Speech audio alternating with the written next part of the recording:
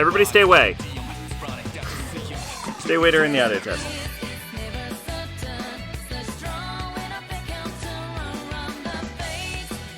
Alright. 1, 2, 3. 1, 2, 3.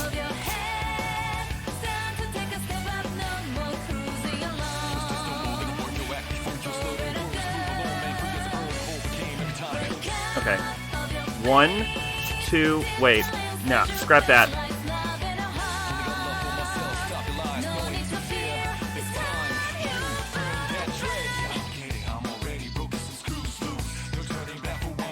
One, two, three. 1, 2, 3.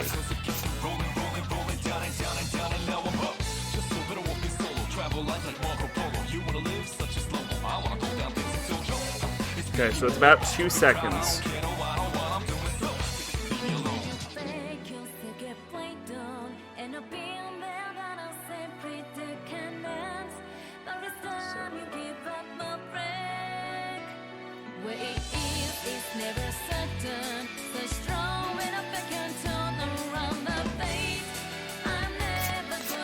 One, two, three.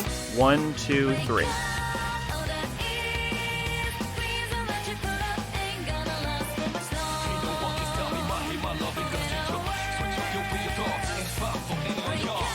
No, it's too much.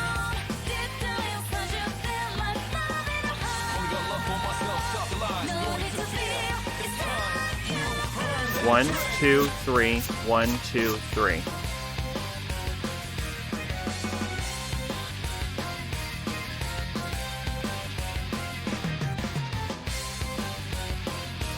Perfect. 1,000.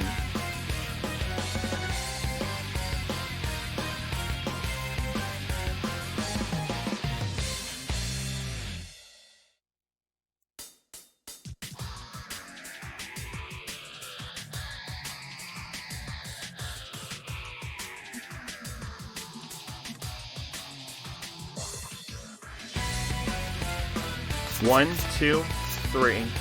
1, 2, 3. I fucked up there. Hold up. Cut. 1, 2, 3.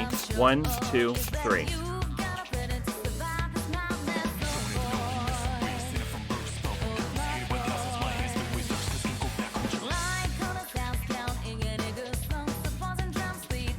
One, 2, 3. 1, 2, 3.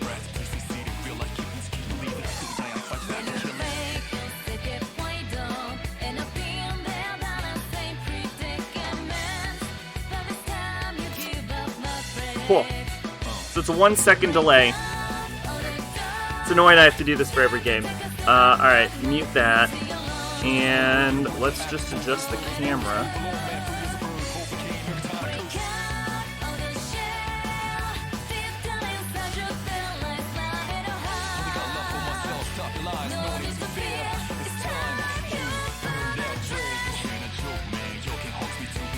That'll work. Okay.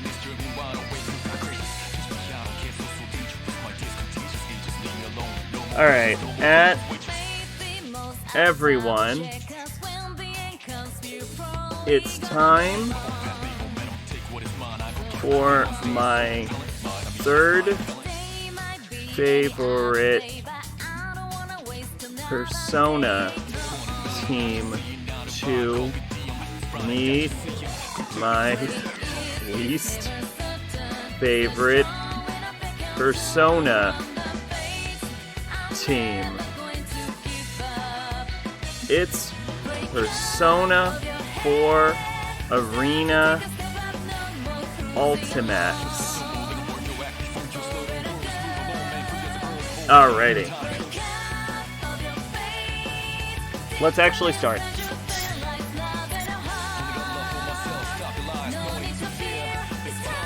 My monitor damage actually doesn't look that bad.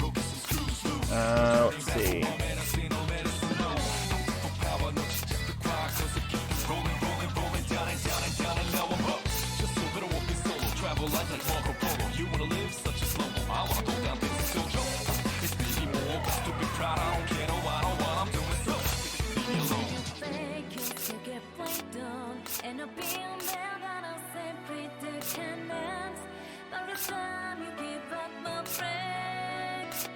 I'm not sure which one is which.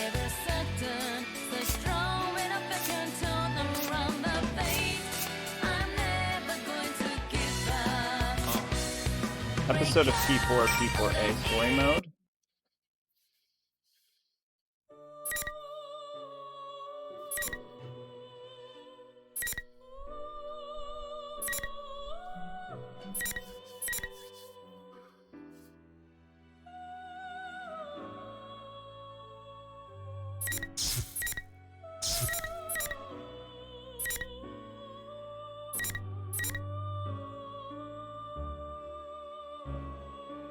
I don't know which one is P4 Arena and which one is Ultimax.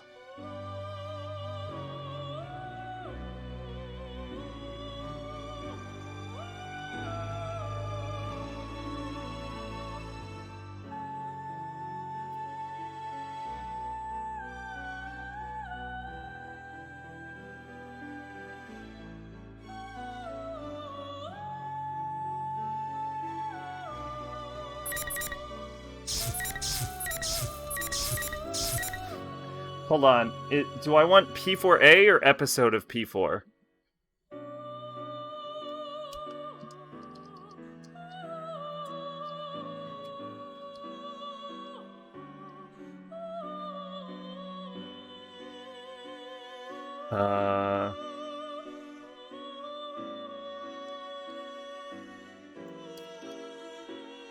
P4A DLC. Persona 4 Arena. Sequel was released in Ultimax.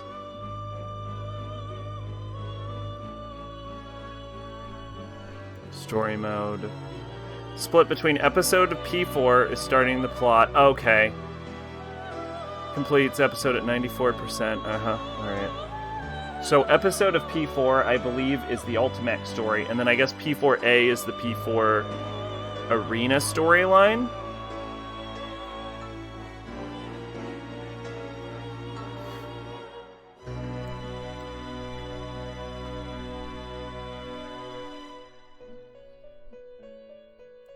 Yeah. Okay, so this should be the story of Arena then. So episode of P4 I think is Ultimax, and then P4A is Persona 4 Arena. So let's start with you, Narukami, then.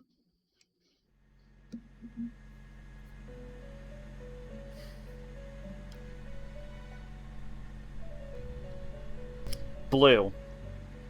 The floor, the ceiling, the furnishings, everything is blue.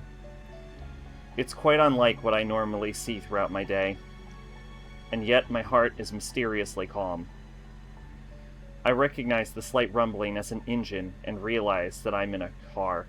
I just want to say the white text should have a black border around it because it's kind of hard to see in the later areas. Or rather, someplace else I recognize. Welcome to the Velvet Room. The old man with the bizarre face sitting before me makes an expression that appears to be a smile. Sitting quietly next to the old man is a woman as beautiful and delicate as an ice sculpture. Ah, it seems we have a guest with an intriguing destiny. My name is Igor. I am delighted to make your acquaintance. The Velvet Room. Igor. Even though I'm barely conscious, I remember that this is not the first time I've heard those names. I see. This is a dream. This happened in the past. I've been in this room before. If my memory is correct, what he says next is... This place exists between dream and reality, mind and matter. It is a room that only those who are bound by a contract may enter. It may be that such a fate awaits you in the near future. The words I expect to hear from the old man's mouth. I'm surprised that I still remember them. Another me, the one not in the dream, can't help but smile at that. Now then, why don't you introduce yourself? I remember this too. When I said my name here, it forged a contract with them. And so I answer, you, Narukami.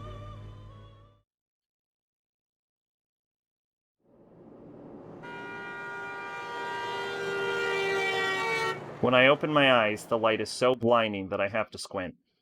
For a moment, I can't figure out where I am, and I look around. Right. I was on my way back. Oh my god, we have dialogue for you! I mutter to myself and look out the window. The sky is somewhere cloudy, unfortunately, but the scenery is as peaceful as always. It seems that I fell asleep on the train headed to the countryside, where I spent the last year in Inaba. If I recall correctly, when I first came to that town, it was an afternoon just like this. I dozed off in the same way back then and was summoned to the Velvet Room. Is there a way to, like, make this shit go faster? That was when Igor said that misfortunes would befall me, and just as he foretold, I was dragged into an outrageous murder mystery. That was no ordinary case. The Midnight Channel, shadows and personas, the power of the heart. I saw things that could scarcely be believed. But I made memories there that could never be replaced as well. We gained the powers of the personas and we suffered together. I stood with my friends on the investigation team against these misfortunes and fought alongside them. There's no way I could have overcome such ordeals without their Wonder what help. everyone's been up to. After solving the mystery, it was decided that I would leave Inaba around the same time my parents would be returning from overseas. It's been 2 months since I last saw them all, as they were saying goodbye to me at the train station. I decided to stay at the Dojima residence during Golden Week so that I could spend the holiday with my friends. Of course, my uncle was happy to hear this, and his only daughter, Nanako, should be glad to see me too. Damn it! I still haven't picked up Yosuke's gift. It was supposed to be something special, after all. Actually, I'd received a call from Teddy on one of my investigation team friends this morning. The details of the conversation are a bit confusing. Hello? Is this Sensei? Yeah, what's up? I'm really sorry to bring this up, but I forgot to tell you something very important. I have a special request for the souvenirs I'm sure you'll be bringing your bear's friend. Teddy, I'm pretty sure you're not supposed to tell people what you want them to bring you as souvenirs. I already have souvenirs for everyone, but oh well. Sure enough, Teddy was only asking for some snacks that are sold in Inaba, so it wasn't much trouble. Ah, but there was one problem. And one more thing. Can I ask you to pick up something for Yosuke too? I was planning on bringing something for everyone anyway, but go ahead. Cool! Well, Yosuke's been down in the dumps after his mommy burned his favorite nurse. She was what I called scorching hot. Just kidding. A nurse? Ah, come on, Sensei. You know what I'm talking about. Oh, fuck, yes! His nurse magazine with the chest examinations and the bear behinds. Oh god, I fucking hate you, Teddy. I see. And you expect me to buy him a replacement? Of course, silly. People coming to visit are supposed to bring presents. All right. Oh, I was planning to head back tomorrow, but since we're meeting up early, I decided to go back today. This is officially more dialogue than you has ever had. Can you pass that on to everyone? Aha! Then the sexy nurses will be arriving even sooner. It'll be like, Sensei, we have an emergency patient. Yusuke will be so happy. Okay then, we'll be waiting for you. I'm a little worried now. I hope he isn't telling everybody something that would give them the wrong idea. Well, I should just call them again once I get there. But I'll ignore that for now.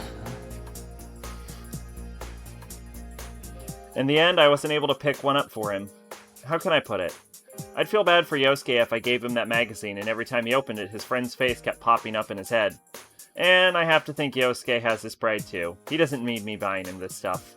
But again, this is Yosuke we're talking about. I'm sure he'll understand if I explain my reasoning. Probably. Now pulling into Yaso Inaba. This will be the last stop. Yaso Inaba. Oh, End of the line already. Looks like I'd been asleep for a lot longer than I thought. Just as I thought that thought came to me, a certain worry crossed my mind. If I had a dream of the Velvet Room, did that mean I was going to be dragged into another adventure? No, I shouldn't think things. I'm overthinking it. Igor had said, I'm delighted to make your acquaintance after all, so it's nothing but a dream. It's quite misleading, since I've had dreams of being summoned to that room ever since. The train begins to slow, and I take that as my cue to gather my belongings from the luggage rack above me. When the train comes to a complete stop and the doors open, even the smell of the wind evokes a strong sense of nostalgia. Haha, I think, as I'm getting a little too sentimental. I step out to the platform with a wry smile. Shh. Is bookmark just, do you want to save game? Okay, done.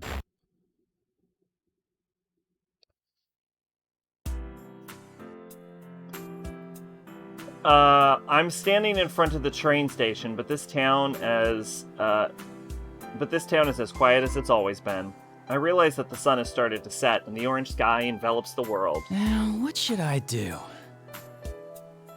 Today is May 2nd. According to the calendar, the latter half of the holidays will begin tomorrow. I told Dojima-san that I was going to arrive today, but it seems he's too busy with work to come get me. Ryotaro Dojima. He's my uncle. I stayed with him last year. He's a detective with the Inaba police, and he's raising his elementary school-aged daughter Nanako by himself. Seems he was suddenly contacted by a detective from the Metropolitan Police Department regarding last year's case and will have to work late. What happened last year was very serious, so that may be why this has come up. He shouldn't have worried about it. I recall how apologetic he sounded over the phone, and I can't help from smiling. I told him I knew the way over from the station, but a bag packed with necessities and souvenirs for everyone turns out to be quite a load. Hey, Megalodon, what's going on? How you doing tonight? Nanako must be waiting for me at the house, so I want to get there as soon as possible, too. To be honest, I don't know when the bus will come. Maybe I should just call for a taxi. Just as I'm thinking this... Huh? Nanako? Big bro! It is Nanako. There's no way I'd mistake her. You came to meet me all on your own? This is strange. It's weird to hear him talk so much. Why did she come to the station all by herself? True, the Dojima residence is within walking distance, but it couldn't be easy for her. And even though it's still light out right now, it'll get dark soon, and the country roads are barely lit. This has a lot more story than most fighting games. What would she have done if I hadn't been here? I'm about to voice my concerns, but Nanako sounds slightly proud when she says... Don't worry, Dad knows about it. He gave me money for the bus. Dad let you come all the way out here alone after what happened last year? He said he couldn't make it, so I came instead. Welcome back, big bro. I wanted to see you so much. Thanks. I'm happy to see you again, too. I'm just gonna say, if my daughter got kidnapped 2 months ago, she would not be going to a train station by herself. I see. She must have wanted to show me that she's grown up, too. She's around that age, after all. For a moment, I'm surprised that Dojima-san let her do that. But I can imagine what kind of conversation took place. Nanako had always been a capable girl, but over the past year, her housekeeping skills have improved greatly, and she's proven herself to be very reliable. She takes the lead in many things within the house, and even Dojima-san can't compete with her sometimes. I can easily imagine that scene in my mind. And it's true that I'm glad someone came to welcome me. I take Nanako's hand and we walk side by side. Well, no sense standing around here. What's in the fridge at home? Lots. Dad and I bought a ton of stuff since you were coming to visit. If Nanako says so, then he must have really bought a lot. Dojima-san did say he'd pick up dinner for us, but if that's the case, maybe I should put together something to go with it.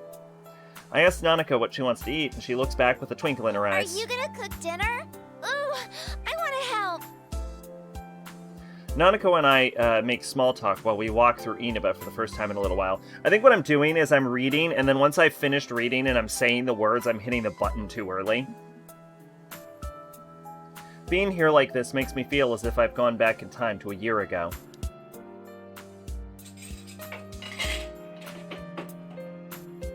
After we get back to the Dojima home, I hurry and unpack my belongings before heading to the kitchen.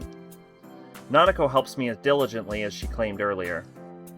The way she mixes the eggs seems more skillful than before. You're such a good girl, Nanako. Good evening. This is the Evening Journal with news for May 2nd.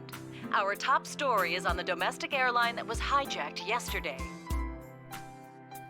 The TV in the living room echoes through the house. The TV was on quite often in this house. When I first came to Inaba, Nanako was practically being raised by the television. There had this odd sense of distance between us around that time. She hadn't started calling me Big Bro, and we didn't cook together like we are right now. It's the little things that bring back memories. Right when we were about done making dinner, Dojima arrived with some deluxe sushi. Nanako quickly gets up and rushes to the door. She seems so happy when Dojima-san comes home. Dojima-san apologizes about the sudden increase in his workload, and we all sit around the table and begin eating. Being here like this makes me feel like the 2 months I was gone never happened at all. There's a warm atmosphere, as if I've always been a part of this family, and I've lived here with them for my entire life. I thank both of them from the deep of my heart, and after I give them the souvenirs I'd brought for them, we enjoy chatting with each other as family.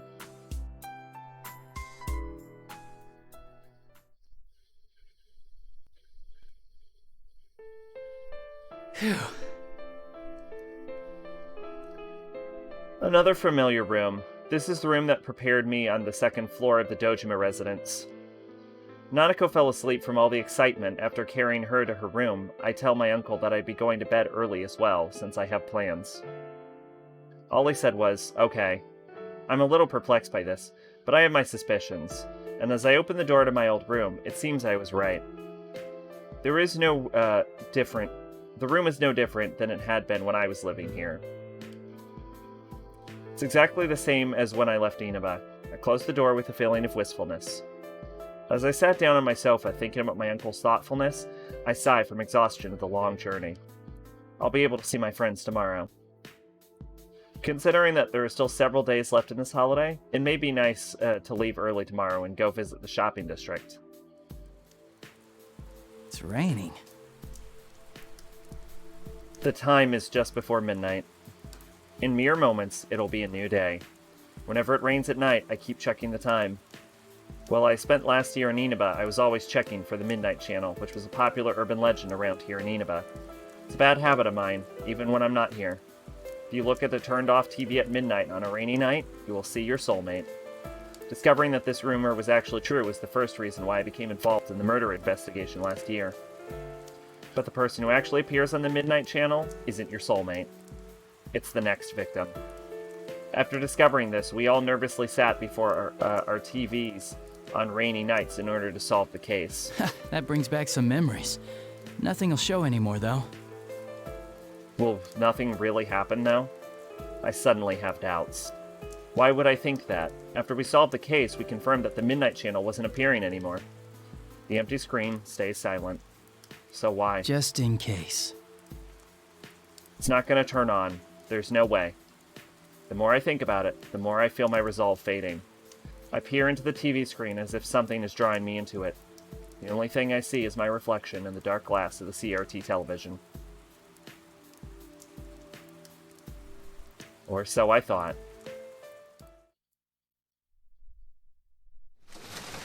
Rivals. They are friends, yet powerful foes. The desperate fighting program amongst high school students. A new legend is about to start.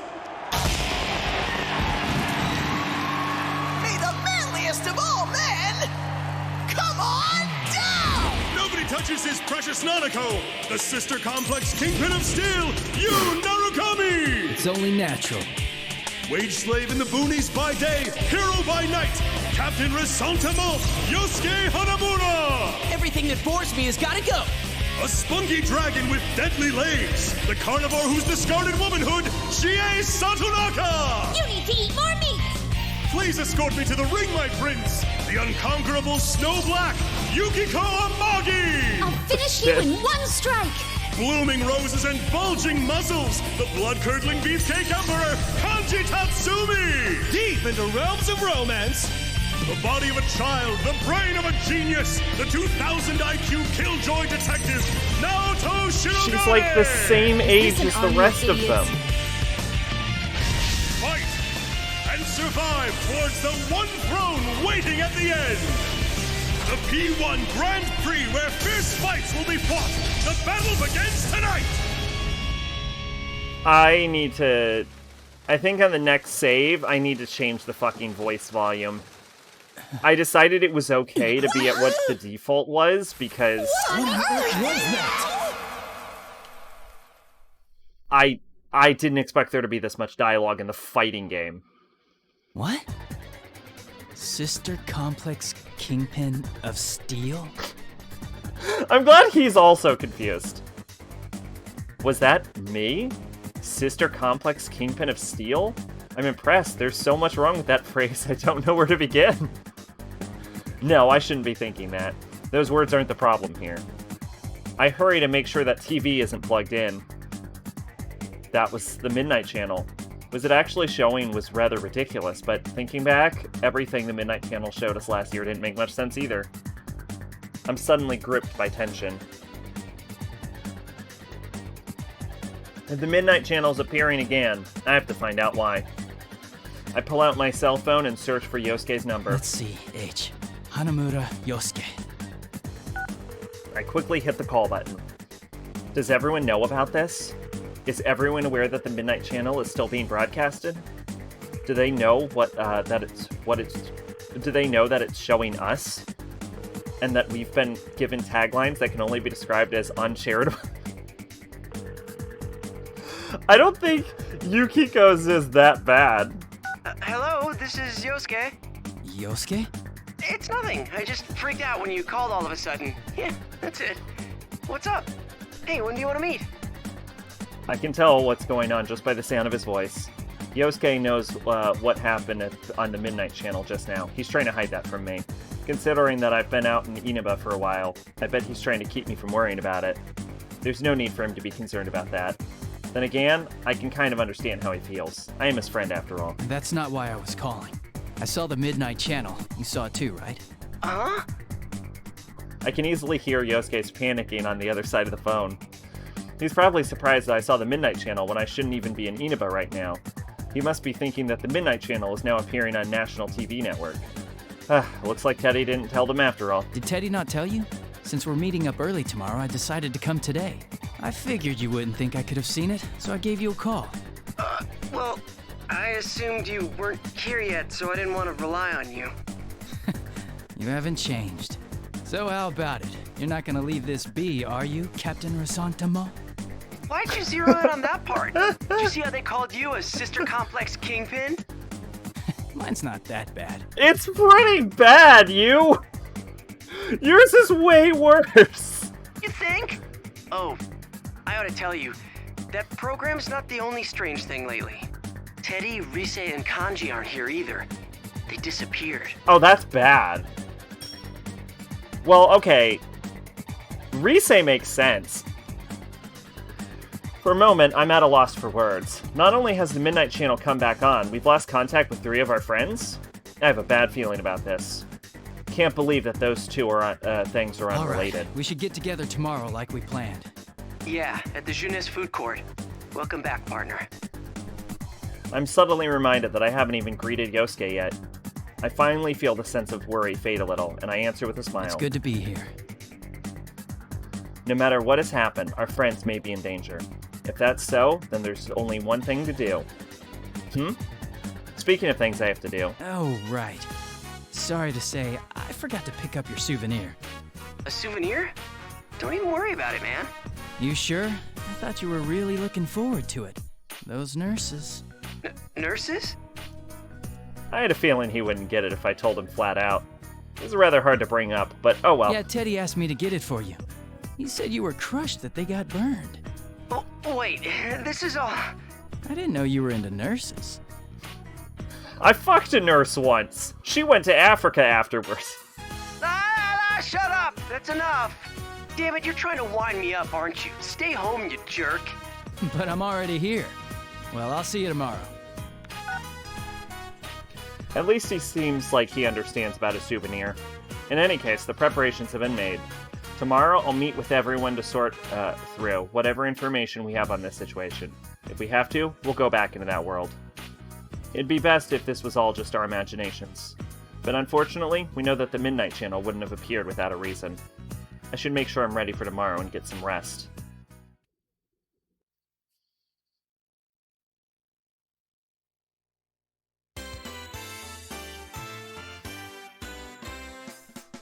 This place is as lively as always. I look across the food part on Juness roof for the first time in a long while. Even though there aren't many people at Inaba, this place is exceptionally crowded. Plus, because it's Golden Week as well, I feel like it's busier than usual. I happen to run into Yosuke at the elevators. We briefly greet each other. Guys are weird like that. The closer we are, the more simple our interactions when we meet each other face to face. The two of us step out of the food cart. We immediately find Yukiko and Chie. They wave back at us from the bench they're sitting on. Good to see you guys again. Welcome back! We missed you! The guest of honor's finally here! You're looking well. Welcome back. Should we... Huh? Oh, he already knows about the Midnight Channel thing. He's actually the one who called me up about it. Oh, I see. This has turned into a pretty thrown-together reunion, hasn't it? But I'm glad you came. We chat some more while we all sit down. Then Yosuke stands up and clears his throat loudly. He's probably been waiting for the right moment to say something. He hasn't mentioned anything to me, but I can easily guess what he's about to say. We all look towards Yosuke. Well, it sucks that we can't hang out more before jumping into another mystery, but to celebrate our partner's return, I hereby reinstate the investigation team in response to the Midnight Channel going back on the air last night. Oh, the team is back! Just hearing that name again gets me all fired up. Yeah, let's do this! Priority number 1, find Naoto. Step 2, let Naoto solve the problem.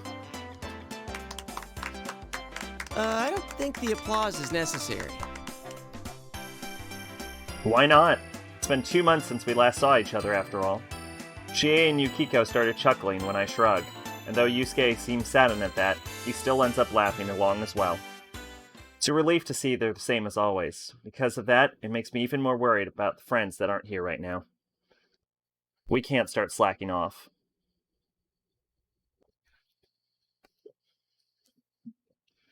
We begin to sort through the information we know about already. Well, let's get cracking. I mean, this is no laughing matter. No one's heard from Teddy, Kanji, or Rise. Just those three, right? Yeah. Oh, I got a hold of Naoto-kun, but I didn't tell her about this stuff. No! Why? Tell her immediately! She told me she couldn't make it today because of her job, so I didn't want to worry her. God fucking damn it, Chie! She seemed pretty bummed that she couldn't be here too. If she has a reason for not being here, we can still contact her, then Naoto should be fine. That leaves Teddy, Rise, and Kanji. Not hearing back from them after an entire day has passed isn't normal at all. You called Teddy yesterday. The relationship between their sudden disappearances and the reappearance of the Midnight Channel last night disturbs me. One thing's been bothering me. The picture on the TV was very clear last night. Yeah. Going by the pattern from last year, it wouldn't be that clear until after the victim entered the TV. Hey, isn't this the first time a big group of people was shown together? Plus, we're still here. Why us anyway? And what's up with those insulting descriptions? Yeah, it's also the first time it was a fucking advertisement. Chie seems pretty angry about it. Many of the locals know about the rumor of the Midnight Channel. In other words, this troubling broadcast has already been seen by who knows how many people. From what I've told, the moment Chie tried to ask another student about the Midnight Channel, the other girl ran away with a look of fear on her face. It's no surprise that Chie would be angry. Still. What bothers me most is Teddy. He was acting like the host of that show. Yeah, and we can't find him. This smells fishy. Then again, I doubt he would play a prank like this for no reason. I guess we'll just have to go inside the TV and find out what's going on. That's right, go inside the TV. Out of everything, that was the element that shook our common sense the most out of everything we experienced last year. Actually, the murders in last year's event happened in another world inside of the television. This world is filled with monsters called shadows that are born from people's hearts. Because my friends and I gained personas, the power to defeat those shadows, we were able to enter TV screens and fight them. Won't we be stuck in there without Teddy to give us an exit? But even we persona users would find it extremely difficult to leave that world on our own. In order to come back, we need the exit TV that our friend Teddy was capable of creating. Not so. I've had Teddy keep the exit TV out on that side. Look at you, all prepared. I mean, think about it. What if we were half asleep and fell into a TV when Teddy wasn't over there? Isn't that a scary thought? Like anyone would be that clumsy. Yeah. Anyway, it sounds like it's safe for us to go investigate then. No matter what the reason, it's reassuring to know that we have an exit strategy ready for us. To be honest, I almost fell into it the first time it appeared in my room after all. Yeah, there's no doubt that something's going on in there. Is everyone ready? We're all good to go. To tell the truth, I had a hunch that this was going to happen. We all share a look to confirm our intentions. All of them nod back, and I can see the seriousness in their eyes. Even though there was a 2-month gap since I last saw them, they still continue to put their trust in me. I feel a slight sense of pride as I stand up from the bench. The large screen TV in the electronics department is directly below the food court. That was the entrance we always used last year.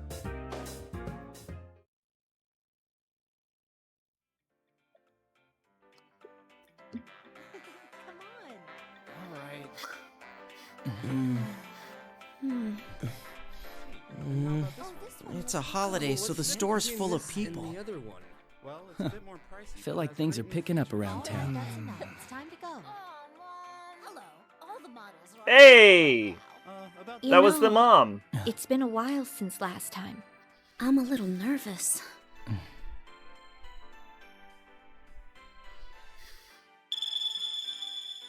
Whoa, wait! There are still people in this aisle! Hey, get ready! The customers are going away!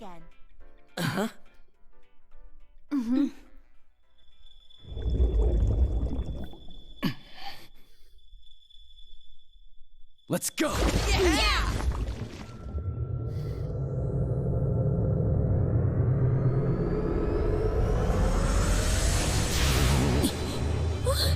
Isn't this different from usual? Oh no! What do we do? What can we do? We can't stop now!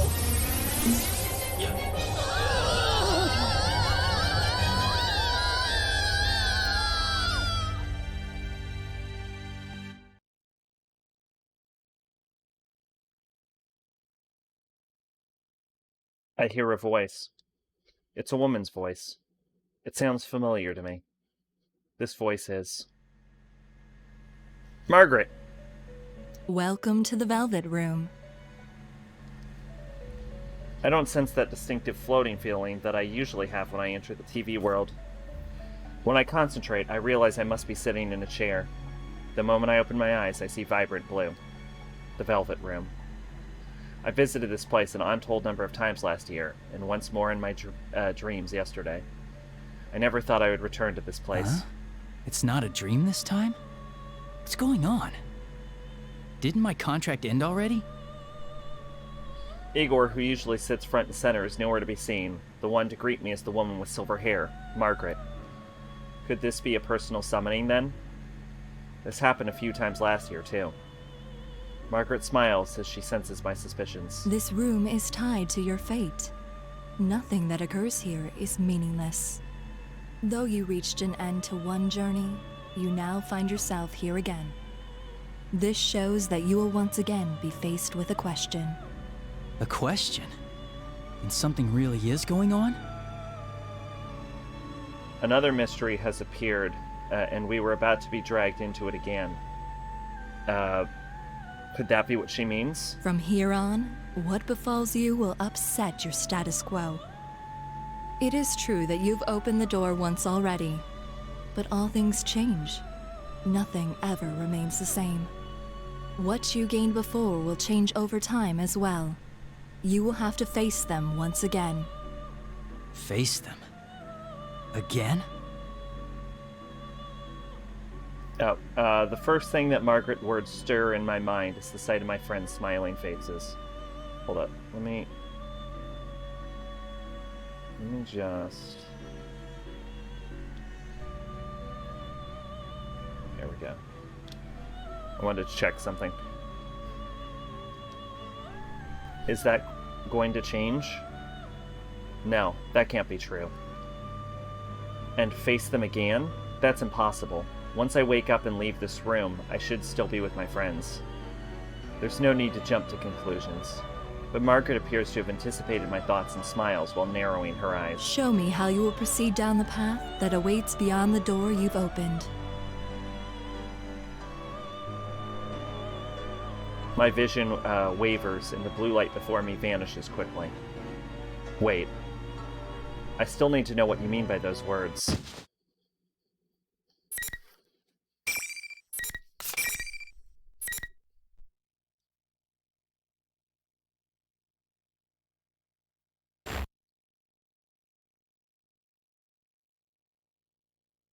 Where am I?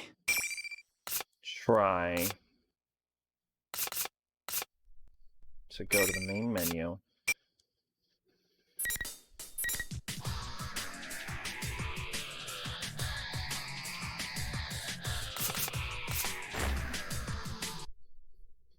Persona 4... Whoops.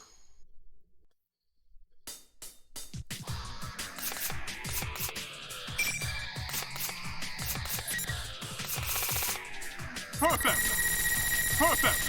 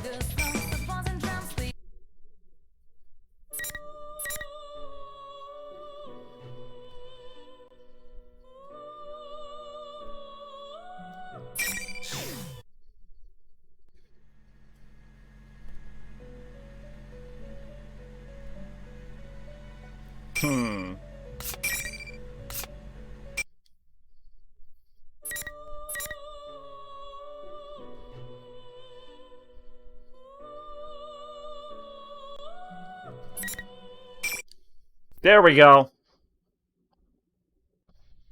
Where am I? Where did I get thrown to when I left that blue room? The scenery is so unexpected that I'm at a loss. This is a school.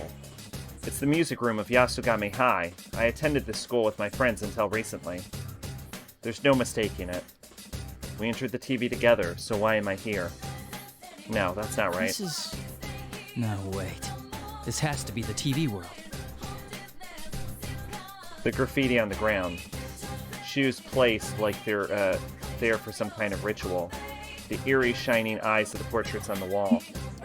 The more carefully I look, the more I realize that this place is not the real Yasogami High. Most of all, I sense no warmth from this place like I always did from the students who would come and go from here. This is a fake. It's definitely not the school I attended. But what happened to turn the world inside the TV to this? On top of that, we entered the TV from our usual entrance, but I ended up in a completely different place. This has never happened before. I also realized that my friends aren't with me either. Did we somehow get separated? I start to feel chills down my spine and look around. Hello! Sorry for the wait! Greetings, boys and girls of Yasogami! The P1 Grand Prix is about to begin! There's no need for manners or courtesy or anything today, so let it all hang out! Tell us how you really feel! What the... Is that you, Rise? I shut out questions, but she couldn't answer. This is Rije Kujikawa, one of our friends in the investigation team that we couldn't contact. Does she not hear me, or is she choosing not to respond? As I ask myself this, I hear different voices echoing as well. I look around in surprise. The voices, it's not just from one or two people. I see countless students staring at me from the hallways, the entrance, everywhere I turn. May I have your attention, please? I, Rosette, will be your commentator. But first, the General has a few words for you all. Oh no. What's going on? Why are there so many people inside the TV world? Before I think of any answers, Rise makes another announcement. As if on cue, the music in the room turns on. What appeared on it was Teddy. He was wearing a strange hat and cape, just like he did on the Midnight Channel last night. First Rise and now Teddy? What are they doing? You're all here now. God, the music is just drowning out the dialogue. Well then, I'm proud to announce the opening of our very own P1 Grand Prix! It's the same as well. That's the same bizarre tournament that was shown on the Midnight Channel. Then, is Teddy really the one behind this insanity? Teddy, what's going on here? We came to look for you and Rise and... Always with the talking, Sensei. It's a big waste of time. Less talk and more fighting! With the next challenger, come on down!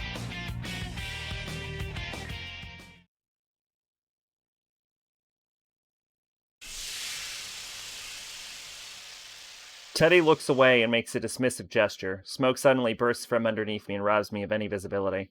Is there someone beyond that white curtain? Eventually, my field of vision begins to clear. I keep my guard up, expecting anything. But who should appear but Yosuke? Though I hadn't expected to run into him like this, I'm relieved to see that he's safe. Teddy did say something about a challenger just a moment ago. I recall that P1 Grand Prix that appeared on the Midnight Channel looked like some kind of fighting competition. Wait, am I supposed to fight Yosuke now? Again? That's not funny at all. Great. They're expecting you and me to fight. Looks like. Sheesh, what's Teddy thinking?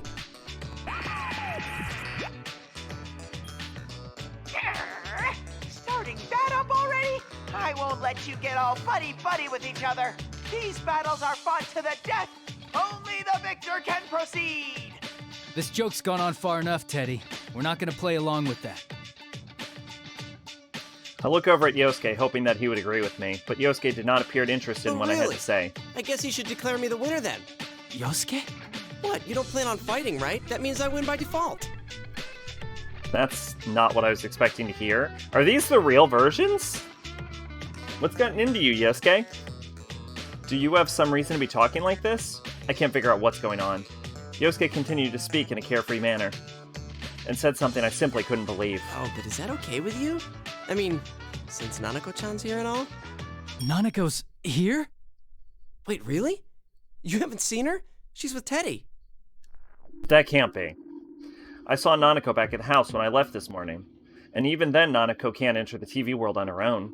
But she's in this world? I can't believe it for a moment. But what if it's true? Just coming to this world can tire a person out very quickly. On top of that, if someone who can't use a persona comes here, it can sometimes even be fatal. Where is she? Yosuke, where's Nanako? Whoa, what's gotten into you, partner? No need to get hysterical. Why are you so calm about this? You know what happened to her last time she came here. Nanako did come into this world once last year. It's not something any of us would have wanted to happen. That was the start of a whole chain of events. Remembering them is heart-wrenching even now. And yet, no. Even then, it might be wrong for me to lash out at Yosuke for the way he's acting. Calm down. I need to think straight here. All Yosuke said was that he saw her with Teddy. Then was Nanako brought here by Teddy? If he's the leader of this tournament. Then was Nanako brought here by Teddy if he's the leader of this tournament? Question mark? I don't even know what that sentence is saying. Yosuke, be straight with me. Are you sure Nanako is with Teddy? How should I know? If I had to guess, I'd say she's probably still with him. Man, are you alright? Are you that worried about Nanako-chan? It's no wonder people look at you funny, thinking you have a sister complex. The sense of wrongness I've been feeling this time is getting even stronger. True, Yosuke may say some insensitive things, but mostly that's because he reads too much into a situation and becomes outspoken. He's not the type of guy to enjoy making hurtful remarks like this. Yosuke, are you alright? Huh? What are you talking about? I should be the one saying that to you. She's not even your real sister. All that big bro stuff really creeps me out. Is this Shadow Yosuke? It was a while ago that I saw her. It's probably too late to save her now. You know how things went last year, after all. Yosuke. He's definitely not the Yosuke I know. Yosuke is my friend. He wouldn't be so callous as that. At least, I thought so, up until now. He was the one who had to face the pain of losing someone he cared about when the murders first started last year. I can't hate him for accidentally mentioning someone who was dead, but the way he's acting, he's doing this on purpose. I silently draw my sword and Draw face your Yosuke. weapon. You'll get your fight. What? Dude, what are you saying? You told me you'd let me win by default. To be honest, I was thinking that this Yosuke before me was some kind of fake.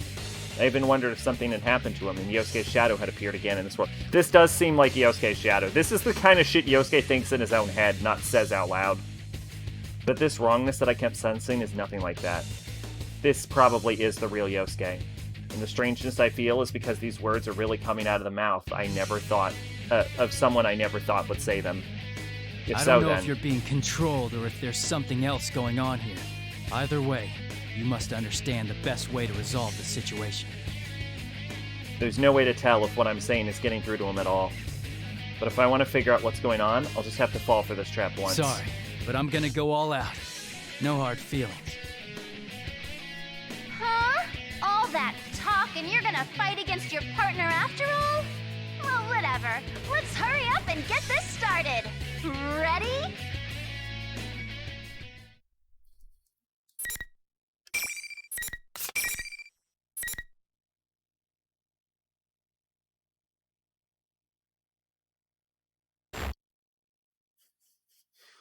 I'm gonna need that, because I fucked around with this game's fighting mechanics before, and I wasn't good at them.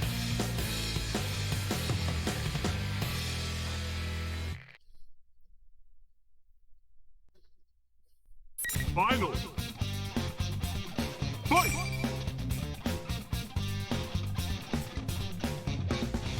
Persona! Alright! Just get to it! Get some! Try it! Persona!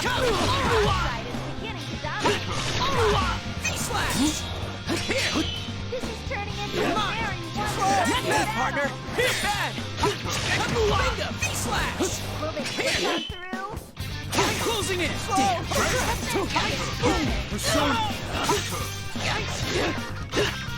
Get away from me! And stay down! I can do it too! Here! One yet!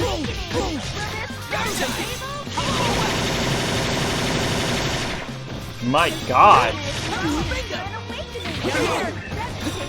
Your way, Jose! Just getting started! Come! Just getting started! Still a match for you! What a rare, close battle! Fuck! You both fought well!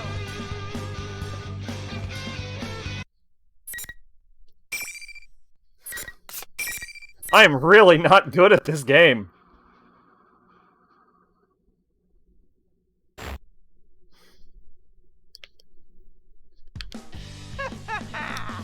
Amazing, Sensei! Keep that up and zoom on ahead! Ahead? You're gonna continue with this? Teddy, about Nanako. I don't want to spoil the surprise. If you want to find out, you'll have to get to me. And I can't say why, but I think you should hurry. Hey, John, what's up? The monitor shuts off. I haven't learned anything about Nanako, but he did seem to be expecting me to ask about her. I don't want to think about it, but Nanako really may be here.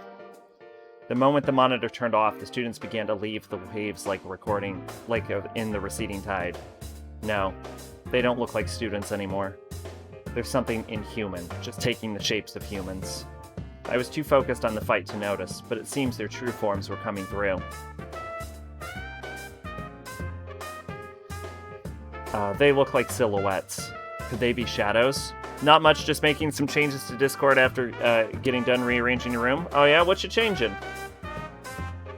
Even so, I don't sense any hostility from them. Well, if they're not a threat, and they're going away. There's no need to chase after them. Besides, there's something more important to do right now. Are you alright? In Discord. I walk towards where Yosuke lies collapsed on the ground and give him a hand to help him up. Ow! Couldn't you hold back a little? I seriously thought you were gonna kill me. The same went for you. I wouldn't have stood a chance if I held back on you. I almost lost! Yosuke grimaces in pain as he stands up, but he doesn't seem to have suffered any severe injuries. Organizing and adding a few new channels? Okay. That's good. I knew I couldn't risk going easy on him, so I was a little worried that I'd actually hurt him. But once we get a good look at each other, Yosuke's demeanor suddenly changes. Anyway, that aside, shut up about the nurses already. It's not like that's the only thing I ever think about. Oh, shit. Something's interfering with our dialogue. That's not really what we were saying, was it? What's this about nurses? Huh? You were harping on it the whole time. How can you stand there and constantly bash my taste in women with a straight face? How can he bash your taste in women? He's actually fucked a nurse. Is it such a crime to like nurses? Wait a second. Well, actually, I don't think he did. I think she went to Africa before that happened, but still. I don't understand why he's suddenly angry, but he's not making any sense at all. I tell Yosuke to calm down, and we go over what we thought had happened before the fight. We learned that our memories of what each of us had been saying doesn't match up at all. According to Yosuke, it seems that I had been, well, teasing him about his taste in women. Yosuke was so heated up over what I had supposedly said that he almost went into graphic detail, but I stopped him before things went too far. I'll be lurking and watching while I work on some vids. Okay. Thanks for stopping by. I mean, really, it's best for both of us if we pretend this never happened. But thanks to our conversation after the battle, I've come to realize something. If I'd been hearing each other say things neither of us had been meaning to say, then... Yosuke, let me ask you something. Is it true that Nanako is here in this world? She is? Yosuke is at a loss for words. He had no idea what I was talking about. It's just as I thought. Yosuke doesn't know anything about Nanako. If that's true, then what I'd heard Yosuke saying before the fight was something that Yosuke couldn't possibly have said. This only makes me more convinced that I have the right idea. What I had heard wasn't what Yosuke had meant to say. I don't know how, but something else made Yosuke say those words, even if he didn't know what he was saying then. That reminds me, Teddy's on the screen, and he said that he needed to get to him if I wanted to find out the truth. Does that mean Teddy had done this to us? It could also mean that Teddy is also not saying the correct things. I guess there's no choice but to keep going. Nanako is good friends with Teddy. I don't want to imagine it, but if Teddy wanted to kidnap Nanako, it's certainly possible he could have. Yo, if this is the game where we kill Teddy, I am fucking down. This will be my favorite Persona game right now, if this is the game where we kill Teddy. I want to go home at once and check to make sure she's okay, but I have no idea where I am. Even worse, Teddy holds the means of returning to the real world. There's no way out of here, unless I find Teddy on my own. Taking off? Yeah. Well, be careful. Be careful. I'm worried about you. Do your best. I sense a lot of emotions behind those words. Yes, I know that I'm hearing the real Yosuke. I take Yosuke cheering me on to heart and leave the music room.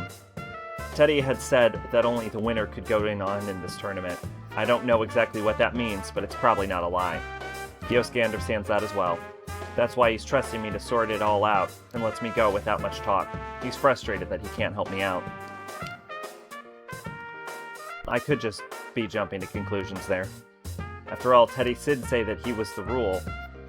That was the rule, but we don't have any proof of that either way. Well, might as well see what he meant by that. I stop walking and turn back to Yosuke. One last thing. About those nurses. Quit it already! Are you out of your mind again? Yosuke turns bright red and rushes towards me, flailing wildly in an attempt to stop me from finishing. And...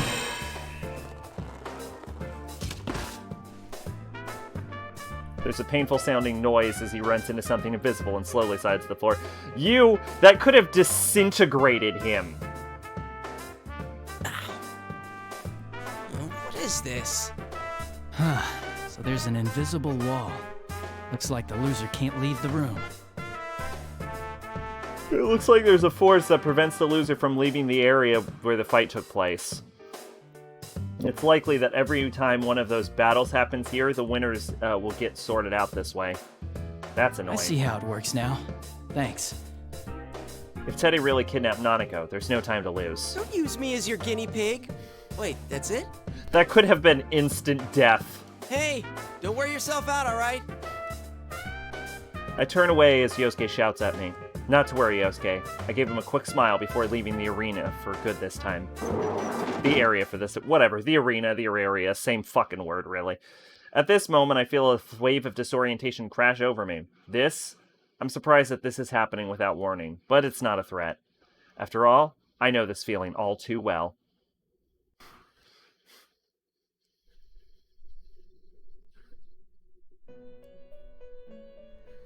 Welcome to the Velvet Room.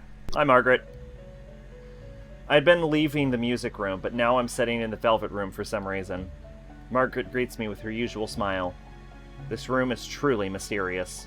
But why would she summon me like this? Margaret sees my suspicious expression and speaks up. Things have only just begun, and yet you already seem tired. The misfortune that has befallen you can be thought of as a sort of trial. A trial? I want to know the details behind her words, but I know that she won't answer me if I ask. The inhabitants of the Velvet Room never reveal everything. That's because they can only watch over the choices their guests make. Margaret's smile broadens when she sees that I don't intend to ask her anything. Indeed. I am an observer on your journey. I would do nothing so thoughtless as to force you to make choices. You do not need such provocations. I already know that you shine brilliantly enough. Isn't Margaret voiced by Marisha Ray in this game?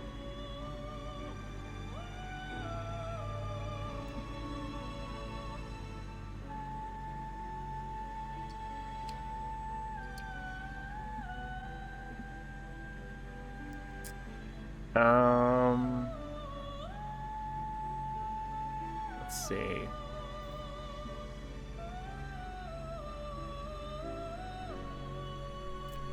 Let me just double check on that.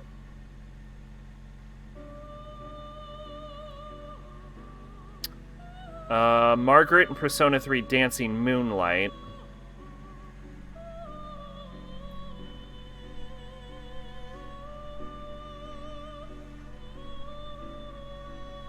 Yep, Persona 4 Arena Ultimax Margaret. Yep. And in Persona Q. Yeah, so that is Marisha Ray.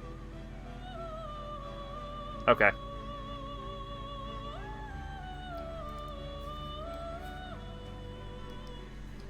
This shine she speaks of. Could it be about my ability to use personas? Yes, that is part of your brilliance. Personas are masks of resolution, strengthened by controlling one's heart, by forming bonds. I think Margaret just gave the most accurate description of a fucking persona in the entire series history. You understand this well, don't you? Yeah, that's how we all fought up till now. Yes, indeed. But one's heart is intangible. It cannot be seen and cannot be felt. When polished, it releases a strong light unlike anything else. But it can also be clouded by trivial things. Have you ever felt that way? That may be true. You may be more conscious of that fact than most, because you hold the power of the wild card. Margaret's voice fades away as she answers me. From here on, you will be forced to re-examine the things you know as bonds. How will you face the changes to come, and what choices will you make? Step 1. Kill Teddy. When I open my eyes again, I'm in the school's hallway. I turn around to see the door to the music room close behind me. Was I only summoned to the Velvet Room in spirit? There's no way for me to figure out what just happened, but I think back on what Margaret told me. Changes, huh? Even though the people of the Velvet Room avoid saying much, what little they do have, to say always has meaning. Well, it's true that Margaret has said some strange things while I've known her, but she's never said anything meaningless while on duty. I would assume that this is the case now. I may have to keep her words to heart.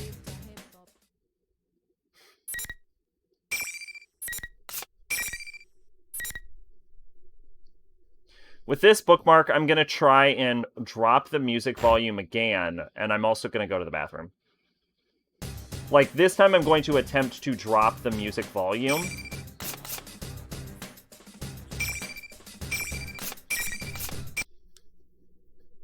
Because I want to try and balance this audio. There doesn't seem to be any way to adjust the audio of this game properly. Like, it's really obnoxious when the music swells and drowns out everything. I, Vise Kuchikawa, will be your announcer. I, Vise Kuchikawa, will be your announcer. Let's try 50. I, Vise Kuchikawa, will be your announcer. Perfect!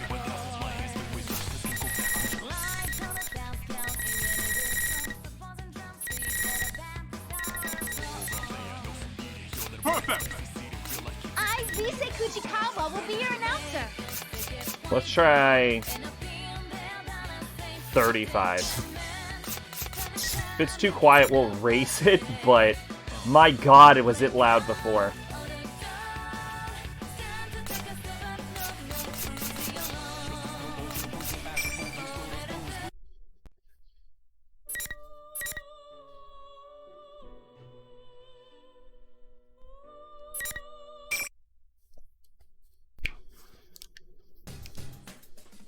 Alright, I'm gonna pop into the bathroom real quick, and then we'll continue on with this. There is so much more dialogue than I thought it. This is like half visual novel, apparently.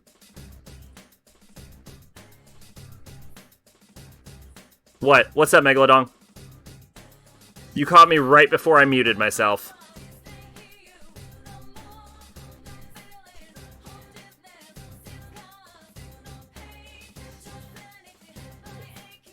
I miss you. Aww, I'll miss you too. But I am gonna wet myself, so I'll be right back.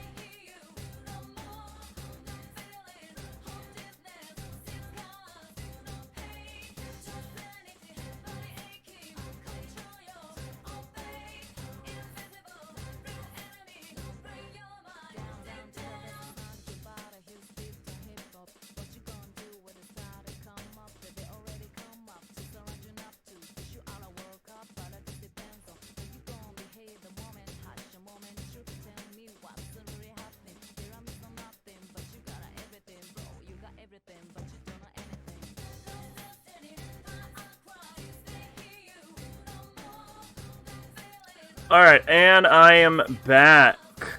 See, that didn't take too long.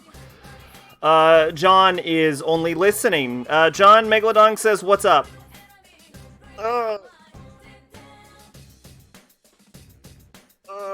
That's a good yawn. Alright. In any case, I need to concentrate on this case for now. I'm sure I'll understand the meaning behind what she said when the time comes. I must proceed.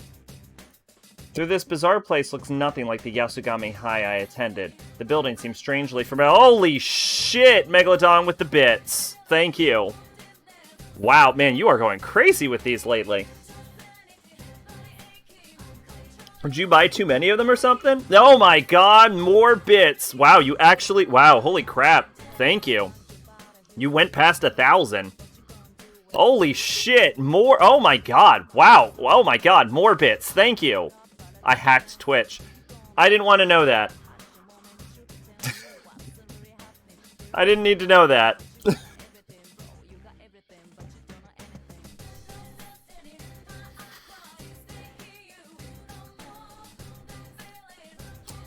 Though this bizarre place, if anyone calls you, don't answer your phone. Okay. Now I'm a little worried about these bits, actually. I'm not gonna lie. Now I'm a little concerned about this.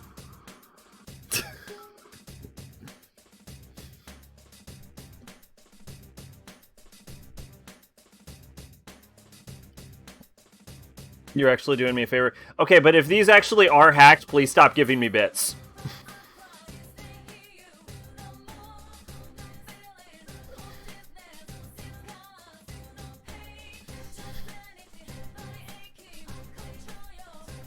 Though this bizarre place looks nothing like the Yasogama High I attended, the building seems strangely familiar as I run through it. Teddy had appeared on the monitor in the music room. From the looks of things, he appeared to be behind what was happening. But I had heard Risei's voice over the school's PA before my fight with Yusuke. If this school works anything like the real one, I can make a good guess as to where Teddy and Risei are. It might be the announcement room. But of course, things aren't that easy. These invisible walls keep getting in my way whenever I go. It seems that some of these walls don't let anybody through, no matter if they won or lost their fights.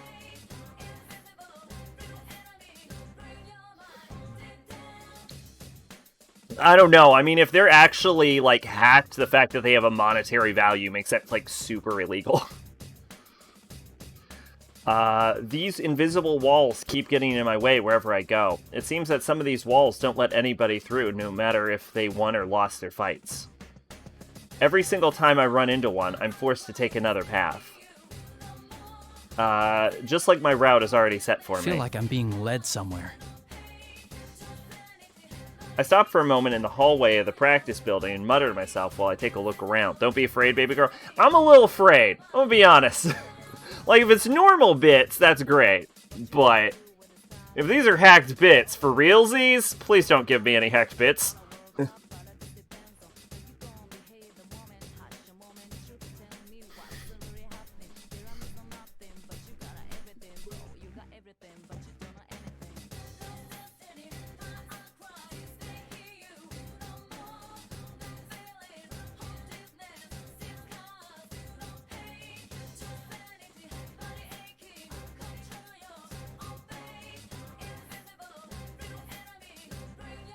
These really are not hacked, correct? What the fuck?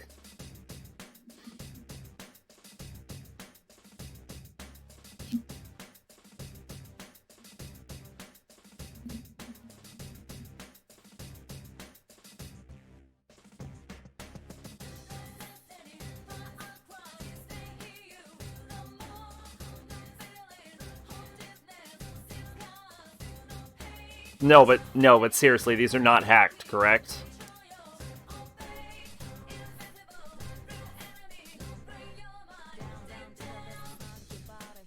Like, these are just normal bits?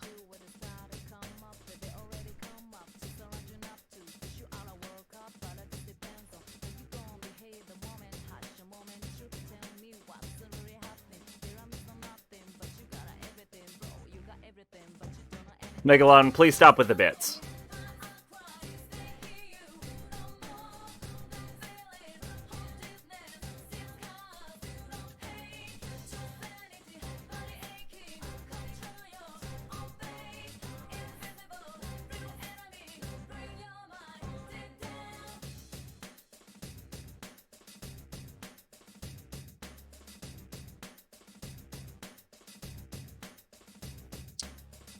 I stop for a moment in the hallway out of the practice building and mutter to myself while I take a look around.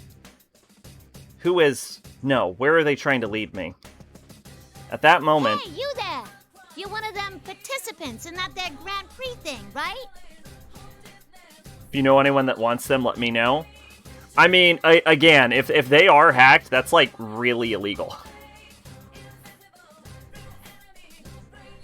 A voice that I don't recognize at all breaks me from my reverie. I instinctively jump back and draw my sword in surprise. Whoa, whoa, whoa! What's the big idea? You could poke someone's eye out swinging that thing around. I did not expect Labrys to have a Brooklyn accent. I turn and see a girl that I've never seen before. Was she part of that crowd? No, she looks like a real person. She was caught by surprise when I suddenly pointed my weapon at her. Although she flinches her words, she doesn't lose any of their intensity. How bold of her. That may seem like an odd thing to say, but it's what suddenly crosses my mind. But this girl doesn't seem to have any intention of attacking me. I sheath my sword, but remain cautious. Sorry, I didn't mean to startle you. Sorry ain't gonna cut it. What were you gonna do if you hurt one of the students here, huh? No, I absolutely do not. You can't go pulling that stuff without student council approval. All right, the jig is up. I'm putting the kibosh on this tournament right now. Hey, wait, hold on a second. I'm not in this because I want to be. I'm trying to stop the tournament. I'm trying to act non-threatening, but the girl continues to glare at me.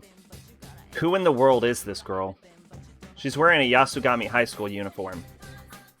She said something about the student council, but I don't recognize her. You don't encounter people here in this world that often. If a person is here, then they're either a Persona user or a... Why are you here, by the way? Wait, did you fall inside a TV? That's right. I might have put it a little differently, but if she can't enter a TV herself, the only possibility is that someone threw her in. That was what was happening in the murders from last year. All inside a TV? What kind of nonsense is that? She's not aware of it. But if she was a Persona user, I don't see why she'd hide that fact. If she was trying to keep that from me, then she wouldn't have come to hug me like this. Then does that mean she's a victim after all? I carefully chose my words to avoid provoking the girl and introduce myself. I'm Yu Narukami. I was a second year at Yasugami High until last year. Huh? Last year? But that uniform... Oh no, this is, kind of my usual equipment when I'm in the TV world. Equipment? Never mind. Forget it. Alright. Well, if you were only around till last year, I ain't gonna blame you for not knowing. I'm the new student council president. Nice meeting you. The student council president. If I'm remembering correctly, the student council election should have taken place just before the holidays. I have no knowledge who won any of those elections since I left Inaba before they took place. That reminds me, I don't have any friends on the student council last year either. This girl may very well be the president. No reason not to believe her. Now it's your turn to spill. You said you ain't in the tournament because you want to be. Then what are you doing here? And what's this tournament about in the first place? I feel that if I don't explain things very clearly to her, it'll only provoke her further. But trying to tell her everything about what's going on here will only confuse her. I leave out the fact that this place is inside a television and tell her the other things that are going on. First, I tell her about Teddy, that a friend of mine is likely the one who set up this tournament. Second, that I encountered some of my friends who were dragged into this as well, but they were acting strangely. And third, that my cousin Nanako, still in elementary school, may have dragged into this mess. Pardon. The girl calling herself the student council president seems skeptical while I talk, but eventually she sighs. So if I got this right, you didn't start this, but your friend did. Well, you don't seem like you're lying. It seems that she somehow grasped the gist of what I was trying to say. I thank her out of politeness, but she laughs and asks why I'm thanking her. There's still one more difficult task left at hand. How do I make her understand that all this is within another world, one accessed by going through a TV screen. She still appears to be energetic, but it doesn't change the fact that she's in danger. I have to get her out of this world, no matter what. Where did that sound come from? That sounded like it came from the gym. I ought to tell you to go home, but I get that you're worried about your sis. Come on, let's go check it out. We both start running at the same time. I reach my full running speed when something occurs to me. I'm surprised to see Miss President keeping her pace right beside me. Just standing still in this world would be strenuous for a normal person, but she doesn't even seem out of breath. She's quite impressive. I take a moment to quietly praise the girl running next to me.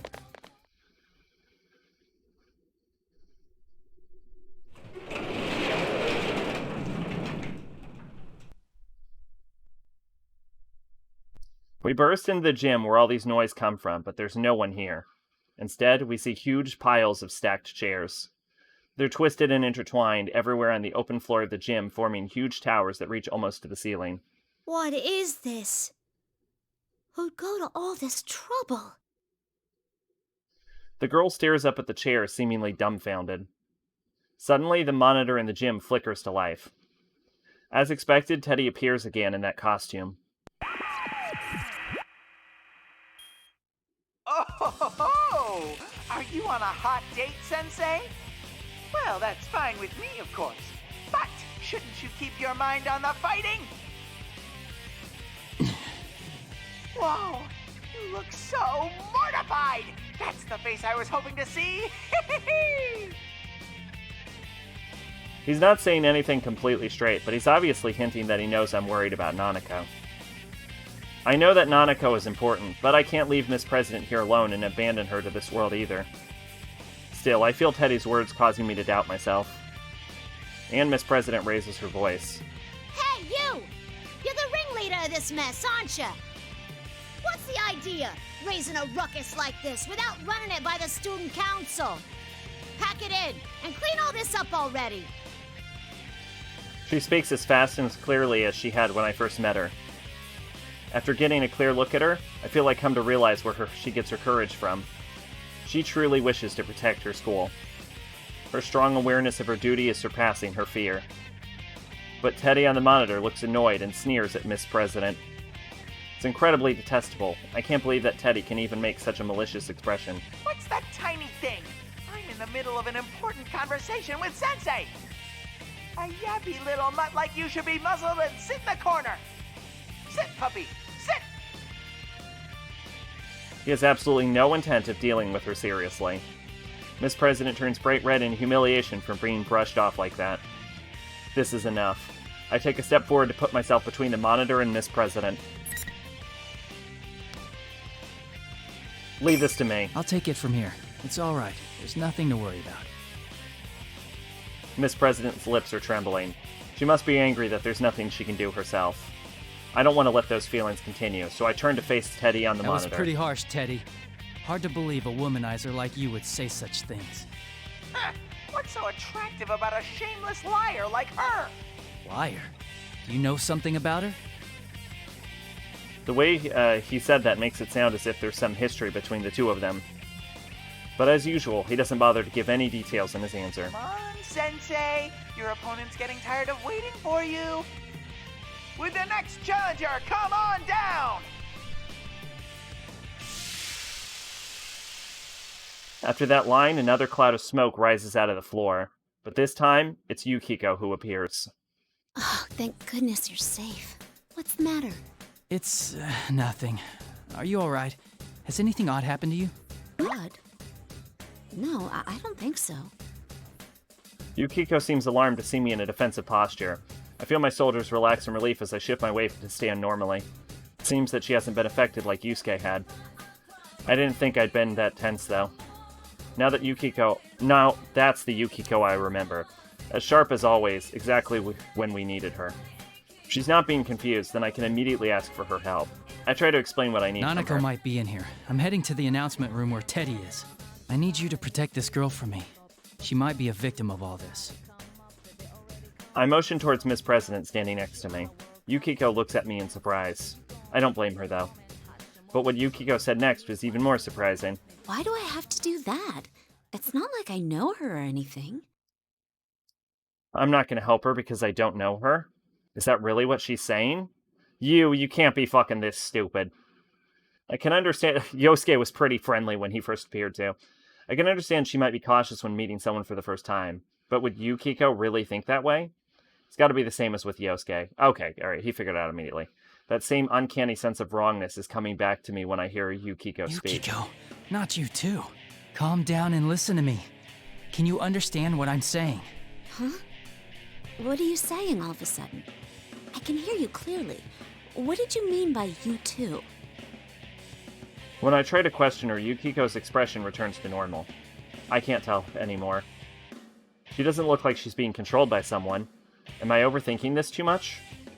At the very least, she doesn't seem enthusiastic about this P1 Grand Prix. This is probably a trick the enemy is playing on us. They're trying to get us to fight each other. I'll say it one more time, Yukiko. I'd like you to protect this girl for me. Sorry, but, I don't know how to put this. It just feels like you're being really selfish. You always help people who have nothing to do with you, and I admire that. But where does that leave us? It's always your friends who get put in danger because of your self-centeredness. This really does seem like they're shadows. I'm used to hearing her voice, but her words are scathing. I'm convinced now. There's no obvious change in her attitude, just like there had been with Yosuke, but something must be warping Yukiko's words too. Her words seem like they sound like argument, but she means something else. I don't care if someone who isn't related to me gets hurt. That's definitely not something Yukiko would say. The real Yukiko would never say something that disrespects the value of life that way. Don't be deluded. Whatever happened to Yosuke is happening to Yukiko too. I don't understand the details, but Yukiko hasn't had a complete change of heart. What the? Yuka? When I drew my sword, Miss President quickly tries to stop me. But I can't answer her right now. If the battle will clear up this pointless misunderstanding between us, then the time to fight is now. Ooh, now that's our senpai. You'll show no mercy, not even to a girl if it's for your own goals. You're a real bastard with a sister complex. Keep it up and bring them all down. I ignore the taunts being delivered in Risei's voice. Even if our words aren't getting through to each other and we have to fight without understanding what's going on, we'll come to an understanding later. I have to believe, both myself and my friends. I hold my sword to the side to protect Miss President, who's standing behind me. Sorry, but you need to stay back. Whatever you see here, try to stay calm. Promise me you won't run away. What happens next will probably surprise her greatly, but I doubt Miss President will run away. She's already shown me how strong her determination is. I glance at her over my shoulder. Although she looks worried, she still gives me a slight nod of agreement. Now's the time to do this.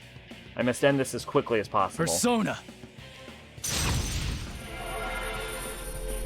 Concentrate all my senses to summon my strength of heart, my persona, Izanagi.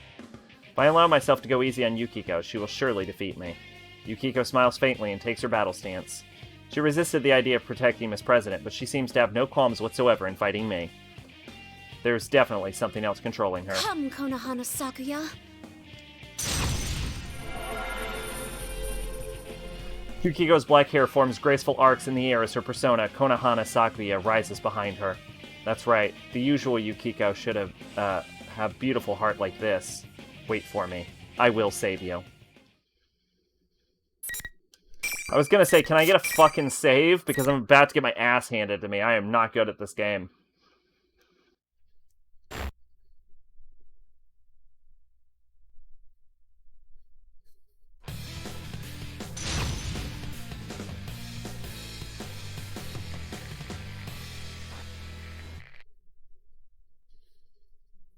Final.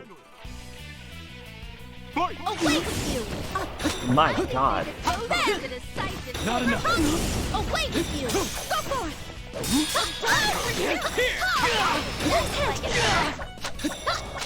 Please hit! Now we'll take it to the camera. Persona! Fucking hell! Stay spin! I know I don't know how to play, but this is the easiest difficulty. Battle been decided. Starting. You missed. Still standing. Go for it. Over here. You stay away. Are they going easy now? A round of applause for both sides. At least it should be the easiest difficulty.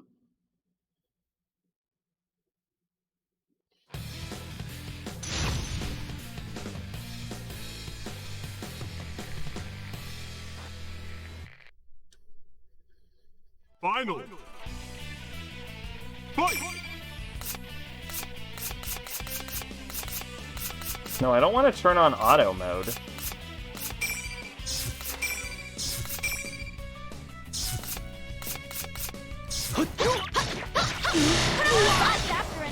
Not enough. Excuse me.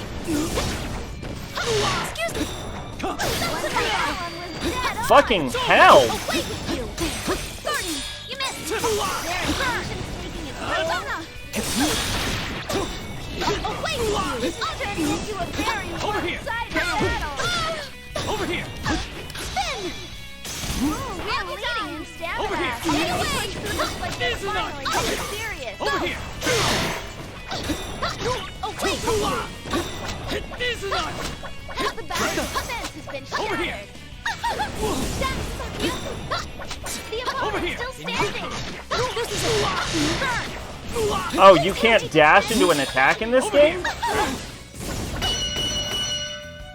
A round of applause for both Fucking sides. hell! This is really hard!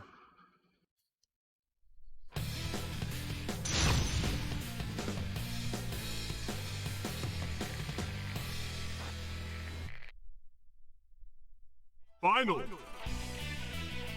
Fight! Over here. Take Over that. here. I think you should both critical hit contested. Go for it.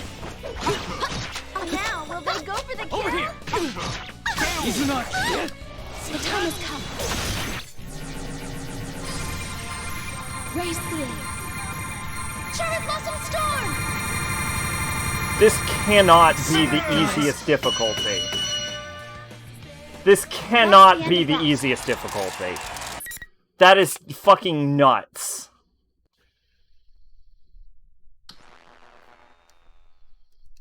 I wonder if the DLC is, like, locked to hard or something. What the fuck is happening?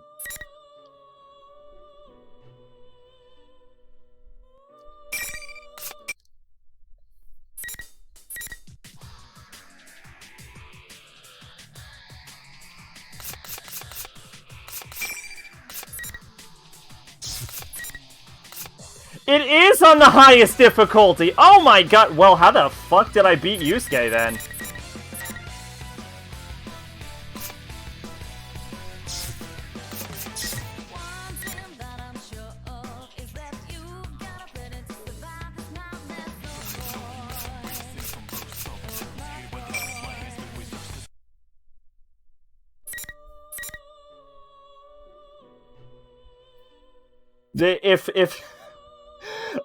If this was on the highest difficulty the entire time, my defeat of Yusuke turned from pathetic to shocking.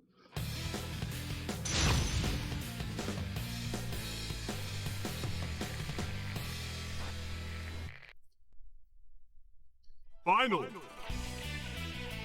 Fight! Over here. Closing in. Over here. Stay away! This is not. Over here. These are not. Lead be the same. Burn. A tremendous blow. Will this one hit? These are not. Has the battle been decided? Yep. Announcement over. That's the difference between the highest difficulty and the lowest difficulty right there. Oh boy, alright. I don't feel so bad anymore.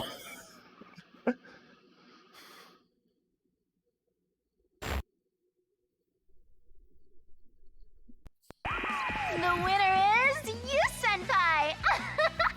What an utter thrashing! I love all this animosity! These cocky, self-righteous friends showing how they really feel by beating the crap out of each other. That's the real thrill of the P1 Grand Prix! I don't care to hear any more of Teddy's jests. I still have reservations about fighting against my friends, but I know that there's no other way to save them. I'm resolved to do what must be done. Also, there's no knowing if Teddy and Rise have been affected just like Yusuke and Yukiko had.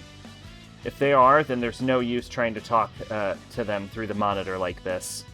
That's the conclusion I've come to. But Miss President seems to have other ideas. How much further are you gonna push this? Why are you doing it anyway? These guys are friends! What's so much fun about making friends fight each other? Miss President vents her frustration at Teddy's image on the monitor. But I was a bit surprised at how she worded it.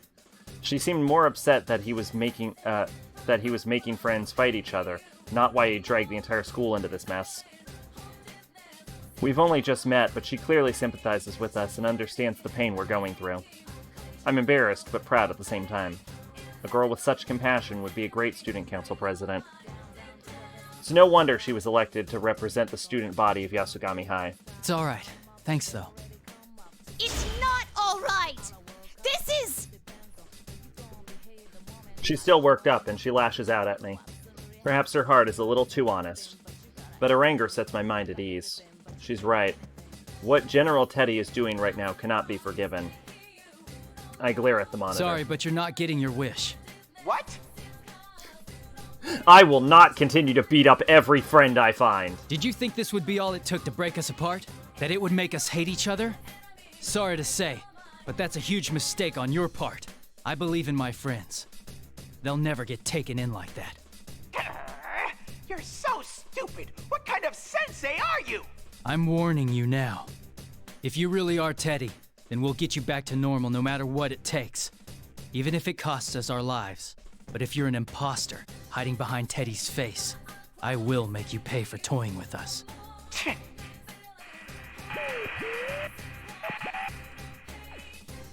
Teddy scoffs and turns around. The monitor suddenly switches off. Suddenly turning on us without any signs of remorse. That's not like Teddy at all. No, he's most likely not the real Teddy. Seeing the anger in his face only strengthens my suspicions. Someone must be taking Teddy's form to make it look like he's the one committing these acts. That girl's come around. I immediately rush to Yukiko's side. I'm sorry. Yukiko, are you alright? I'm sorry I couldn't go easy on you. No, it's okay. You weren't your usual self, but I could tell by your eyes that there was something going on. I'm sorry too. Did I hurt you? Yeah, the first 3 times when the game was on the highest difficulty, you certainly fucking did. Kinda, yeah.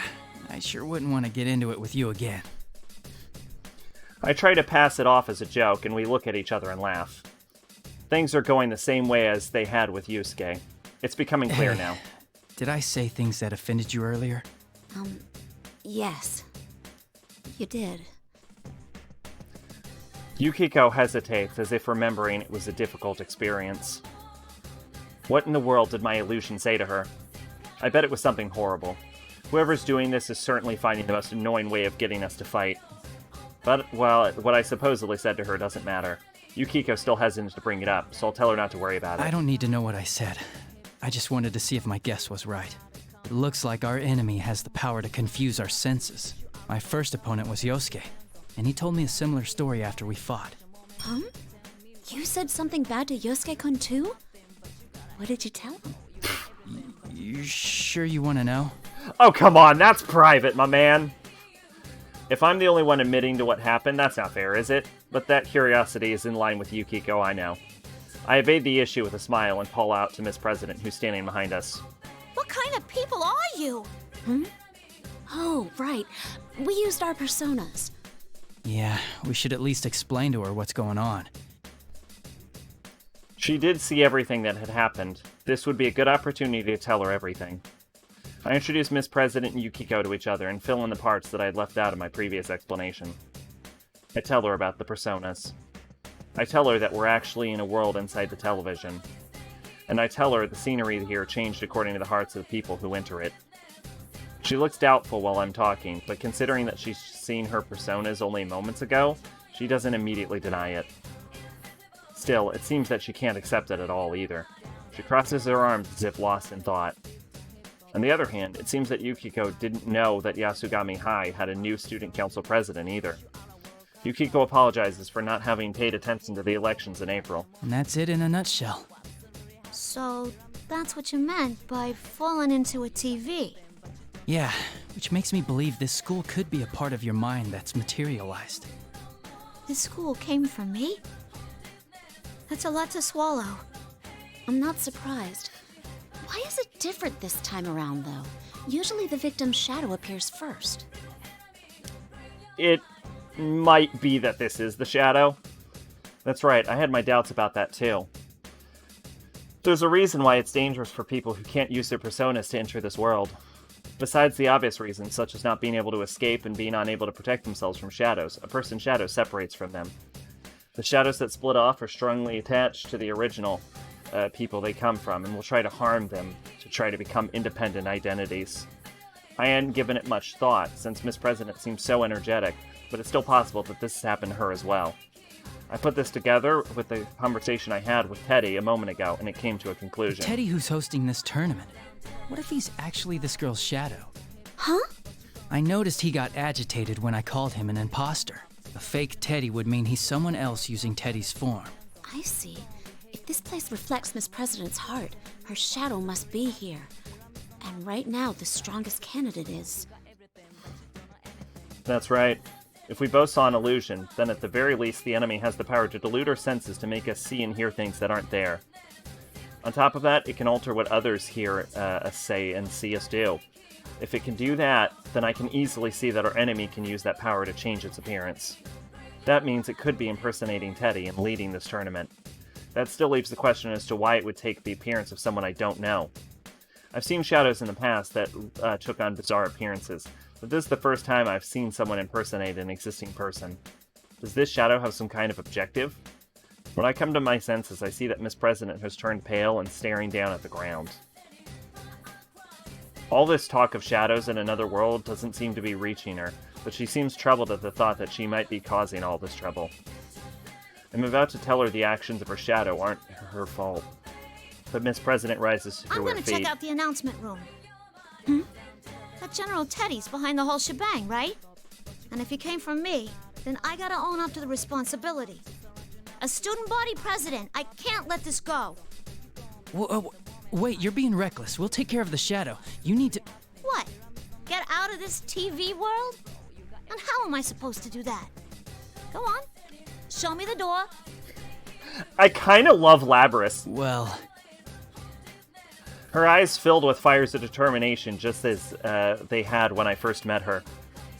Her sense of responsibility and her awareness of her duty say that she will never back Your down. little cousin's in the announcement room, and you're gonna go save her, right? I might not be as strong as the two of you, but I'm no slouch in a fight. Wouldn't it be better if we went together? No, don't you understand? This world is... I know it's dangerous, but there's gotta be something only I can do to help. Hell, that aside, I can't leave after causing so much trouble. Making friends fight each other. I'm going on ahead. You don't want to waste time arguing, yeah?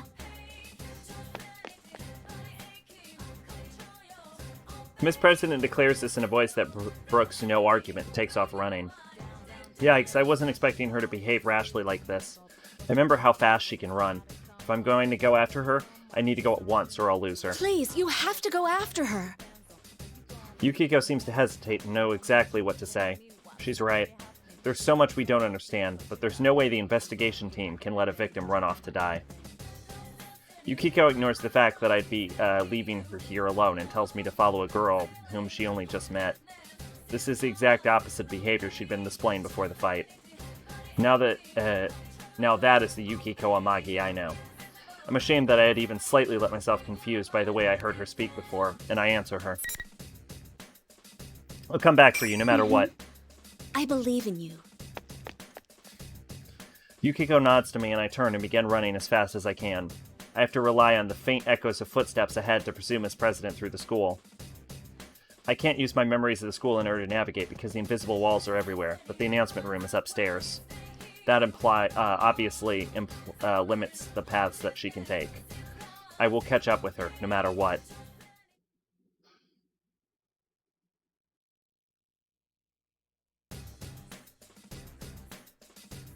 I've been running after Miss President for a while, but I still can't catch sight of her.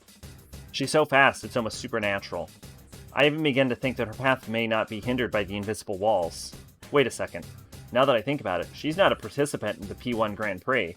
She didn't appear in the introduction video, and even though she'd been here when I faced off Yukiko, she wasn't affected by the rules. Could she be able to walk through these walls?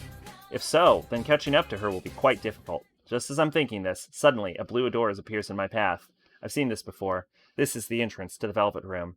I don't have time to deal with this, or so I think, but when I consider the timing of its appearance, I can't help but feel there must be a reason for it. I make my mind and reach for the door. As I walk through the door, I feel a slight sense of lightheadedness, and I close my eyes reflexively. What do you want, Margaret? When I open my eyes, I'm seated in my usual position, and Margaret is smiling quietly at me, as if nothing is different. I wonder if this is even the real Velvet Room. Pardon me. When she sees that I've noticed her, she speaks as if aware of my impatience.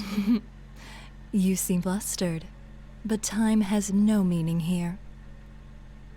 Margaret politely points this out, knowing that I'm in a hurry. Time is meaningless, huh? I thought I'd figured out a few things about this room, but it seems that there's still more for me to learn about it. If time doesn't pass while I'm in this room, then I should concentrate on what she's about to tell me. Once again, if reading my thoughts, Margaret smiles. It seems you've emerged victorious and have come away with a piece of the truth. Though you are in a garden of deceit, you have the vision to go forward. Very impressive. Is that student council president's shadow really the cause of all this, then? Who can say? All I know is that you are getting ever closer to the truth. There is one thing I can tell you. Margaret's golden eyes are fixed on mine. If that girl's shadow is the cause of this misfortune, she will face her trial. But it's separate from your fate. You have your own trial to overcome. Keep that to heart. My own trial? I didn't mean to, but I repeat what Margaret had just said. Everyone sees various things in you that draw them to you. Salvation, hope. I myself find fascination in watching over you. Fate may not be the author of your trials, but you are destined to be tested. Margaret smiles mischievously and nods towards me. Another slight feeling of lightheadedness passes, and I return to that otherworldly school. The blue door is nowhere to be found, as if it had never been there to begin with. I look up. I still don't understand what my own trial is supposed to be. But for some reason, my mind has cleared up a bit.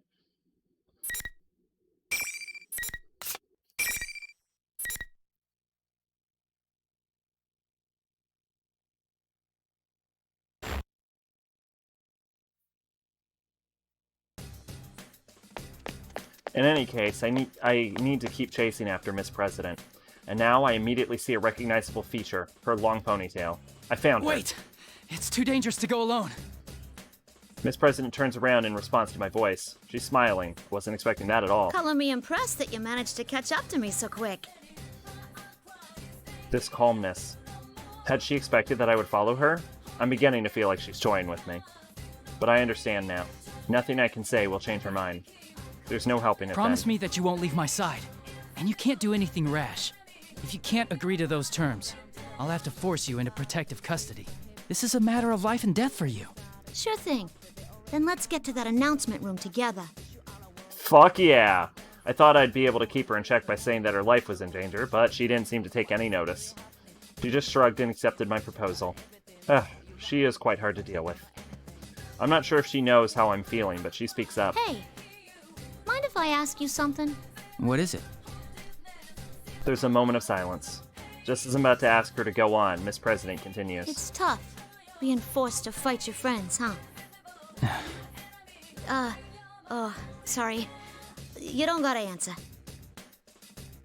She must still be thinking about my fight with Yukiko. True, I'm slightly hesitant to talk about any of this, but it's a question that must be answered. That's how it feels to me. No, you're right. If I could avoid it, I would. But I believe in my friends. You mean your friends won't hate you after the fight? I like how there's a bunch of P1s everywhere. Like that classroom is P1. Or you think they'll understand that you don't really want to fight? I don't know. Both, maybe. I mean, there's no way we'd fight each other without some kind of reason. Will she believe that answer?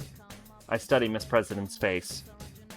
But when she opens her mouth, she has an unexpectedly gloomy look in her eyes. What if you had to kill each other?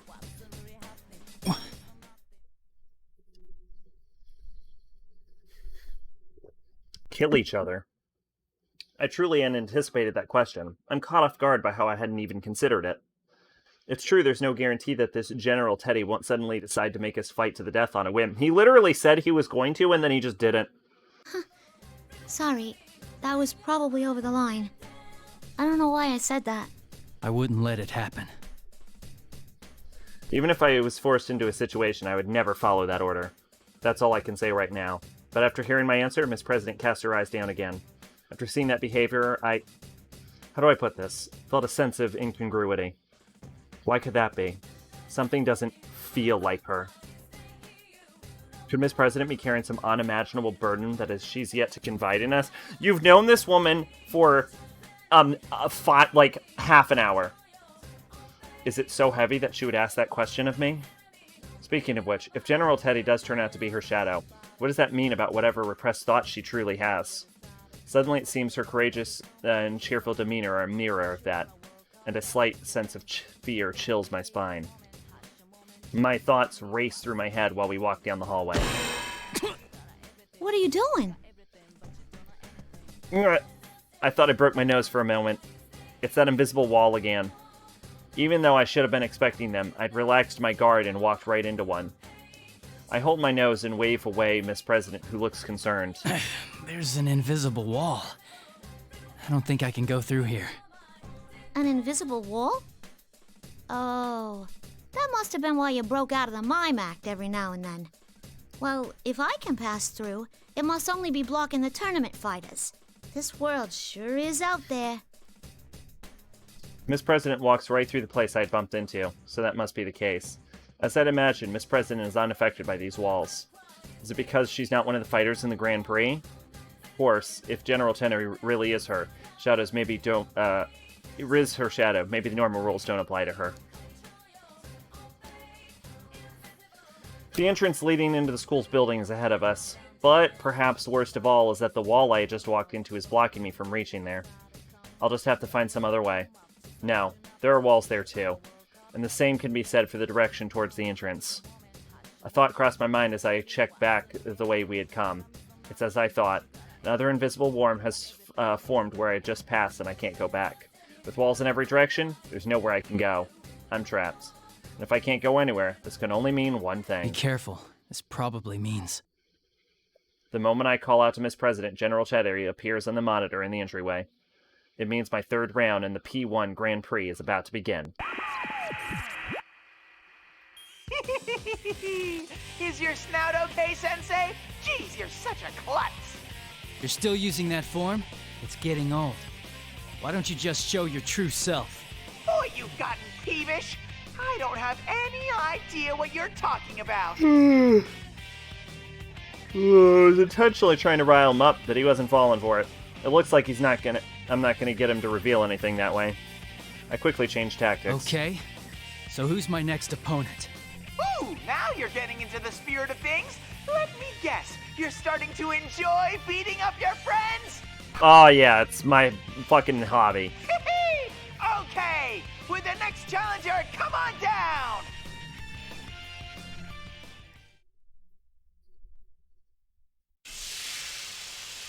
Chie or Kanji? Or Naoto, God forbid. General doesn't pick up on my intention, loudly yells out for what appears to be his pre-battle catchphrase. Smoke pours out, and who should appear from the smoke but the person I was expecting to see? 4 of us entered the TV together. I already fought against Yosuke and Yukiko. Then... That's what I thought. You're the last of us, after all. Chie. Yeah, I had a feeling you'd be next, too. Chie laughs along with me. For a moment, there doesn't seem to be anything wrong with her words and actions, but I can't let my guard down around her. At this point, I would just be like, Chie, There's some mind control bullshit. Let's just fight and get it over with, and we'll have a real talk afterward. After all, I'd felt the same way when I encountered Yukiko, too. But as they say, the third time's the charm. I have to see if Chie's in her right mind. I decide the best way to do that is to be calm to start a conversation Chie, with her. You know what they're doing, right? Before I can begin to explain, Chie cuts me off. I know. The stuff we say gets twisted around so we end up fighting each other, right? Don't worry. You're the son of a bitch who left us as soon as the last case ended, but you're still our good friend.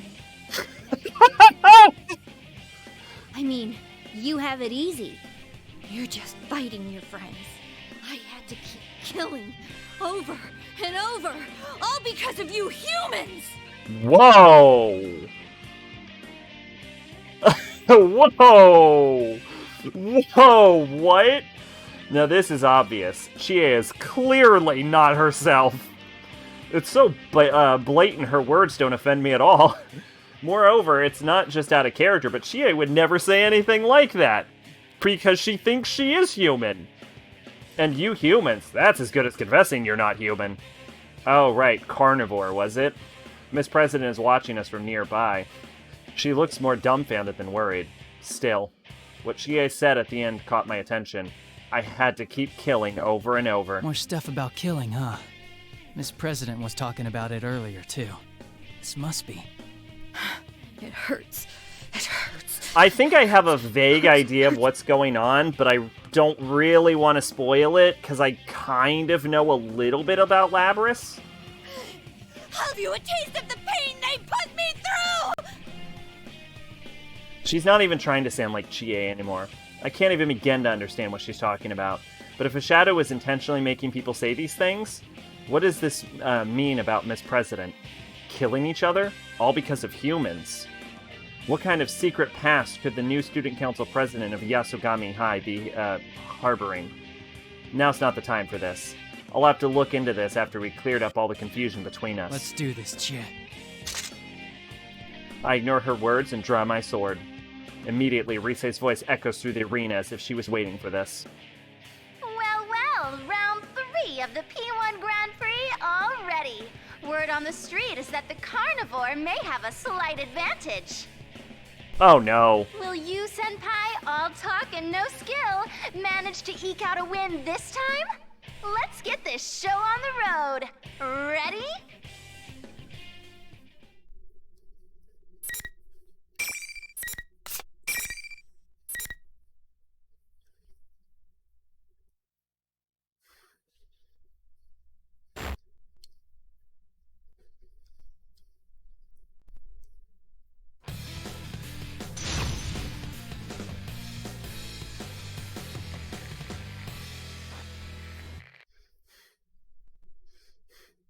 Finally! Fight! Season on!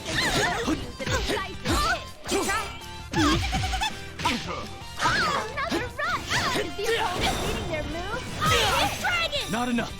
Sakunaka style double Closing kick! in. Gotcha.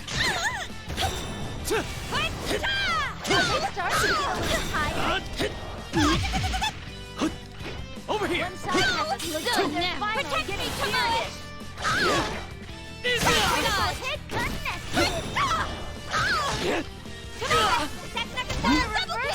I'll show you man's potential. Your corner now. Persona. One hit home. Over here. I am a dragon! Has the Easy battle on. been decided? Over here. I knew you'd be impossible. All right, it's over. Time to leave.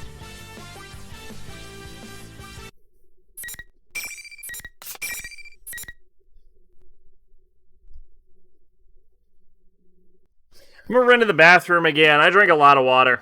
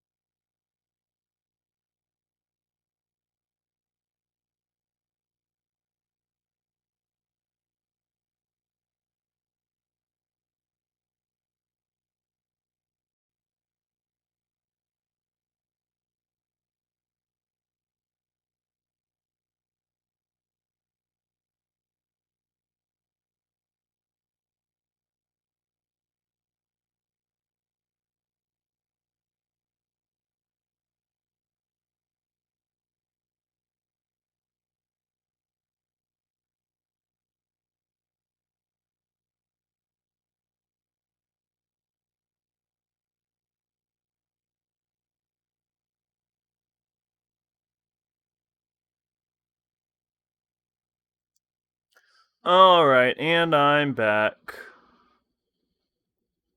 There we go.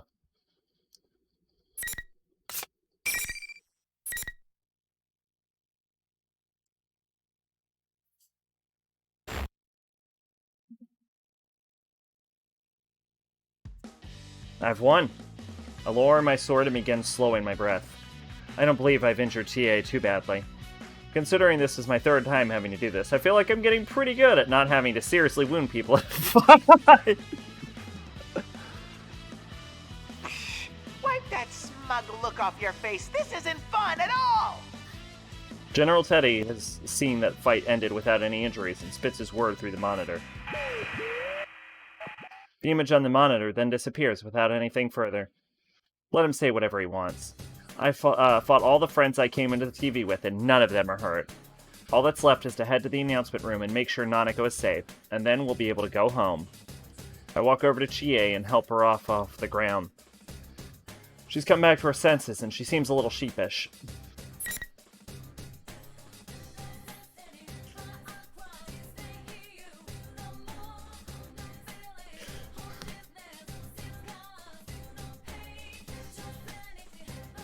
Man, you were no challenge at all. Hey, that's mean. Man, you are strong, though.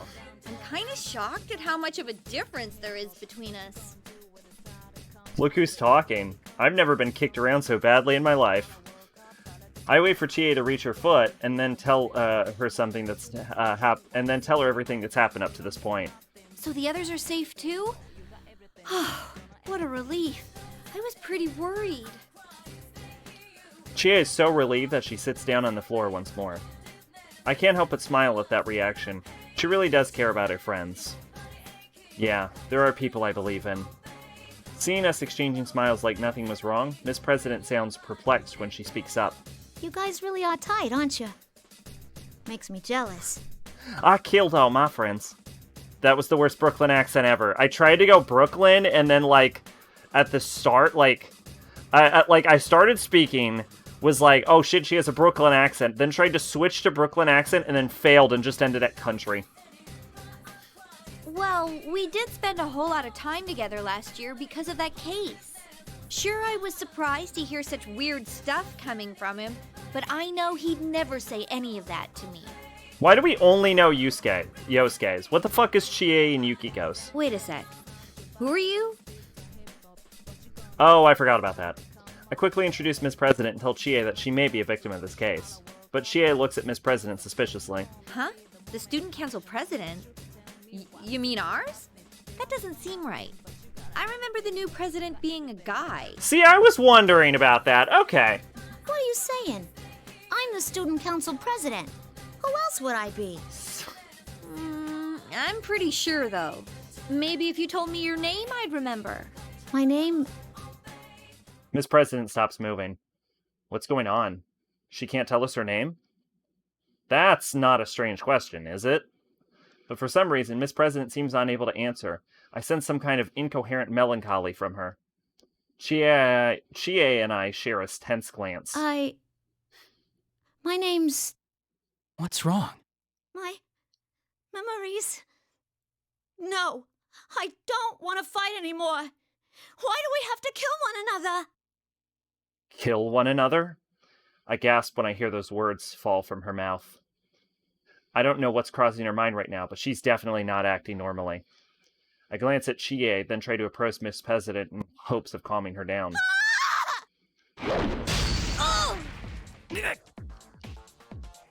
Without warning, Miss President begins flailing her arms as if trying to ward off demons that only she can see. Chie reaches out and touches her in concern. Miss President arms catches Chie and easily knocks her aside. Chie! What power! I barely managed to catch Chie before she slams into the concrete wall. Still, this sudden breakdown. What in the world's happened to Miss President? Once I've helped Chie back to her feet, we carefully approach her from both sides. This will be a little rough, but it can't be helped. We can't ask her anything while she's like this. But at that moment... What? No way! Before I know it, Miss President is flying through the air. She was jumping. For a moment, I can't comprehend what I'm saying. This is no ordinary leap. She was at a standstill, but now her entire body is suddenly up higher than my head. Her jumping ability is unbelievable. She got ups. Chie and I looked up in astonishment as Miss President kicks off the ceiling to change directions and lands at a full run. You know, I can't help but think that a jump of just that height would be nothing to the Phantom Thieves. Wow. Who is that girl? Did I say something to offend her? She did mention something about her memories. Come to think of it, her memories did seem a little muddled. Maybe she was on the verge of getting them back. What kind of memory would make her go nuts and run away like that? I can't answer Chie at all. What if you had to kill each other? I hear Miss President's sad voice in my head. Chie apparently wasn't expecting me to answer her, and she continues. I'll wait here. Make sure you rescue her, okay? Her voice is strong and confident. To drive the point home, she pokes my chest with her fingers as if ordering me. Even though she might be in danger herself, she's still worrying about others. All my friends are like that. That makes me really happy right now. I ask Chie if she'll be alright on her own. She fires back at me. Let me worry about that. I nod to her and begin running after Miss President once more. I will save her, no matter what. Do we have to fight everyone? Obviously, we're not going to have to fight Rise. That would be fucking crazy. But do we have to fight... like, are we going to have to fight, like, Teddy and Kanji and Naoto? Even though I was running as fast as I could, the invisible walls keep preventing me from making much headway. I attempted to strike at the walls with my persona, but they're fucking invisible mind walls. So many invisible walls, one after another. Miss President can pass through them. I don't know if I can keep up the pursuit. The announcement room is still my destination. There's no way to know if that's where Miss President is headed as well, but if there's a shadow waiting for me, I'll need to... Megalodon, please stop with the bits. But welcome back. But if there's a shadow waiting for me, I'll need to get there anyway. Teddy and Rise should be in the announcement room, and if Nanako is being held captive, that's where she should be as well. I have to keep running, but yet another wall blocks the hallway. At first, I think this is a dead end. I realize that I can cut through a classroom and come out to the other side of the wall. It's forcing me to enter the room rather than letting me go straight. This probably means... I brace myself and put my hand on the door. The moment I step inside, a familiar voice echoes in my mind. Hi. Senpai! Can you hear me? Please answer me! That voice. Is that you, Rise? The real one? Her voice isn't coming from the PA system. I'm actually hearing it in my head. This has to be the work of Rise's persona. Rise's persona can broadcast into your head? Thank goodness. I've been all alone since that weird fake Teddy captured me. And then you were all fighting each other. I can hear the relief in her voice. She sounds so different from the insensitive and rude voice that had been coming from the PA system. This is indeed the Rise I know. Where are you now, Rise? Can you locate where I am? I'm sorry, I don't think there's time. I'm stuck in the announcement room. Please, Senpai, you have to hurry. If you don't, he'll... Rise! What's wrong, Rise? There is no answer. The communication has been cut off. Has something happened in the announcement room? My heart begins racing. The enemy made us fight each other as participants in this tournament, but they had captured Rise as well. It's clear to me that they must have been worried about her using her persona's power to tell the truth, but that's not important right now. If she was just captured to prevent her from contracting us, then the enemy must think of Rise as being less valuable than those who had to fight. She sounded okay, but who knows what might happen to her now. I have to hurry. Pardon me for interrupting while you are lost in thought. Aigis? A hand brushes my shoulder in surprise. I jump away and draw my sword. I can't believe that I let myself get so lost in thought that I didn't notice someone until they touched me. This is the second time I've let myself get so distracted. I've gotten used to having my friends with me while we investigated last year. I can't pay attention to their entire world on my own. I need to brace myself. I cannot believe you can beat Aigis. I look up and see another unfamiliar face. A girl with blonde hair and striking blue eyes. Wait, a girl? Her face and voice seem human-like, but the rest of her... There's metal everywhere, all over her body. For a moment, I wonder if this is just an elaborate costume, but I can see the interior frame of her body where the joints connect. I didn't mean to startle you. You're... It's nice to meet you. My name is Aegis. And no, I am not human. You are the one from the introduction video, listed as the Sister Complex Kingpin of Steel, Narukami-san, correct? The question catches me off guard. I wasn't expecting a complete stranger to call me that. And did she say she wasn't human? Well, when Yosuke called me by that stupid title, I knew it was a joke.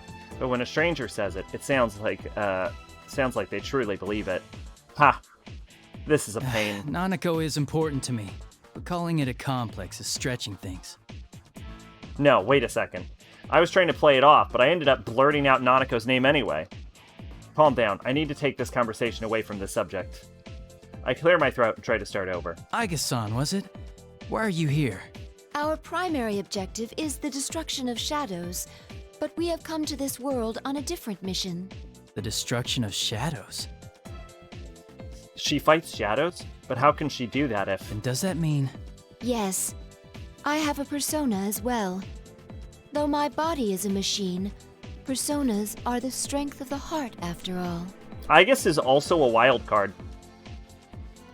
Just as I thought, I'm surprised to find another persona user outside of my group of friends, and a robot on top of that.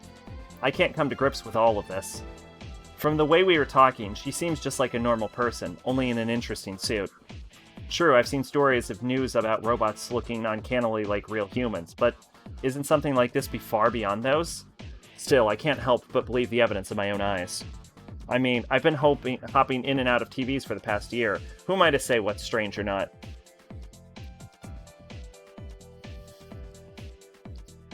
Perhaps the technology behind her creation has supernatural roots of its own. I find myself growing more and more interested in how she came to be here, but I have to put that aside for now. There's something I need to find out from her first. This P1 Grand Prix, it's so similar to the events of last year, but to think that it would involve someone like her. I don't have a clear picture of everything that's happened, that's for sure. I calm myself, then ask her what I feel would tell me what she's doing in this world. And what is this mission of yours? She opens her mouth to respond, but just then... I really don't think you can beat Aegis. The monitor inside the classroom turns on. It's that moment that I suddenly remember. It's likely that I'm gonna have to fight here. I'd forgotten about sensing that when I entered the room. Aha! So that's where you got to, Sensei. I've been looking all over for you. Ooh, who's the honey? Were you in the middle of trying to score with her? As if you didn't know. You're the one who lured us both here. Oh my, did you figure it out? I didn't have a choice after those guys decided on their own to horn in on the fun. You're a bright boy, Sensei. You know what's coming next, don't you? The general on the monitor gives me a twisted smile. Could Aegis' mission be something that would cause him trouble? I can't figure out what his motives are, but he's using us to crush each other. In other words, she's the next challenger that's being set against me. Aegis seems to understand this as well and is staring at the monitor with quiet animosity. Sorry about this. Do you know the rule of this tournament? Only the victor of each match may move on. Yes? I have nothing against you, but I'm in a hurry for my own reasons. Neither of us, in other words, can back down. Then there should be no hard feelings. I can't wait to get to the other routes, because I want to know if each route brings each character to the end of the level. Or if it is the same, like, universal route the whole time. Aegis is professionally straightforward about this. She immediately takes a fighting stance. A bitter thought comes to me. It's tough being forced to fight my friends, but for some reason, having to hurt someone I don't know is tougher. Another thought comes on the heels of that one. I don't know this girl. Perhaps her appearance here means that there are urgent problems that an ordinary student like me can't fathom. What gives me the right to stop her mission? Shouldn't I know what's at stake before I take that from her? Thankfully, it seems she hasn't gone mad like my other friends. Perhaps the enemy doesn't care about clouding the minds of people who don't know each other. If we're still capable of understanding each other, then we should talk this over before we can do anything. That will not do. We will speak more of this after one of us wins. Aiga-san says this so quickly it's as if she's reading my mind. For a moment, I'm struck by how she could have known what I was thinking, but I realize that she's right. What good would it do for us to talk things over? True, the loser cannot leave this room, but until we have a battle, neither of us is going anywhere. Doesn't really matter if we can come to an understanding or not. Until we finish our fight, none of our goals are going to be accomplished. If that's the case, then it's better if we don't hear about each other's problems before we fight. That could be why Aigus hasn't told me anything. This must be her version of kindness. I silently ready my sword. Aigus appears to smile when I do. Right, I'm not gonna give up what I'm fighting for either. I need Nanako and my friends to be safe, and I have to make sure that Miss President is okay. I will use everything I can to protect them. To thank her for her consideration, I make it a point to announce that I'm ready to start the fight. And here goes. There's no need to hold back. Indeed. Let us do battle. I really cannot imagine you being able to beat Aigus.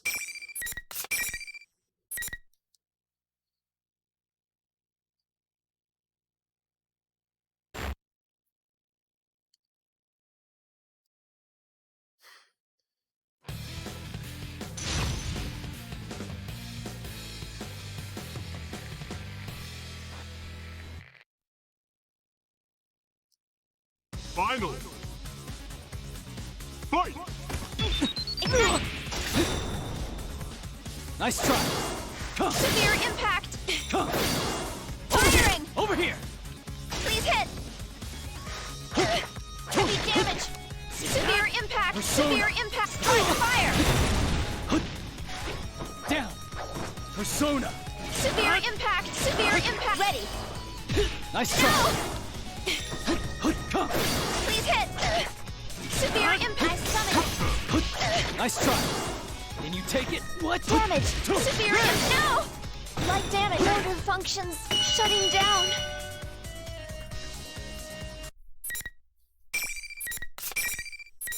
That was useful. I figured out a lot of button combinations there.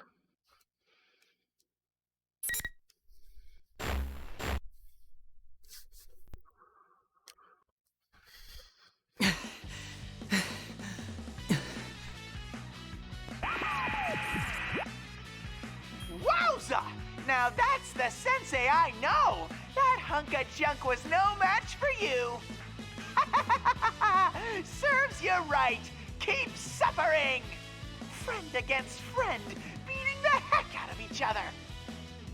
A machine with the power of a persona? She was made to fight shadows, but I had no idea she was capable of. I feel like my mind's been drained even more than my body.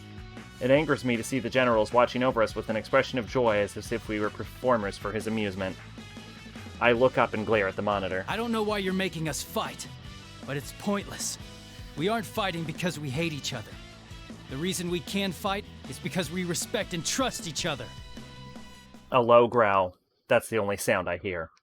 The real Teddy never made such a hateful sound. It's actually rather scary. Stupid! You're such a dumbass! What's with you? Oh, wow, it really is Shadow Labrys. The image on the monitor distorts along with that outburst. The general's having trouble remembering to act as someone else, and his face bulges and ripples disturbingly as his hate pours through the screen. Any pretense of copying the adorable stupidity of the real... There's nothing adorable about Teddy.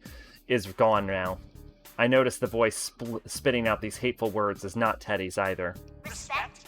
Trust? So what if you don't hate each other? You're not like me! I was forced to fight against my will!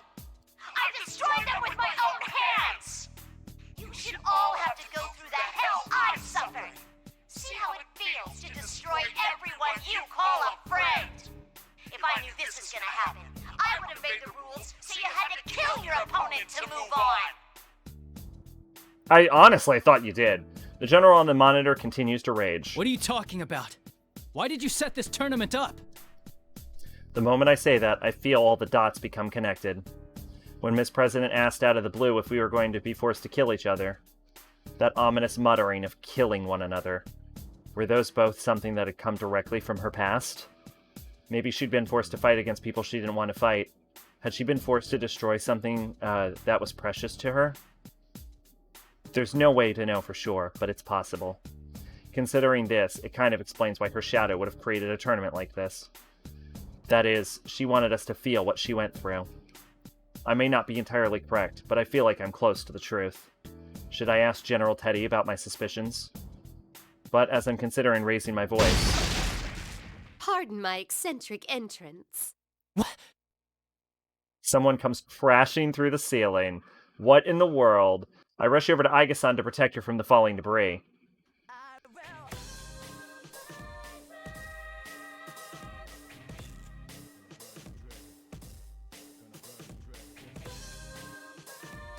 What? What? What? When I look up, I see a young woman emerge from the cloud of dust. While not as strange as Aigis, she seems a little uncommon as well. But even besides that, why did she come through the ceiling? This room has doors. It makes no sense at all. I had been about to get to the heart of the matter with General Teddy, but the monitor in this room has been destroyed along with the ceiling. Though she seems oblivious to my confusion, the girl cocks her head and apologizes again. Oh, please excuse me. I didn't have the faintest idea that someone would be here. This room does not have a ceiling. I can literally see it just extends to just, like, lights. Faintest? Feigned? Fiend? Something along those lines at any rate. What the hell is she talking about? Who in the world is this person? Wait a second. That blue suit she's wearing, it looks familiar. And with that silver hair and golden eyes. Could it be? Are you from the Velvet Room? My, is this what's known as being hit on? A forbidden ritual where one human approaches another based solely on appearance and bets on the inner self being equally attractive. What? No, I'm not hitting on you. You just remind me of someone I know. Okay, so that actually sounded like I was really hitting on her. No, I need to stop thinking about that. In any case, I need to ask her something. Do you happen to know anyone by the name of Margaret? Margaret? When she repeats the name, her face seems surprisingly youthful. I'd been taken aback by her bizarre speech and actions, but could this girl be younger than me? Her profile simultaneously invokes the images of a pondering philosopher and an innocent girl. I can't figure out exactly how to speak to her. Should I be more polite? I guess it doesn't matter too much. Anyway, worrying about the niceties isn't the most important thing right now. Actually, we should introduce ourselves first. I'm Yu Narukami. Ah, that had slipped my mind also. My name is Elizabeth. Dear me, to hear that name fraught with memories in such a mundane, remote place. She thinks of this world as mundane place? That's confusing. Yasuo Inaba may be in the out in the countryside, but I don't think it's as bad as people say it is. The girl Elizabeth suddenly bows elegant. No, I think she means the fucking palace is fucking mundane. Margaret is indeed my sister's name. Can I take that to mean that you are another guest of that room? I see. So she's Margaret's sister. That would explain why she reminded me of her. Elizabeth-san, huh? Well, I guess that's the case. It's true that there was a time when I visited that room. Igor, Margaret, and now Elizabeth. It seems there are more people who call that place home than I thought. I think I'm glad I met Margaret last year instead of this girl. Why is a resident of the Velvet Room here? Did Margaret send you with a message or something? I am currently utterly neglecting my duties. Is that so? That doesn't really tell me much, and I have no response anyway. So what possessed her to come blasting in through the ceiling instead of using the door? I decided not to bother asking her that. I wonder if the walls don't extend all the way up. I met so many different people over the last year, but I'm trying to have a conversation with this girl is like trying to ride a wild horse. She's just going to ignore the direction I'm trying to steer us toward and veer off wherever she wants. Best to hold on and go along for the ride, then. Maybe if I pay attention, she'll tell me something worth my time. Even if I try to ask her any questions, she'll likely just be confused anyway. Pardon, just as I'm having that thought, the girl seems to have noticed my hesitation Damn it! Excuse me. Starts to talk about herself. Her eyes light up with a sincere passion. She really is a hard one to read. I have a certain desire. It may take a very long time for it to be realized. In order for my wish to be granted, I require a power much greater than what I have. The power of the wild card that changes bonds into strength. I have a feeling that the key lies there. I know a little about the wild card, but... So the wild card changes bonds into strength. Interesting. I feel like that might just be an ability of a persona, though. Well, I guess bonds into strength is how it works. Yeah, I guess it's bonds into strength. And not like emotions into strength.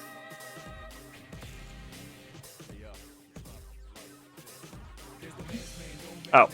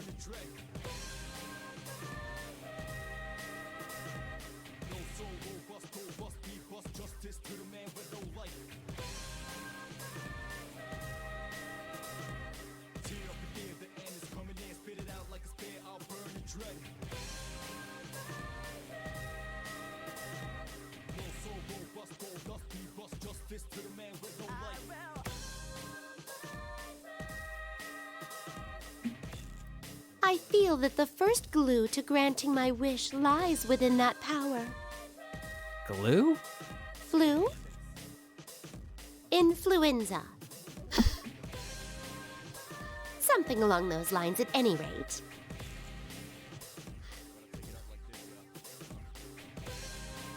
She's having trouble coming up with the right words, but I can hear the sincerity in her speech. Probably. In other words, I think she means the power of the wild card is related to her desire, and came here. Let's see.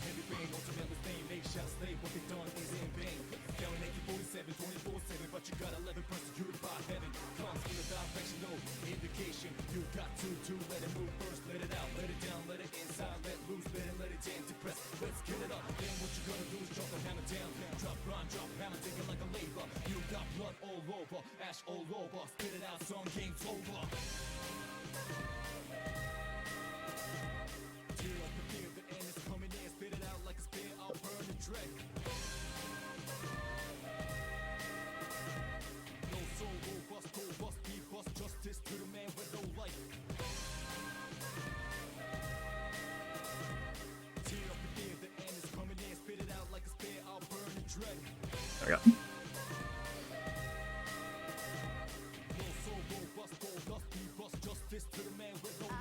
I don't think it's worth to ask how she knew I had that power or where she found out about it.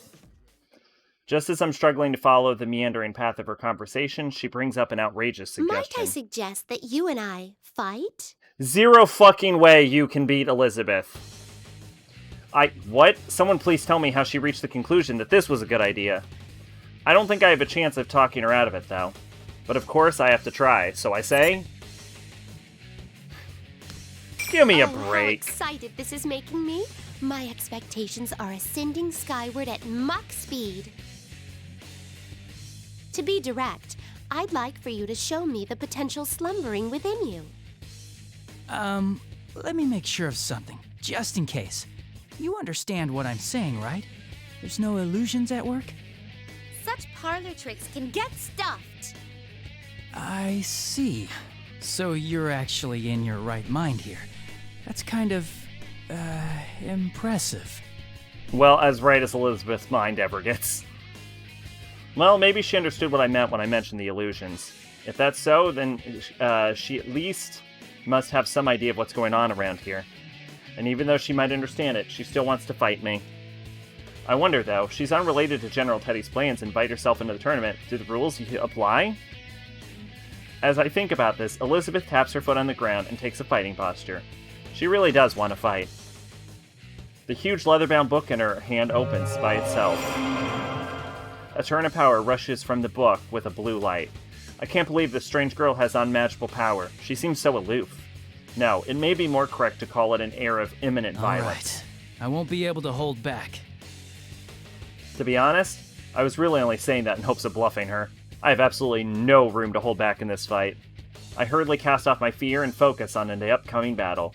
There's no room for doubt. I need to hit her with my full strength from start. Look, I didn't fucking think you could beat Aegis. I don't think he can beat Elizabeth. Even if I were to fight her with the intent of killing her, I'll be lucky not to end up dead myself. At least that's how I feel. I wonder if this fight is just going to end with Elizabeth going, well, that was fun.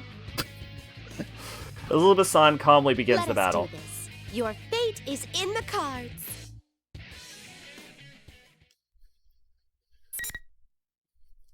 Yeah, I have trouble believing he could beat Aegis. This seems crazy.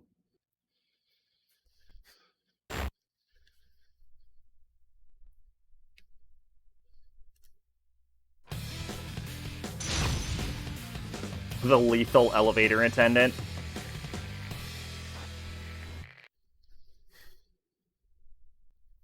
Finally! Fight! We're through play, Persona! Nice try! Impressive. Opening my deck. This one will hurt. Oh my. Over here! How neat. Venator. Over here! Opening my deck. Your fate is in the cards. Impressive. Nice try! Impressive. The time has come. As I anticipated. Now up. Ow!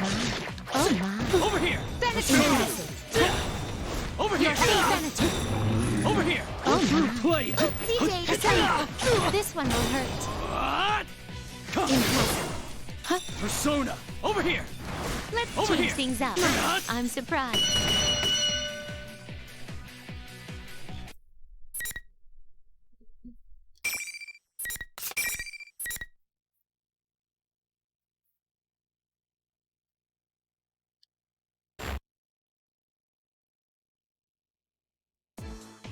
Just when I thought I managed to throw her off balance, Elizabeth-san gets back up elegantly as if nothing... Okay, alright, okay. You had me worried for a second, game. I was like, there's no fucking way he can beat Elizabeth.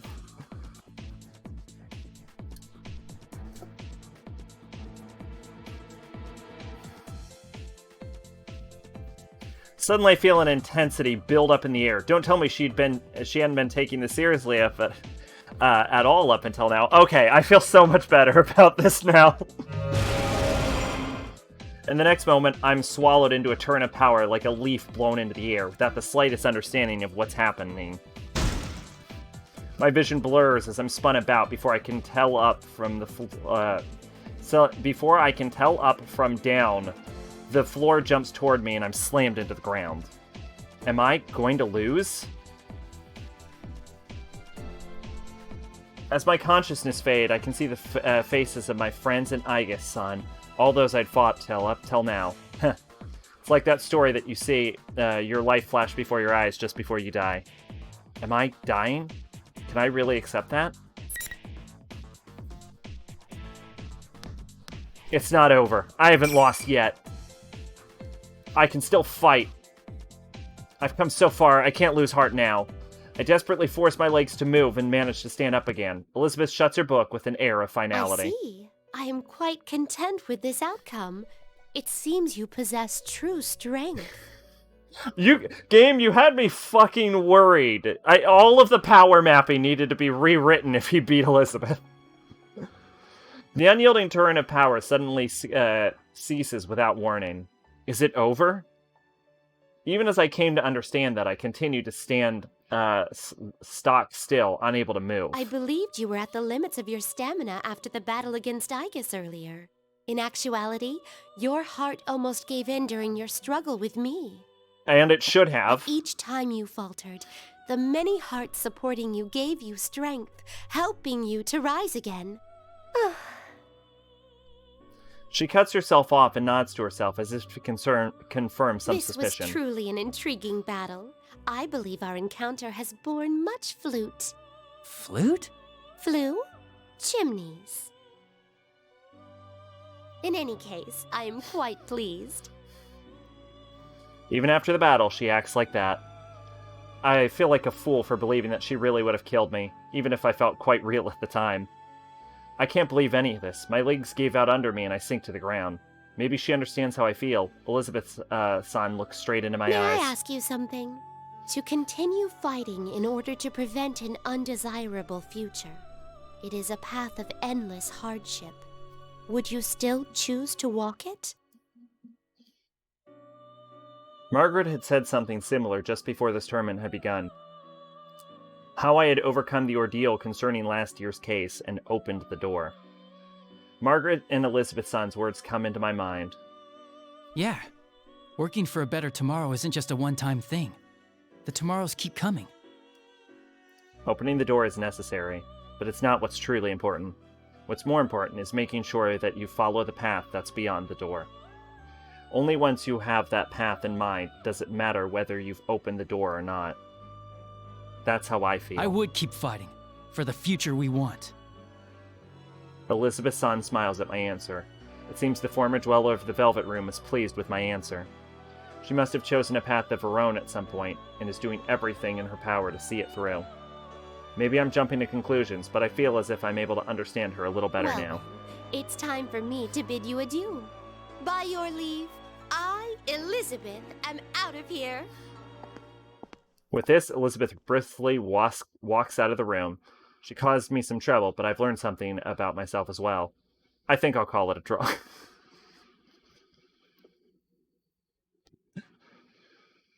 As I wave goodbye to Elizabeth, I hear Igus getting to her feet behind me. Are you alright? You shouldn't force yourself to move. I was concerned at first, but Igus-san doesn't seem very hurt or damaged, or whatever you would say. She was likely just knocked out. I had absolutely no chance of winning if I had gone easy on her either. This is getting ridiculous. You are very kind. We've only just met, and yet you're worried about a machine like myself. Hey, Igus, remember when you took out the entire P4A crew by yourself? Huh? Isn't that normal? Igus-san laughs at my confusion. Seeing you smile like that? I don't know. I just can't think of you as a machine. You have a heart, right? Then it doesn't matter whether you're man or machine. Igus-san stops laughing and thinks deeply for a moment. Then after a few seconds, she looks back up at me with a serious look in her eyes. You have defeated me in single combat. That will make it difficult for me to continue forward. But I believe I can trust you. Will you listen to my mission directive? I have no reason to say no. I look Igus squarely in the eye and nod reassuringly. And so Igus told me about her directive, and it was truly surprising.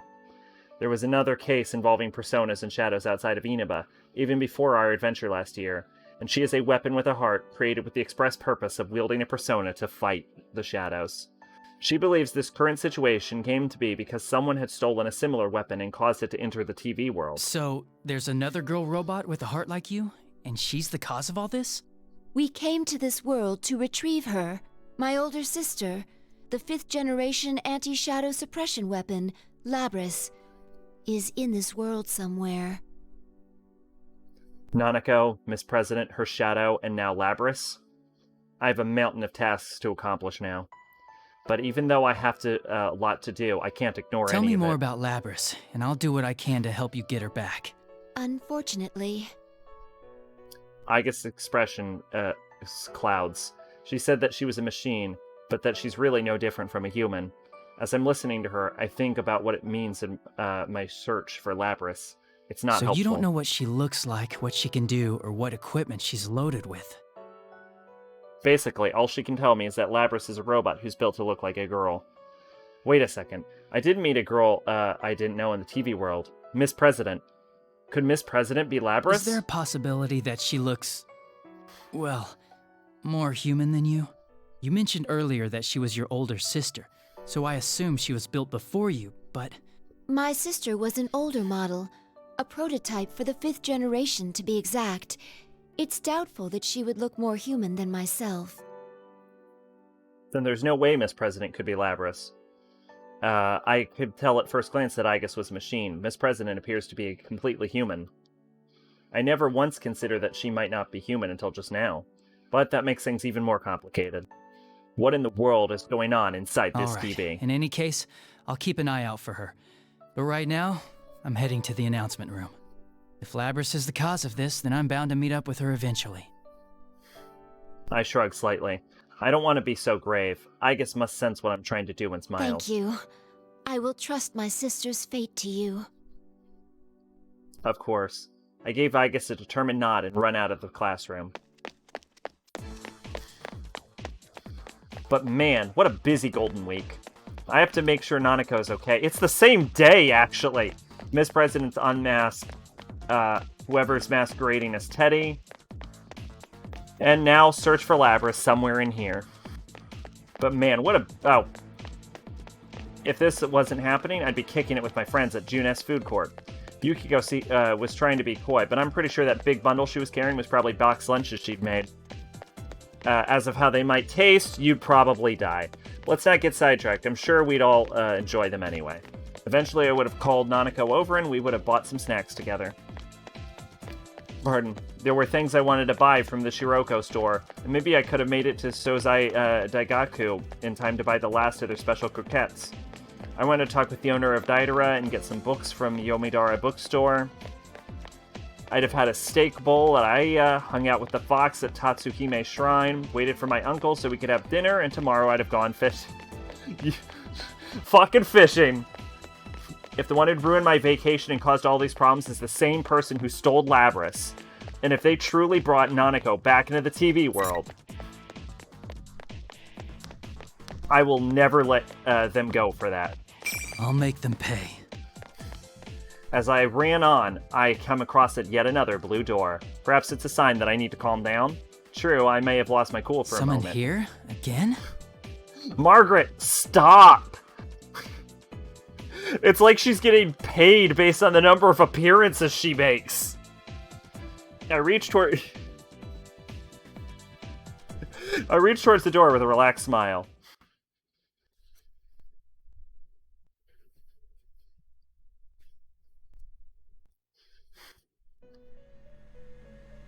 Margaret in her usual position, I glance around to see if there's anyone else in here. It looks as like her nutcase sister isn't here. That would have actually been cooler. I'd have loved to have both of them in the same room. Margaret notices me and sighs, a seductive sound that also conveys annoyance. It seems my sister has caused you some trouble.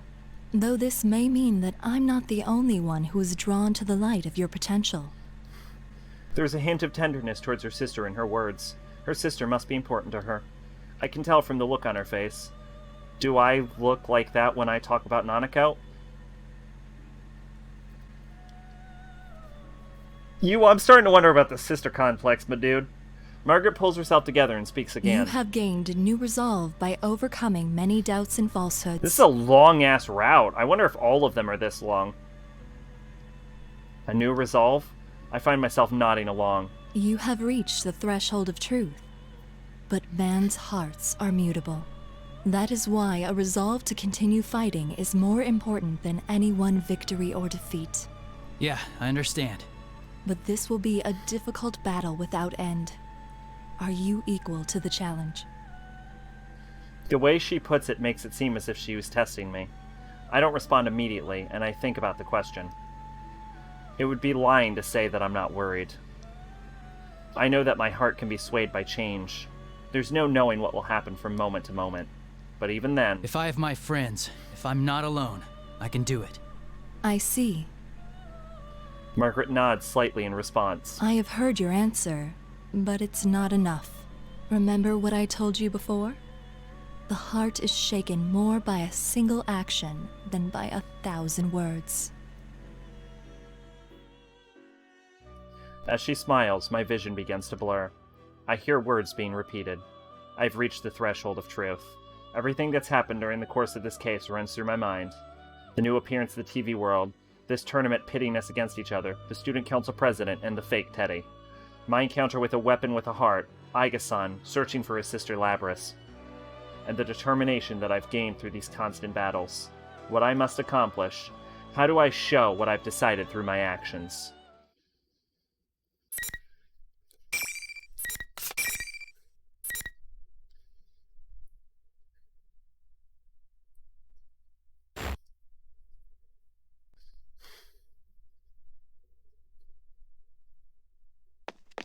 It seems the number of invisible walls has decreased. Could this mean that the end is near? Just as I think that, I hear a familiar voice.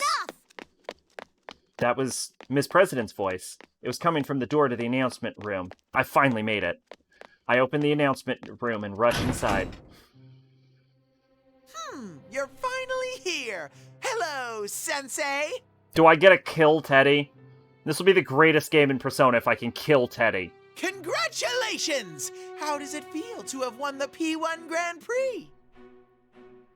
The general smirks at me as I pass through the door. Behind him, Miss President and Rise. When the two of them see me, Miss President looks confused while Rise's face lights up with joy. There you are, Senpai! You're late! I have to say cautious to the general, but I signal to the girls that everything will be alright now. The general's closer to them than I am. I can't afford to make any reckless moves just yet. And there's one more thing I need to know. Teddy, where's Nanako? I look around the announcement room, but Nanako is nowhere to be found. The general's face distorts with an ugly glee. Nana-chan's right here. See? Slowly, the general extends the arm that was held behind him. And there was Nanako. Her arms are clutched to her chest, and she slowly takes a few steps towards me, obviously frightened. Nanako! After taking a step forward, I notice something bizarre. The general disappeared? For a brief instant, my full attention had been focused on Nanako. The general had been standing directly behind her, but now he's gone. How could he have gone somewhere else that quickly, right in front of me, without me noticing it? Bro... While I'm confused about the general's disappearance, Nanako weakly calls to me. Nanako's obviously been weakened by being in the TV world. She totters towards me unsteadily, looking ready to collapse at any moment. I can think about the general later. I have to save Nanako right now. As I reach out to her, Rise yells. Senpai, no! Nanako-chan's not there! Nanako's not here? What is she saying? She's right there. Just as I'm about to say so, my hand stops. Something's not right. I try to look into Nanako's face once more, and in her eyes, I saw madness. Oh, so close! Just a little more and Sensei would have been a goner! You bastard! I barely reacted in time to draw my sword to block the attack. The general suddenly appeared out of nowhere to attack me with his cane, and I get a good look at him as our weapons clash together.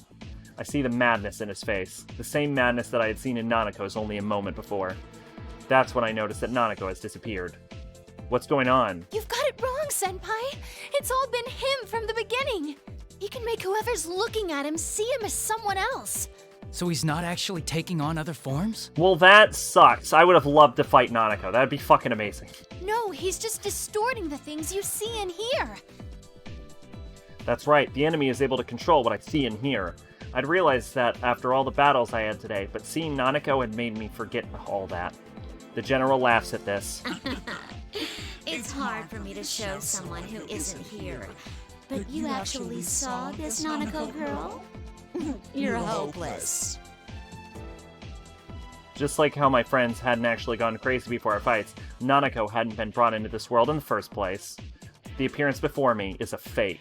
He distorted our senses all to make us suffer. But just as I thought, he couldn't deceive Rise's persona abilities. That's why he kidnapped her, to keep her from warning us during his tournament. Now that I know that, I push the general's cane away and jump back towards the girls in order to distance myself from him. Good, now I'm between them and the general. I then look straight at the one behind this bizarre situation. Who in the world are you?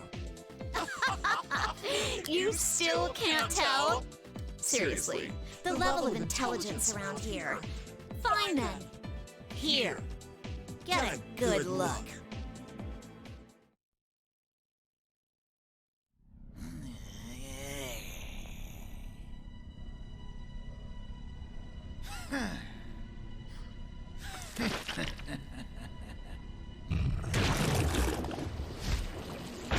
My guess is Shadow Labrys and regular Labrys is being hid with Shadow Labrys' disguise abilities.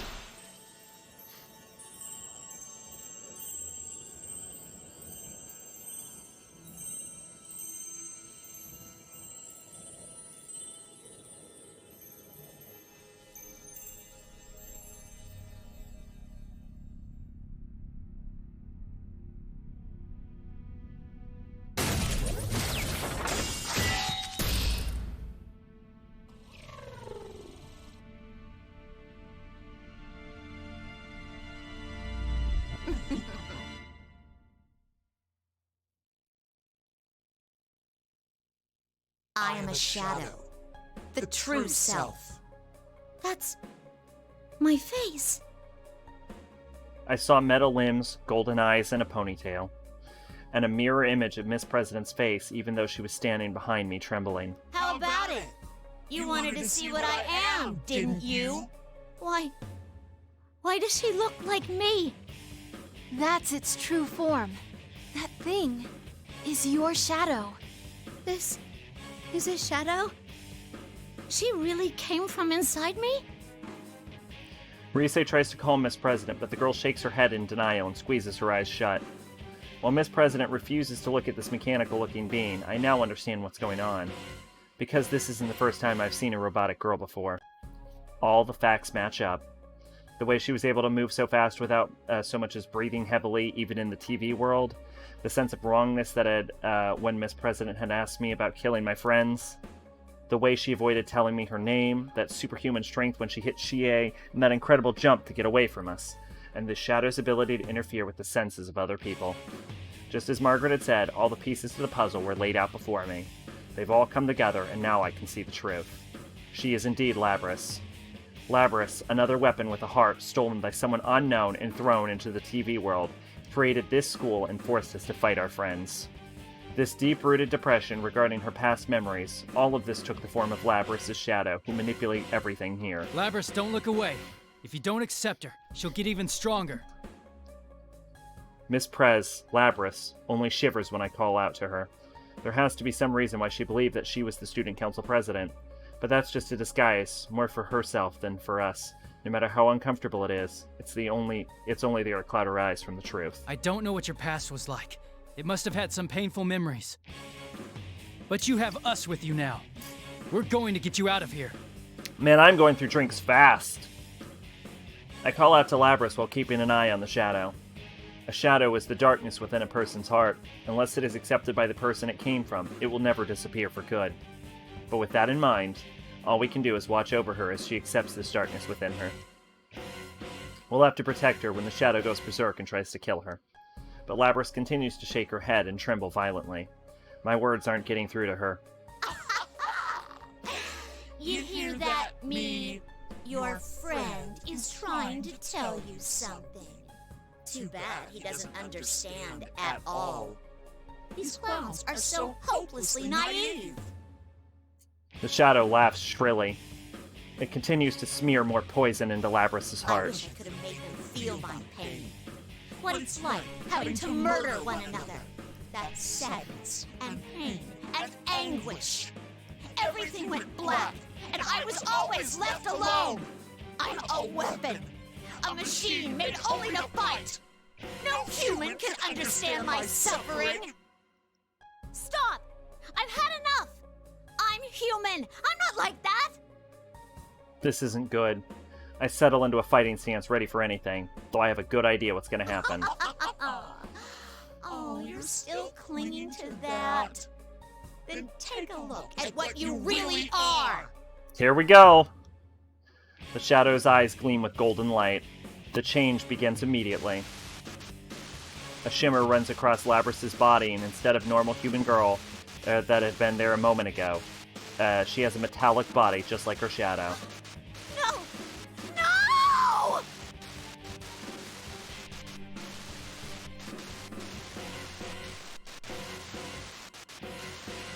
Labrys loses all composure and scratches at her arms, trying to tear away the metal that has appeared.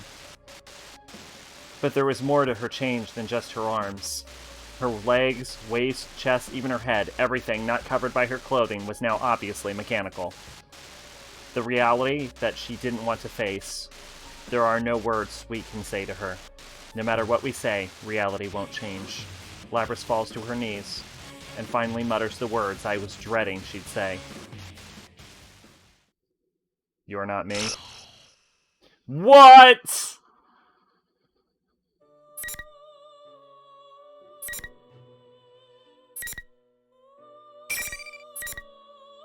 What? To be continued? What the fuck? Also, boo, we didn't unlock Igus.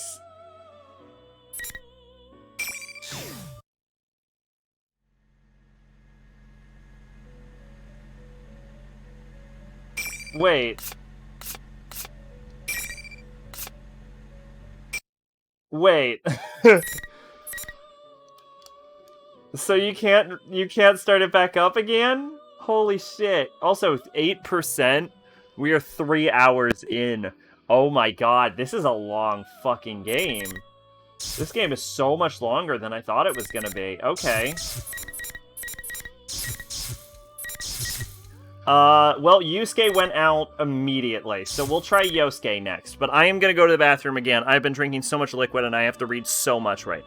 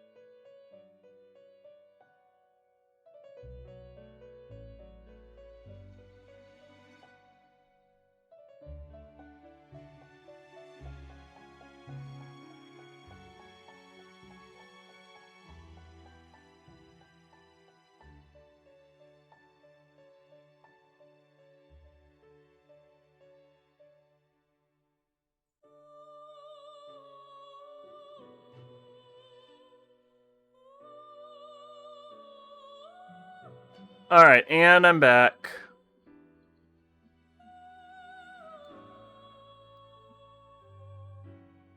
Alright, let's go on to Yosuke.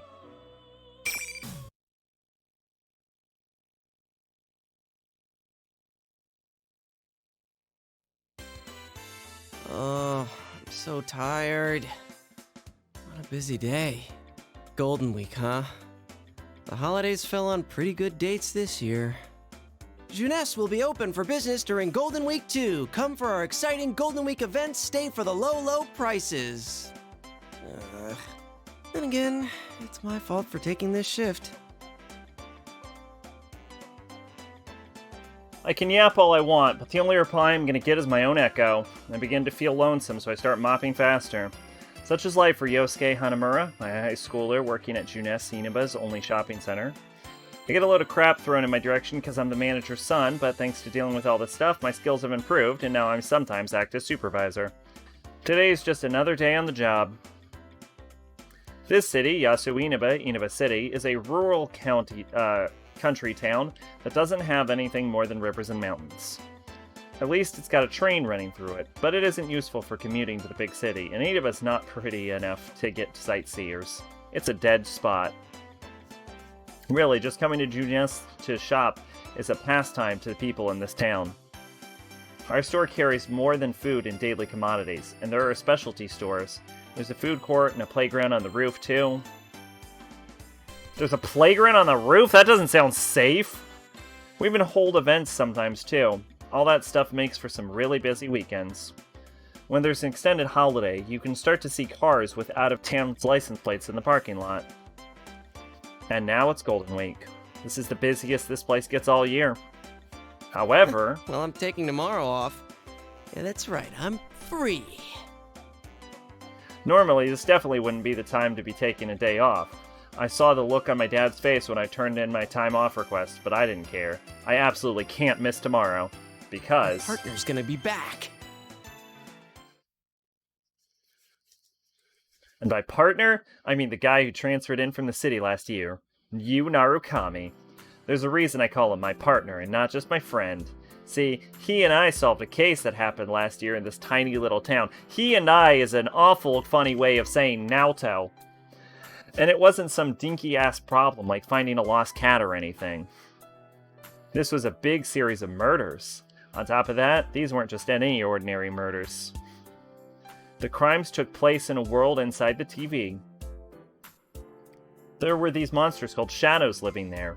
You and I somehow got this power to defeat them, called personas, and from that point on we started fighting and investigating.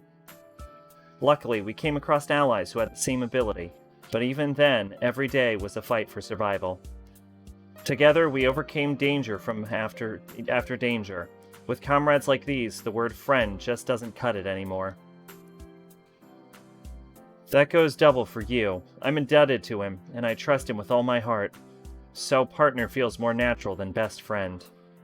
Unfortunately, my partner had to return to the city at the end of our school year.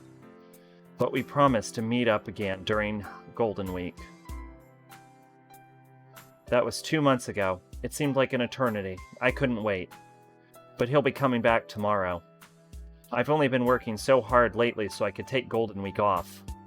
I'm so pumped about tomorrow that I just can't relax. All right, time to go home and get ready for tomorrow. Let's go, Teddy.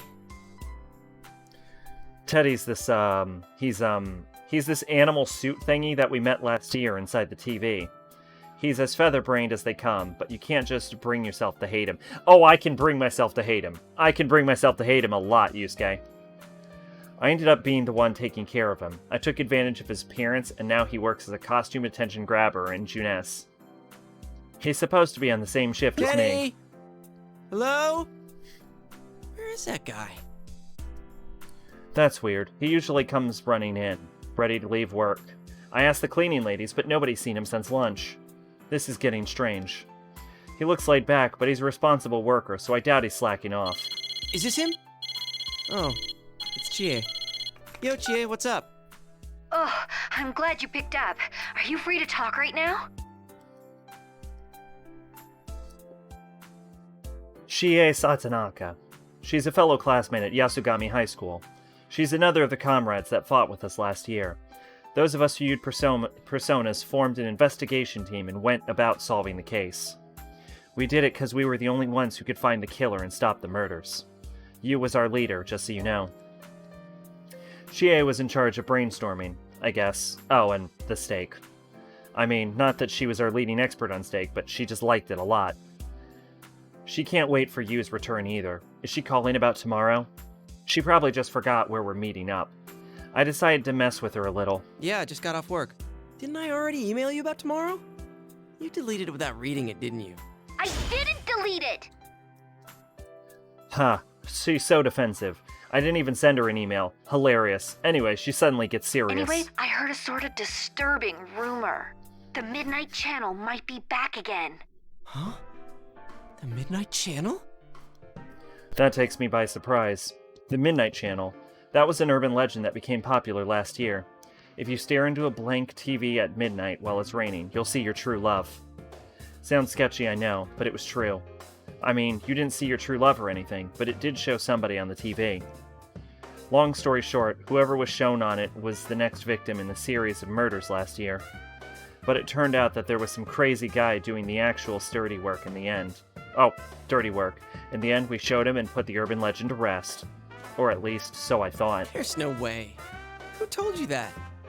An underclassman at our school.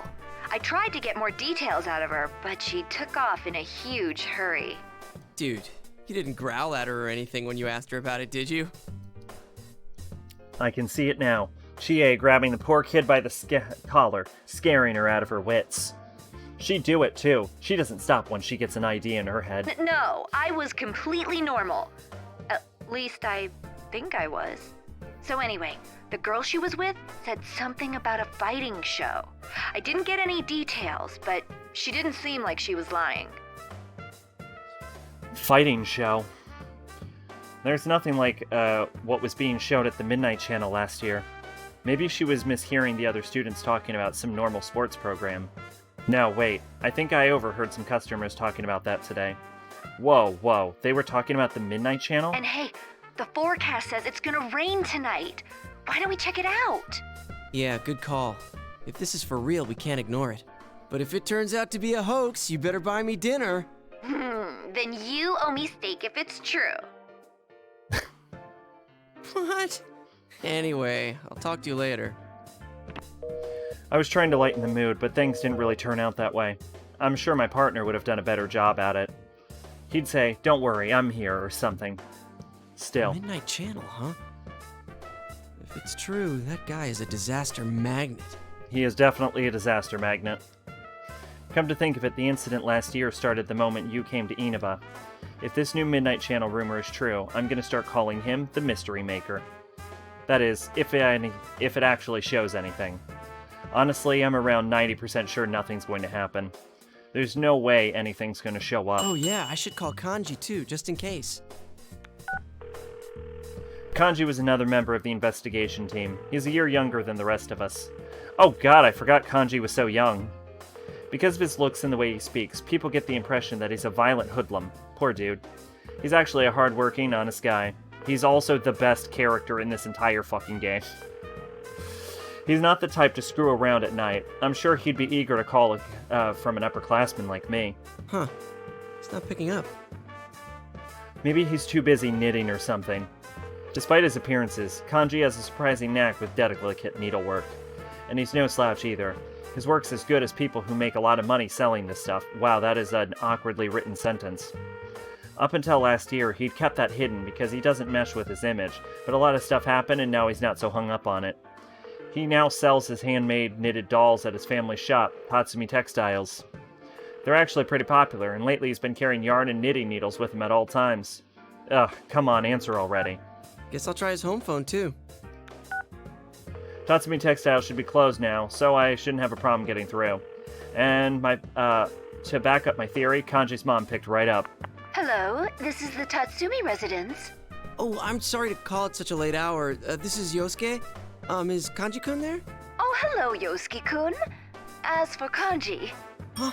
Did something happen? I can't find him. You can't? I thought he was sleeping in the living room, but he wasn't there when I checked in on him. I thought he might be with you.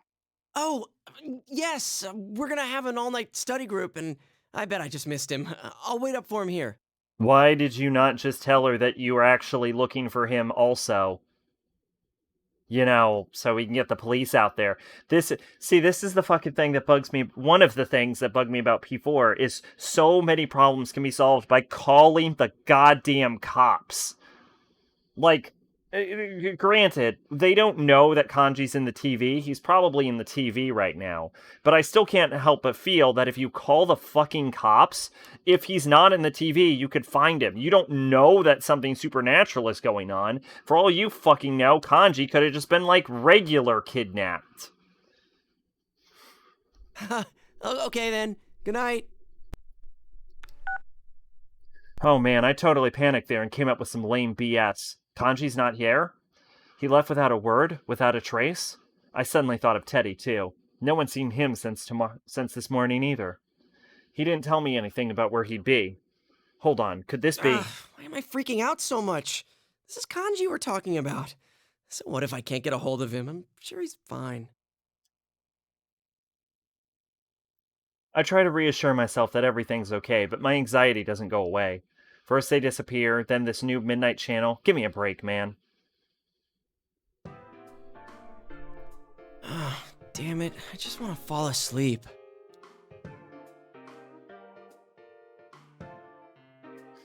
I like how the dress from I think like the Teddy's clothes are in here, right? Yeah, because that's Teddy's old shirt and Teddy's dress. I figured Teddy isn't home either. I grabbed some food and headed into my room. It's been a while since I had to wait for the midnight to watch the Midnight Channel. The wait is always so long. I can't do anything but keep looking at the TV, so I start fiddling with the remote. This is iNews, and here are our top stories. We begin with a hijacking of a domestic flight to Kagoshima yesterday morning. Police began their interrogation of the suspects today. Man, things are crazy all over the country today. I guarantee you that's going to be important. Last year, Inaba was all over the news. People I knew were being interviewed left and right. Then again, I didn't have any time to pay attention to any of that stuff until we closed the case. Jumping in and out of the TV all the time really takes it out of you. I'd always hit the sack the instant I came home. I ought to be dead tired now, with all the work I've been putting in at Junes. But I'm so impatient that I'm really more annoyed than anything right now. I stare at the clock and reconnect my controller that sometimes gets unplugged. Damn it, move, you stupid minute hand. My cell phone rings again. It's Yukiko this time. Yukiko Amagi, another member of the investigation team and best friends with Chie. Her perfect poise makes her the center of every guy's attention, but she's definitely not what I'd consider ladylike. Then what exactly would you consider ladylike?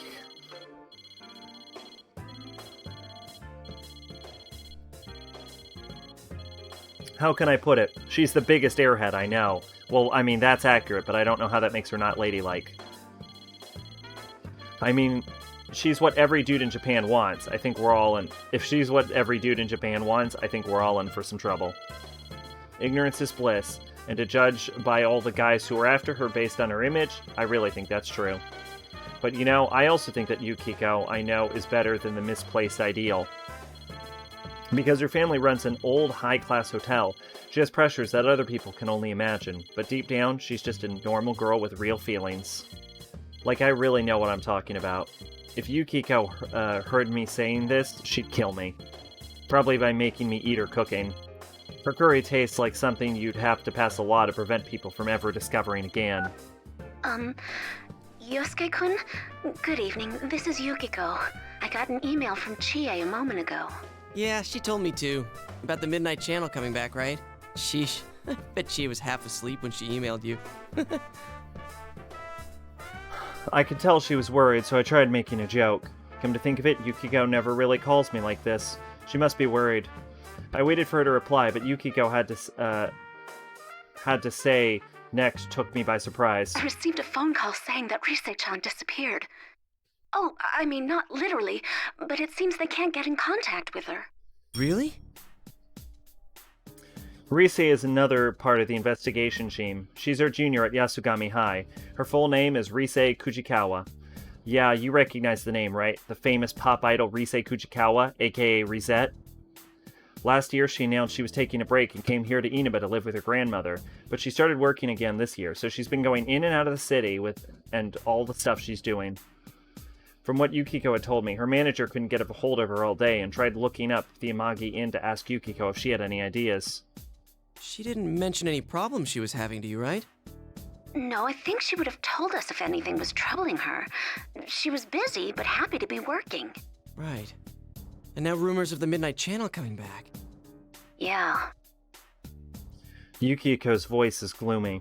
Listening to this is making me restless, too. If you're depressed, you should start thinking about more bad things. going down that road is going to get to Yukiko. What would you do? I mean, this is the millionth time I've thought that today. Anyway, I try to cheer Yukiko up. Well, let's not get carried away. First, we need to see if the Midnight Channel's really back. There's no use worrying over things we don't know are happening. It's always important to be sure first, right? You're right. Thank you, Yosuke-kun. I hear relief in Yukiko's voice when she hangs up and let out a sigh. A big sigh that I could never let Yukiko hear in her state. Teddy's nowhere to be found, and Kanji's vanished too. And to top it all off, no one can get a hold of Rise. And for that Midnight Channel rumor to start up again at the exact same time... This is way too much to be a coincidence. Out of habit, I start going through contacts in my phone. When I reach the name Yu Narukami, I hesitate. He's not even here yet. I'll only make him worry. As leader of our investigation team, Yu had the biggest part in it all. But he's done with all that now, living a normal life back in the city. He's coming back to enjoy our reunion. I don't want to make him worry. If anything, I should call him after I know something. I open the curtain and look outside like Chie said it. Like Chie said, it was raining.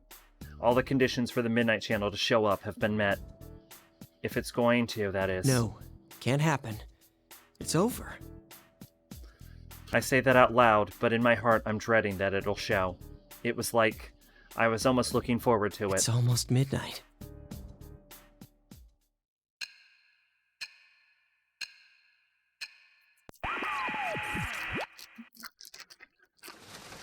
Rivals. They are friends, yet powerful foes. The desperate fighting program amongst high school students. A new legend is about to start. May the manliest of all men come on down! Nobody touches his precious Nanako, the sister complex kingpin of steel, Yu Narukami! It's only natural. Wage slave in the boonies by day, hero by night, Captain Resentiment, Yosuke Hanamura! Everything that bores me has gotta go!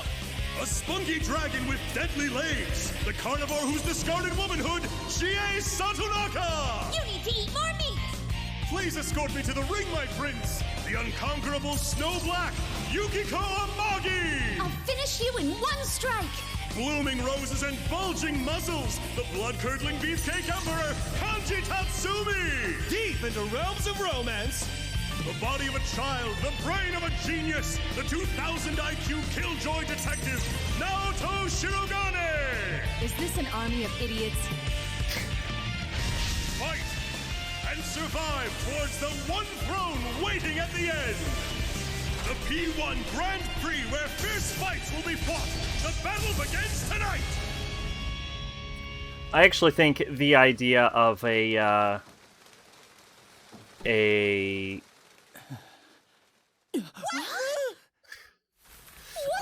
legitimate Persona tournament would be fun, though. Like, without the threat of death or anything, just watching the characters fucking take swings at each other. What the hell? Seeing yourself on TV is really shocking. Am I really that goofy looking? No, that's not it. Why do they call me Captain Resentiment? Resentiment? I know that word from King Moron's class. What was it again? Something about the weak hating the strong, some kind of jealousy? Now why the hell would I get a lame name like that? Well, it's pretty fucking fitting, Yusuke. Just the sound of it makes me mad. Resentiment. This is too much. This is way too much. Now I know why Yukiko and Kanji hated the Midnight Channel so much. That and they'd been thrown into the fucking TV. Well, I knew all about that, what happened last year, but this time I'm actually experiencing it. See, everyone who ended up as part of the investigation team was on the Midnight Channel at one point. That isn't true. I'm pretty sure you and Chie were never on the... Pretty sure you and Chie never ended up on it, right? And the Midnight Channel doesn't just show any old you. It shows the weakest part of you. The part you don't want to come out that made supersize. In other words, fake footage of you, so humiliating that you want to crawl under a rock and die, is broadcast all over the town. And you and I managed to not have that happen to us. So I guess never really knew how bad it felt. Up until tonight, that is. Why? Did everyone in town see this? It's gonna show up again every night it rains? Damn it. How they managed to go on without skipping town is beyond me. Seriously, I gotta give them mad props for sticking it out. But, now's not the time for Was that. that Teddy in that weird costume?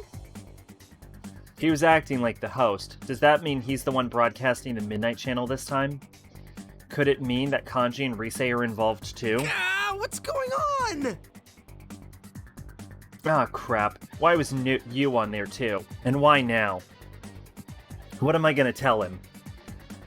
He comes back for the holidays and everyone's gonna be all, oh look, it's the Sister Complex Kingpin. That's messed up.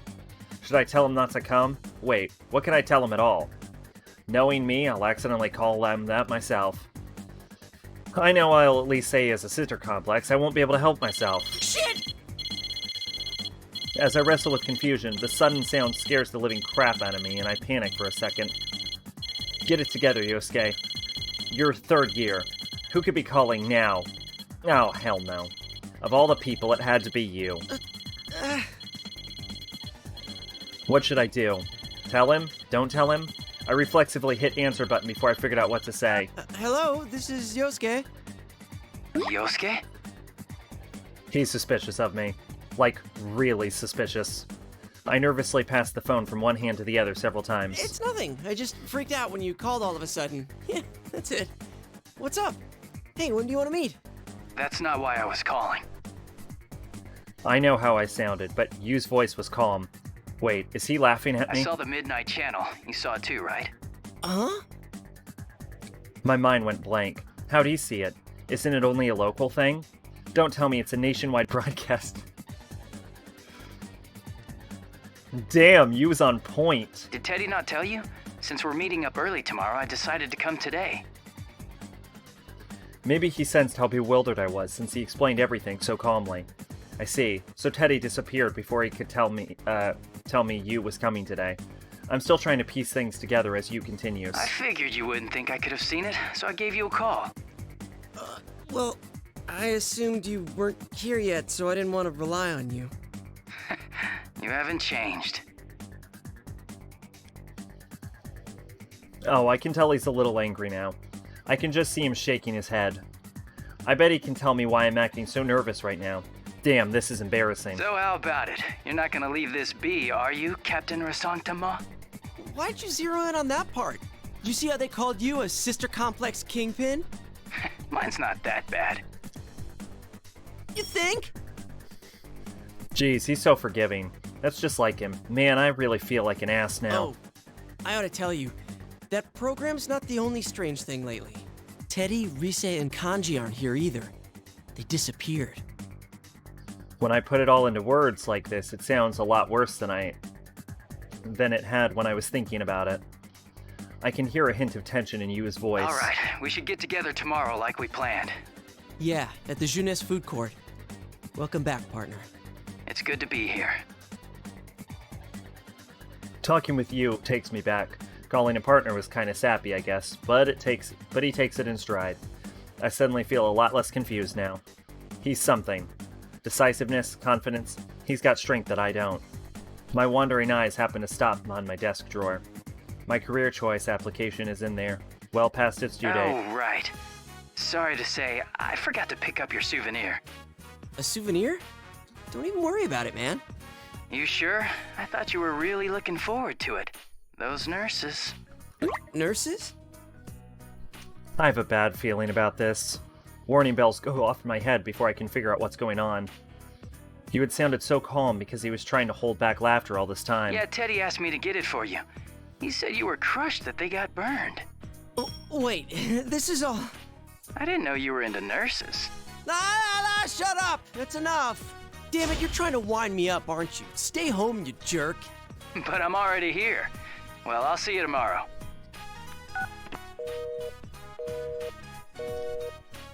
I hung up, barely resisting the urge to throw the phone across the room.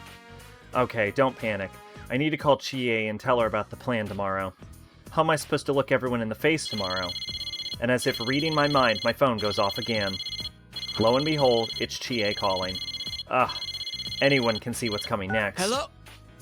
What the hell was that carnivore who's discarded womanhood crap? Chie's raging at the top of her lungs. Ow! You almost blew out my eardrum.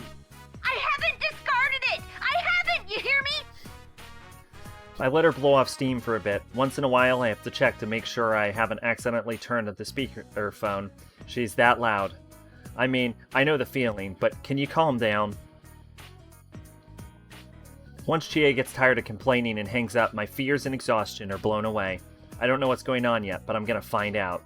Then I'll crush whoever's behind this.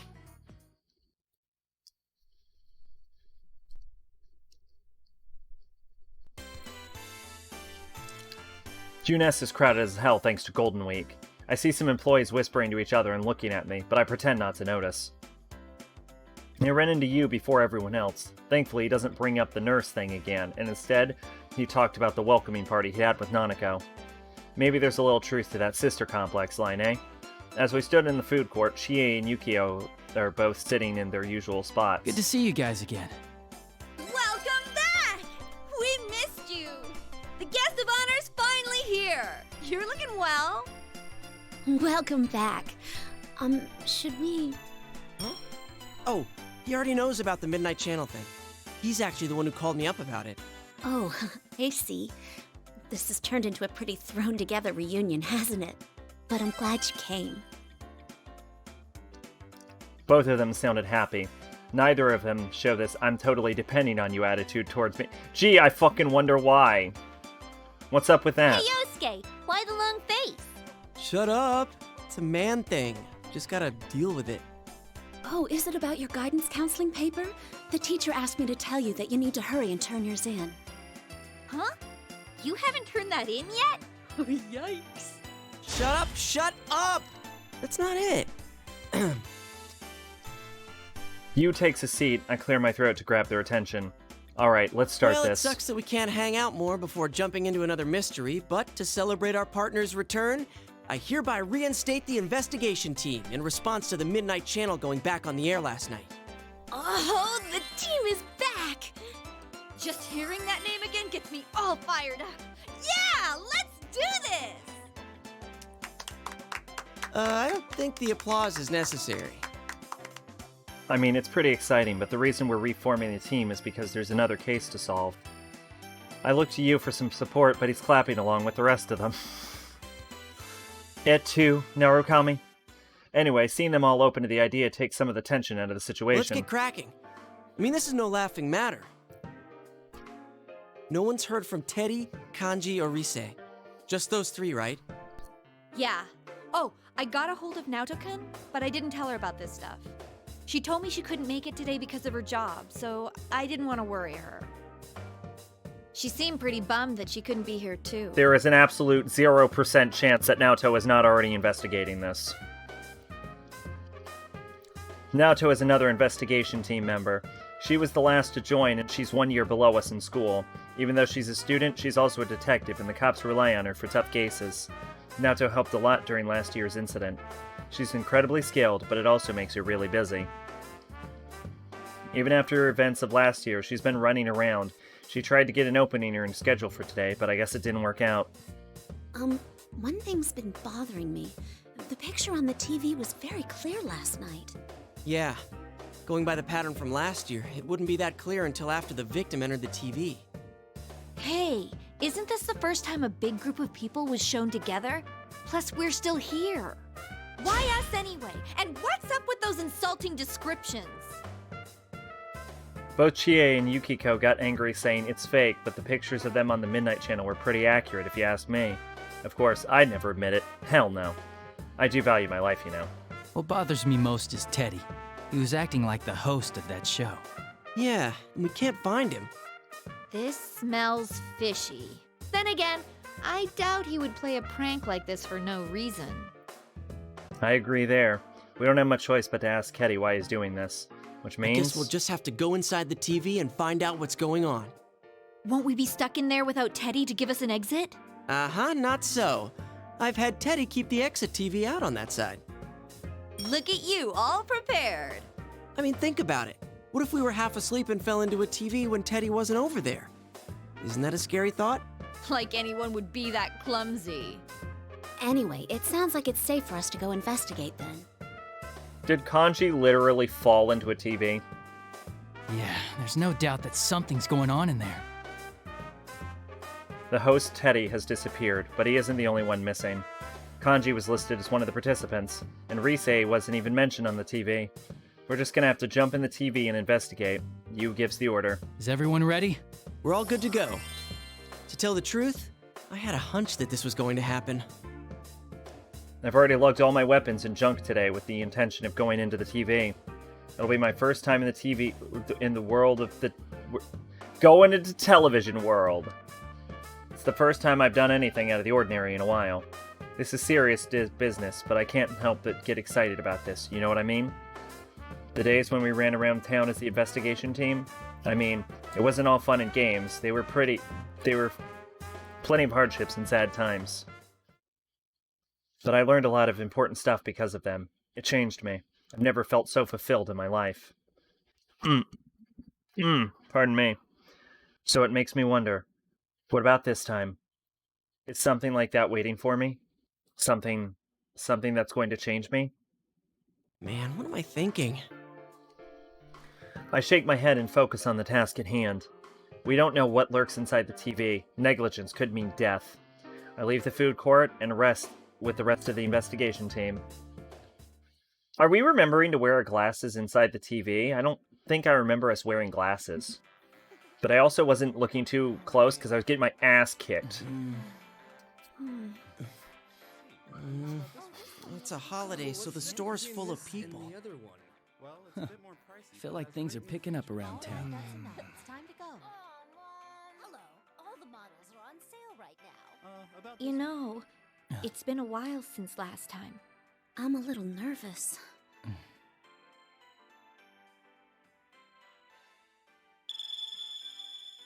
Whoa, wait! There are still people in this aisle! Hey, get ready! The customers are going away!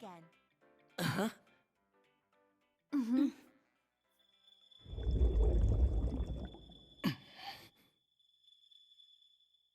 Let's go! Yeah!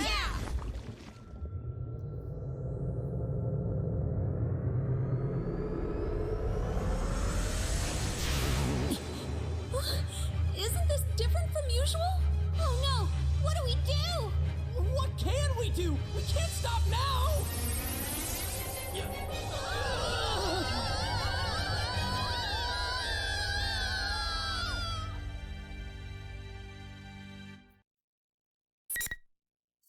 Hell yeah, I'll place a bookmark.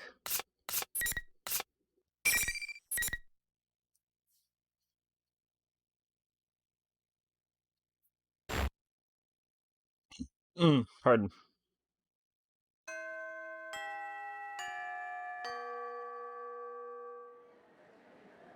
I can hear a lot of people talking from far away. Where am I? I'm at a desk. I raise my head slowly to find myself in the same old desk with the setting sun filling the room. Man, my mind isn't thinking straight. Wait, what was I doing? Shoot, did I doze off? I should hurry home and get to work. What the? All of a sudden, the sound of cheering echoes from outside. All the students in the classroom begin cheering and rush out of the room. The hell? Seriously? What is going on? I run to the window and look down to the schoolyard. The area in front of the school gate is swarming with students. What's going on? I look around, but there isn't anyone left in the room to ask. I don't want to be a rubbernecker just because everybody else is, but I have to find out what's going on. After some internal debating, I decide to take a look.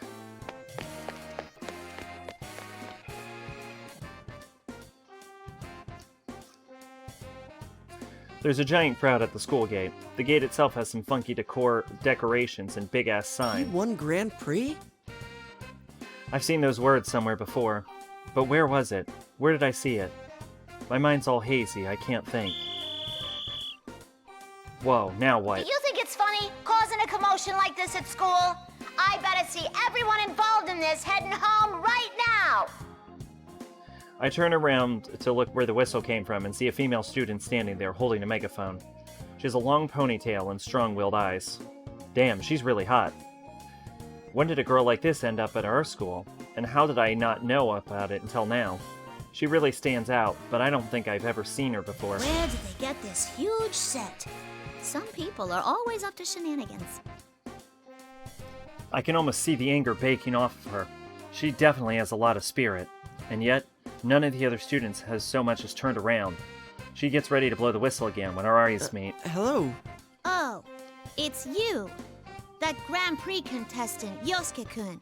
I mean, Captain Ressentiment. Oh, right! I remember now. The P1 Grand Prix that showed up on the Midnight Channel used Sister Complex King Planet and Chie's the Spunky Dragon. They said Carnivore. They're clearly changing the name. I think they changed the name in English for some reason, but then they couldn't commit to it throughout the whole script. And I'm Captain Ressentiment. What a fantastic nickname. I just want to go kill myself. Ah, who the hell came up with this crap? What the heck is the P1 Grand Prix anyways?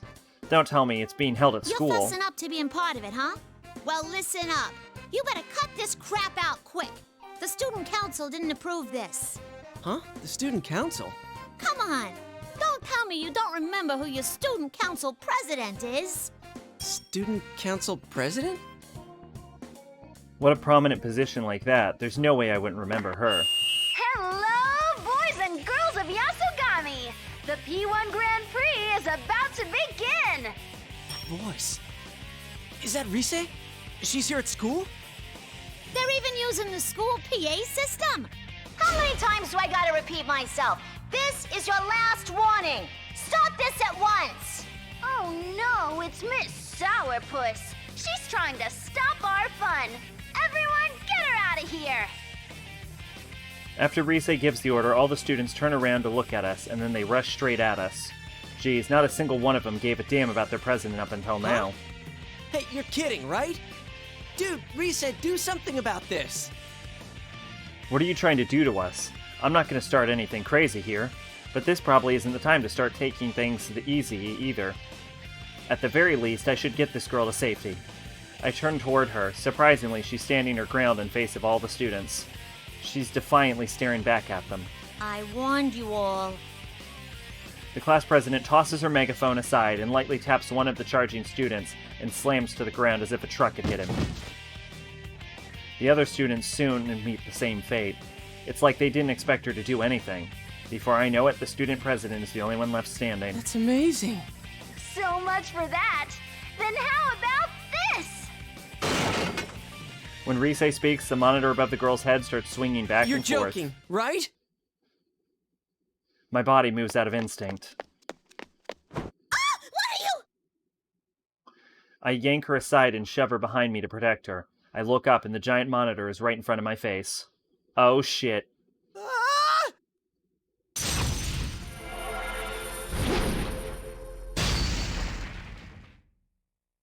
Huh? Am I dead? What was that you did? I slowly open my eyes to see someone I know very well standing before us. The other me, my persona, Jiraiya. The monitor was cut right in half, the two pieces lying on either side of us. I was able to summon my persona. Huh? Wait, isn't this Yasogami High? You can only summon your personas inside the... Hey, oh that's right. Oh yeah. I finally remember everything. I jumped inside the TV with you and the others. But wait. Then who is this girl? What the heck is our school doing inside the TV world? I'm sitting there confused when Rise's voice chimes in from the PA system. You should have just died. What? You aren't worth anyone's effort. You just get in the way and cause trouble for people around you. Rise. That was definitely Rise's voice, so I guess Rise is inside the TV too. But I'd never expect her to say anything that cruel. What's going on here? I won't let you destroy the school. You're in the announcement room, huh? Well, wait there. I'm coming for you. Hey, what are you going to do? The student president starts running towards the school building. Then she turns around and waves. Thanks for saving me back there. After all that glaring, this is the first time I've seen her smile. Wow, she's cute. After that, she runs off again like the wind. And she thanked me, too. So I've got an in. No, bad Yusuke. This is not the time to get hot and bothered. Wait up! It's too dangerous to go alone. Take this. It was really impressive the way she was tossing those people left and right, but it's too dangerous to run around here without a persona. Besides, a world like this is in the TV means. But as I try to chase after her, the PA cuts into my train of thought. Sorry about that mishap. The first round's challenger is already here. The students are all looking this way. Wait, does she mean that this challenger is... Me? But first, the General has a few words for you all.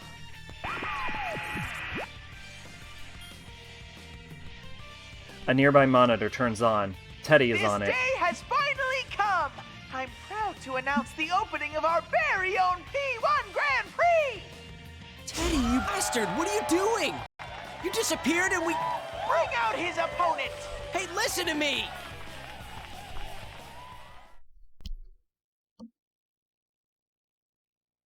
Smoke shouts out, enveloping everything. Wait, someone's stepping out of it. You're all ready for Lee! Oh, okay. I thought it would be faster if I went with Yosuke because he only fought you, but I guess we gotta fight a billion people. Chie? Oh, it's Yosuke. What a letdown. Jeez, sorry it's only me. Hey, what's going on here? Rise and Teddy both seem, I guess we have to do 3 fights with each, right? Why are you looking at me like that? Chie's acting weird. Okay, she's always weird, but this is weird even by Chie standards. Her eyes are glittering and she's... What the hell? Why is she licking her lips while she's staring at me? Hey, Yosuke, can I eat you? The answer to that question is always yes. Huh? Sure. Wait, what? Would it be better to fatten you up first? I'm not a fan of stringy cuts. What are you talking about? You. What are you saying? I mean, seriously. Wait a second. Maybe it's a figure of speech for something more intimate. Whoa, whoa, whoa, whoa, whoa, whoa. There's no way she'd have the guts to say something, to say that right in front of everyone. As I panic, Chie strikes a kung fu pose and makes a forceful declaration. You want to hear the reason I eat meat? Because it's there! So that is what you mean. And why are you saying that like you're quoting someone? Yosuke, don't worry. It'll be painless. No, nuh-uh. There's no way it won't hurt. You'll continue to live inside me. Forever! Yeah, this is definitely someone's fetish. Yeah, in your stomach? Thanks for the food! Persona!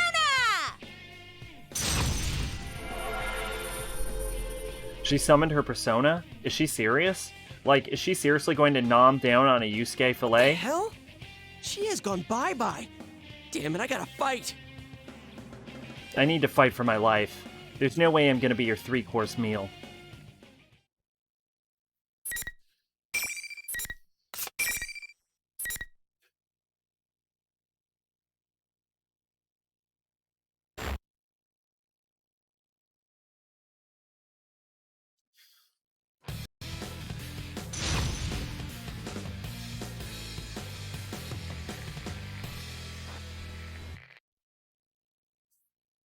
Finally! Fight! Sorry about this, Chie. Too slow. Come get me. Yeah, sorry about Persona. Sorry about this, Chie. Come get me. Come get me. Sheesh. Come get me. Come get me. Come get me. Come sorry. Back at you. Come get me.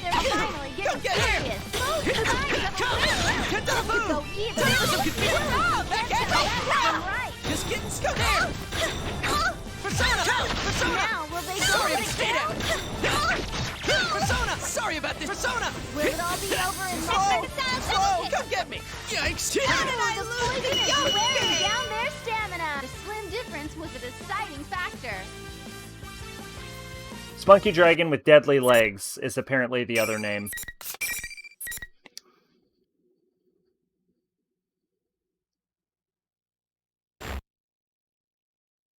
I think that's a better name, but... Huff, huff, I beat her. What the hell was with her? Not even Shadow Chie was that cracked up. What's the matter, Chie? Did she go bonkers when her stake gauge reaches 0 or something? She groans and stirs from the ground. Oh, she's waking up. I hope she's not going to start talking about eating me again. Ow! I hope you've learned your lesson and never even think about attacking your friends again. I quickly put some distance between us and yell from a ways away. I think my voice shook a bit, but can you blame me? I was really scared. First you insult me, then you kick my ass. Ugh, you moron! Insult you? What did I say?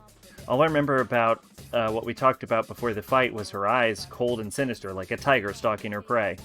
I'm getting goosebumps just thinking about it. You went on and on about how I'm a coward and a brat. When did I have time to say anything like that? You were about to eat me. What? Eat you? That had better not be a crude innuendo for anything. I meant it exactly how it sounded. I was scared to death of you, stupid Chie. What? Oh, you're stupid for calling me stupid, stupid Yosuke. Oh my god, just fuck already. See, that's something a brat would say. There you go again! You're the brat for calling me that!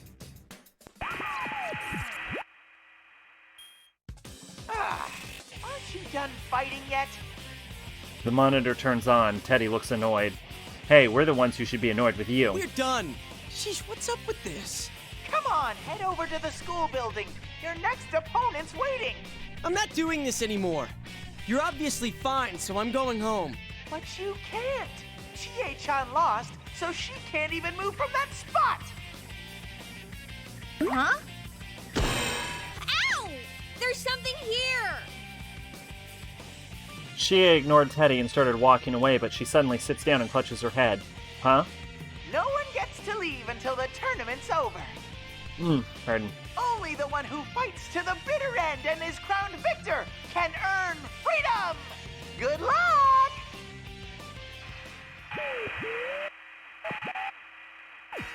The camera randomly zooms in on Teddy, giving a thumbs up, and then the monitor turns off. Damn that, Teddy. You have to actually do stuff before you start with fancy camera work. Stuff like, oh, I don't know, explaining what the hell is going on here. While I'm staring at the monitor, I can hear Chie yelling in the background. What's she doing? She's doing jump kicks, but every time she does, she stops in midair before she lands. What the? That's a neat trick. Is it like pulling punches, but in midair?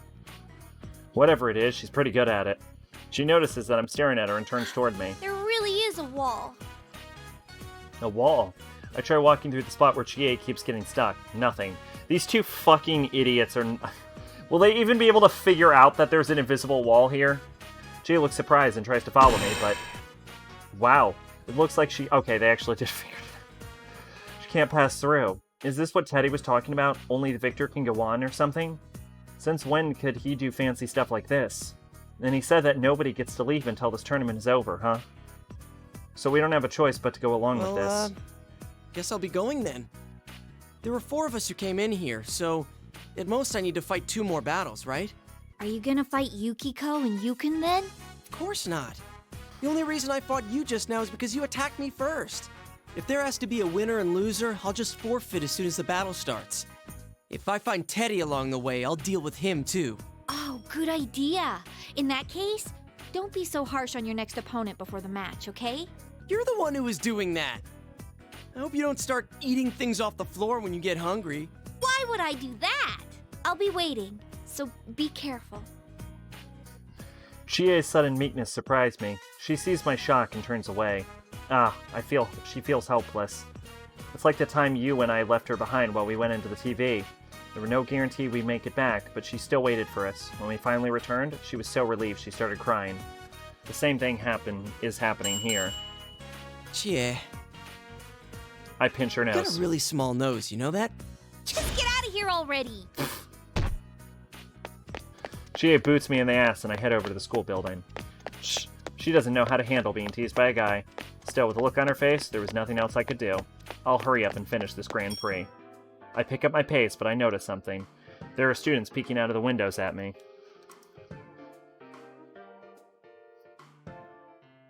No, they're not students.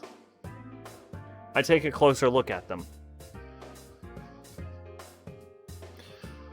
they're something else, taking the shape of students. I guess they popped into their true forms while we were fighting for some reason. They're like silhouettes. Are they shadows? They don't really look like monsters, and I don't feel like they're actually hostile. I mean, they're not particularly doing anything either. They're just standing there. Are they extras Teddy made for this drama of his? If they're not any danger, then I guess I don't really have to figure them out. Still, threat or not, they're pretty damn creepy. And if there are things like shadows around This here... is definitely inside the TV. But what's going on? Why is it a school? Damn it, I don't get this at all. I have doubts, but I keep on running.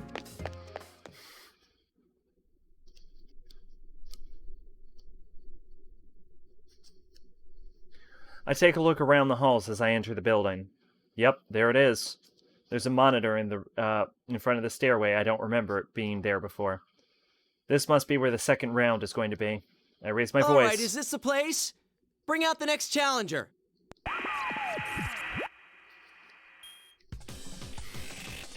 As if in response, the monitor turns on and Teddy's stupid costume fades in. Hey, that's my line! Jeez, stop throwing me off like that! If you don't stop this prank soon, I'm going to make your next shift a living hell. Usually a threat like that would have Teddy begging for mercy, but he just hums a little tune as if nothing was the matter. What's with him? Not just Teddy, Rise's helping him out too. Wait. This all be a surprise for you? Sensei's coming back, so I thought up this cool surprise party. Sorry if I forgot to tell you. Start. That sounds like him. That sounds so like him. After we solved the case last year, the TV would turn into a safe place, so I guess I could see that. But would Teddy really make us fight? Bring out the next challenger! I assume it's Yukiko. The smoke starts whooshing out again. 4 of us jumped into the TV at Junes, so I'm betting it's you or Yukiko this time. But if this is a surprise party for you, then it should be. Yosuke-kun! Alright!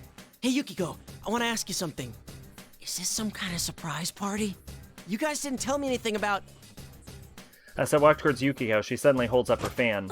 What's that stench? Huh? I thought there was a wet dog here. Huh? Does she mean me? I take a couple of whiffs off my shirt, but I can't notice anything odd. Did I get all sweaty from that fight with Chie? Still, being told that right to my face, that I stink really hurts. And to compare it to a wet dog? Sorry. So, Yukiko-san, did you run into Teddy or Rise? They're calling this a Grand Prix and making us fight to see who the winner is. Apparently we can't leave until... You're talking too much. I have about as much interest in what you're saying as I do in plankton. Plankton? But you can't even see those without a microscope. Yukiko's acting strange, even stranger than Chie. Well, not crazy strange. She acts more like Yukiko than ever. But she'd never come out and say anything that mean. Anyway, back to the topic at hand. Yukiko, this isn't a welcome back surprise for you, is it? No, it's a Grand Prix for you, Yosuke-kun. And given what a goddamn pain in the ass it's been so far, I can't wait till it's over. Dude, what's with the language? Have even you gone nuts? What the hell, man? Wow, this is the exact opposite of how she normally acts. She really is a snow black. Wait, if that's what the commercial called her, and the way Chie was acting. Oh, so that's why hers was carnivore. That makes sense now. These nicknames have some truth to them then. But why? Because Teddy told them to act that way? They're not all crazy, are they? The Grand Prix for me? What's that supposed to mean? Now you're ignoring me? Ugh. Even if this is all an act, it's still soul-crushing. Hey, listen. We can't leave here until the Grand Prix ends. So let's just half-ass this. If you don't mind going on to the next round, I'll forfeit without attacking you. Oh, though if we did it that way, you'd have to fight again. It'd be faster if I won, got my hands on Teddy. I'd hate to make Yukiko go ahead and have to fight even more of us. That's probably not such a good idea. Hey, Yukiko, will you lose this round for me? Even though you've lost in the battle of life? Yikes, this snow black is really bad for my fragile ego. Yukiko suddenly opens her fan in one fluid motion. She smiles faintly, but her eyes aren't smiling. Wait, she's pissed at me? So what? Now Snow Black can't take being called Snow Black? Why is my fan so large? Why, my dear? The better to shut up that filthy mouth of yours. That's the wrong fairy tale. Ah, fine. I'll end this as quick as I can, so bear with me for a bit. Wow, things are starting to heat up. Let's get this battle started. Dang it, Rise, quit goading her on. Yukiko being nasty in a different way from the carnivore, but I've got to take her on. Looks like I really have to overcome the Amagi challenge if I want to get out of here. I actually wonder if every route is different and if any of them are canon. Because if only the winner can go on, then it doesn't make sense that you had to fight Chie and Yukiko later on, right?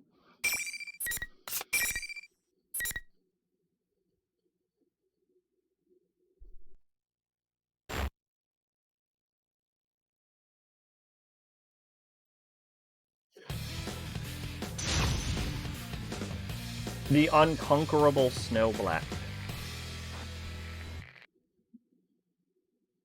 Final. Fight! They defending in such an intense Just getting started. Persona! Stay away! Can you not block a Persona? Persona! Too slow! Just getting started! Come get me! Yikes! Persona! Come One get me! side has Yikes! a flat Persona! An awakening! This won't be that easy! Too slow! Jiraiya! Can you see this? It seems one side is beginning to dominate. Alright! How about this? Pretty effective, huh? Moves and can't tell left from right. Tentarabu! Time for some confusion! Sorry. Oh my! They lost!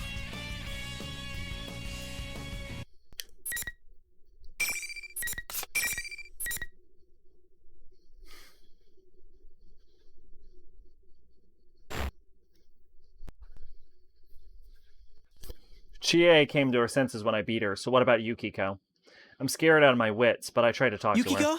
Are you alright? Oh, thank goodness. You've gone back to your usual self, Yosuke-kun. What? Oh, are you back to normal too? Huh? But you just seemed so eager to fight no matter how I tried to stop you. You said things like, I was taking the easy way out. I was sure that you just weren't in your right mind. You noticed that Tere and Rise-chan are acting strange too, right? I think maybe they're under the enemy's control. That doesn't sound good. Crap, so this isn't an act? They're being mind-controlled or something? That explains a lot, actually. Damn it, some surprise party. Still, Teddy's controlling people? Or is Teddy being controlled by somebody else? Control? Who could make them act that weird? No ordinary person could pull that off. And why would they do it to start a stupid tournament like this? I think back to what Yukiko said before we fought. It's a Grand Prix for you, Yusuke-kun. For me? Like hell it is. I'm not getting anything out of this. I'm not enjoying it. I'm not. In any case, Pardon. I'm gonna go put an end to this Grand Prix. If it's just us four, there's only one more battle to go. Yukiko didn't know what was going on either, so I explained what I'd found out. Only the winner can move on, and nobody can leave until there's a champion. And that since I'd fought Chie and Yukiko, my next fight would be you, and that would be the end of it. And one more thing. There was a student council president. She wasn't in the intro movie that aired on the Midnight Channel, and she acts like she's against this whole thing, so I don't think I'll end up having to fight her, but she doesn't know about personas, so I can't just let her run around loose. Oh, do you mean the girl with the ponytail? Okay, so there's like a yellow outline when Yosuke talks, but there isn't a yellow outline when Yukiko talks. You met her? Mm-hmm. When I talked to her, she said she was going to the announcement room. I tried to stop her, but an invisible wall blocked my path. Oh yeah, that's right. She said she was going to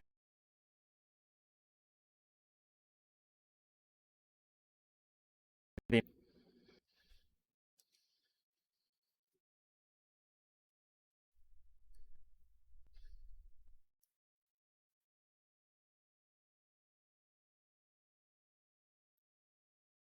Yukiko's clear, strong voice gives me that extra push.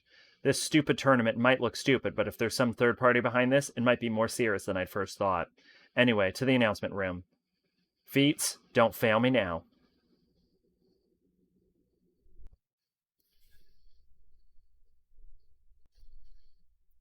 Damn it. It's supposed to be pretty easy to get to the announcement room, but thanks to all these stupid invisible walls, I have to take the scenic route. I finally managed to make it to the second floor. If I keep going straight, I'll get to the stairs, and then I'll be right there.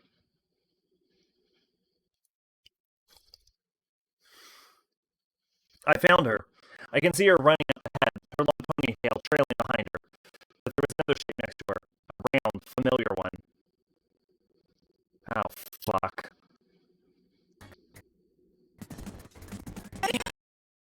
I tried to catch up, but I ended up slamming into an invisible wall and falling to the ground.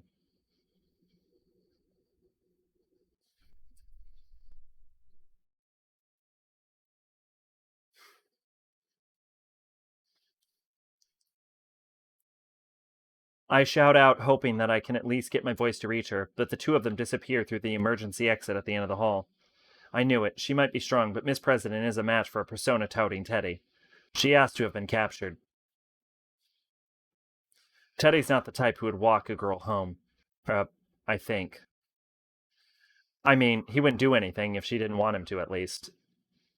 Where is he taking her? Is he up to something? Then it dawns on me.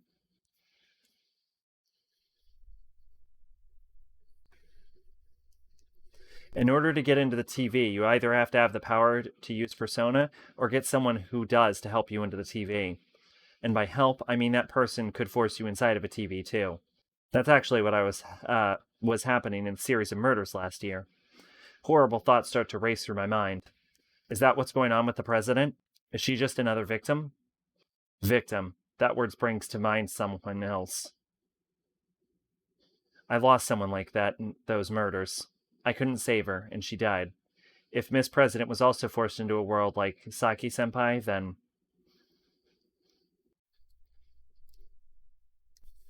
Teddy went through the emergency exit. If he went up the stairs, then the announcement room should be right there. As my growing desperation wasn't enough, this stupid invisible wall will only make things worse. I managed to calm my racing heart and began running to make my way to the announcement room.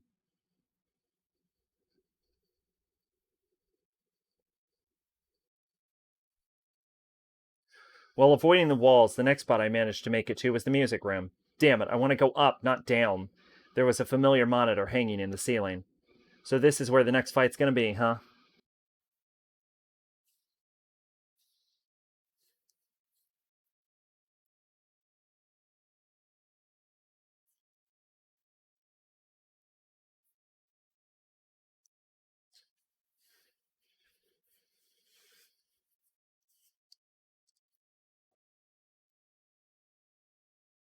Smoke begins blowing out as Teddy makes his announcement. A silhouette appears. I can tell who it is already. There's no way I can mistake that shape. Besides, by process of elimination, there's only one more person it could be. Whoa, that's the first thing he has to say?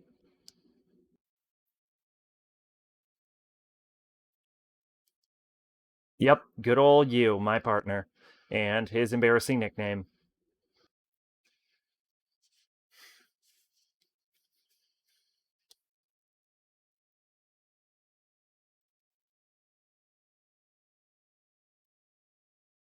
I mean, you did challenge him to a fist fight.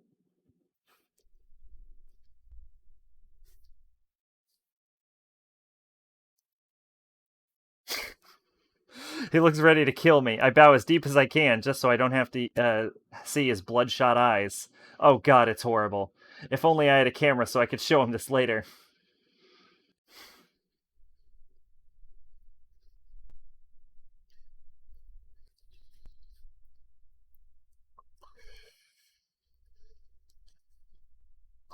Yu's eyes turn dead as he raises his sword.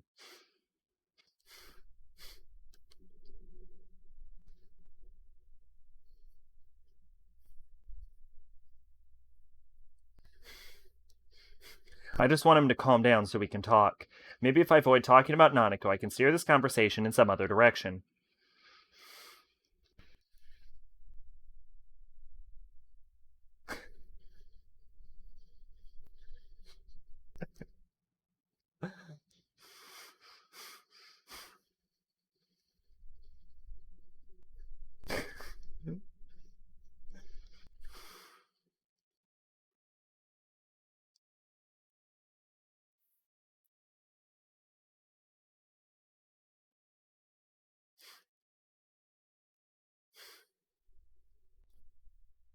I hate to say it, but Yosuke's plan of just entering a room and immediately beating the shit out of people is probably a better plan than Yu's plan of, like, haphazardly talking to them and getting nowhere. If he's not gonna listen, then I've got no choice. I'll fight him, I'll get him to fight me and bring him back to his senses. It's better use of my time than trying to talk him down anyway.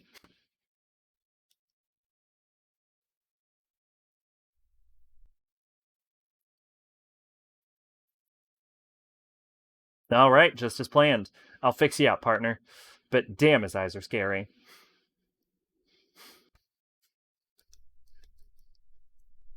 Yeah, I definitely think Yusuke's is shorter, probably. Thank God.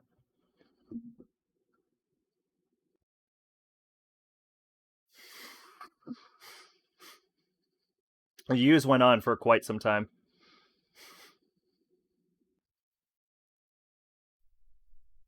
I hope I get to do an Aegis round, though.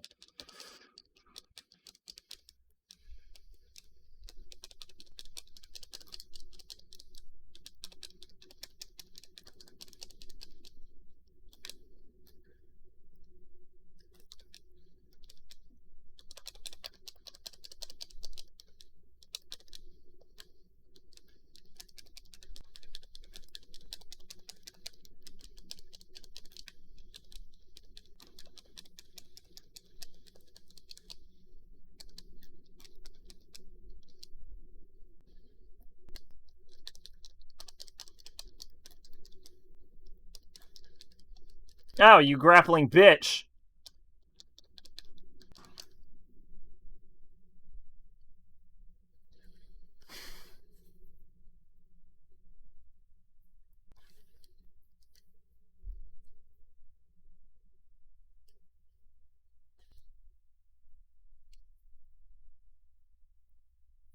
The battle is over. Yu looks up. It's his everyday composed face. Looks like he's back to his good old self.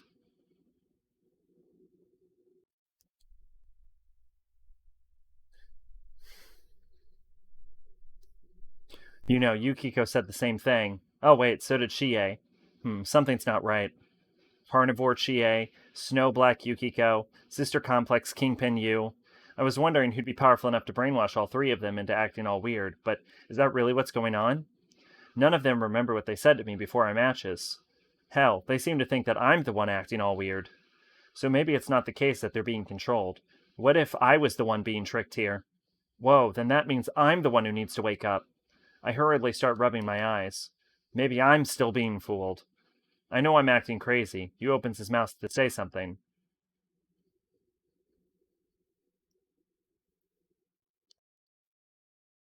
Oh good, he's relieved. Doesn't show on his face, but I can tell.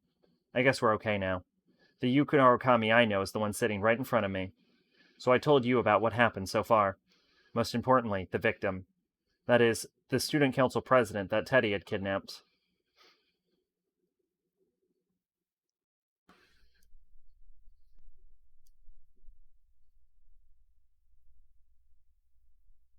Yeah, this definitely seems... So it definitely seems like the routes are different.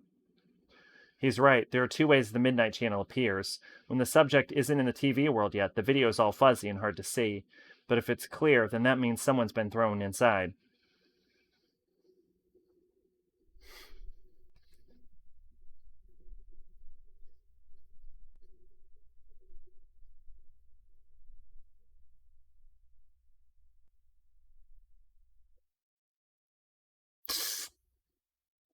Even as I say that, I start to really believe that it's true. Whenever I talk with you, it's like my brain clicks right into place. Yeah, this is a completely different conversation.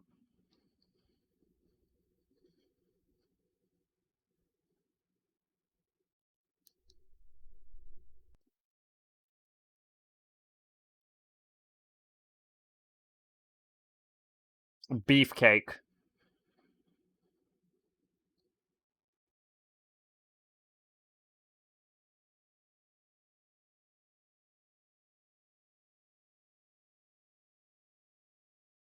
Damn it, he's ecstatic. Inside his heart, he's celebrating, clenching his fist, I know it.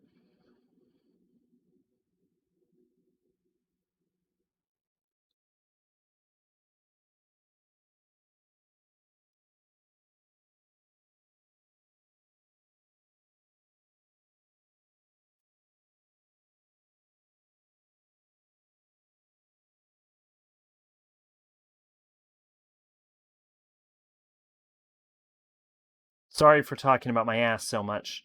No, hey, wait. I mean, I was just a little shocked to hear that from him. Up until now, he's always been the one leading the pack, followed by me. And now you's the one telling me that he's relying on me to get things done.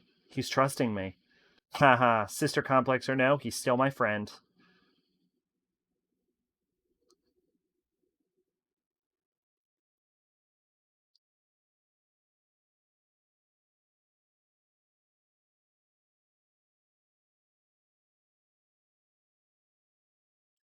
I tried to cover up my embarrassment by telling a joke, but it didn't seem to help.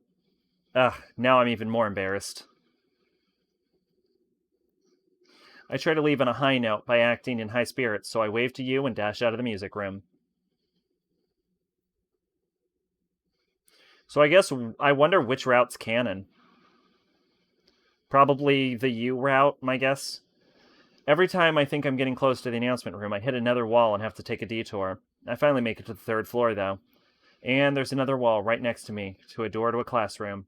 More or less an invitation to go inside, right? And to judge from my past experiences, I'm in for another battle. Who's my next opponent? The Emperor? His Imperial Highness?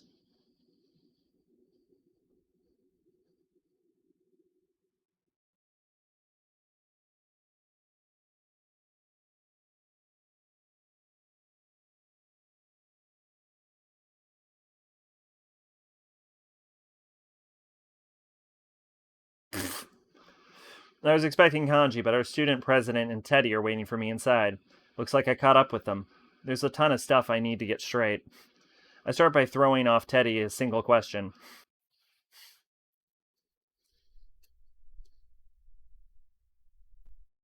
That's a good answer. There we have it. Yeah, that's not Teddy. The real one would have said, all the fly honey bears or something.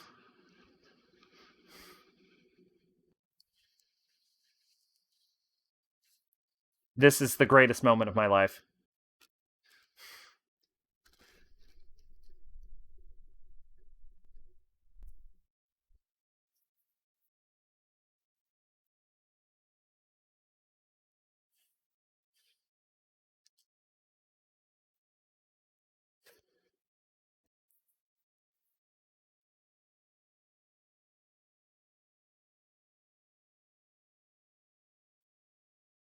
I can't let that get to me. Teddy's being controlled.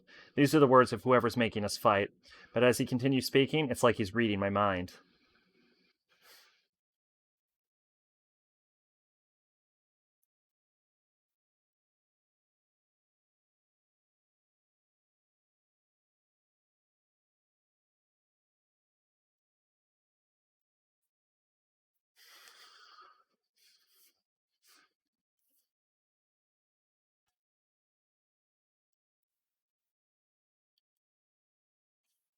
But what Teddy said goes along with something else.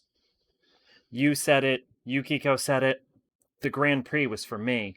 Don't tell me, this whole thing is to fulfill my wishes. I mean, I know that Teddy and Risei's personas are special in that they can connect to people's minds and stuff. And Risei can do a lot of other stuff too. Is it possible for her to make people hear things that nobody's saying when they're talking? And did she use that power to set up this Grand Prix for me? Deep in my heart, did I really want this to happen?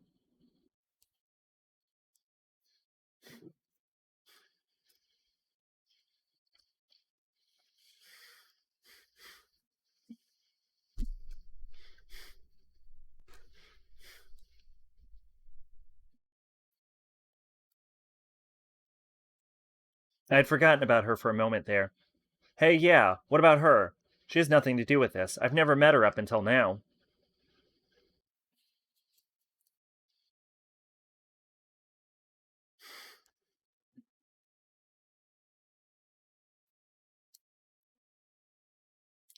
What does he mean prepared? She's just a normal girl. No way. Teddy didn't push her in here, did he? He didn't get her caught up in this so I can win the championship and save the dame, did he? It was too much for me. I stood there with my mouth gaping wide open, unable to utter a word. No goddamn way. What the hell? I never asked for any of this. How could I want any of this to happen?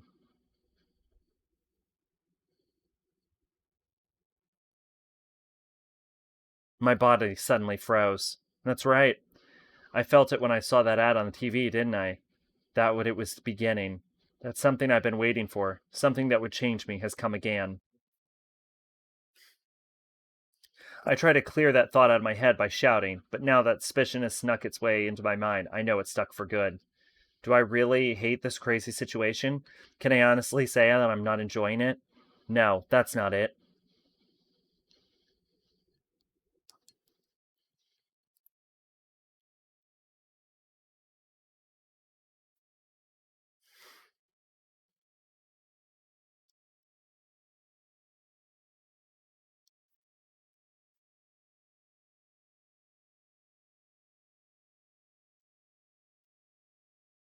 The Beast in Heat?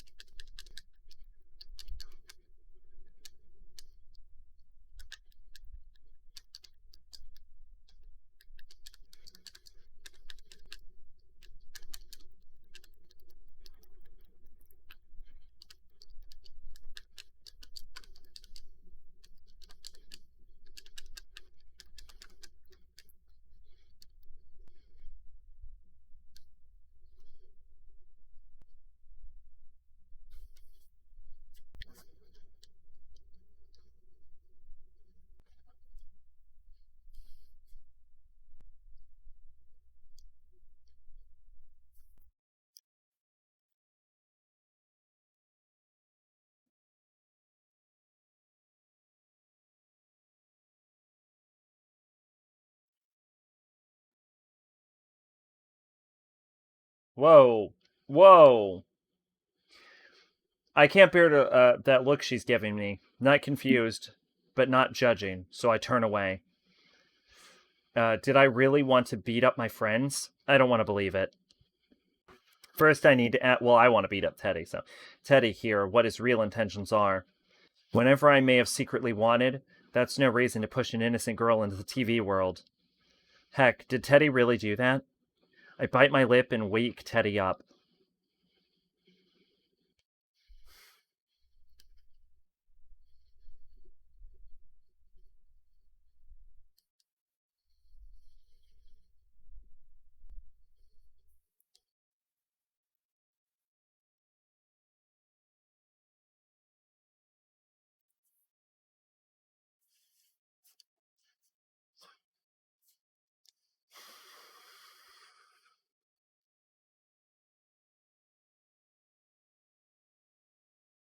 They sleep in the same futon.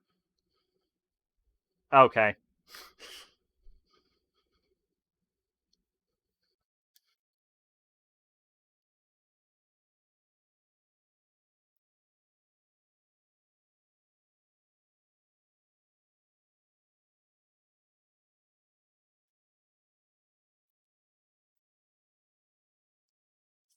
I don't want to break it to him, but I honestly can't tell the difference.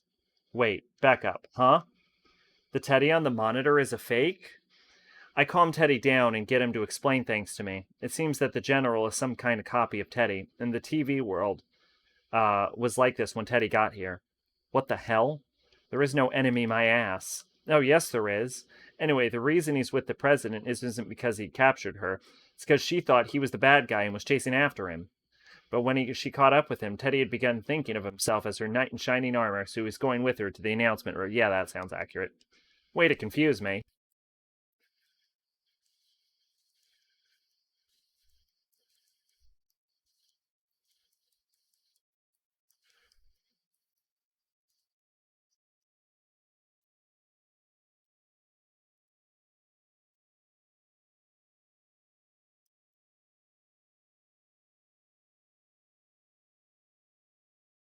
I try to figure out some way to explain, but some familiar feeling like a ringing in my ears knocks my thoughts away. I mean, not in my ears, it's in my head, but it's not a sound. It's weak at first, but I know it's getting stronger. It's...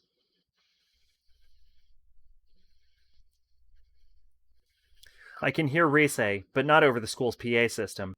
For her to be talking directly into my head, she has to be using her persona. And maybe it's just me, but she sounds like she's been crying recently, or about to start soon.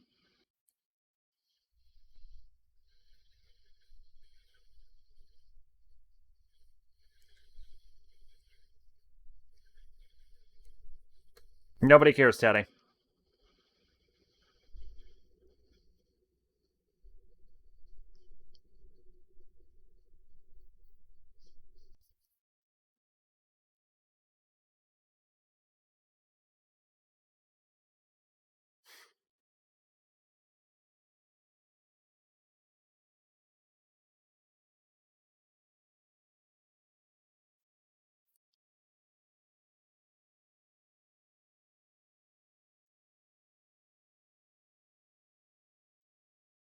She sounds all indignant now, but considering how weak she sounded at the beginning, I know she's just forcing herself to act angry. She must have been scared all by herself. Well, duh. Unlike us, she didn't really know if there was ever going to be anyone else coming to help her. I awkwardly recap what I know for her.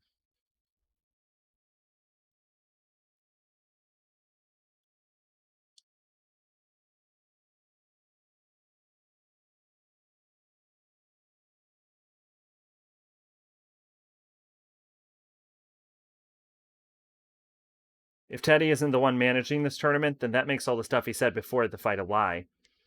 But lie or not, it did make sense. I mean, even if Teddy isn't the bad guy here, this Grand Prix is being held for my benefit. I mean, that's pretty much settled. Huh. I think I have a good idea who the poor sucker is.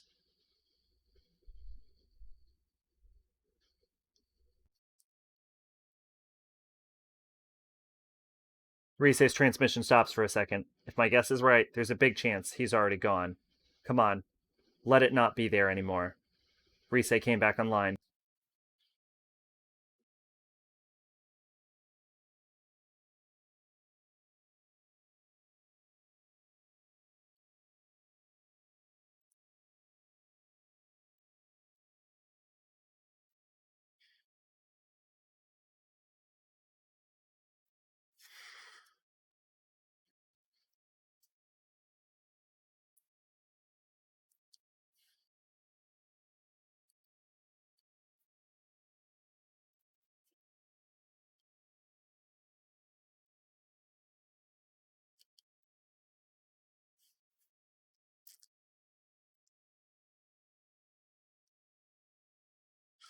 The enemy's still around. It's not a good idea if he finds out that Rise can use her persona to contact us.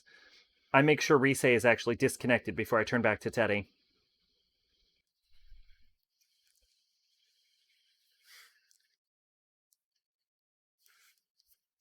He's such a spaz. This is not the time to be fawning over cute girls, even one as hot as Miss President. There's bad guy out there, trying to destroy our friendships. Maybe he can be so easygoing about this because he truly believes that nothing could drive a wedge between us. Bah, whatever. Whether that's true or not, he did take down Kanji. I can trust him to look out after the president. Anyway, pardon. Now that Rise's checked, there's one thing that I'm certain of. The true identity of General Teddy. I'm sure he's my shadow. I mean, he's the one who would bother setting up this Grand Prix just for me. I don't know why he's come back, but maybe I've lost my resolve or something. I was hoping that he would disappear once I figured out what was happening, but I guess things aren't going to be that easy. Geez, the thought of Teddy being the culprit was pretty hard to swallow. But this is even worse. I mean, this is completely my fault. Sigh. Looks like I'm going to have to pay my shadow another visit. But just as I make up my mind and try to leave the classroom, Miss President blocks my path.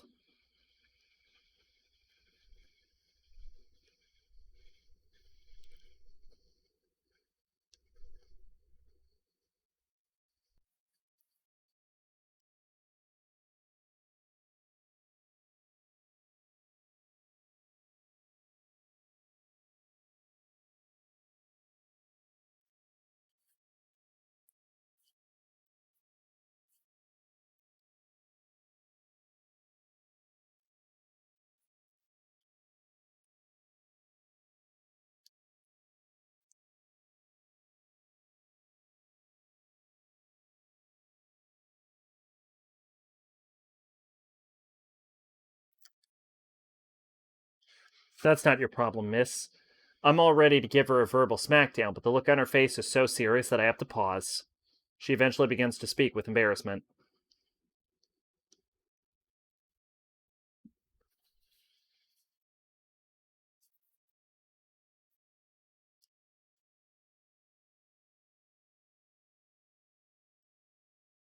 Damn, she mean the PA we heard when we first met her? You aren't worth of anyone's effort. You just get in the way and cause trouble for the people around you. Wait, huh? If this Grand Prix is all for me, and she got caught up in it, what's the point of belittling her like that?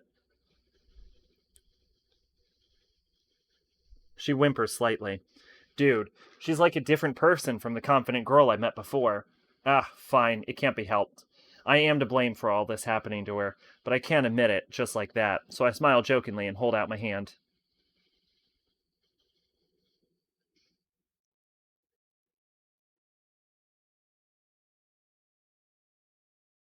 Whoa, even though she's only going along with the joke, I asked her out and she said yes. Awesome.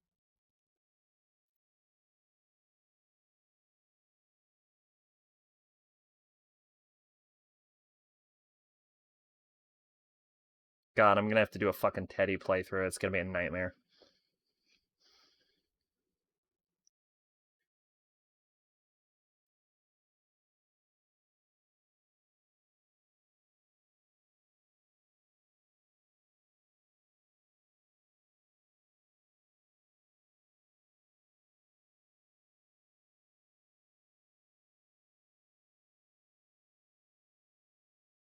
Miss President and I leave the classroom together.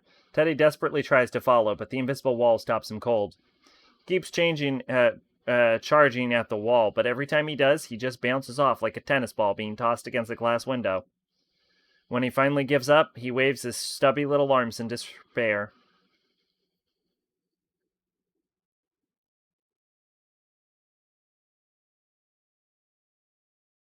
Shut up, I'm not you.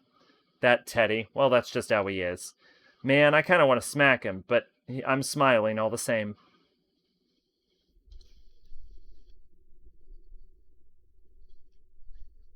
The invisible wall blocks the way as usual. I'm starting to feel really anxious, but I can't let it show. I know that it would make Miss President here worry. We're making progress, slowly but surely. I have to keep trusting that we'll get there. That was unexpected.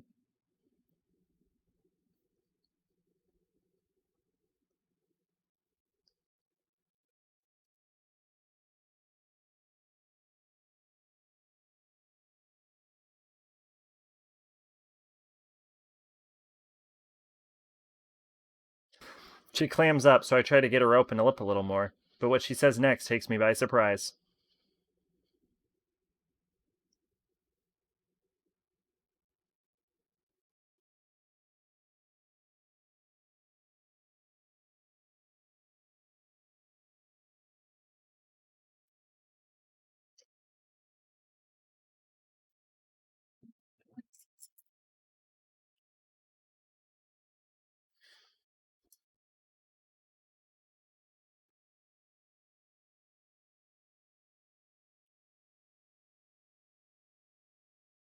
Well, now that I think about it, the victims who were dropped into this world in scrambled memories with bits and chunks missing. So it's definitely possible she can't remember her name.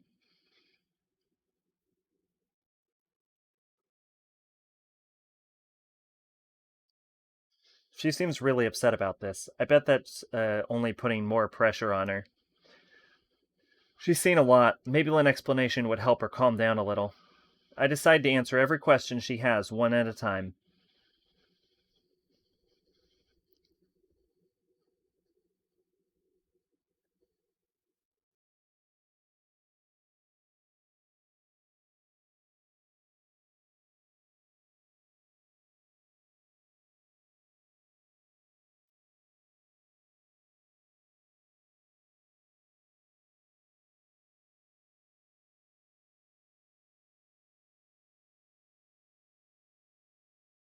I sure hope that's all I have to do. Of course, I can't say that part out loud. I talked like I was confident, but in reality, I'm really nervous. How can I be smiling when I'm so worried? It's crazy, right? I look at her, trying to gauge how she's feeling.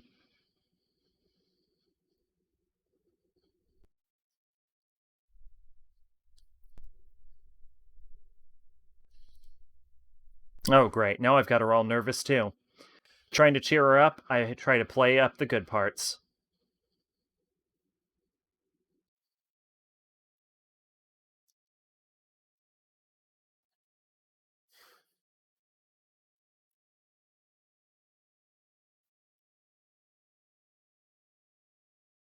She finally smiles. It's only a little one, but it's there. Is this really the first time I've seen her smile? Hot damn, she is really cute.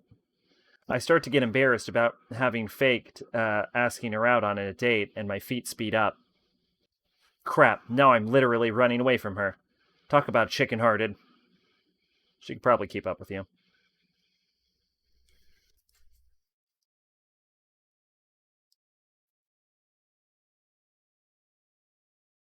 Alright, I am going to go to the bathroom again, because I have been drinking so many liquids.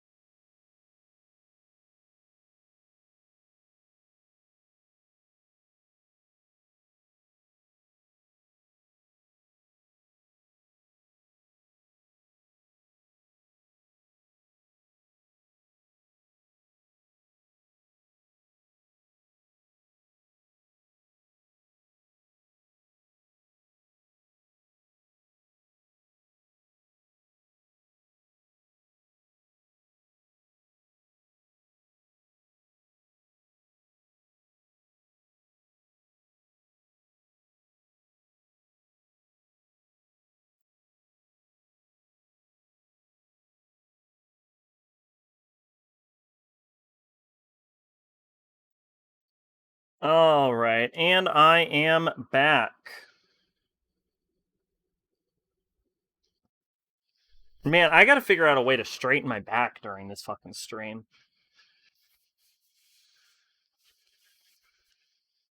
Finally, and I do mean finally, we stand in front of the announcement room. Is this... Yeah, alright. Yeah, this is getting me pretty loud. Okay. Miss President and I exchange a glance. Then I summon my courage and throw the door open. I'm expecting to see fake Teddy, or should I say my shadow, in the room. What? Rise's the only one in here.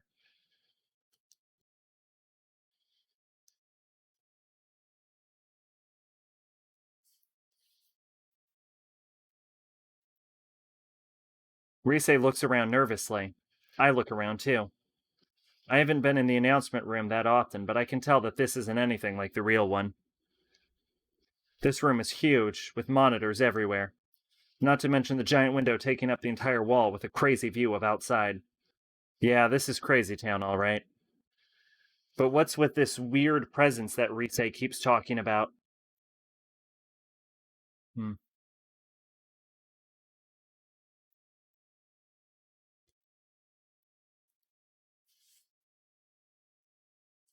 I wonder if everyone inside of here saw their own version of the tournament. I slowly turned in the voice's direction. There was no one there a second ago, but suddenly there is, and he has my face. He's in human gold eyes, narrow in a taunting way. Haha, looks like I was right.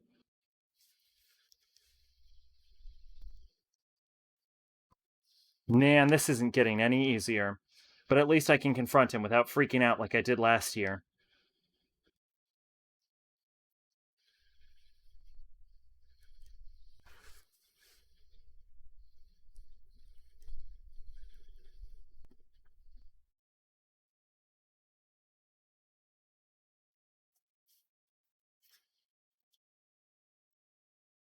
I blurted out before I have time to get a second thoughts. This should do it. Then the shadow starts laughing instead.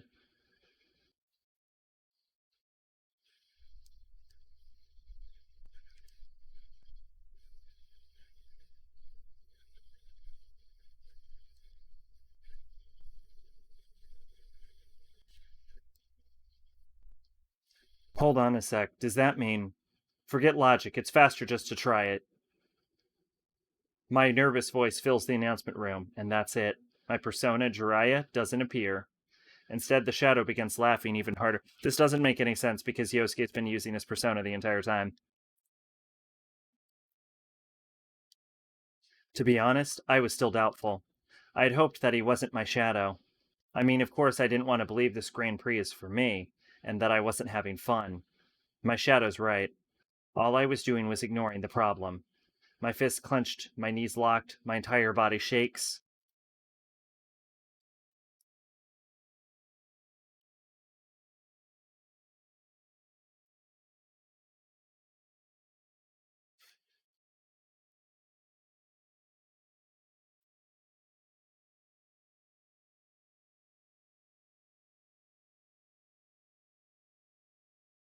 I was proud that Inaba was peaceful.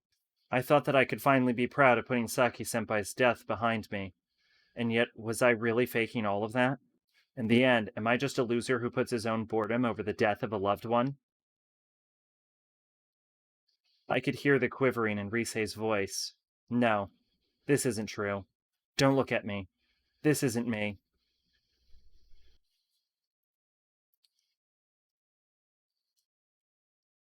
I could feel myself ready to fall to my knees. I can't use my persona anymore.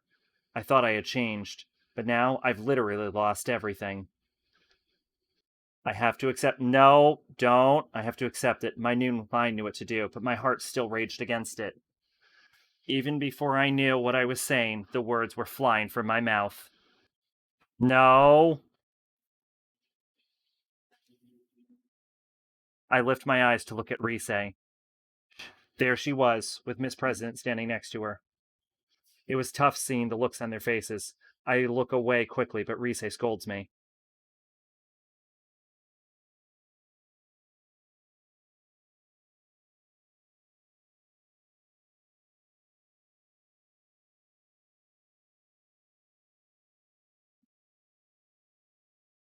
Risei closes her eyes and folds her hands as if in prayer.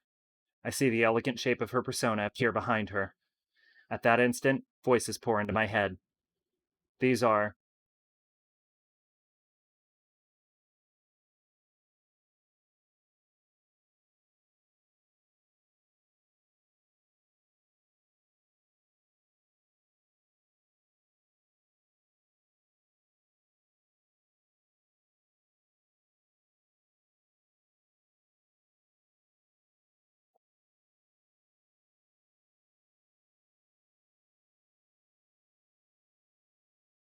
everyone. My vision suddenly clears. I hadn't even realized that I was squeezing my eyes shut.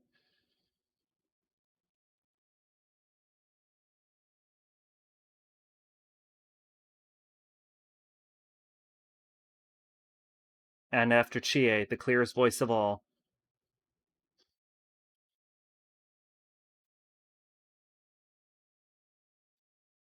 When I hear my partner's voice, I draw a ragged breath. I take deep breaths, not noticing until now just how much I had tensed up in the last few moments. Rise, the bringer of these voices, turns to me.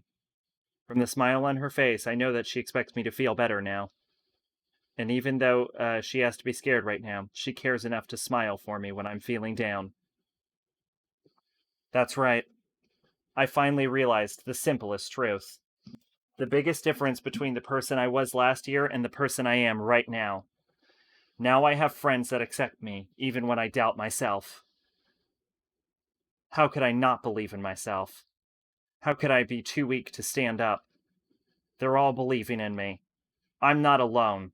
Not anymore. Yeah, but to be fair, the entire investigation team is.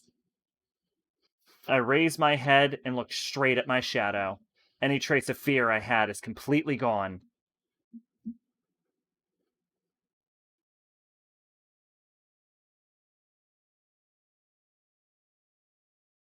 Yeah, that's kind of the point.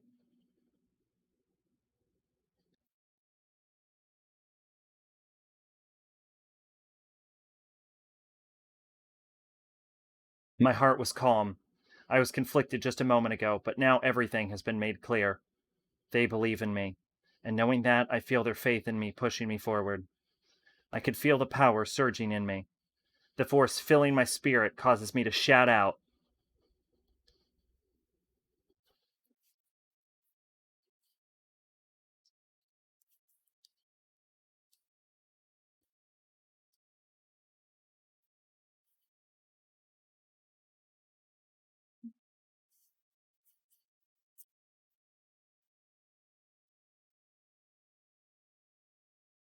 Yosuke versus Yosuke? I didn't expect that one.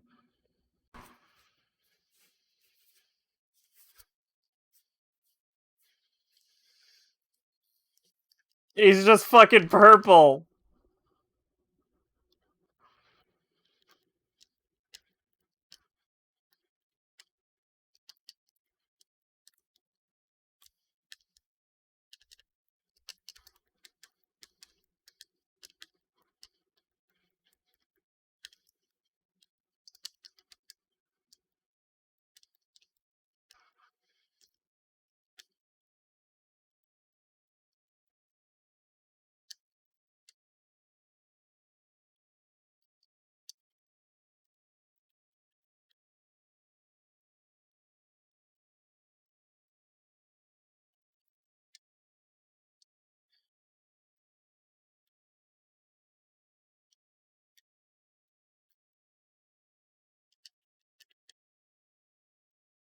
Not the best work.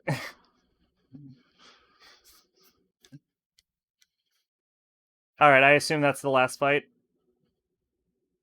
So this is one less fight than you had.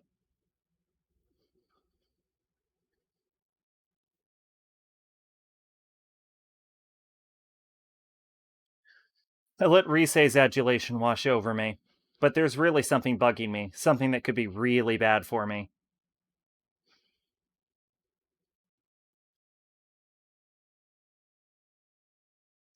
I knew it. Everyone had been backing me up because they'd been hearing everything I'd said leading up to it.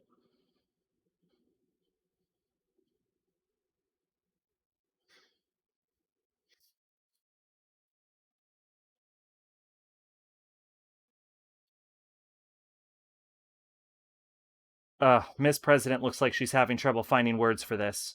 Damn, she's horrified by me. I can't blame her. She was left out of the picture. But, well, explaining it to her can wait. I need to do something about my shadow. But when I turn around, my shadow isn't there.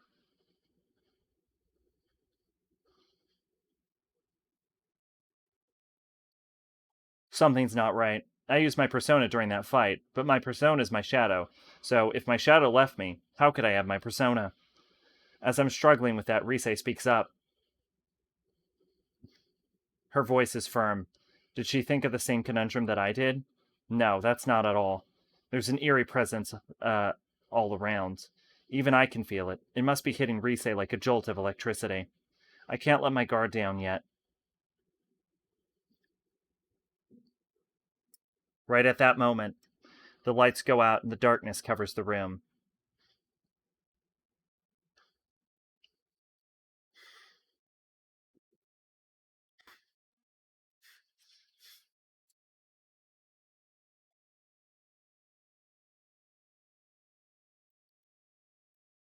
The lights come back on. When they do, the fake Teddy is standing there. Why is it looking like that now? Wait, was it the one who was talking in that weird voice? Fake Teddy ignores me and looks at Miss President.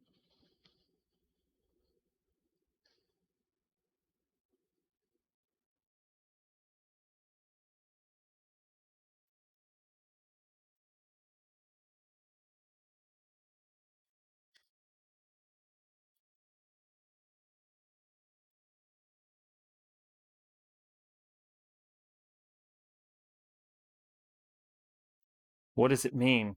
This was my wish? And what's with that voice? Wait a minute. It's not talking to me. Then you mean...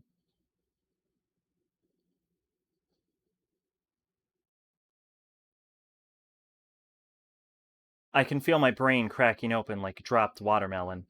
That's Miss President's shadow? But it just said it was my shadow. But now that I think about it, this General Teddy has always been hostile to her, ever since we met outside the school. That would explain Rise's voice on the PA system, too. Well, duh.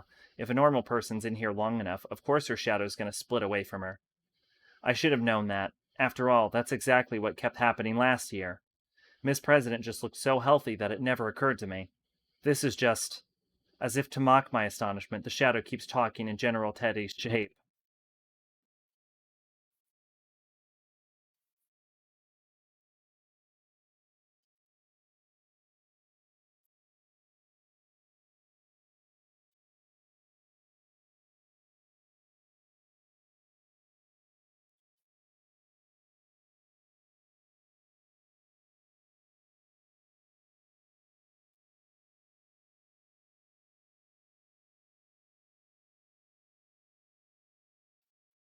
With that sound, the enemy finally shows its real form.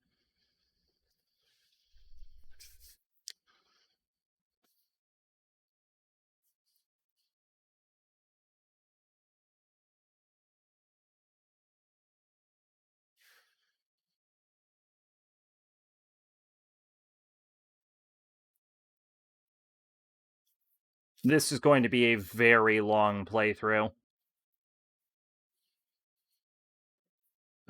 This game is so much longer than I thought this game. I thought this game was going to be a 1 or 2 stream game.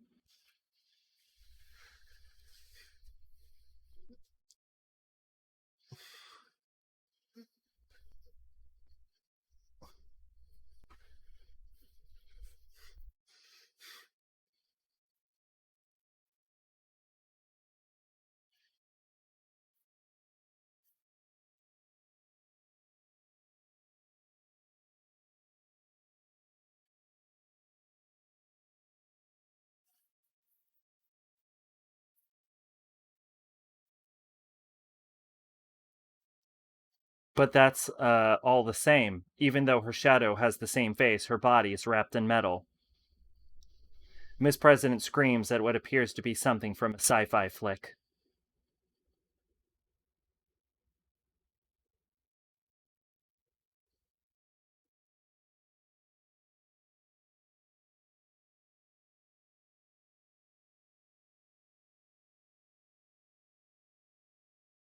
I tried calming her down, but my words aren't reaching her.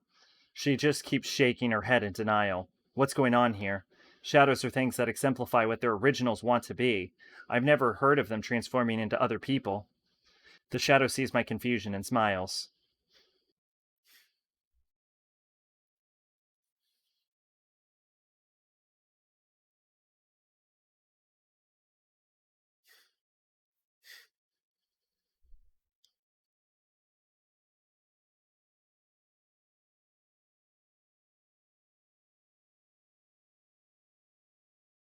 Okay, so Lapras also has illusion powers. Hour? What is she saying?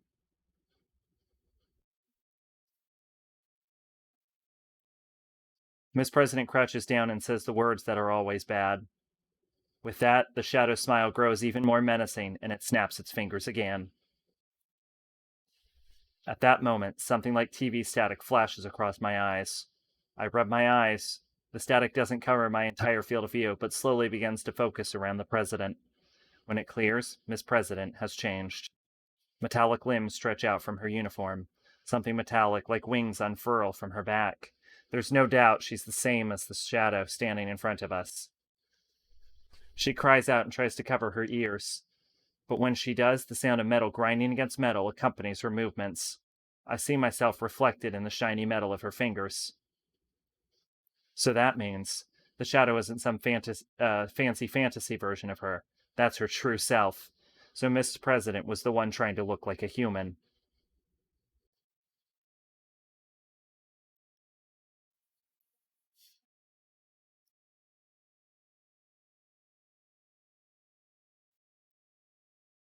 The shadow points at me, and I'm at a loss for words.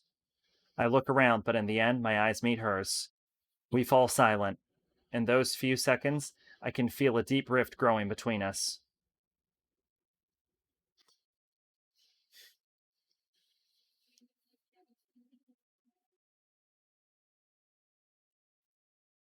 Suddenly, there's an explosion so loud I think my eardrums are blown out.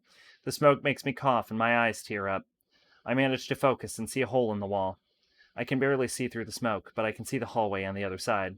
Eventually, the smoke clears and a shape steps through the hole.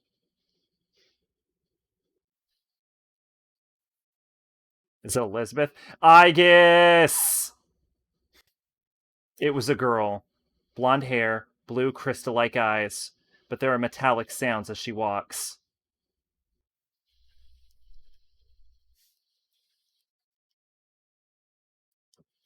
It's another girl with a mechanical body, just like the Shadow and Miss President. She looks at the trembling president and calls out,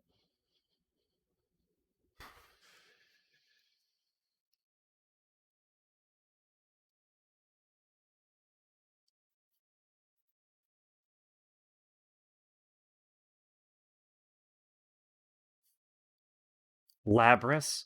Weapon? What? What's going on here? I fucking love that it kicked in to burn my dread.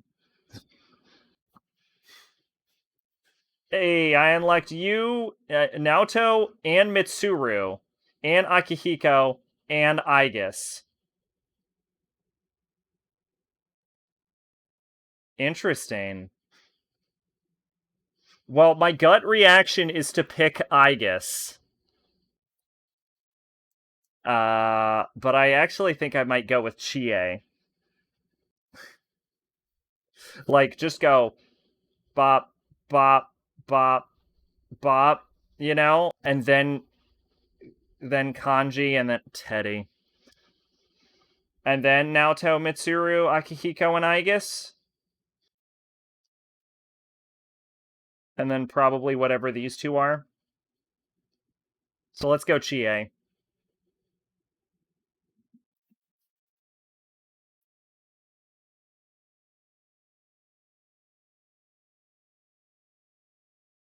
Alright, I think we need to dissect this room for a second.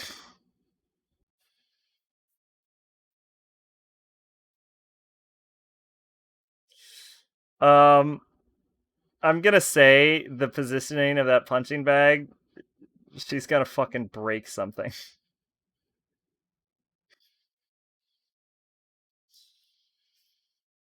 May 2nd. It's cloudy today. The wind's a little chilly for me, but it's perfect weather for my daily run. Personally, I'd prefer it be sunnier, but then I'd have to worry about the UV rays and all the stuff. I guess this is okay. I've got my favorite sneakers on and I'm ready to go. Oh, I should tell my mom that I'm leaving.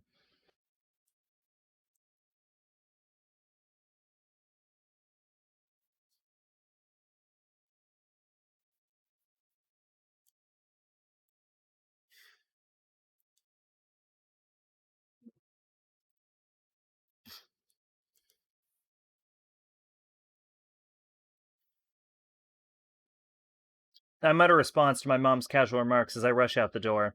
My name's Chie Satanaka. I'm a third-year student attending Yasugami High School.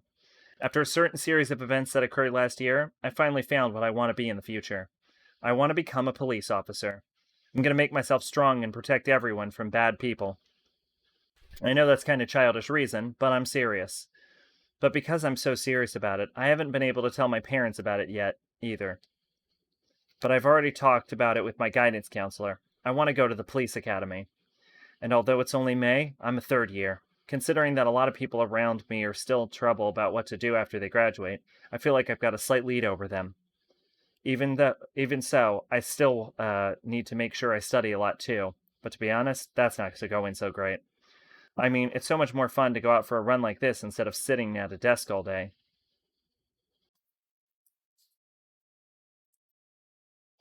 I take a deep breath of damp air and start my run down the road to Samagawa at my usual pace. Inaba is, and let's be honest here, out in the sticks. It takes a couple hours switching trains to get here from a real city. Some people hate that there's nothing out here, and others think it's a bother how everybody knows everybody else, but to tell the truth, I like it. There's so many places to run, and I like greeting people I meet along the way. I wave to a man that I usually bump into near the floodplain. He notices me as well and waves back.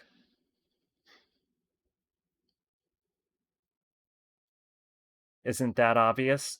I mean, Golden Week starts tomorrow, after all. That in itself is enough to amp me up, but even better, Yukun's coming back tomorrow.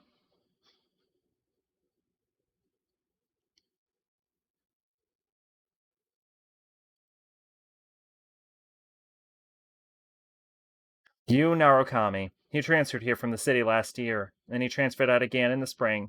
Though it was fast, he became a great friend. When he left, I prepared myself for the thought that I wouldn't get to see him much anymore. When I learned he was coming back, I was ecstatic. Well, he'll only be back for a short time. He's just spending the holidays here. I look up at the sky.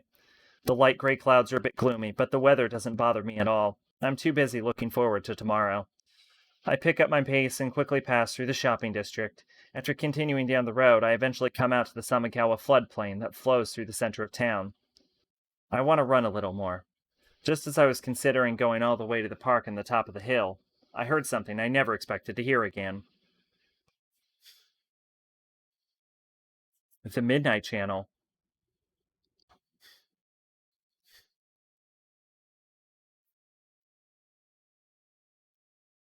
The two girls seemed startled that I suddenly jumped into their conversation. Actually, one of them backs away, like she's scared or something. She doesn't have to freak out that much.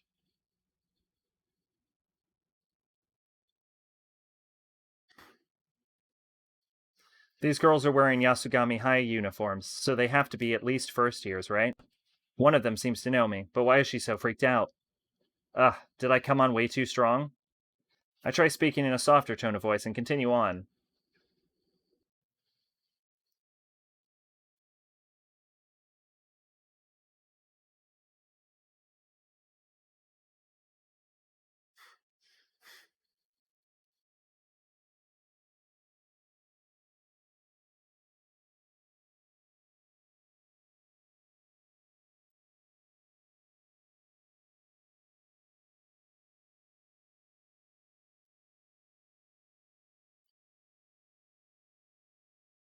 One of them pulls the other's arm until the two of them run off towards the shopping district. They completely ignore me while I try to stop them. Huh, even as I was coming on too strong in the beginning, didn't that girl's attitude suddenly change when she learned my name?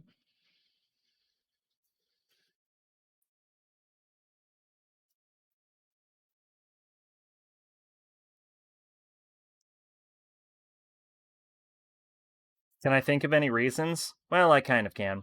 My friends tend to stick out in this rural town for one reason or another. Sometimes people can dislike you just for being part of a crowd that stands out. It was especially bad when I entered the school beauty pageant last year. I was forced into it. Just for the record, I heard a lot of talk behind my back. Then again, it only came from very few people. I wonder if it was part of that too. I don't let it get to me, but seeing someone react like that to my face does make me a little upset. Still, the Midnight Channel? A fighting show? People were fighting? I wanted to ask more about what she meant. Ugh. Would they have not run away if I'd just gone up and talked to them like a normal person? I can't do something about this habit of doing stuff without thinking about it.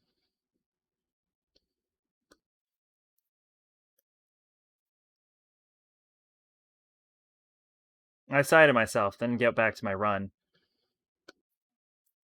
I kind of want to go for a run also.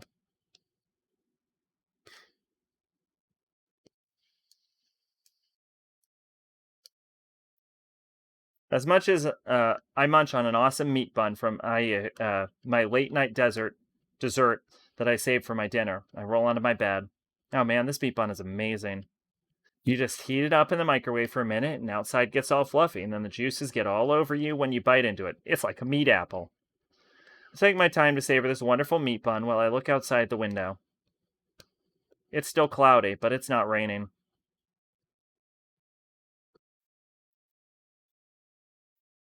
The weather forecasted say it would start raining tonight. I think it'll be okay. I can't watch the Midnight Channel unless it's raining, after all. This Midnight Channel was an urban legend that was popular last year. They said that if you looked into a turned-off TV at midnight during a rainstorm, your soulmate would appear on the screen. Of course, the real problem was that it wasn't just a rumor. People really could see it. And the people that were shown weren't anything romantic like soulmates. It was actually connected to a series of terrible murders last year. There was a lot of absolutely crazy stuff that happened last year. Another World in the TV, Persona, Shadows, the Midnight Channel started it all. But it doesn't come on anymore.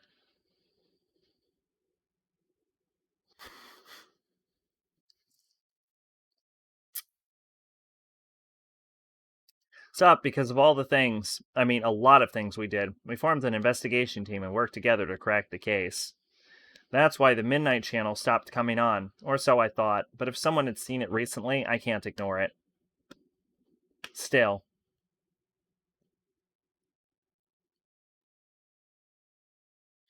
There's still some time before midnight, but I just can't concentrate. I should turn on the TV and kill some time.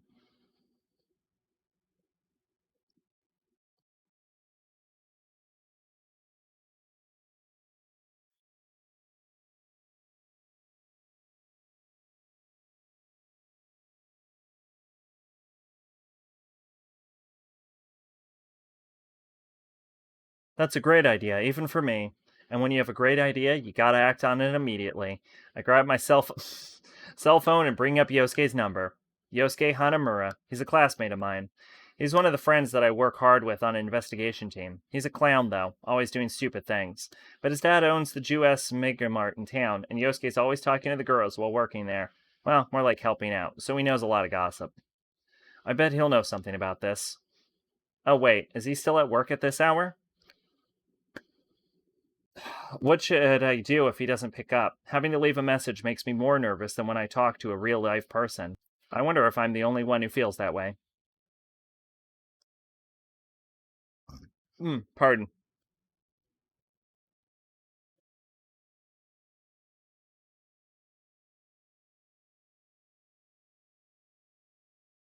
She's as rude as always. But there's part of me that's relieved to hear his cheerful voice. I hadn't noticed it until now, but it seems that part of me was a bit shaken when I'd heard about the Midnight Channel starting up again. Wait, now's not the time to be relieved. I have to be gathering information. When I think that to myself, I find myself talking lower, like I'm sharing a secret.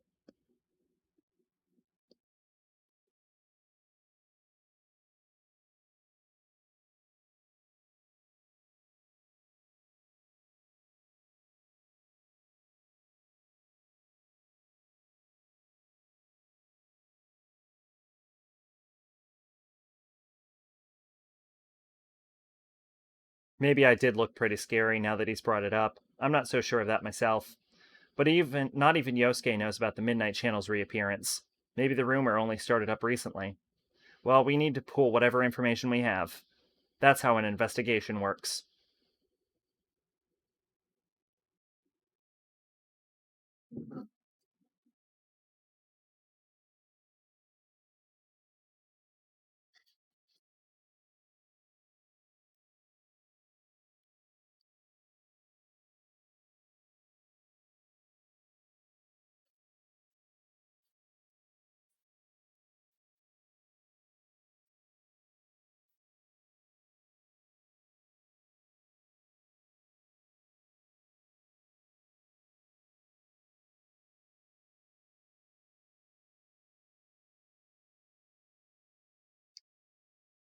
I end the call with Yusuke. I should tell Yukiko about this next. Yukiko Amagi. She's another classmate of mine and has been my best friend since we were kids. The Amagi Inn that her family runs is a luxurious establishment with quite a history. The thought of being the successor to her family legacy seemed to have weighed her down, but she appears to have made her mind up and is having fun with it.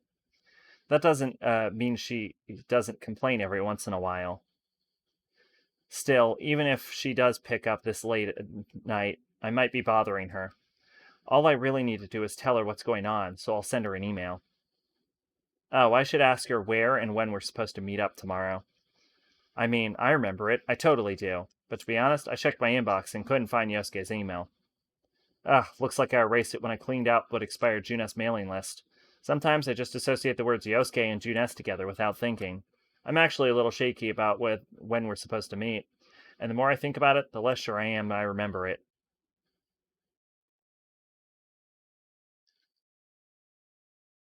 There, email sent. Now, who else haven't I told yet?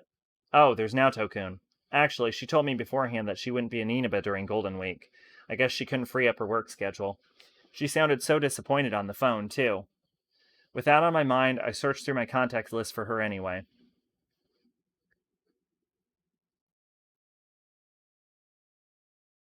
No, I just hijacked a plane. I double checked with her just in case something changed and she can make it. Looks like she really can't. After making sure I decided not to tell her about what might be another case, I feel bad about making her worry when she can't come back here.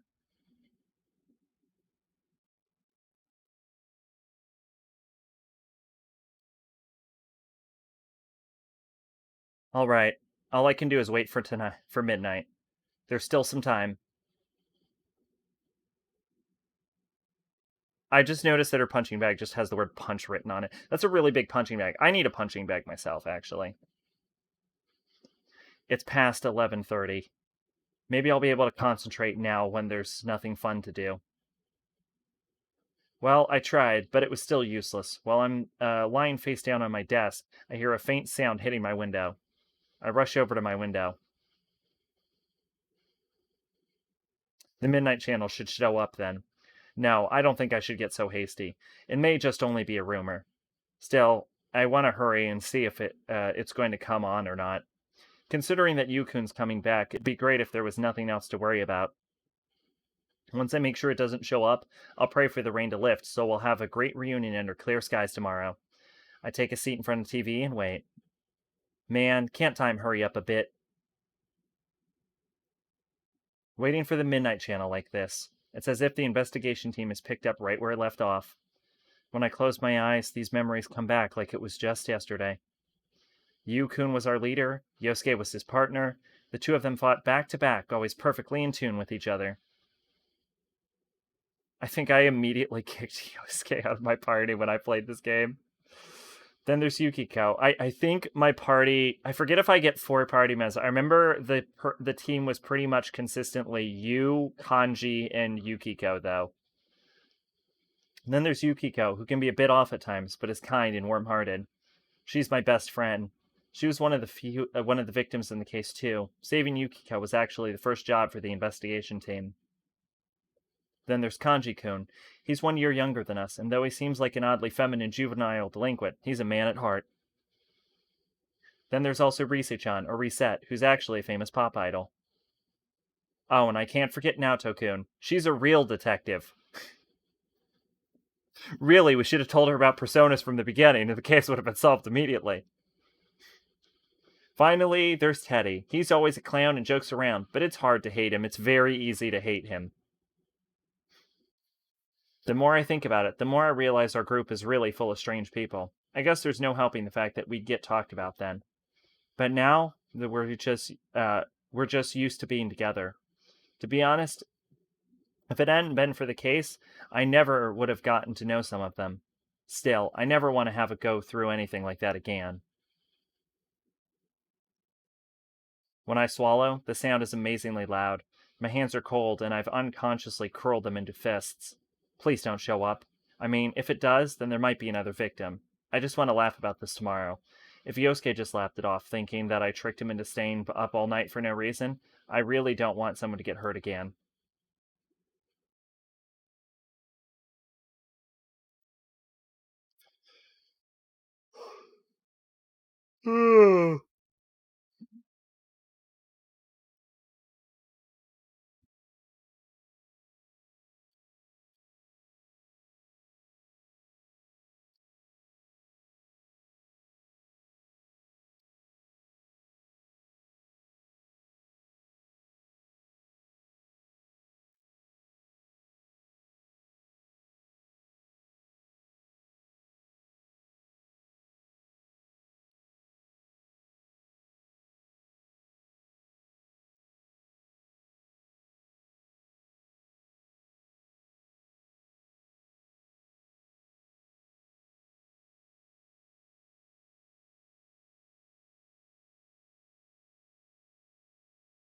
I looked up most hated character in Persona, and the first poll that came up was Ken for some reason.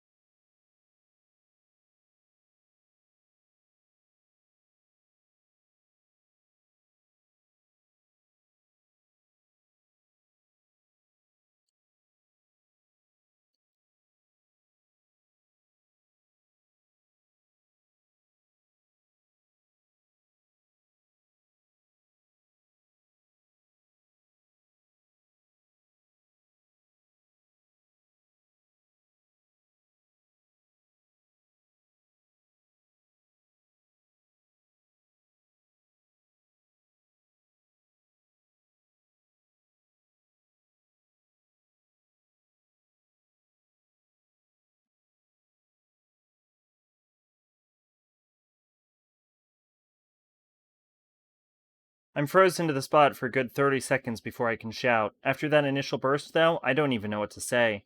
Yes, that was the Midnight Channel. It was clear as day. And I was on it. There was no mistake that was me. And there was some stupid catchphrase tagged on to all of us. Before I know it, my cell's in my hand and I've dialed a number.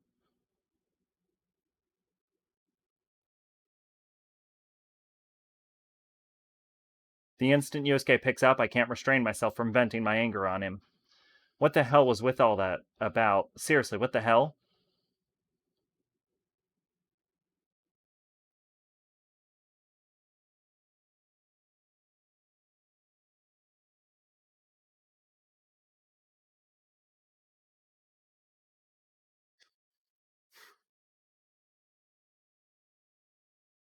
Yeah, there was a carnivore that discarded womanhood in front of her. She must have thought I was going to eat her or something. It must have been scarier than the boogeyman. Ah, no, no, no, no.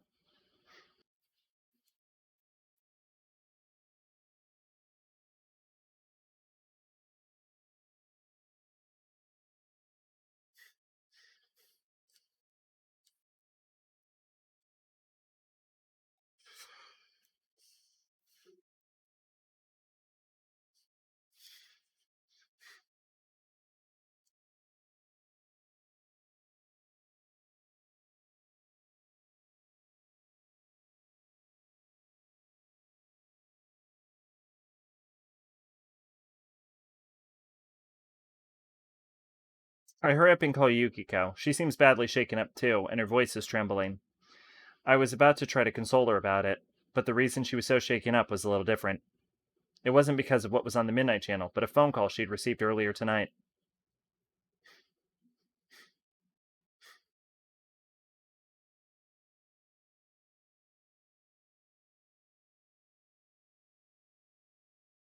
Even though that's what I said, I was convinced otherwise. The Midnight Channel must have been related to how Teddy and Rise have gone missing. I don't have any proof, but I think about the timing. There has to be some kind of connection here. In any case, I check with Yukiko about our meeting tomorrow before I hang up. Later, though, another troubling tidbit was added when Yosuke called me again.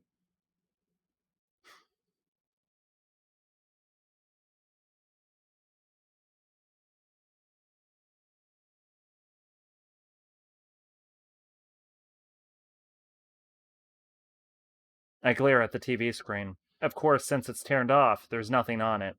I don't care about any stupid catchphrases now. I'm just worried about the friends that we can't get in touch with.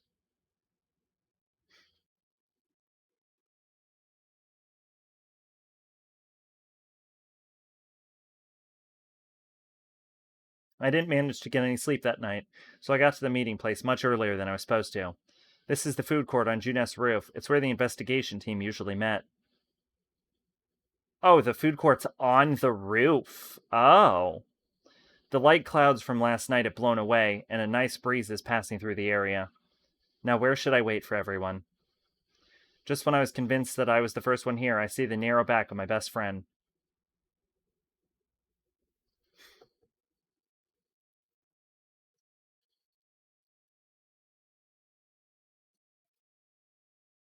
Yukiko smiles. Man, she's so pretty as usual. Just seeing her smile makes me feel a little embarrassed. But Yukiko's not just about looks. On top of being trained in etiquette at the inn, she's elegant and smart. Obviously, she's insanely popular among the guys. There are times when I'm honestly envious of her for having things I don't. But I'm proud of her, and I'm always happy that she's my friend. A woman's mind is complicated. Yeah, I said it, a woman's mind. I haven't discarded my womanhood, damn it.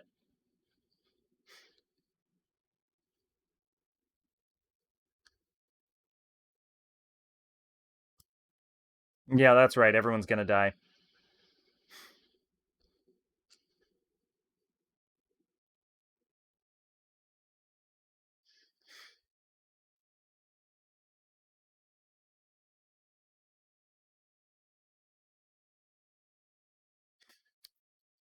It smells so good, I'm sure it'll be okay.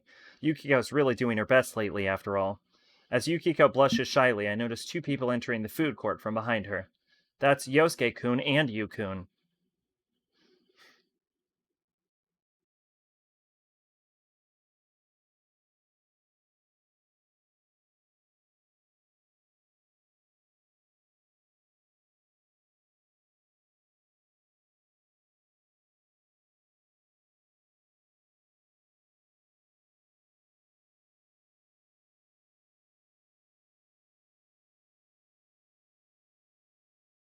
Once Yu-kun takes a seat, Yosuke clears his throat in an exaggerated way and looks at all of us. Oh, this is where is this going where I think it's going? When I glance towards Yukiko, our eyes meet and we can't help but laugh.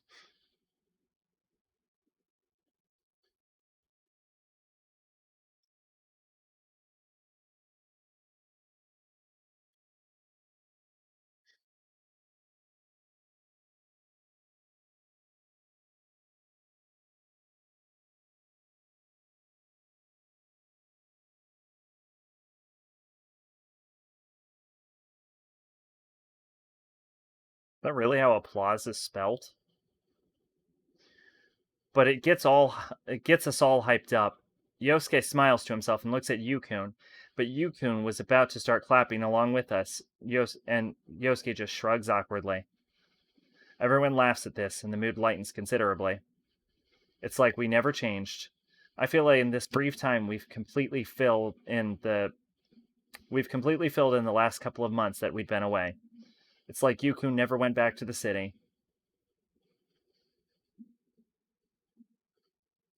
The relaxed air suddenly tightens with Yosuke's words. With the Midnight Channel airing, we all understand what that means.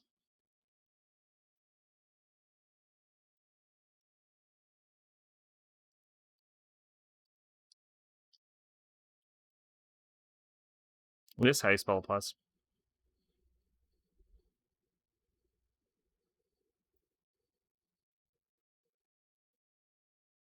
Naoto-kun seriously seemed busy when I talked to her.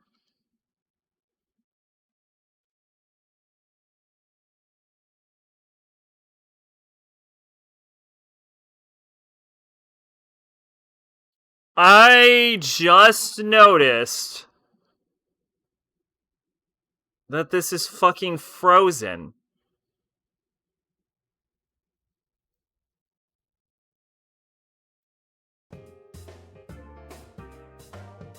Oh my god, how long was that Frozen?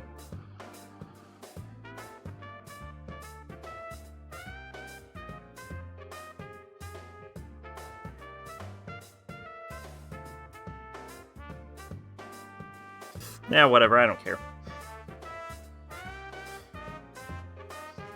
Would have been reassuring if we had Naoto-kun working here, since she's an amazing detective that even the police ask for assistance. She has to be doing something really important right now.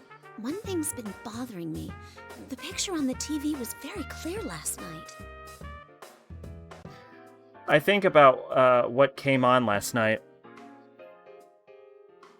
Yeah, the picture was really clear. There was no static or digital fuzz or anything. I could easily tell who was on it. But isn't that odd? Everyone else is the same doubts I do. Yu-kun speaks up and asks the reason behind it. Yeah. Going by the pattern from last year, it wouldn't be that clear until after the victim entered the TV. Hey, isn't this the first time a big group of people was shown together? Plus, we're still here. Why us anyway? And what's up with those insulting descriptions? I look over to Yukiko after that. Crap, she's angry.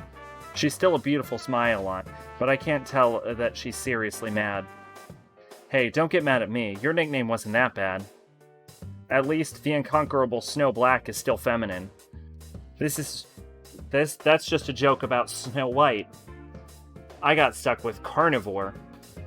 Yeah, I know that's not the problem here, but still. What bothers me most is Teddy. He was acting like the host of that show. Yu-kun said the same thing Yosuke said yesterday. Now that's our leader.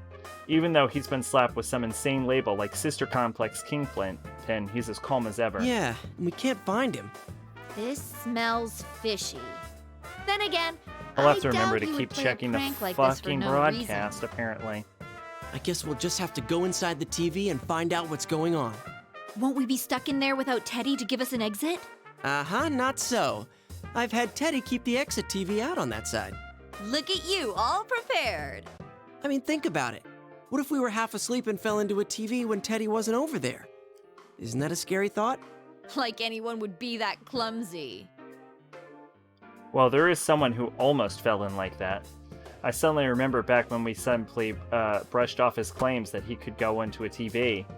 I remember that you had said that he had gotten stuck because his TV screen was so small, or something like that. He had been so serious. It feels like that was a long time ago. Anyway, it sounds like it's safe for us to go investigate then. Yeah, there's no doubt that something's going on in there. Is everyone ready? We're all good to go. To tell the truth, I had a hunch that this was going to happen. Everyone stands up excitedly, ready to show we're all prepared. We're headed for the electronics department in Junes. We know that the big TV there will allow us to enter that other world. Actually, we could use the other TVs, but there was no way to know where we'd end up, so we just stuck with that one TV. I can feel myself getting more fired up with every step I take. If the friends we couldn't get in touch with have been dragged into something, then we have to rescue them. My fingers are still cold as I curl them into a fist.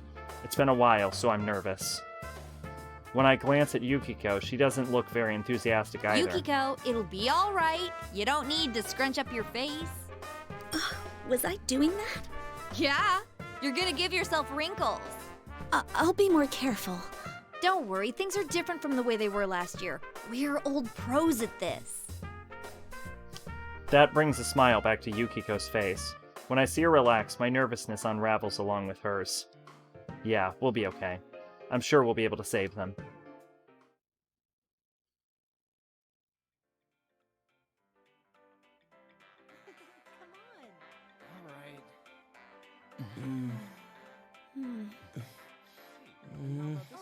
It's a holiday, so the store's full of people.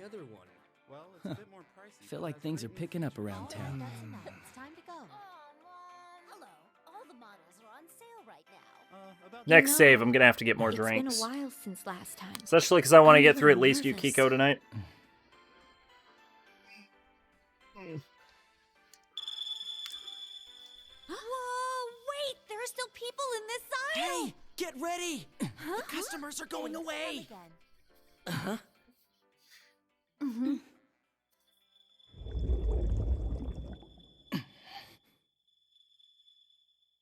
Let's go!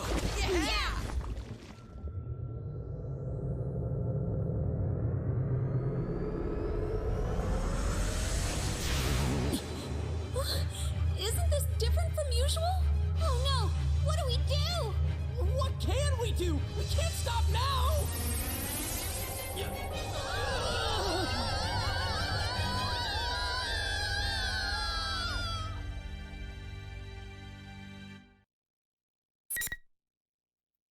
Oh, perfect.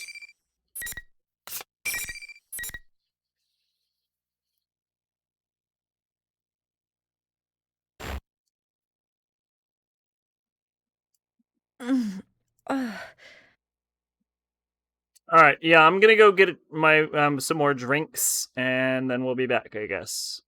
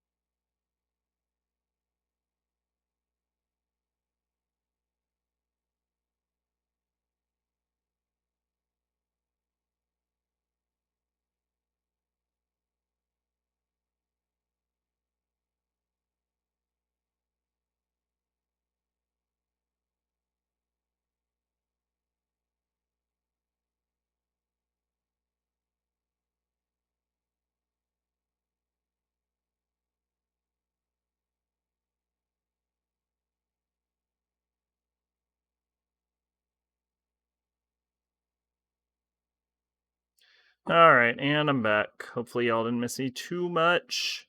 What am I talking about? There's no one here. Alright. When I wake up, I notice that I'm lying on the ground. I quickly get up and make sure I'm alright. Okay, I don't hurt anywhere. It's been a while since I had to enter a TV, but there was something different this time. There isn't usually that sensation of falling forever. I cautiously check my surroundings.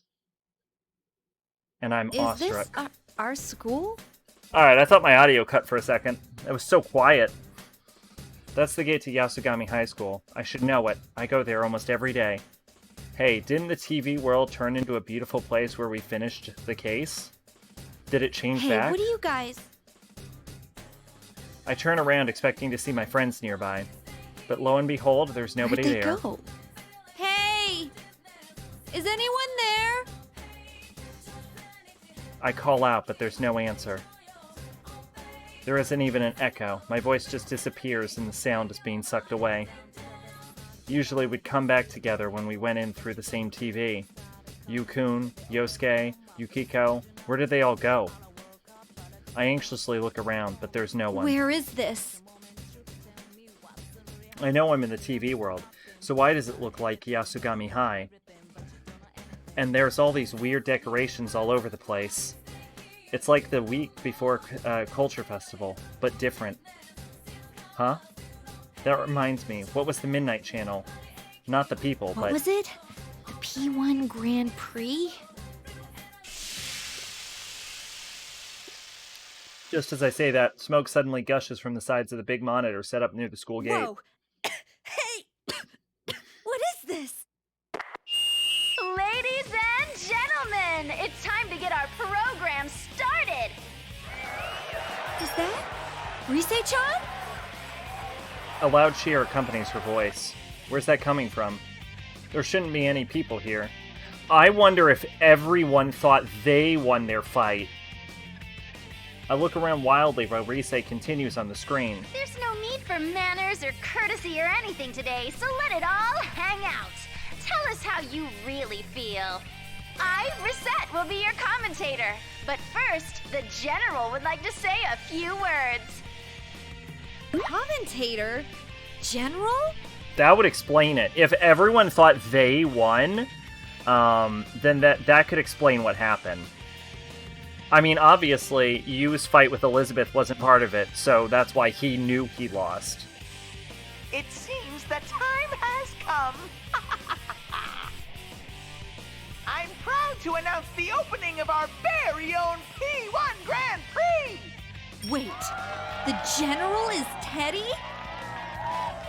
Now Teddy's on the monitor, and he's dressed all weird. We came here because we were worried that something bad had happened to him, and now he's this stupid bear's up to shenanigans? And now the stupid bear's up to shenanigans? Hey, you! What are you doing? What's all this about? Welcome, Chie-chan! You must now strive to become the champion among all fighters! Champion among all fighters? You don't mean we're gonna fight each other like it said on the Midnight Channel, do you? You're quick to understand. I bet you're already aching to get started, huh? Hey, enough with this sick joke. Everyone's worried about you, you know. I wouldn't know about that. Bring out the first challenger! On cue, the smoke gushes out of the monitor again. And now I see a familiar silhouette. It's Yu-kun. I'm not alone in here. I rush over to him with relief. Ugh, thank goodness you're okay. I guess I got separated from everyone else. Yeah, they're not even fighting in the same places. Anyway, listen. I found Teddy, but he's not making any sense at all. He's telling us to fight against each other. Not making any sense? He laughs slightly at my words and suddenly draws his weapon. What's wrong? Aren't you gonna prepare yourself? The P1 Grand Prix's already started. I see my own dumbfounded face reflected in his blade. This is all sudden. I can't understand what's happening. Prepare myself. Does that mean we're gonna fight? I'm gonna fight Yu-kun? Hey, well, what's gotten into you? Seriously, I can't fight you. Why? Why? You're naturally violent, though. It's why you want to become a police officer, so you can be violent on the job. The serving and protecting thing is just a cover. What are you saying? There's probably a little truth in that, let's be honest. His words are even more of a shock. Is this really Yukun? I look at him over and over again, from the top of his head to the tips of his toes. But that's him, our leader. I know him anywhere. When I can't say anything in response to him, he sneers coldly You at me. You just want to act strong, no? So you don't have to face yourself. The real you is weak. You can't protect anyone. You're so pitiful, it's a struggle to protect yourself. You are so pitiful. Everything I'd worked for over the past year all comes rushing back to me. Before I had wanted to be strong to protect people who were close to me, but at the same time I was using that strength as a crutch. I was depending on that power to keep people from seeing my inner weakness. It was painful truth about myself, but I learned it over the course of the case, and I wanted to turn away from it. But I'm different now. That's not who I am anymore. I thought Yukun would understand that better than anyone. So why is he saying Did that? you always think that about me? Even though you were with me when I faced my shadow? Or he changed when he went back to the city. Did he forget about us? Did that year we spent together not matter to him anymore to him? I don't get it. It makes no sense at all. Looks like things are heating up. Well then, let's get this show started. You heard her. Face me, or die. Yukun slowly raises his hand. You know what he's about to do. I fought on his side for so long. That movement, it's persona summoning. You're serious. I brace myself for a fight. I concentrate my senses for the first time in a while. I call out to my inner self. If Yukun is serious, then I have to give this my all too. Come, Tomoe, my persona. If you've forgotten, then I'll make you remember. Here goes!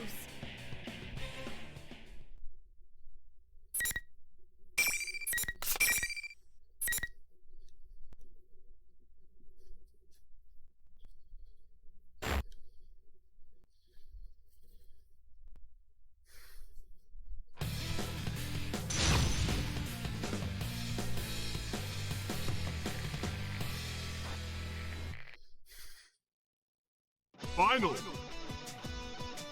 Fight! Looks like they're finally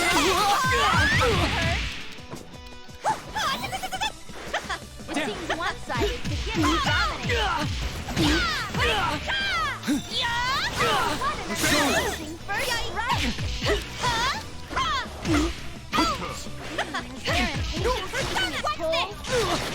I'll show you man's potential. This won't be that easy.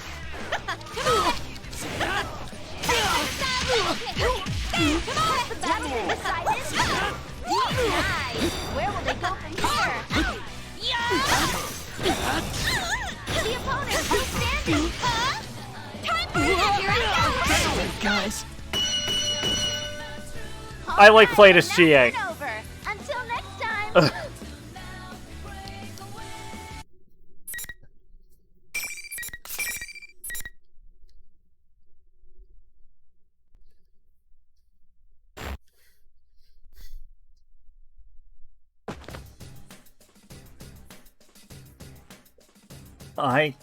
I beat Yukun? Maybe, but it doesn't make me happy at all. I try my best to fight back the tears that well up in my eyes. Yeah, I literally don't believe it either. That's when I notice there are other students gathered around us. No, I take a better look. Those aren't students. They aren't even human. Whatever they are, they're only shaped like people. I was so absorbed in the fight that I didn't pay attention to them, but I vaguely remember seeing them while we were fighting. What are they? They look like people's silhouettes. Could they be shadows? Still, they're not attacking me. Is this some stage effect Teddy's doing? I try to think about this, but in the end, I turn to Yukun, who's down on his knees. It's no use. I can't think of anything to say right now. And even though my mind's a mess, Teddy shows up on the monitor and starts being a total ass. That was an amazing fight! Good job in defeating Sensei, Chie-chan! That's our #1 thug! What is this? Really what you want? Why did you make me fight him?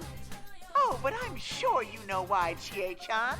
Be looking forward to your next opponent.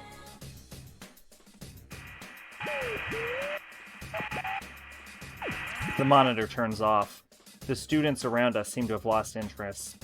They leave the area too. What does he mean? I know why we're fighting. Ow! I almost rush over to help him stand up, but my feet stop. I still don't know how to deal with what he said earlier, but I need to talk. Yeah. My mind's all jumbled, but I have to say something. I'm sorry about earlier. I didn't hold back at all. Must have hurt. But come on. Weren't you being a little too hard on me? Yeah, same to you. Although, I kinda get why you'd say that. Huh? Yukun sounds like he's pouting as he scratches his head. Huh? Wait a second. Shouldn't I be the one pouting right Let's now? sort this out. There's too much going on that we don't understand. Oh, right. He sounds calm like usual, which helps me cool down a bit. Yeah, this is the usual Yukun. But then, why was he talking like that before? I still don't know how to deal with that, but he's right. We need to sort out what's going on here. Yo, Kaido, what's up? Just came to say hey before I went to sleep. Well, thanks for popping in. Have a good night. Get some good rest. Yo, if those bedbugs bite, tell them I'm coming for them. I'm gonna stab them. I had bedbugs once. It was terrible. First, the TV world reflects people's hearts, right? This time, it's turned into Yasugami Just like, High. lift up the mattress. It was just blood. It was awful. If the same rules as last year apply, then someone related to Yasugami High may have entered here. Then... where does that get us? I don't know, but we're forced to participate in this Grand Prix and fight one another. That host really was Teddy. And Rise-chan's announcing seemed like she was trying to rile us up too. But there's no way it can be them. Yukun sounds determined. Hearing him talk with such conviction makes me feel relieved for some reason. Yeah, he's right. Neither Teddy nor Rise-chan would do this to us. Teddy doesn't harass the girls, and he's always causing trouble as if everything's a game to him, but he'd protect us with his life if it counts. Rise-chan would too. She's a friend who would do everything she can for us. It's impossible that they'd want to make us fight our friends like this. Have you seen Yosuke and the others? No, not yet. We all entered the TV together, too. I see. Let's meet up with the others first. We'll deal with this new mystery after that. Right. Yukun's as amazing as ever. It's not that he's always calm and smart, but he also helps others figure out what's most important. He and I start walking to the school together, but... What's wrong? Yukun suddenly clutches his face and stops for no reason. I wasn't looking beside me, but it sounded like he ran into something. Huh? But there's nothing here, right? He slowly raises his hand and walks forward, and his arms meet resistance in midair. It's like there's a wall right there, but... I got through okay. I wave my arm through the space where his arms have stopped. Yeah, it went right through. You know what I'd like to find out is what happens if, like, she reaches through the wall, grabs his fingers, and, like, tries to pull him through, you know? There's nothing here. When Yukun sees that, he looks surprised. What does this mean? When he and I look at each other confused, the monitor comes back on. Oops, I'm so forgetful. No matter how much you try, you can't go any further, Sensei. Huh? Actually, no one who loses a match can leave. Only the winner can move on. Those are the rules. Comprende?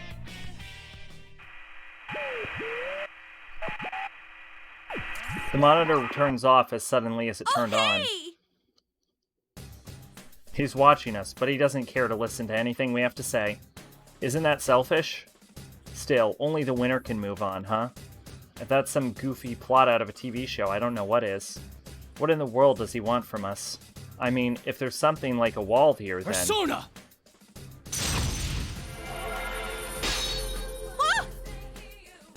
Yukun summons his persona and has it slash where he couldn't pass through. I was thinking the same thing, but damn, a little heads up would be nice. I could summon my persona too and see if that helps. Wait, I can't touch this wall myself, though. After a number of tries, Yu-kun exhales deeply and shrugs. It's no use. Looks like these rules can't be broken. Then... If I concentrate on attacking a single spot, I may be able to break through. But you can't wait around for that. You'll have to go on without me. It's in your hands now. Huh? You want me to just leave What's you wrong? here? Huh? Oh, so sorry. I'm just nervous. You're better at solving cases and things, so I'm like, can I do this on my own? No. It really would have been better if I had lost, huh? Great. Now that I say it out loud, it's true. I mean, he's so much smarter than me, and calmer, and stronger. So if you compare... Well, clearly not stronger if you beat him.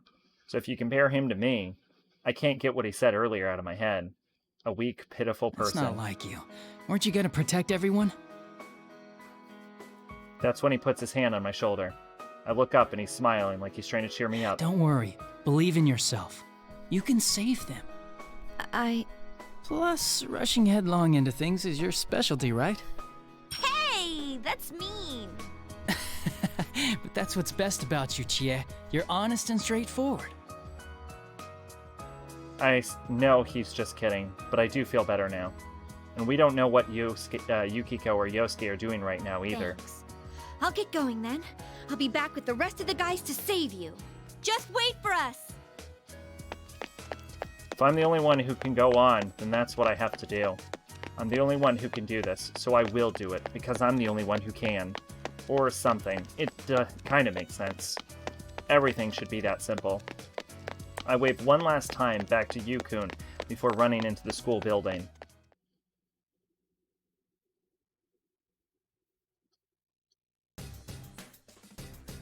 No problems inside the school, but where do I go now? Running around aimlessly may be dangerous. I stop and think for a moment. Let's see here. The clues I have right now are... Oh yeah, how Teddy shows up on the monitor sometimes. That he's being filmed live somewhere, right? Where could he be doing that? As my mind is running flat out, I catch a familiar figure out of the corner of my eye. That eye-searing combination of blue and red. It can only be... Bear.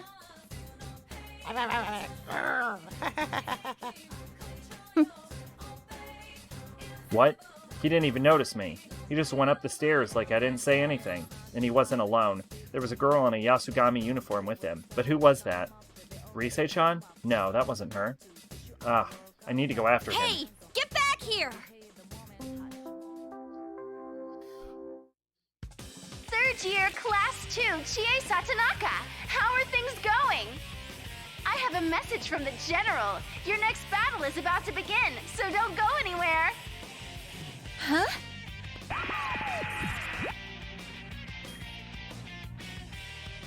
Despite my anger, I stop when I hear Rise-chan and the monitor in the hallway turns on. This time, Teddy was in a costume. Wait, what? I thought I'd seen Teddy and he wasn't wearing anything like that. How did you change so fast? What are you talking about? I'm the general, so I'm always wearing this uniform. Don't you think I look sharp, Chie-chan? Yu-kun had said there was no way Teddy could be behind this, and I really want to believe it. But that looks and sounds just like Teddy. Ugh. My brain's a I'll head mess. straight to where you are and ask you in person. You really don't seem to get it, Chie-chan. This is a Grand Prix, and your next battle is coming up. Haven't you been listening? I don't care about your stupid Grand Prix. I don't want to fight anymore. Yeesh! How thick can you be? Don't you know this Grand Prix is for you? For me? What's he talking about? All this fighting is for me? I'm about to laugh, but I get a tight feeling in my chest. I don't want to hear what he's going to say next, so I force the conversation onto a different track. Who is that girl back there?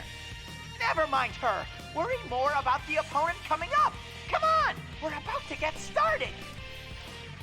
I asked that question out of desperation, but it worked. Teddy seems flustered. So there's something he doesn't want me to find out. Bring out the next Holy shit, is challenger! Chie actually smarter than Yosuke? Like, I know she deflected, but damn, she's finding out information 100 times faster. I want to ask him about that girl again, but smoke suddenly floods the area and I can't see the monitor anymore. The last time this happened, Yu-kun come out of the smoke. Who's it going to be this time, then? I'm guessing Yosuke. I see a shadow through the haze. Yosuke? There you are, you Venisonian. Let's do this with everything we've got. What's wrong with loving meat? Wait, that's not what I meant to say. You mean you want to fight too? Well, this is the P1 Grand Prix, you know. Since you're training to be a police officer, let me see some of your skills. Your punching skills. Yosuke smirks and makes a sarcastic salute. His expression is so cold and filled with malice, he's making fun of me. It's happening again. I couldn't help but be at a loss. Maybe this is a shadow or something. I mean, I don't want to think that Yosuke himself could make that face at me. But isn't it odd that a shadow would want to attack somebody other than the person it's trying to be? Then maybe this is the real Yosuke. Hey, let's not do this. Huh? You're not gonna show me your kung fu? Well, I guess it is pretty useless. It is pretty useless. I'm pretty sure she doesn't know kung fu. It's not useless. I train myself so I can protect people. Didn't she learn from watching movies? Or was that Lisa? Fucking shut up, controller. When I shout back, he just gets even more obnoxious. Protect my ass. You're just a brat who wants to be a hero. I think the most important thing about doing this multiple times is we get to find out what they actually say to each other. You say you want to become a police officer, but come on. I bet you're not even studying. Just stay home and play pretend. That way you won't get yourself hurt. Cowardly Chie-chan can't face reality after all. That's not... I can't finish that sentence. I can't say that he's not right. Yosuke is saying the same thing Yu-kun said earlier. The weakness in me that I thought I'd overcome last year begins to throb painfully. That's when Rise laughs over the PA system as if she's watching us right now. Ooh, has the carnivore been defanged? This battle might be over before it starts. That wouldn't be any fun though, right? You gotta show off your kung fu pride. This is just what happened with Yu-kun earlier. That's right, the air around him changed after I fought him. I'm sure it'll be the same this time too. Actually, that's all I can hope for. I tapped the ground with my toes. Yeah, I'm still fast and light. My heart is heavy, but I can't let that stop me now. Come get me. I'll beat some sense into you.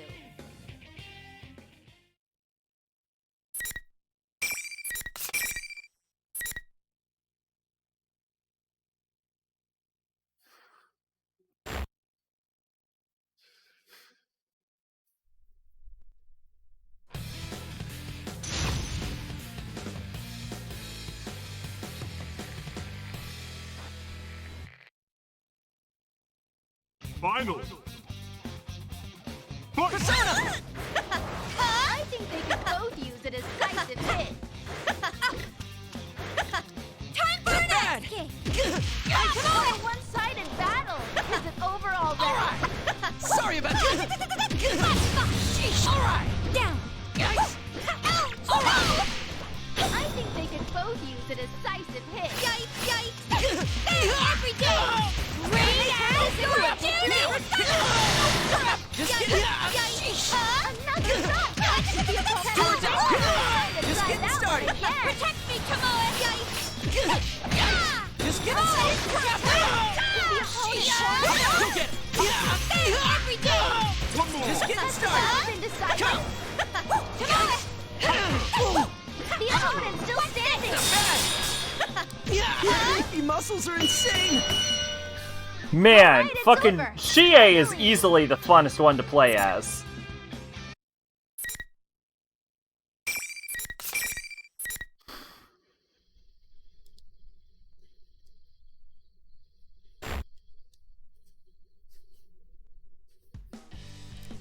Ooh, you truly are a beast! We'll be looking forward to seeing your brutal kicks in the next battle, too!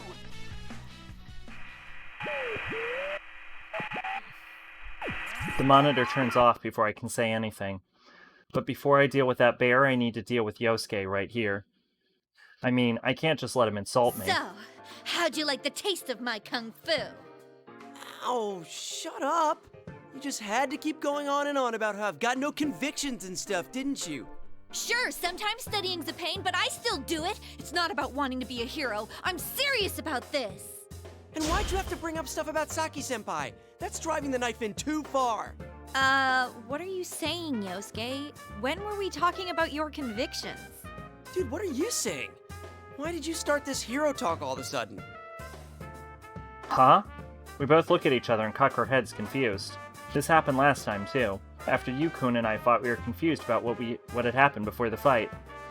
What he said afterwards, he didn't make any sense either. It's like we're having completely different conversations before the fight. I feel like something's been casting the spell on me. My anger drains away, and when I have that realization, Yosuke just shrugs it off and suggests that we talk about sharing what we found about this place. But Yosuke just acts surprised. I wasn't expecting him to be this clueless. This isn't Yasugami High? Really? You thought this was the real Yasugami High? Hello? We jumped into the TV together? How could you forget that? I knew he was acting weird from the beginning, but to completely forget you jumped into a TV? Seriously, what's gotten into him? As I stare at him in disbelief, Yosuke scratches his head. Oh, I see. My brain's been kind of scrambled. Yeah, this actually does suggest that we're not, like, even when they, like, get that moment of realization, it's still not the real them. Which I guess would explain all of the fights. First I get thrown into this Grand Prix thing, and then you keep rubbing salt into my old wounds. Oh, come on. You did the same thing to me. Wait, what's going on? You sound normal now, but before the fight... The same thing happened a little while ago. Yukun started saying weird things, we fought, and then things were back to normal once it was over. Could this be another one of those rules in this world? That may be it. I snap my fingers when the idea hits me. It's a rule that we have to fight each other. Another rule that only the winner can move on. Then maybe there's yet another rule about how the situation changes to force us to fight. But who would make rules like that? Well, who makes the decisions around here? Teddy, who's calling himself the General? Rise-chan, the announcer? There's no way either of them would... Oh my god, is the announcer real? Would want to make us go through this. Could there be some bad guy out there making us crazy? A certain face comes to mind. That girl who was with Teddy in the stairway. When I asked Teddy about her, he seemed to be avoiding having to talk about her. This smells fishy. Oh, yeah. Hey, Yosuke. I tell Yosuke about the girl I saw. It appears that he knows who I'm talking about, I met that girl, too. Our ponytailed student council president, right? Student council president? Oh, we must be talking about different people. Our president is a guy. Seriously? Dude, the elections were just last week. You can't even remember their gender? Oh, I slept right through all that. But if that's true, then is she lying about being the student council president? Why would she do that? I don't know. But I'm positive she's not the real president. And isn't it suspicious that she's inside the TV? Man, Chie fucking locked on immediately. Are we sure Chie's not the smartest person? Good point. Let's go see what's up, Chie. Yosuke jumps up and starts to rush away, but... Yosuke! Youch. Face first into invisible wall. That's Sorry. gotta hurt. I forgot to tell you, but it seems like only the winner gets to go on. Why didn't you tell me sooner? My nose is all flattened now. Gah, it's fine. But, man, I can't get through. Damn it. Guess I'm stuck waiting here. Wait! Oh no. What is it? Yosuke suddenly looks extremely serious. Is there another problem that I haven't noticed? Yosuke can be surprisingly perceptive at times. Maybe there's some new danger. What am I supposed to do if I need to use the bathroom? That is actually a solid question. That again. Oh, now I feel like an idiot for assuming the best of him. Well, that's the kind of guy Yosuke is. The rest is up to you, Chie. You're the only one who can solve this case and save my bladder. Huh? Oh, right. I don't think that second thing's an actual problem, though. It is when he has to piss on the floor, Chie. Well, in any case, I'll be counting on you. Sorry, I wish I could help you. But I'm sure you can save the others. Yeah. I'll do my best. Make sure you think before you act, okay? Going with your gut isn't that bad, but you tend to lose control pretty easily. Shut up. I'll solve this in no time. Even I know that. When I yell back at him, Yosuke gives me a bright smile. That's the spirit. That president girl was headed to the announcement room. I'll be waiting to hear good news from you. Oh yeah, the announcement room. I finally have an answer to the question I was thinking about before this fight. Oh, Fuck off, MGS Vendetta.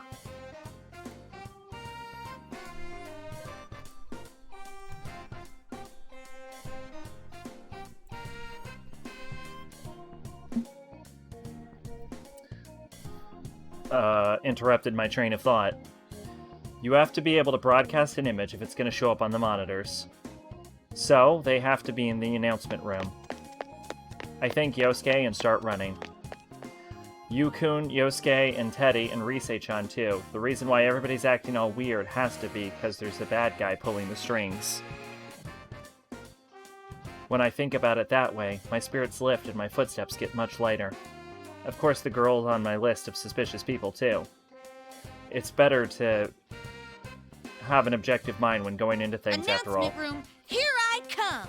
I actually lost my place while reading. If there's really a bad guy in there, I'll catch him and get my answers about this world, why we're being forced to fight, and what this battle being for me stuff is supposed to mean. Oh, shit. Oh. Chia's route also seems to be the shortest so far. Oh, this is insane.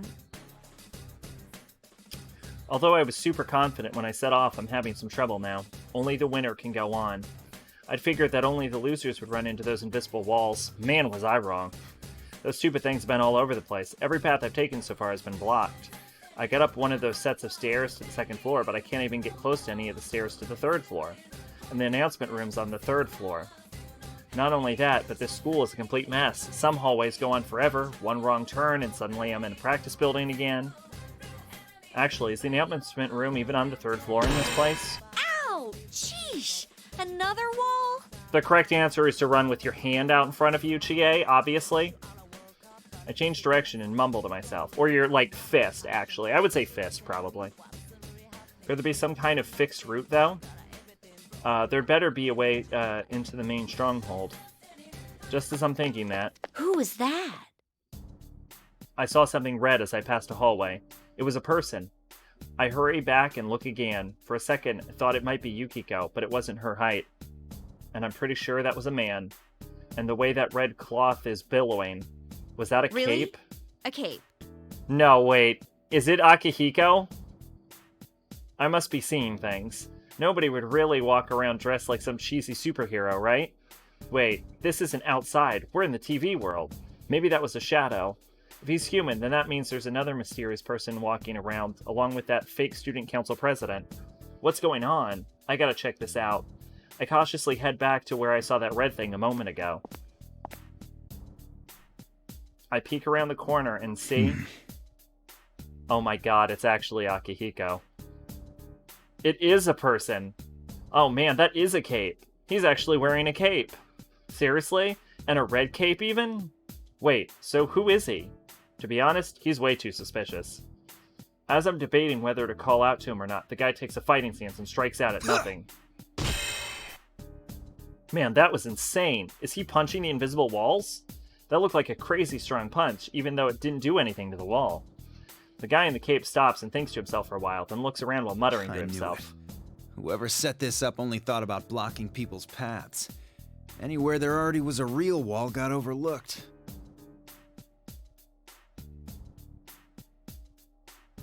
You know, Akihiko grew up damn nice, is all I'm saying. He opened a window. I didn't know they opened. Then I'll just go another way. Yeah, that'll work. What? The cape guy suddenly jumps out the window. How'd you... I mean, you can do that? I hurry over to the window the guy leaped out of. I look around to see where he must have landed, but he's nowhere to be seen. Actually, I can't see the ground from here. Is there anything even to land on down there? Okay. Hmm? A fragrant, irresistible aroma flows in from the land outside. This smell. Steak. Oh my god, is she gonna jump out of a window for steak? I breathe deep, letting myself feel the steakiness in the air seeping into my body. That smell. No, just steak. A steak bowl.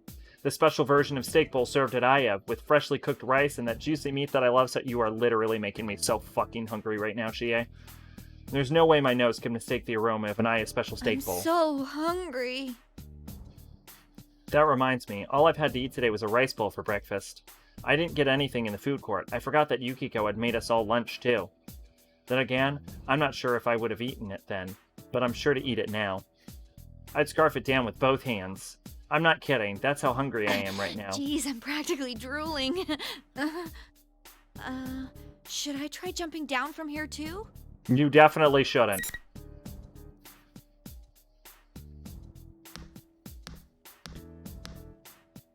No, keep... Well, honestly, the answer is keep looking for the girl. I kind of want to know if the game will let me do this.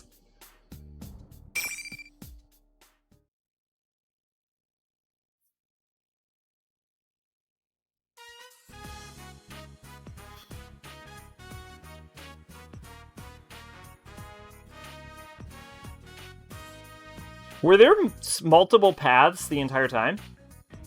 I make up my mind and jump out the window. I feel like I'm floating. It's sort of like how it feels when I enter the TV. Everything goes dark when I wake up. I'm lying on the ground. Where am I now? This doesn't look like it's on the school grounds. Wait, is this a convenience store over there? Yeah, that's it. I know that store. It's the one closest to the school, though it's pretty far on foot. It's not like you could get there by just jumping out of a window from the school. What's going on? But this place... Steak bowl! I sniff around and get another whiff of the incredible snake bowl-laden air. I'm suddenly reminded of the way Teddy sniffs around when he's searching for something. Whoops.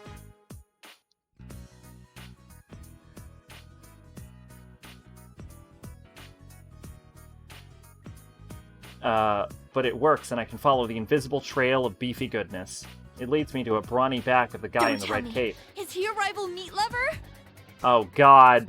Oh god, the meat girl versus the protein guy. The rich smell of steak bowl assaults my nose of smell, even as the sight of the guy in the red cape through the window assaults my eyes. This is gonna turn into a fight, even without mental manipulation. The magnificent smell of the steak bowl is calling me. Wait, I need to see who the red cape guy is. He's... No! There's only one steak bowl left on the shelf, and he's reaching for it. My god, he's gonna buy the last steak bowl. Right there! This is the most real fight in the game. I crash through the doors and snatch the steak bowl away an instant before the guy in the red cape can touch it. This is an Aya steak bowl. Even better, it's the super special steak bowl. What's going on in a convenience store? What's it doing in a convenience store? Maybe there's some deal going on between Aya and the store to sell their steak bowls. Oh man, Mr. Aya, that's just good business. You'll make so much black ink from this move. Wait, that's mine. I saw it first. Possession is 9/10 of the law. The guy with the red cape glares at me with murder. They're not even being manipulated. They're just both idiots. But I'm not backing off. I mean, this is stake on the line here. If you hadn't here. yelled like that, I would have gotten it before you. Well, there's no way to know that for sure. In any case, this super special steak bowl from Aya is mine. Now I know I really can't let you have it. That's from Umiyushi. It's their ultra super beef bowl. If you can't even tell the dishes apart, you have no right to steal my meat. Oh no, they are being manipulated. It's just the person behind this realized that the only thing they need to do to start this fight is change what beef bowl it is. What? Excuse me? This is from Aya. How would I mistake it from somewhere else? So, you think you know your meats, do you? The guy smirks at that. A smirk, or the dangerous smile of a shark? This is the best moment in the game so far. I almost flinch from the aura of danger that this guy's giving off, but this guy knows nothing about meat. His muscles have to be all show. I glare back at him without giving in. This guy eventually makes a decision. Let's take this outside. We'll see who's more worthy of that bowl. Wow. This is the first time in real life I've been told to take something outside. All right. Let's do this. I got told to take it outside by like an 80-year-old man once, and I just laughed at him.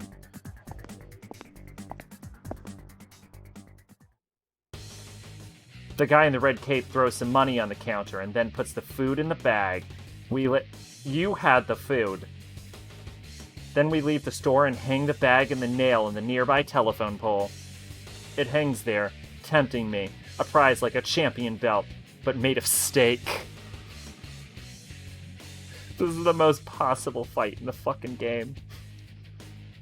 Only the victor gets to bask in the true glory of Aya protein. I'll teach you a true appreciation for meat. Are you ready? I'm ready. The question is, are you? I'll pound you. I'll tenderize you.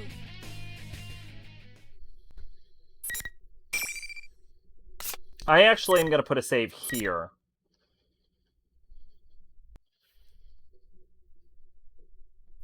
Because I want to... Oh, good, I can delete. Because I want to go back. And I want to start over, because I want to know if that was actually a divergence.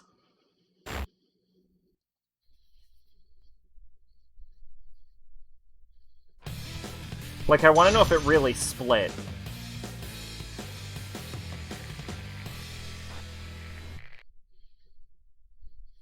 Or if Chie would just always have jumped out of the window. The two-fisted protein junkie. Gotcha.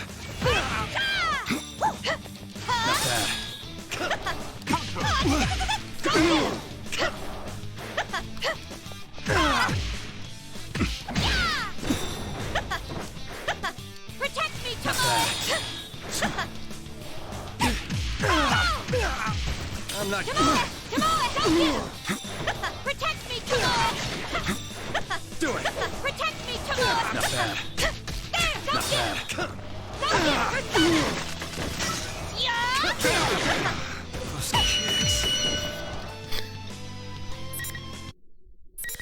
God, I just fucking juggled his ass.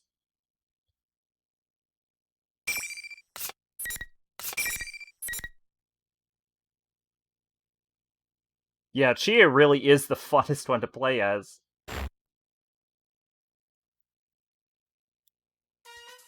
All right! You're mine now! Yes! I won. I rush over to the bag and... No! The championship belt hanging on the telephone pole. It's all mine. All mine. Ah, that luscious meat. Under that blindingly white rice covered in delicious juice. Oh, man, that wonderful smell. Oh, I'm in heaven. Well, chow time! I sense someone staring at me. I turn around. The red coat guy is on his knees glaring at me with the fury of 1,000 million suns. So 1 billion suns. Wow, actually it is hard to eat with all that hate aimed in my direction. I can hear his stomach too. It's rumbling like a wild animal. So he's hungry, just like me. No, I won. To the winner, the spoils. Yep. I open the lid, making a show of enjoying the steam from the steak bowl just to annoy the guy in the red cape. Oh my, what a fragrance. Even though he lost, I feel so sorry he doesn't get a chance to eat any of this. I could seriously down an entire bowl of rice if I smelled like this. I'm not kidding, I could down a bowl of rice anyway. This steak bowl is more than just food, it's work of art that you see with your mouth. Mr. Owner of Aika-chan, thank you for this food. This is not real food, is it? This is mind food. Having to eat with split chopsticks is annoying, but here comes the first bite.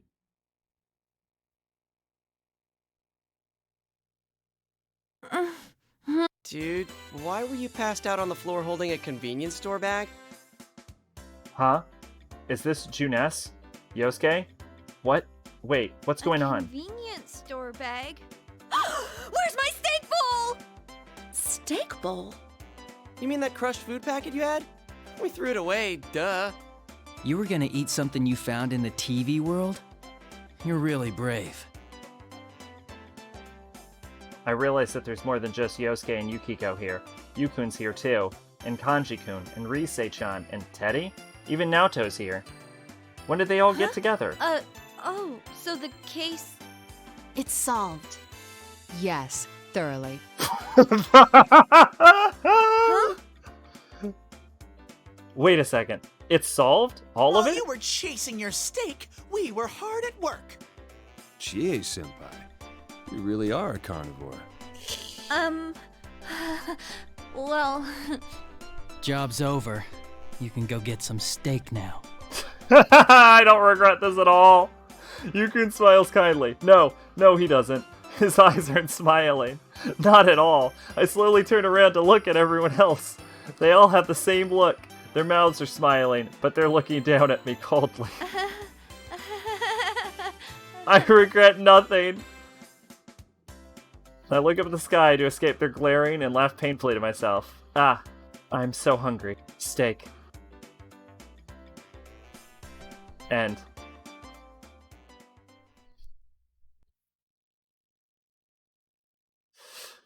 Were there divergences in all of the timelines?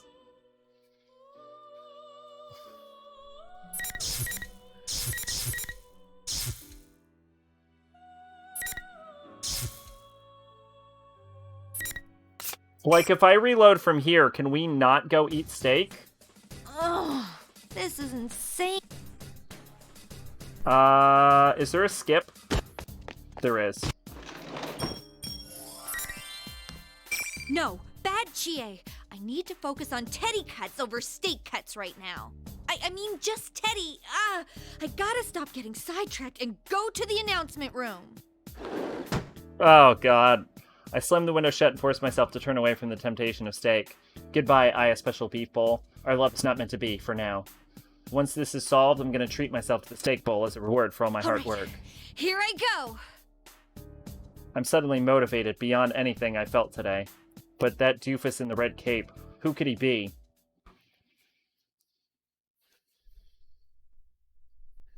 Okay. In that case...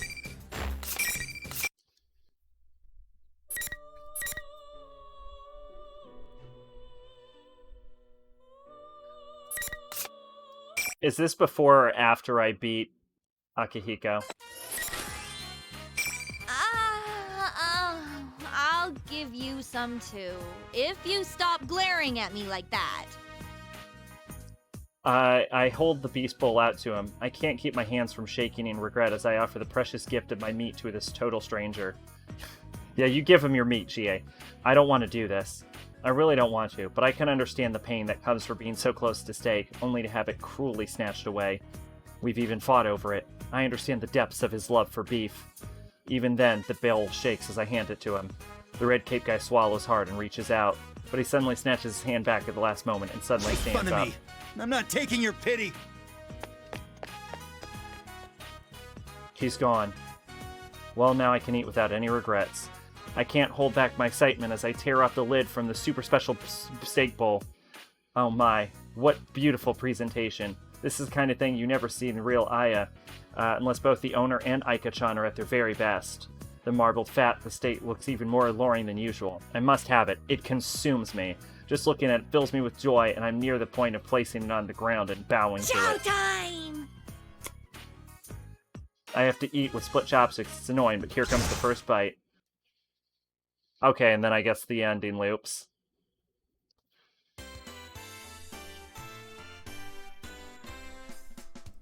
Fuck.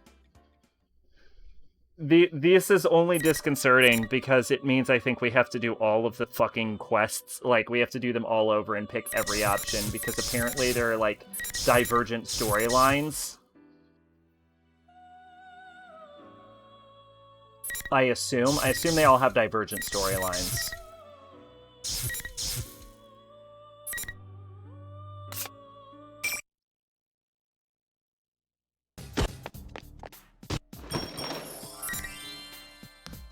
No.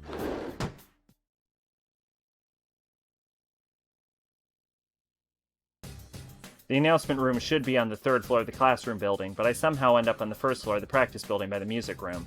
How did I go downstairs when I was trying to go up? Ugh, this is all because of those stupid invisible walls. I have to go all the way around this stupid school to get anywhere. It makes me so mad. Whatever the reason, I have to go into this room now. I swallow hard. I bet there's another one of those monitors in there, and another fight waiting for me. My next opponent. While I was running around, I had calmed down and came to a realization. I've been forced to fight Yu-kun and Yosuke. I come into the TV world with one more person. No use worrying about it. I know that she'll be under the enemy's control when we see each other. If we don't fight, I'll never be able to look Yu-kun and Yosuke in the face again. They trusted me with solving this case.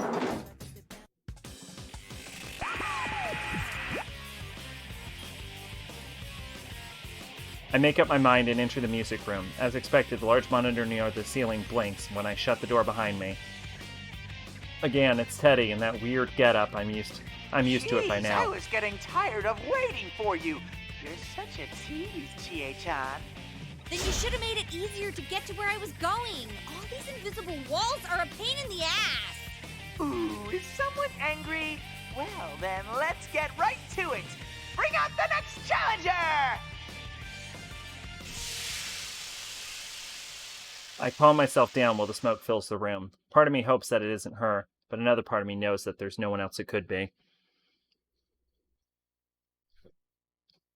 I already know what's going to happen. When the smoke clears, sure enough, it was the person I expected to see. Yukiko, I finally found you, Chie. This all happened so suddenly that I was getting nervous. That's right, my best friend, Yukiko, was there. She looks alright, like Yu-kun and Yosuke both did, I but... was so worried and scared without you. I couldn't even go another step. I can't do anything without you, Chie. Please, Chie, protect me. Well, of course I'll protect you. Her voice is calm, and she's not attacking me like I'd expect her to. But while the boys had said mean things right to my face, I sense that she's going to try something nastier. I don't know how to explain it, but this isn't right. Yukiko smiles kindly like she usually does and continues on. It's so good to know that. I knew I could count on you. After all, you want me to keep depending on you, right? So you can feel superior. She's completely correct is the problem. You act like my best friend, but you're just using me, aren't you? Oh. Yukiko's saying exactly what my shadow had said last year, when it was the embodiment of my weakness trying to destroy me.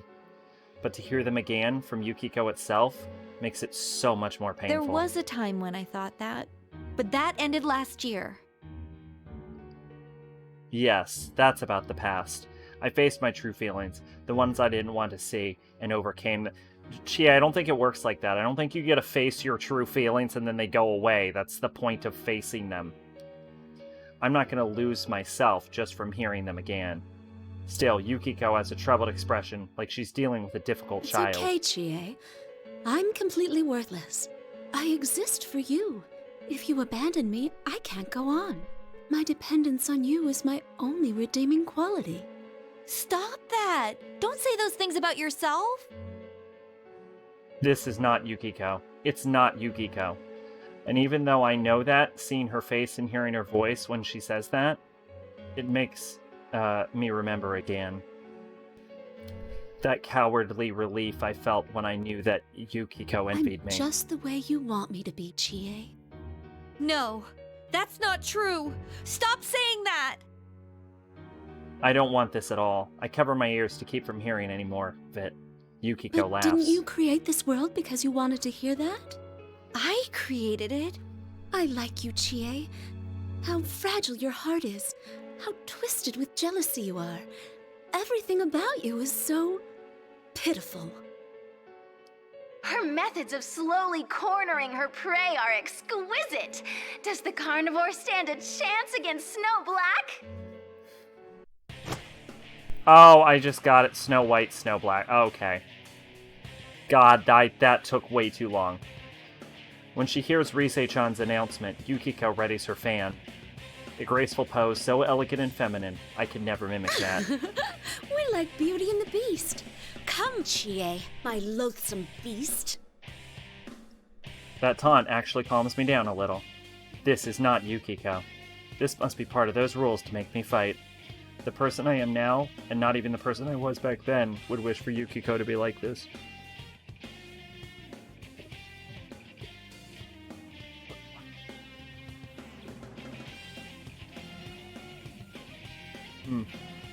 We might not be able to go on to Yukiko. I think my voice is giving out.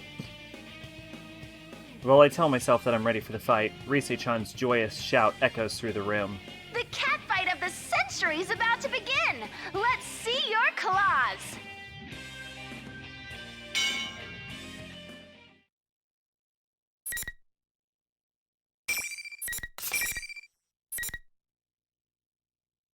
The fights themselves, I don't think, actually take that long. So if we're skipping most of the text, we can repeat most of these. We can repeat the story modes in, like, minutes.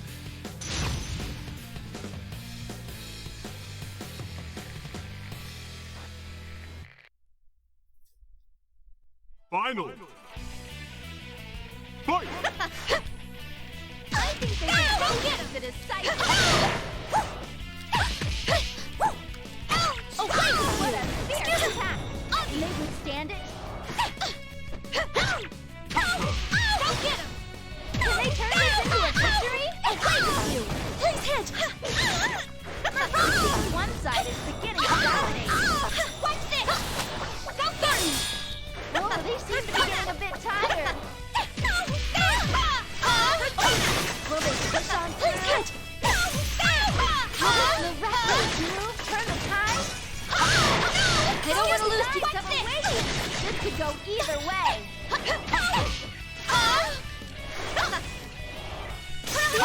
You really are amazing, Chia. In the end, the victor was no surprise.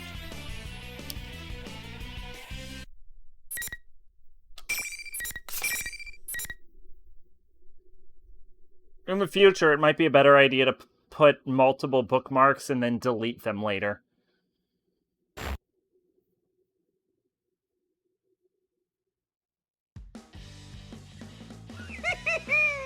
That was such a beautiful fight! Very satisfying to watch, Chie-chan. Keep striving to become the strongest.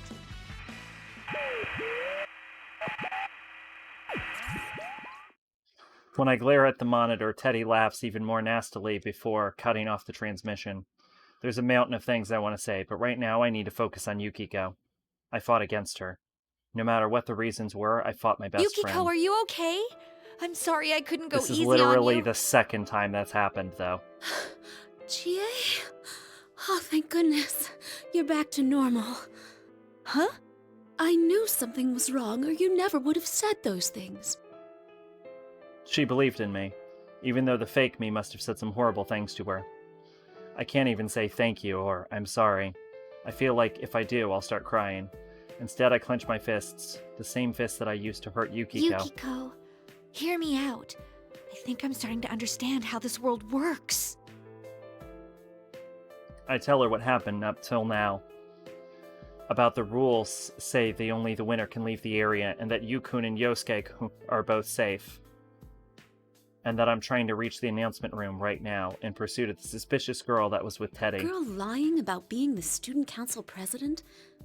That does sound suspicious. There's no way anyone would make an honest mistake like that. If she's lying, it means she knows this isn't the real world. So I have to think she's related to all this somehow. But then, why did she bring us here? Huh? You know, that's a good question.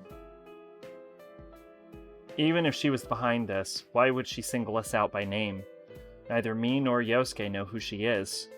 How could someone we've never met choose us Assuming for she's this? behind this, she must have some plan in mind. Something she wants to accomplish by holding this Grand Prix. A plan, huh? See how we've been forced to fight? I think this Grand Prix is necessary for whatever reason. But what would she gain from making us fight like this? I don't get it. If we were chosen, that means that whoever's doing this obviously knows about the investigation team and personas. But we solved the case, so why now? Don't tell me, is it revenge? Even then, it seems a little too that roundabout. reminds me. There was someone else who seemed really weird. He had this red cape on, and he looked super suspicious. A red cape? Whoa, no need to get all excited. Anyway, we can find all this out if I go to the announcement room. I'll get some answers out of whoever's there. I have a feeling you will. I wish I could go with you, but I'll be waiting for you here. I'm sure you'll be fine, Chie. I believe in you. Good. Whoops. I believe in you. Just hearing you say that makes my heart swell with emotion. Yukiko's eyes are calm, and just looking at her encourages me.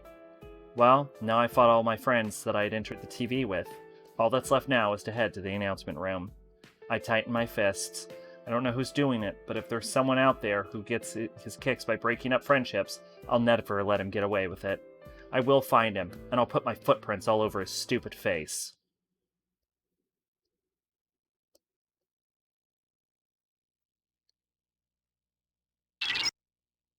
Senpai! Chie-senpai, can you hear me? Senpai! Rise-chan? Is this the real one? This isn't over the PA system. This voice is echoing directly in my mind. There's only one thing this could be. It's Rise-chan's persona. I'm so glad. Ever since this weird fake Teddy kidnapped me, I've been all alone. The others are fighting each other too. I can tell from her voice that Rise-chan is courageously wiping away tears. Ah, it is the real Rise-chan. She wasn't really trying to insult us after all. I feel so much relief that I almost tear up, He was too. watching me this entire time, so I couldn't use my persona. Good thing I got in touch with you. Are you okay, Chie-senpai? You're not hurt, are you? I'm fine, but what did you mean by being watched? Are you... Whoops. Rise-chan tells me what had happened to her up till now.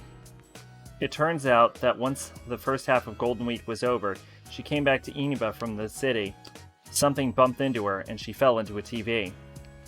When she woke up, she was trapped in a room she was being kept in, and Teddy was watching her the entire time to make sure she didn't use her persona. No matter how many times she asked Teddy why he did it, he would ignore her questions and laugh. But Teddy suddenly left the room to look for something, and Rise-chan finally had a chance to contact someone. I guess Rise-chan's voice over the PA system was actually Teddy using her voice, too.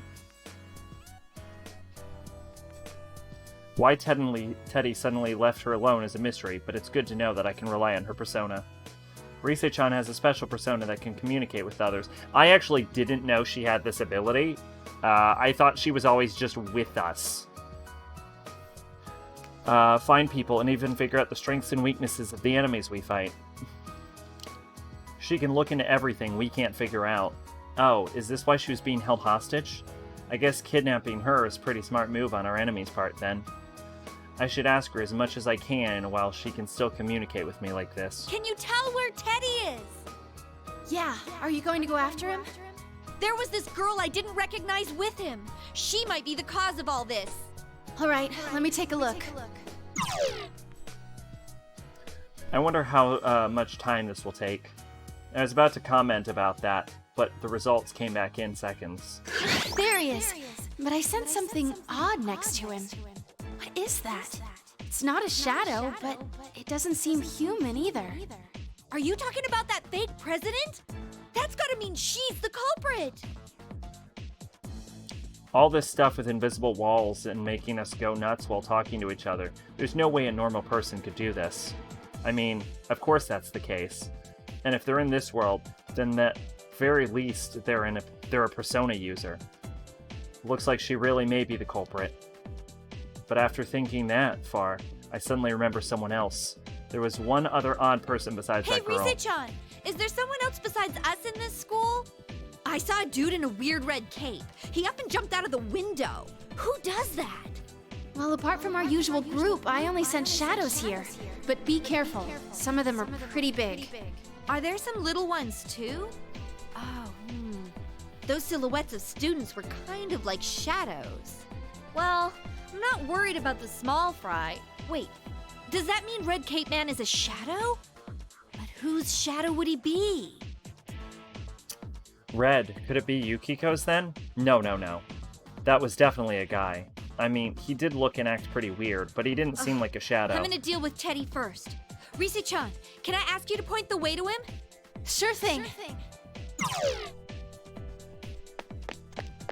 I follow Rise-chan's navigation and begin running. It seems she can see where the invisible walls are. Thanks to her, I was able to find the room I needed without running into any more of them. Good work, Rise-chan. Is this it? Well then, here I go! Rise-chan, try to get in touch those with the posters others. are of They're Teddy. probably worried Okay. since they don't know what's going on. Okay, will do. Good luck in there, Chie-senpai. Thanks! I gave her a quick salute, even though she wasn't really here with me. But I hear her giggle. I guess she could see me anyway.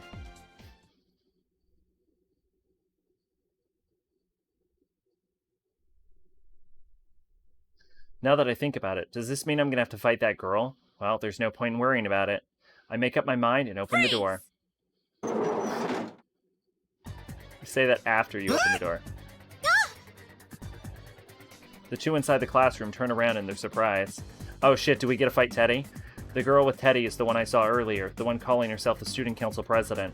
Actually, now that I get close to look at her, she's a real beauty. I mean, even I can see it. I finally found you. I hope you're prepared. You're that Chie-san who's fighting in the Grand Prix, right? God, I haven't heard Lapras's voice in so long, and I was so disarmed. Who are you?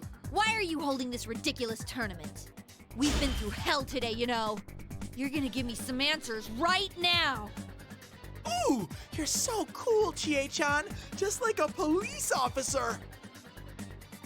Teddy's voice is sarcastic and slimy, not like his usual voice at all. He must be like everybody else, was controlled somehow. Yeah, I bet this fake president girl's the one doing Teddy, it you're too. being tricked. I know you're not really the host of this. You're just not in your right mind. Come over here and we'll go back together. It's creepy to hear you coax me like that. I'm not going with any carnivore. I bet you're after me for my sweet, delicious bear claws. What? I'm not interested in your meat at all. I don't think you have meat. They're sweet, huh? Oh my god.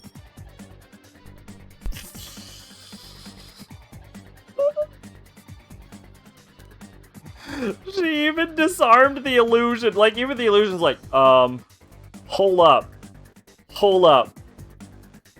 That came from my stomach, not my brain. I didn't mean to say that at all, I swear. I mean, that totally made me sound like someone who kills people to eat them, and I don't, okay? Oh my god, does Chie kill people to eat them? She's gonna eat me! Just kidding. Actually, you're the one people are after, Chie-chan. Everyone's got the hots for you, you know. Did you know that Yosuke likes you? He said he's head over heels over you, even more than that dead girl he liked. She is a pretty popular character, I believe. Huh? Kanji likes you too. Of course he would, though, since you're a very manly girl. Okay, alright, no, you lost me at Kanji likes her. Even Sensei, he told me you're the cutest. Okay. Hey, what are you saying? I was wondering what kind of insult he was going to say next, but I wasn't expecting him to try to flatter me to death. Even though I know he's not in control of what he's saying, I can't help from blushing. Teddy smirks like he can read my thoughts and continues his words of Cuter than the praise. famous idol Rise-chan, the ace detective Now-chan, and the beautiful innkeeper Yuki-chan. You're the cutest of them all. Everyone said so. Did you know you even have a fan club at school? Stop making stuff up. Chie-chan, you're blushing. You look so happy. There's no way that could ever be true, though. Oh, damn. I get it now. Instead of a direct insult, he was trying to build my hopes up and then pull the rug out from under me. I knew he was going to try that, but it still hurts. Whether he can see my anger or not, Teddy looks at me with pity and frowns. Our group is full of unusual people who are all so pretty. You're the only normal one of us with nothing special about you at all.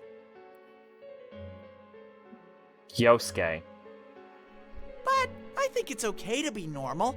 It's like you know your place in life. You shouldn't dream of being extraordinary. You're just gonna be mediocre for the rest of your life. I've never wanted to be like that. I might not have amazing skills like everyone else, but I'm happy with the way I am. My voice trembles when I reply. Why? I'm not lying, so why is it trembling?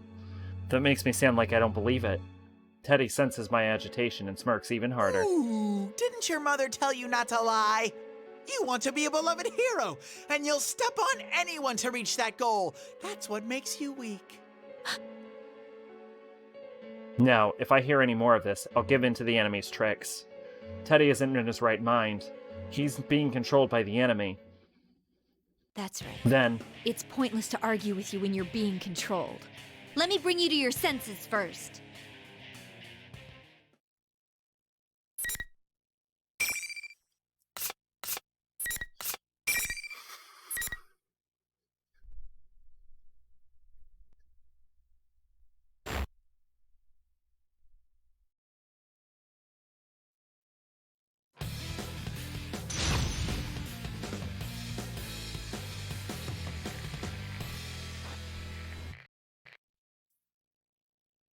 Final.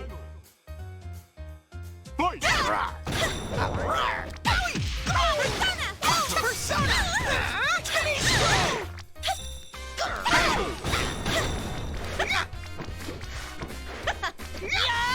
Fuck off, Teddy!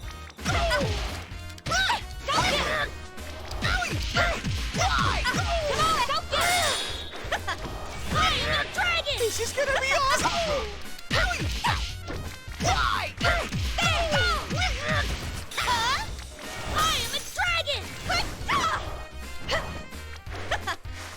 Oh my, so intense!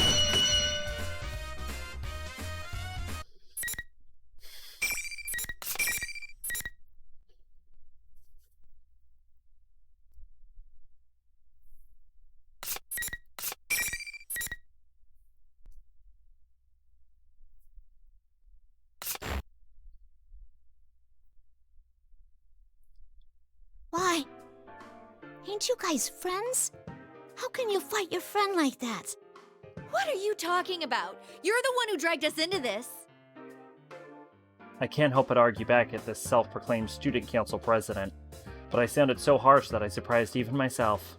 No, this isn't good. I need to calm down. What? Chie-chan, why are you picking on Miss President? Teddy, are you still being controlled? She set you up as a host of all of this. You even had to wear a silly costume. Hold it right there! You've already got it wrong! Look, Chie-chan! Take a good close look at me! Huh? He's making all kinds of goofy poses. I don't know what he's trying to get at. What am I looking at? Can't you tell? I'm a dozen times more adorable and sexy than that costumed bear! You mean that general is someone else? Bingo! Miss President wouldn't believe me, so we were going to go find that imposter and prove my innocence! Jeez, though, I can understand Miss President making that mistake since she's never met me before. But it's like totally way lame that you couldn't tell us apart. Dude, stop talking like that. You're confusing me. I can't tell if he's in his right mind right now or not. Yeah, that's how it works with Teddy.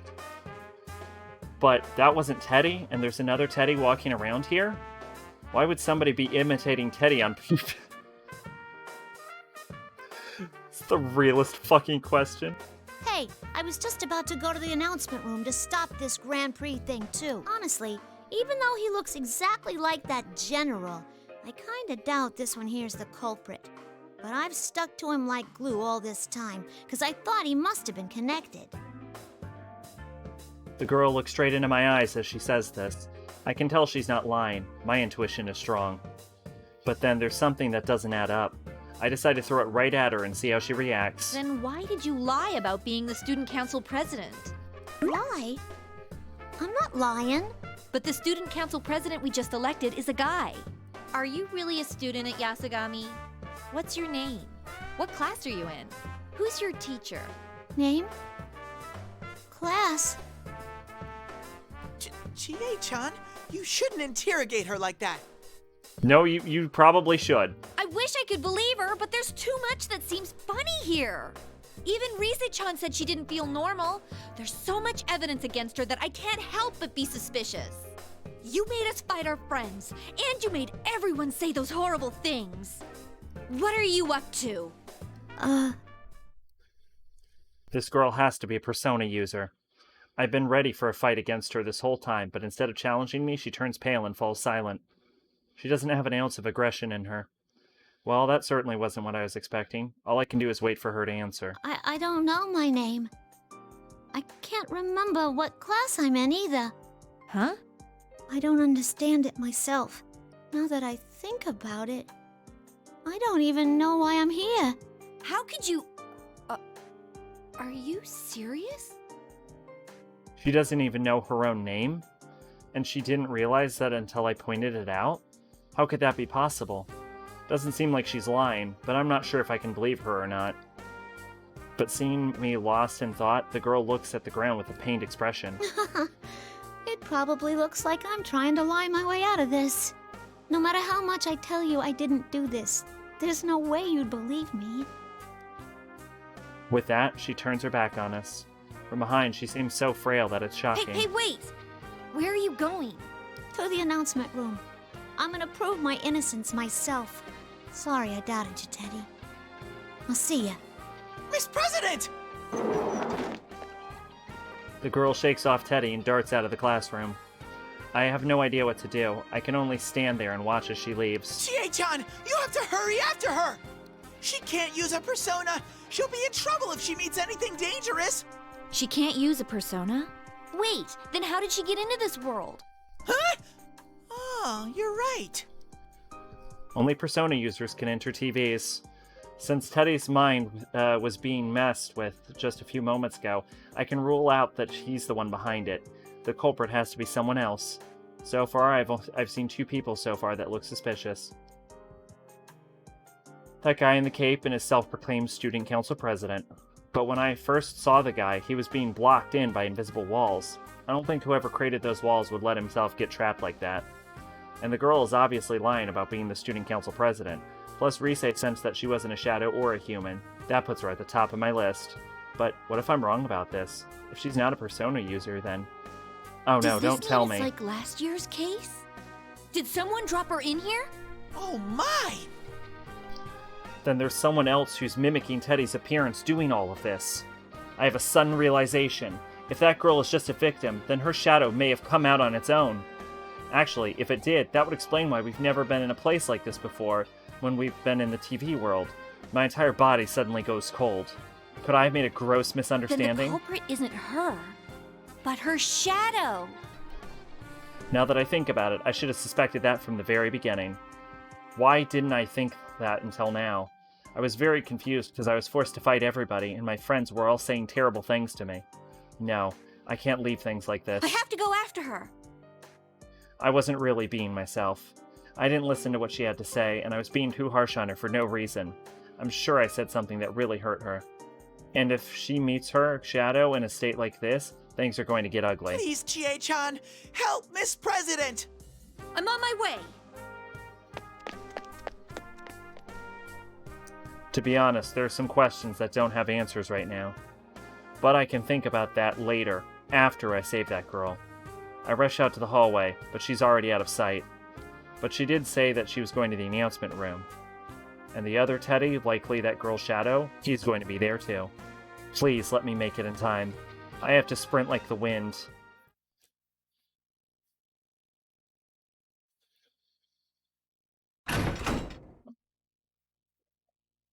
Holy moly. It's like this room turned into something completely different. First, it's almost twice the size of the real announcement room. Second, the walls are now made with huge glass panels. It's obvious the world outside is not the school like it should be. As expected, there were 3 people inside. Rise-chan, the self-proclaimed student council president, and that girl Shadow. Or not. How is this possible? Oh, you're finally here? She got here first, so I was wondering what happened. My face laughs at me. A mirror image of me was standing there. Why is my shadow here? I don't know. She suddenly appeared. The fake Teddy vanished, and then... Another Chie-san? I thought you just beat me here. Ugh. Will the outsiders shut up and be quiet? My only business here is with myself. The shadow turns her sharp golden gaze towards me. There's no mistake about it. That is my shadow. I met her last year. But... You became my persona, though. I don't get it. Why are you back again? It's because you're weak. Because I'm weak? That's the same thing all my friends were saying when I was forced to fight them. Did you think your shadow would never be back to haunt you after you gained your persona? Wouldn't that be nice? But no one can ever let go of their weaknesses.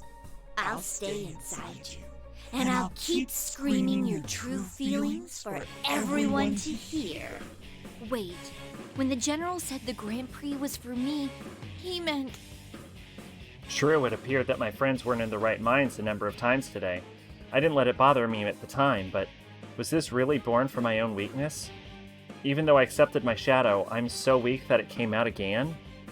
Are all these horrible things that everyone's going through, are they all my fault? You want to become stronger? You want to be a police officer? Why did you really wish for that?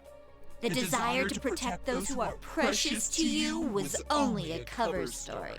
What you really want is to be a hero, a shining force for justice. You're ordinary in every way, but you want to be a winner. And to get there, you'd even use those precious to you as stepping stones. The face I know so well laughs mockingly. That's not true. That wasn't what I was thinking at all. Are you gonna deny it again? That you're me? I can't deny her. Oops. That's what shadows do. They try to make the real person deny their existence, and then they try to take the place of the real one. I know that, but I can't stop my emotions. I was able to accept her as part of myself last year, but I can't right now. I mean, how could I just accept this was my fault? That I, of all people, did such horrible things to my friends. My vision blurs, my hands and legs tremble. You're not... Just then... No! Senpai, don't listen to her! Rise-chan? I turn around and meet Rise-chan's gaze. She's looking straight at me, meeting my eyes, even though I'm so weak. The girl behind her is looking at me with worry, too. Both of them have looks in their eyes that they say they have faith in me. Even though they must have heard whose fault all this is, who caused all these horrible things they had to go through. I have to ask myself, if I deny that I'm weak and my shadow goes berserk right now, will I have to make these two suffer even more? Do I want that to happen? You're right. What? That's right, I remember now. I remember the time when my shadow first came out. At that time, I had Yu-kun and Yosuke with me. I was saved because I wasn't alone. It's the same right now, too. And I won't deny any of what you just said. I do still wish to be a hero. And I do feel inferior to Yukiko and the others sometimes. Part of me loves how cool it would be to become a police officer. But that's not all there is to it. Wanting to protect everyone. That's my main reason. I can't let my friends down. Not after they accepted me for who I was. I'm not amazing like them. But that doesn't mean I can't be proud of myself. That's why I'm working at what I'm good at. What's so bad about that? That's right. Everyone said so before I came here. Sorry, I wish I could help you. But I'm sure you can save the others. I believe in you. Good luck. Please, Chie-chan, help Miss President! You can save them. Everyone believed in me. They trusted me to do everything, because I said I could. And even though they aren't with me right now, their trust is helping me to stand strong. That's why I should be able to take this on. She calmed her emotions. I want to protect Rise-chan and that girl and everyone who's still at the school. Not because I want to be a hero, but because I love them. My weakness gave birth to you, right? Then I'll put an end to this right now. I'm not scared of my shadow anymore. Now I'll end this for sure.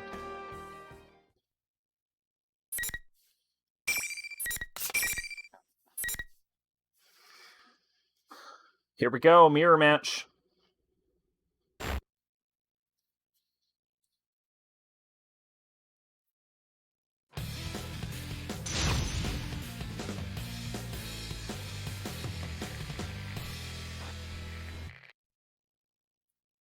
Final. Fight!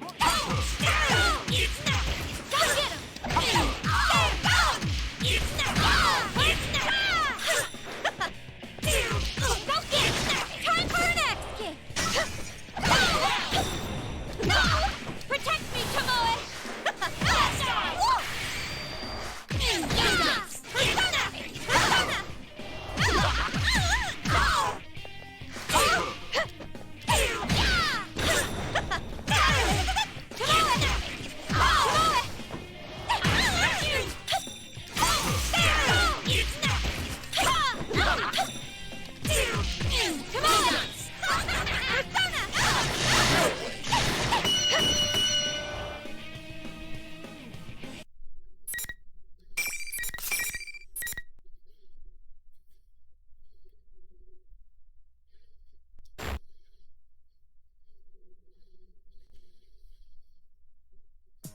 For the record, I do try to block. It's just like, usually I have a little trouble getting it off before I'm hit. Having managed to calm my raging shadow, I turned back into the other two girls. I was able to protect them, right? What was that all about? Oh yeah. I'm really sorry I doubted you. Rise-chan and I quickly explained what just happened to the shaken girl. How in this world, your repressed inner thoughts, your shadow separates from you. How it appears in the form of your other self and tries all sorts of tricks to try and take the real person's place. Then again, in my case, I had experienced that once already. And I should have been okay, but looks like I did it again. So, the real cause of this was actually me. A shadow. A repressed self. I'm not surprised it hasn't registered. It is coming from left field for you. I'm bad at explaining things, after all. If only someone smart like Naoto-kun was here right now, she'd be able to explain things a whole lot better. But what's important isn't that the girl understands what happened. It's that I have to accept my shadow once more. What the? I thought I eliminated any possibility of her heart breaking free. Did she not suffer enough? No. I did everything right. The light suddenly drops, plunging the room into darkness, and a voice echoes through the gloom. That voice, that's not my shadow. What in the world is going on? Teddy? I realized that why fucking Teddy? That's the thing I don't get. I realized that fake Teddy suddenly standing in the room without us noticing him. Huh? Where'd my shadow go then? I get it. Why even draw She was in the pretending investigation to be General team? Teddy this whole time. Am I right? Looks like you'll be alone forever.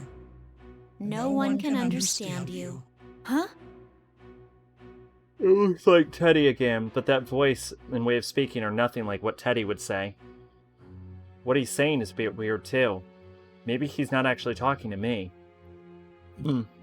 Pardon. Could he be talking to this other girl? What could this mean? Why don't we put an end to this game? Are you still going to keep deluding yourself? Delude? Whoa, wait a Aren't you supposed to be my shadow? No, that shadow, it's resonating with Miss President. What? I'll show you. This turn of events is perplexing, but the fake Teddy smirks and snaps his fingers.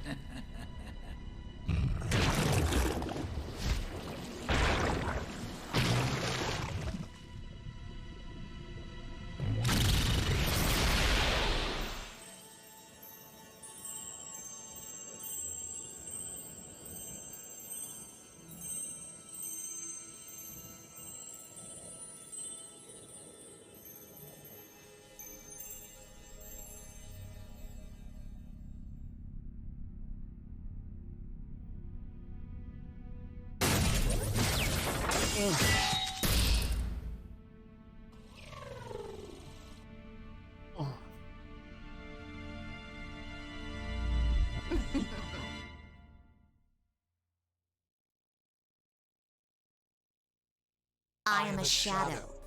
The true self. No way. That's the other girl's face. That's her shadow? She cries out, apparently in shock over seeing that shadow as robotic limbs. What's going on? Wait, does this mean it was this girl's shadow all along? That's right. And like you just saw, I can distort people's appearances and words. It distorted people's appearances and words. So was it just taking on Teddy's form this whole time? And she's making my friends say things they then didn't that other mean? me just now. That was this shadow too? The shadow smirks at a perplexed look on my Why do you face. think I have such power? It's because I'm her and she's me. That's right. She's the real liar here. Don't be ridiculous. I didn't lie. Oh, please. Just look at me. I look exactly like you. That's not true! The shadow draws closer, making a point to show off her body. She has a mechanical body with large, wing-like metallic parts jutting from her back. Well, no, she turned it into an axe, so those wings are gone. These wings turn into a giant axe that the shadow grabs from the air. The girl looks away as if trying to find a way out. I take the opportunity to speak up. Don't worry, there's no need to be scared. That's just a twisted version of you. Shadows try to make the original person deny them. It'll be okay, but you need to calm down. A twisted version of her? She's the one that's twisted. You still refuse to remember? Look at me. And stop deluding yourself. The shadow snaps her fingers.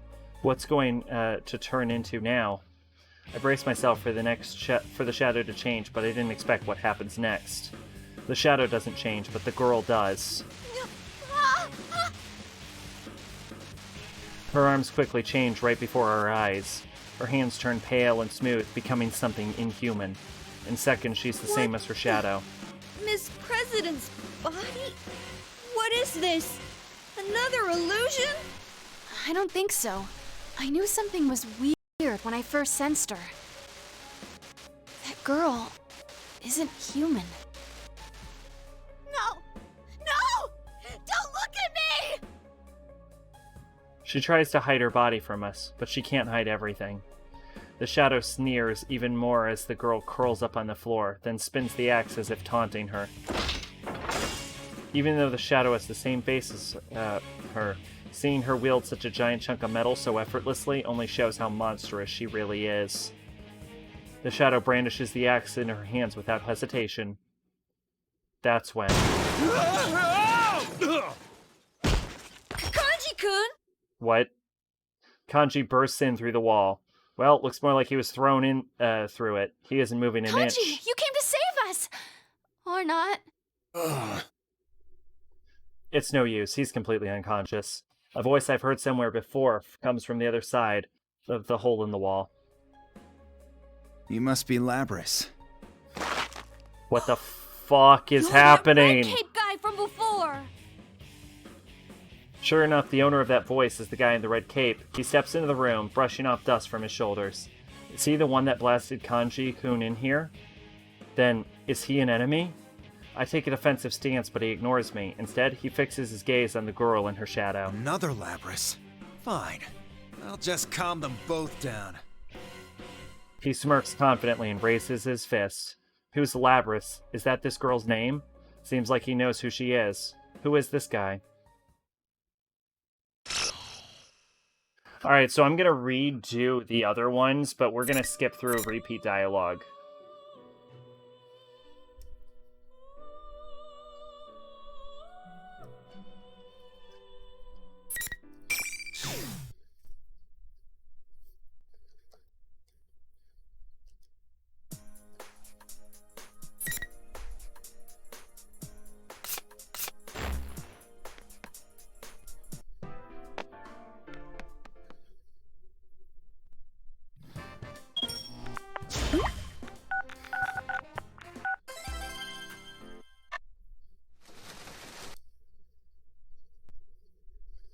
Yeah, this is taking no time at all.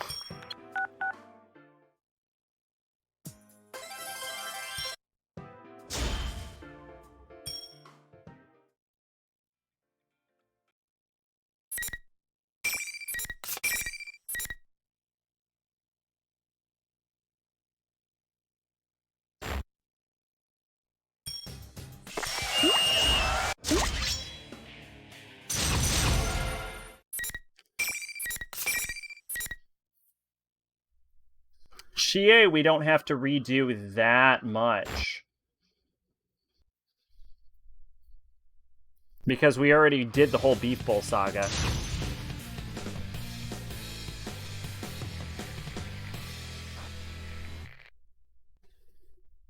Finally! Fight! I think they could both use that type of hit.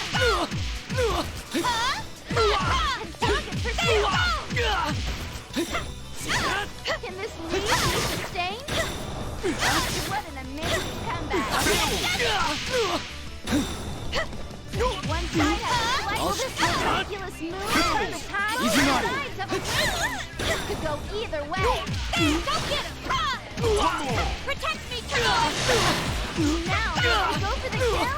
Time for an axe kick! Yikes! Will it all be Over over here! in Protect me, Such a wuss!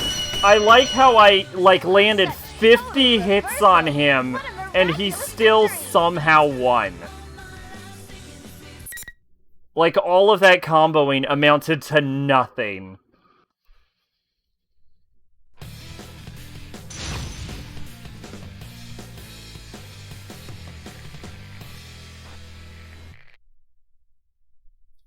Finally. An awakening! This won't be that easy! Time for an Guys. And then he restarted with the remaining health? Okay. Like, fair enough, I guess?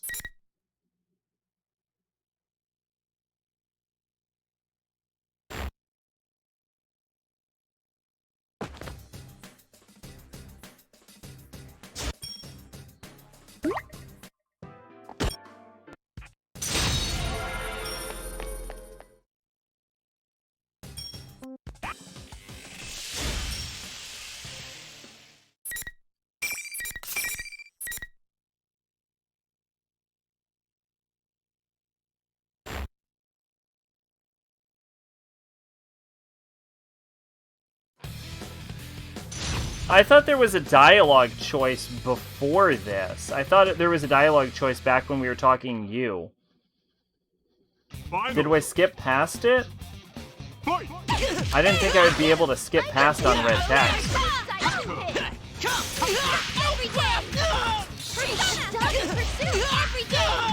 Just getting started! A tremendous blow already! This will be good! Ooh, an awakening! Yes, turn the tables! Jiraiya! Oh, crap! Just getting started! Just getting started! Your beefy muscles are insane! A round of applause for both sides!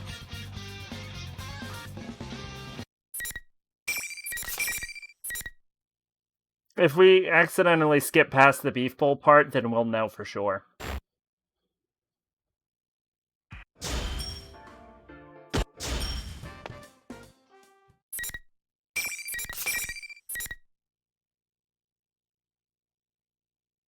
Or it could be that if you can skip past it, the dialogue choice doesn't matter. Oh, this is insane.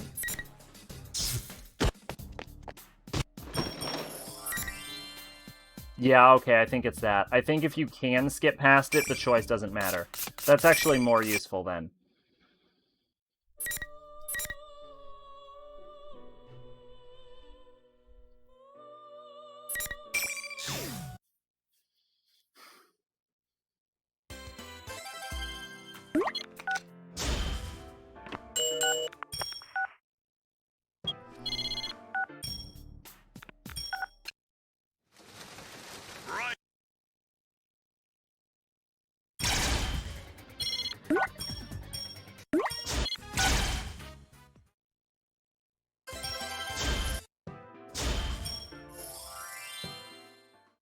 It's totally possible that only Chie has a divergence.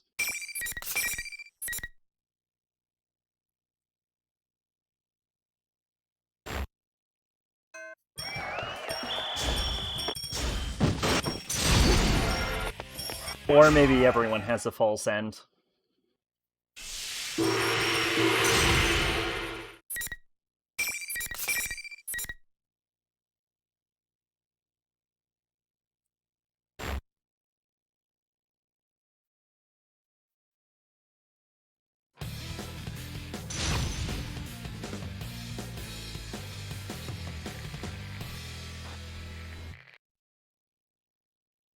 Finally! Fight! No crap! Don't get me! Persona! Here we go! Get some! Too slow! Sorry about the slash! Behind you! Go get it! Slow! Will they push up that miraculous move? Turn Here goes! Yikes! Too slow! Sakuraba style double kick! Punch overwhelming force! Just getting No! Slash! Behind you! Go get it! That'll the side track! Sorry about this, Chie! Finger! No! Still standing! Here we go! That's nothing! Hit home! Come get him! Finger! She read my fucking input. Sorry about this, Chie! Hit country! Show Jiraiya! Why did I lose the Yosuke? Oh my! They lost!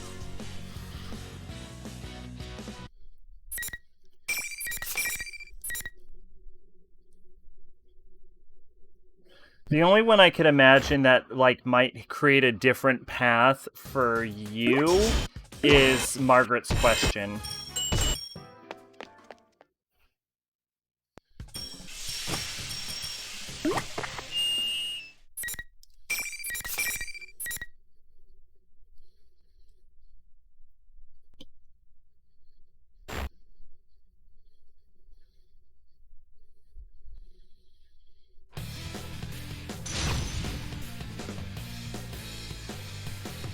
I don't even know if where a false end would come in for Yusuke.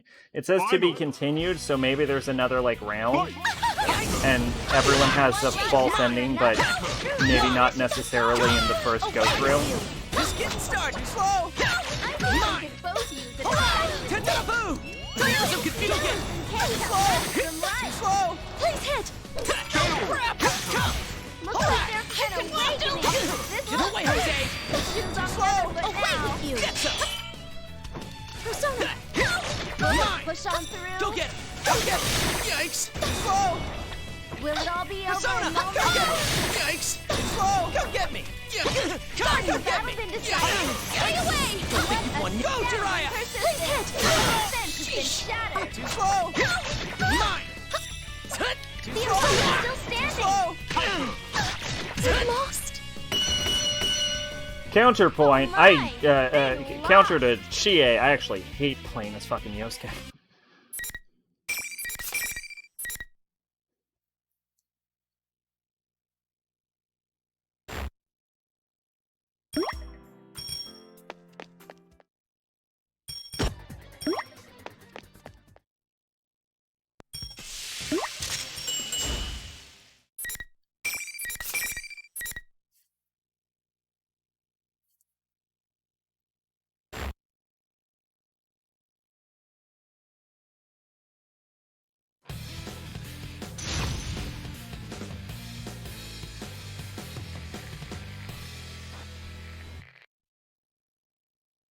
Final.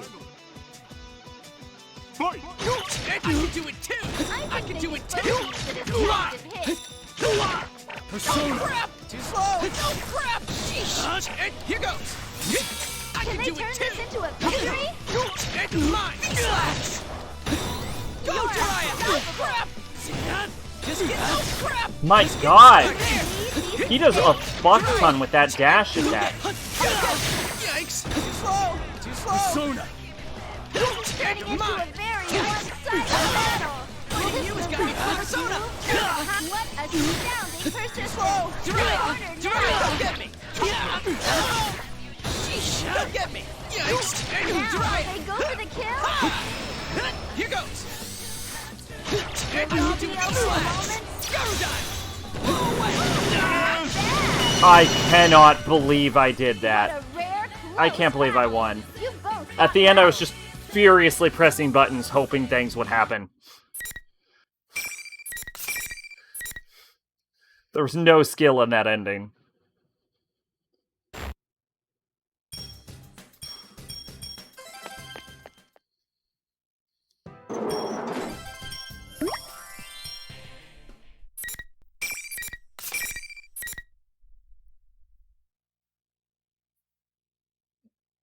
Pardon.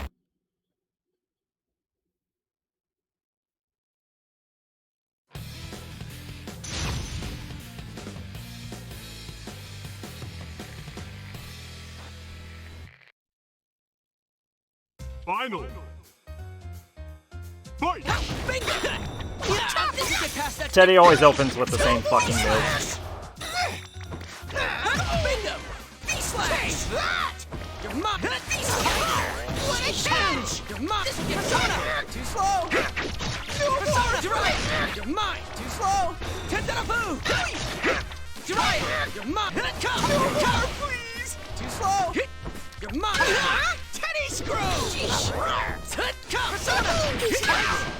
No way, Jose! What a slash! Tentarafu! Time for some confusion! Mine! Go get it! Teddy screw! You just get... There you are!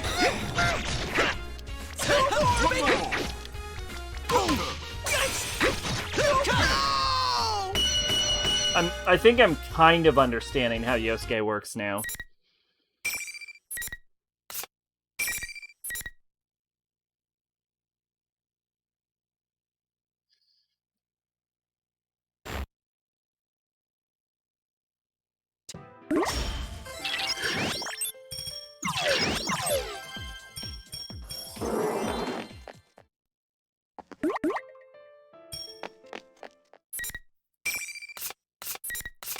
Yeah, it might be only Chie with the false ending, which is weird.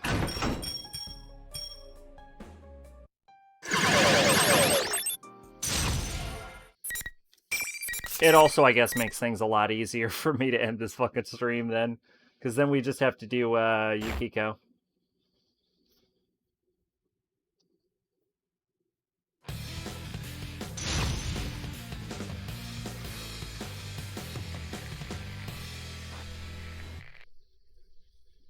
Final. Fight! V-slash! Blast off! Persona Jiraiya! Alright! V-slash! Blast off! Tentarafu! Bingo! V-slash! Down Jiraiya! Bingo! V-slash! Blast off! Jiraiya! Persona! Go, Jiraiya! Too slow! Alright! Persona! Too slow! Persona! Jiraiya! Alright! Jiraiya! Alright! Jiraiya! Come! Persona! Blast off! Go get it! Come get me! Slash! Too slow! Persona! Jiraiya! Down here! Alright! Behind you! Persona! Jiraiya! Alright! Mine! Slash! Come! Go get it! Too slow! Here!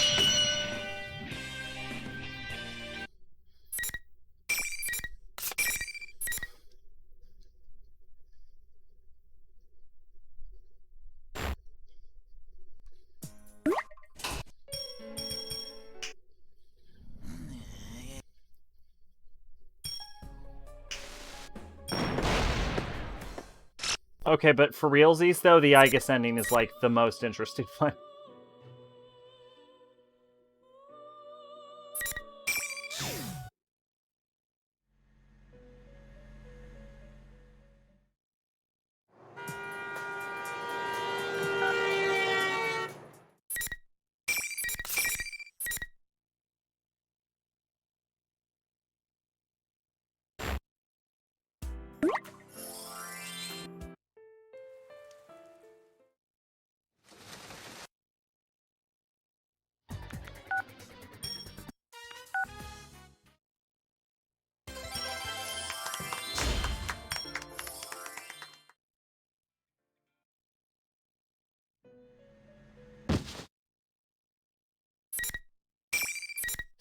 There might actually just be a beef bowl ending for some reason. Maybe Chie has 2 routes because... A P1 Grand Prix? I shout out, but she doesn't answer the question. This is Rise Kujikawa, one of the friends of the investigation team that we couldn't contact. Does she not hear me, or is she choosing not to respond? As I ask myself this, I hear different voice echoing as well. I look around in surprise. The voices are not just from 1 or 2 people. I think this is repeats.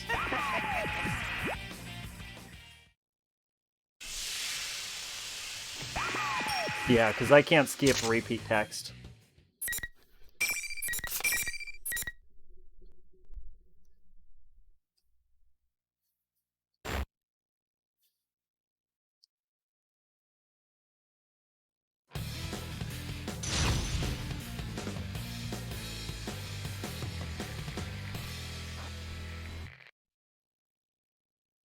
Final. Stay down! Nice try. I think they realize that it's nice to hit. Izunagi! Izunagi! Over here! It's over! We're just getting started, guys! Bingo! Now they go for the Stay kill. down! Here! Crap!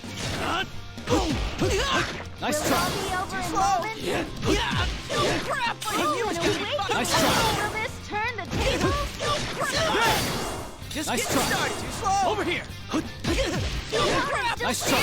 Try it! Persona. Still a match for you! Oh my! They lost.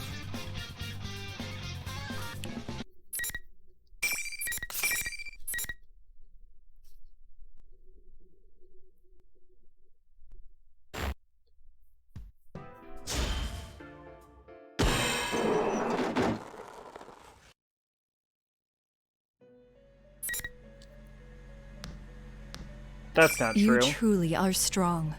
I find that very appealing about you. But you should remember that not everyone is as strong as you. Margaret's voice fades away as she answers me. From here on, you will be forced to re-examine the Alright, that's repeat. Yeah, it just seems like minor dialogue change. So, Chie, for some reason, completely splits into a beef bowl route.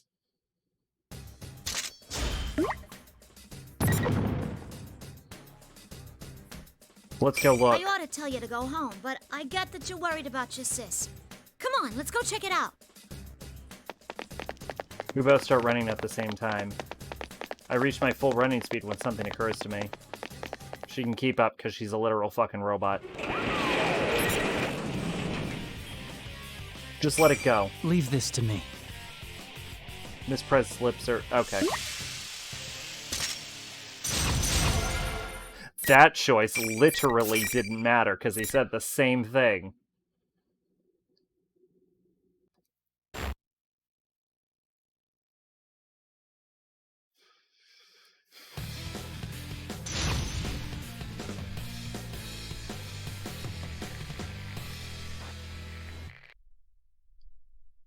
Final. Nice try. Nice try. A tremendous blow already. This'll be stay away. Hanasakia. Persona.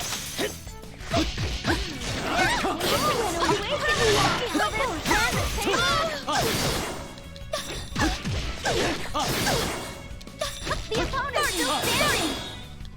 Stay away. Has the battle been decided? 30. Nice try. Now will they go Persona. for the kill? Yeah! Alright, Yeah, it's over. anti-air! Time to leave. Fuck yeah! Oh, that's what the shadow people look like. I saw a janitor in the back. It's really just like a complete silhouette. They're more like cognitions than anything.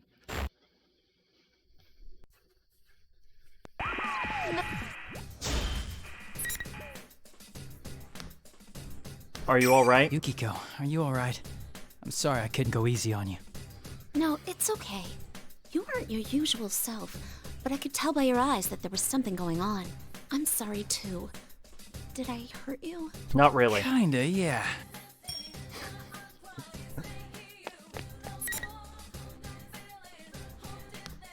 Thank you. Don't worry about me. I believe in you. Yukiko nods to me, and I turn and begin running as fast as I can. And then I think it's repeat text.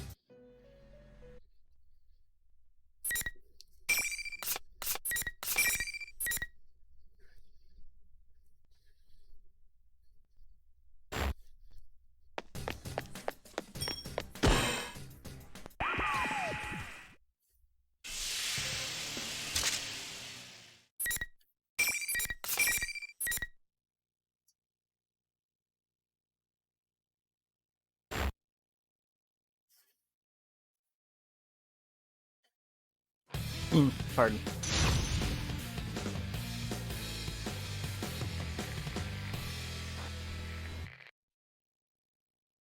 Final. Fight! Nice try.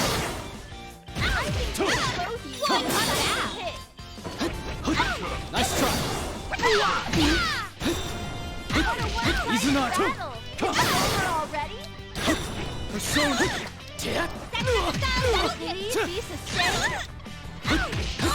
Izuna. Nice try. Nice try. Over here. The opponent's still standing. Over here. Such a wuss. Nice try. All right, it's over. Time to leave.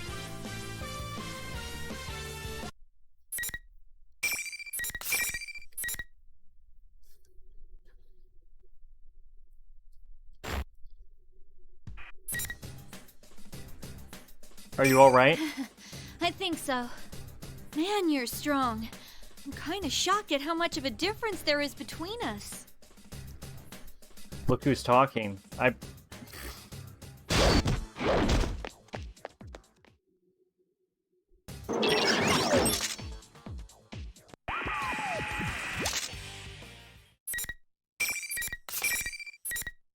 Yus apparently has the most fights, I guess because he's the main character.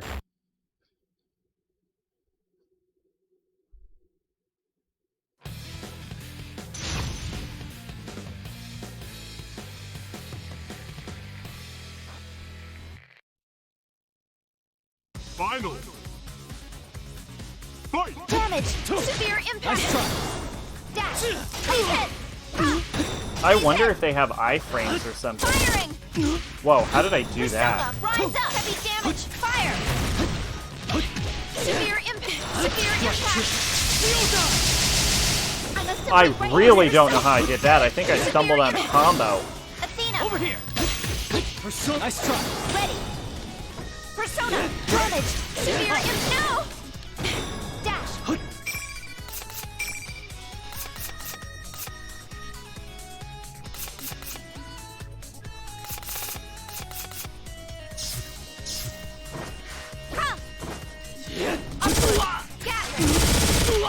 Limiter, no!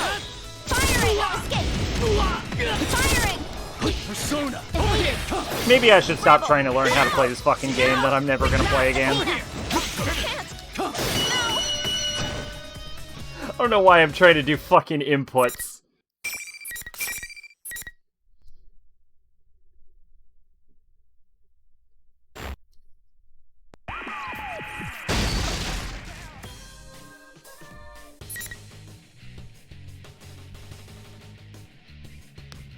Give me a break. Oh, how excited this is making me. My expectations are ascending skyward at Mach speed. To be direct, I'd like...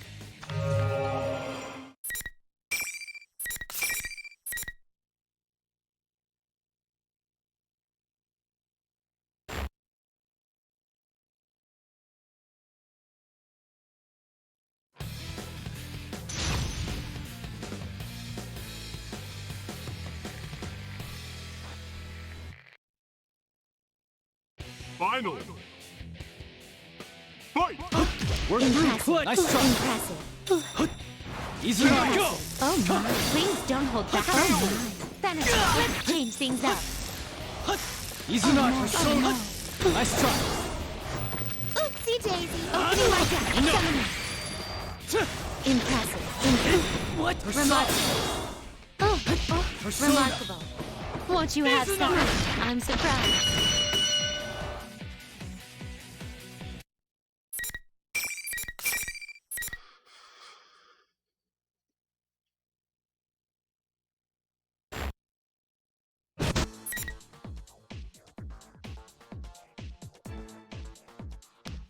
I'll fight as much as I have to in order to save my friends. I have to keep fighting. I've come so far, I can't lose heart now. I desperately force my legs to manage to stand up again, and then it fucking repeats dialogue.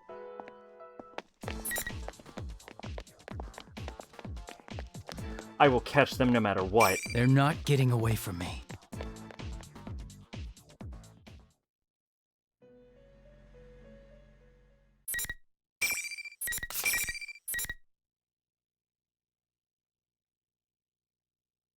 If there really is just straight up a beef bowl route.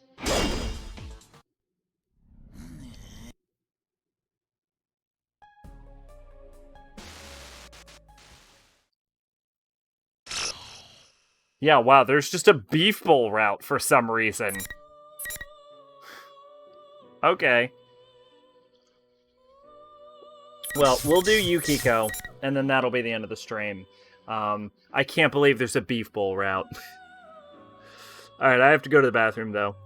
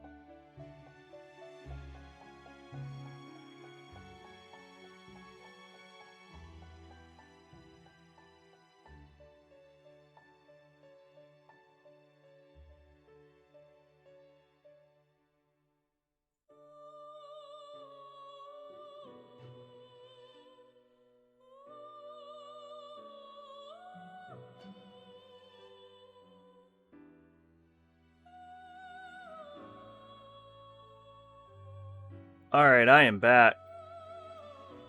Oh man, to think that we've been going for 7.5 hours, almost 8 hours, and we've only managed to do these 3. Like, at this rate, we're gonna need to do 3 streams just to get through fucking Arena. Who knows how long Ultimax's story is? Look at all that. Look at all this. Look at all this.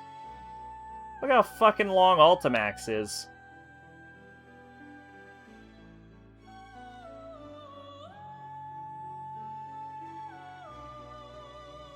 Oh my god, dude. Like a fucking piano.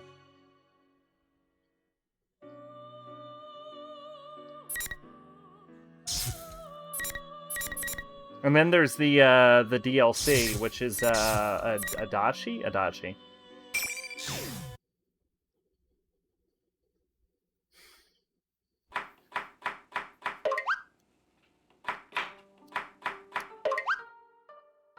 Oh, here. Yuki-chan, are you okay? Do you need any help? Huh? No, it's okay. I want to do this by myself.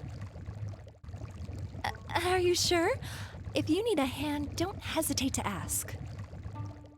I smile back at waitress Kasai-san and concentrate once again on slicing the carrot on the cutting board in front of me. It's pretty tough to cut. I am Yukiko Amagi.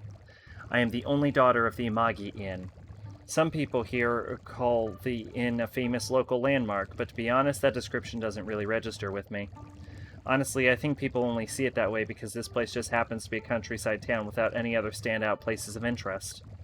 I'm getting training from Amagi Inn staff, but the food I'm cooking right now isn't to help out at the inn. Actually, my cooking is, well, not so great. There's no way anything I cooked would be served at the inn. Good evening. This is the Evening Journal with news for May 2nd. Our top story is on the domestic airline that was hijacked yesterday. Momentarily, turning our attention away from listening to TV in one of the guest rooms, Kasai-san speaks to me. Oh my, look at the time. Yuki-chan, don't push yourself too hard, okay? Thank you. I also get the snow black thing now that I really think about it, because it's Yukiko. So, like, Snow Girl. The latter half of Golden Week starts tomorrow. Usually I wouldn't have that time off since I'm busy helping out at the inn during the holidays, but I've already been given permission to take time off. Tomorrow off. Whatever, shut up. Don't think about it. Stop thinking about it. Stop it. I've been given time off because Yu-kun is coming back to spend time here in Inaba. Yu Narukami. He's a precious friend who transferred to Yasugami here in Inaba last spring. He transferred back to school in the city because his parents returned to their jobs overseas. But I finally get to see him again after 2 months. Just thinking about that news puts a smile on my face. People may think I'm overacting over just 2 months, but it still makes me happy. I mean, the year spent with Yu-kun was quite a special year for us. I'm sure that no one would believe me if I told them, but we got dragged into a serious case that occurred in this town last year, and we solved it. The one who led the team we created, the investigation team, was Yu-kun. Most of us who were in the investigation team are going to meet up for his return tomorrow. I'm already excited about it. That's when Oh, right, I was grilling the fish. I hurriedly flipped the sea brine left on the grill. It's still good, right? So, okay, so the food isn't edible. Got it. I was wondering. Yeah, it still looks good. I think it'll be fine, maybe. When I look inside the pot, a lot of water is gone, but the ingredients I put in there to boil look soft, so it should be okay. It's probably time to turn the stove off, though. I finished the final touches, I can finally take a breather. Everyone likes this. It's been a while since when she said she made lunch boxes, I literally forgot the whole gimmick of all of the characters in Persona fucking 4 is that, like, I think only Naoto can cook. And maybe Nanako. I think Naoto can cook. I think it was revealed at the very end that Naoto could cook. Like, she says she can't cook, but compared to the others, I think she can. Like, she doesn't make poison, if I remember right. It's been a while since everyone in the investigation team got together, so I want to make it a little more like a celebration. That's why I began making this boxed lunch for all of us, but it was a lot more food to prepare than I'd expected. I have a new respect for our cooks. The number of guests we get here every day is way more than the amount of people I'm cooking for. They have to make a lot more food than I just did. I grabbed the largest tiered lacquerware box we have and struggled to cram all the food into it. They say the presentation of the food is important, but I think taste should be a cook's priority. I agree with you, but I'm worried this will have neither. The boys will eat a lot. I'm sure Chie will too. I definitely shouldn't skimp. There. All done. An email? Who could it be from? I opened my cell phone and noticed a familiar name on the display. It's Chie. I wonder if she forgot where we're meeting up tomorrow. Chie Satanaka. She's been my best friend ever since I was little. She's also a member of the investigation team. We went through many things together as a result of last year's events, and now we're even closer than before. The email I received was a confirmation of our meeting place. That Chie. She must have gotten excited over hearing that we were meeting up, that she didn't even bother paying attention to anything past that point. Haha, that's so Chie. But there was more to her email. The Midnight Channel is on the air again. The Midnight Channel. At midnight on a rainy night, if you look at TV that's turned off, you'll see your soulmate. That was the urban legend that spread like wildfire in this town last year. At first, I obviously thought it was just a rumor, but I was wrong. It wasn't some superstition. There was actually something to the rumor. When we tested it out for ourselves, we really saw an image appear on the TV, even though it was turned off. But it wasn't actually your soulmate. The person that appeared on the TV was a victim. That's why the investigation team was formed. The phenomenon was closely tied to the incident that we resolved. In a nutshell, it was a series of murders. A few people died and it was all over the TV news. That alone is already a serious case, but we discovered something even more shocking about it. There was a world inside TVs. Personas and shadows. We encountered so many unbelievable things that there was no way I could explain all of it. But everyone in the investigation team desperately did their best, and we managed to take care of everything. Even the Midnight Channel was shut down. So it's pretty strange that it's all of a sudden. It seems Chie hasn't even seen it in person yet, judging by her email. She just said, "Let's watch the Midnight Channel together." I glance out the small window in the kitchen. Today's forecast is rain. The perfect weather for checking the Midnight Channel. That's not possible. Words of denial tumble from my mouth. It's not that I don't believe Chie. It's that I'm really, really hoping that it's not true. The Midnight Channel is broadcasting again. Are we going to see another series of murders? These worries began gnawing away at my stomach. Standing up against my own shadow that had gone berserk and all the bonds that I had formed and strengthened with everybody in the investigation team are important memories of mine. That is a fucking run-on sentence. But this would be something different. Even as I send a reply to Chie, my emotions are all still running wild. I've got a bad feeling about this. Oh, there you are. Someone's on the phone for you, Yuki-chan.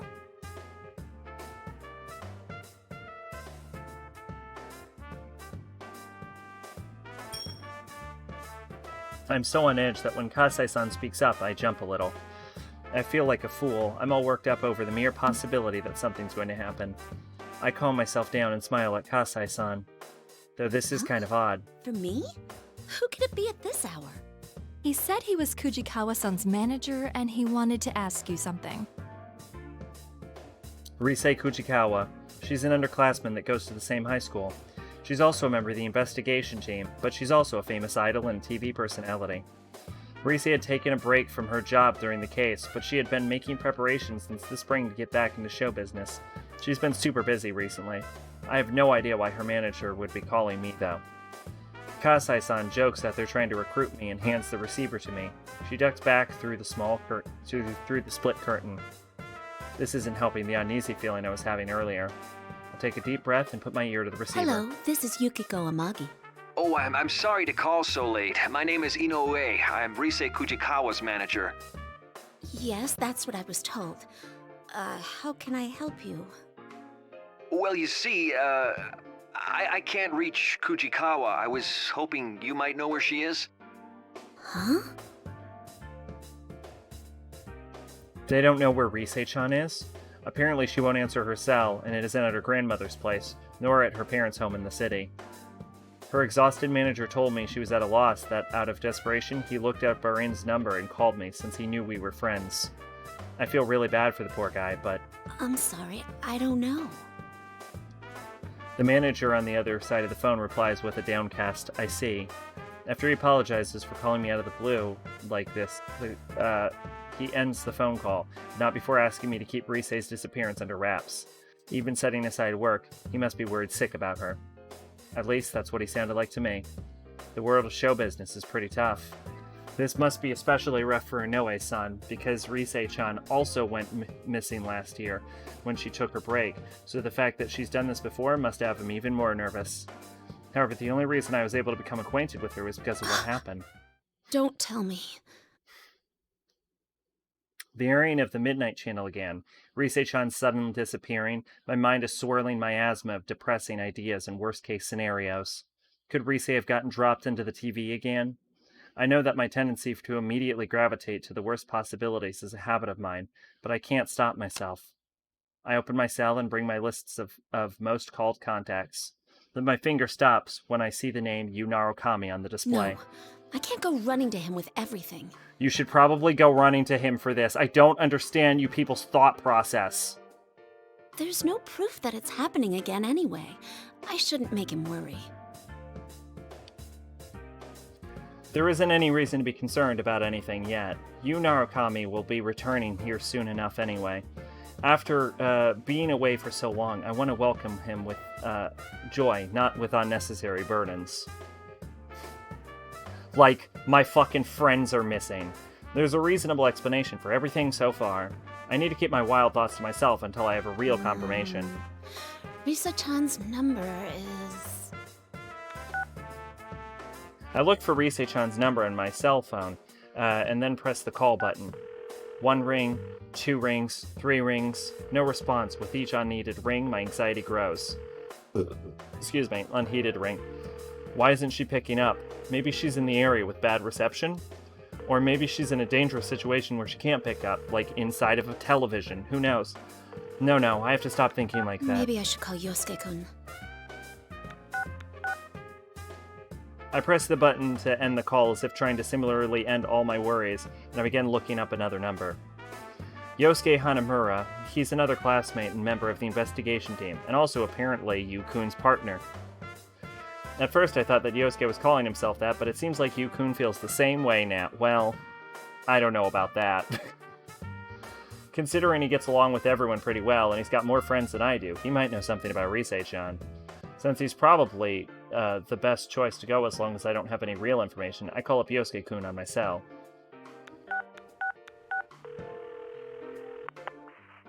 This time, the call connects immediately. Yosuke must have answered his phone without even thinking about it.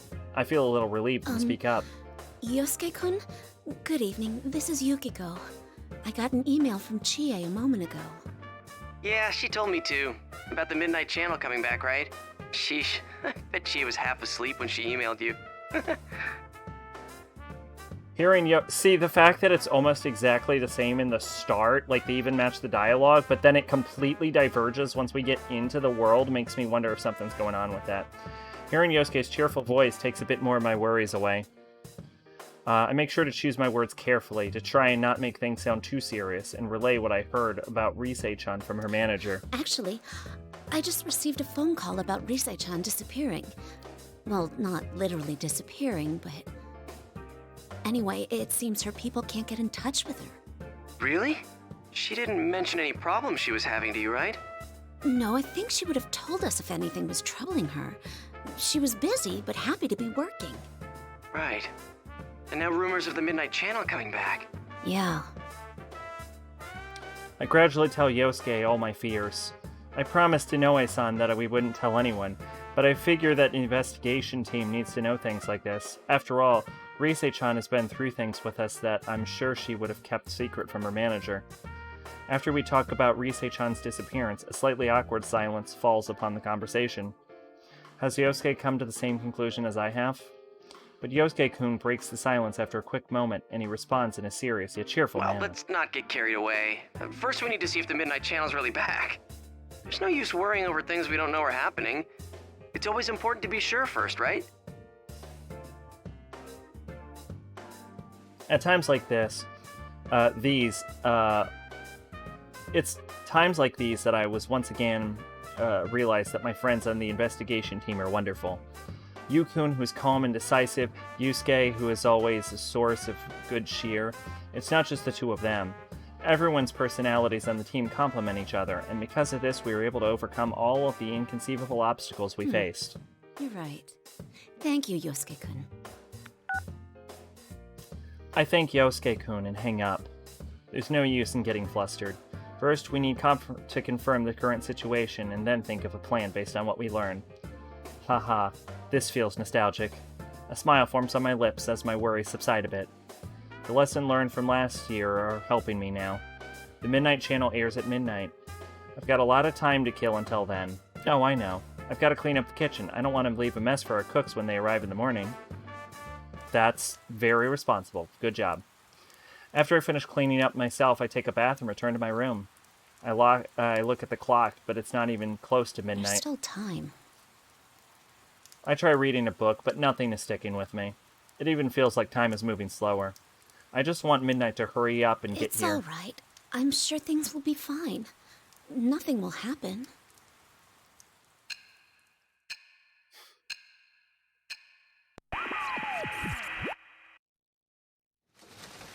Rivals. They are friends, yet powerful foes. The desperate fighting program amongst high school students. A new legend is I don't know about why to start. Labrys would have brought in the investigation team, though. Is it because they're the bestest of friends? Nobody touches his precious Nanako, the sister complex kingpin of steel, Yu Narukami! It's only But I don't know how Labrys would have known about them anyway. Boonies by day, hero by night, Captain Resentiment, Yosuke Hanamura! Everything that bores me has gotta go! A spunky dragon with deadly legs, the carnivore who's discarded womanhood, Chie Satonaka! You need to eat more meat! Please escort me to the ring, my prince! The unconquerable Snow Black, Yukiko Amagi! I'll finish you in one strike! Blooming roses and bulging I like how they muscles, refuse to give the ladies Beefcake weight. Emperor, Kanji Tatsumi! Deep into realms of romance, the body of a child, the brain of a genius, the 2000 IQ killjoy detective, Naoto Shirogane! Is this an Even for Naoto, they don't even give her weight. Fight and survive towards the one throne waiting at the end!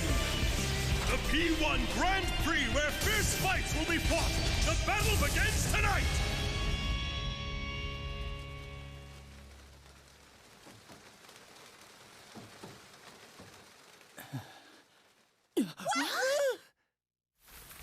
What on earth was that?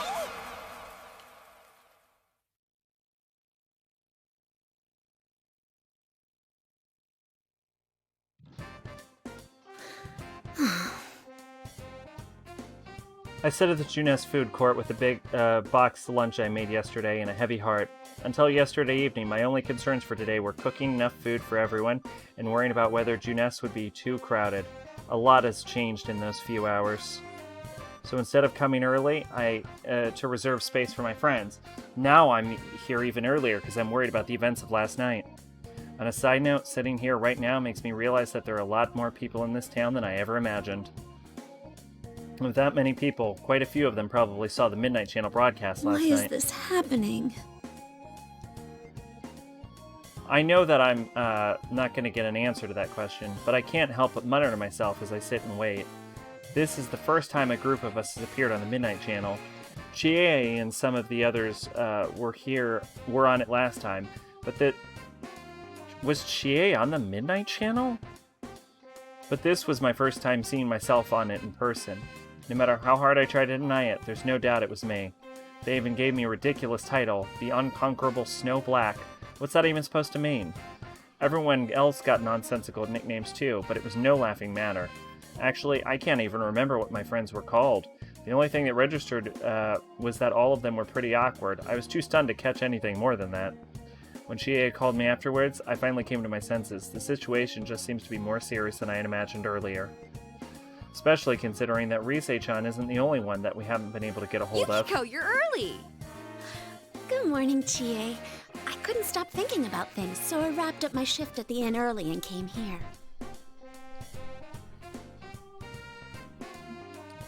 Just as my thoughts have been getting gloomy again, Chie's cheerful voice is able to snap me out of my funk. I was looking up to see my best friend Chie waving at me. Yeah, I couldn't keep dwelling on these bad thoughts. It'll be okay, I'm sure, as long as we're able to handle this. I reassure myself and show Chie what I brought. I actually made a boxed lunch for everyone. Let's eat it together later. Wow, a boxed lunch? You made it? I shrug and gave a wry smile at Chie's reaction. Is that weary? How is that word said? It is rye. Okay. Yeah, it is rye.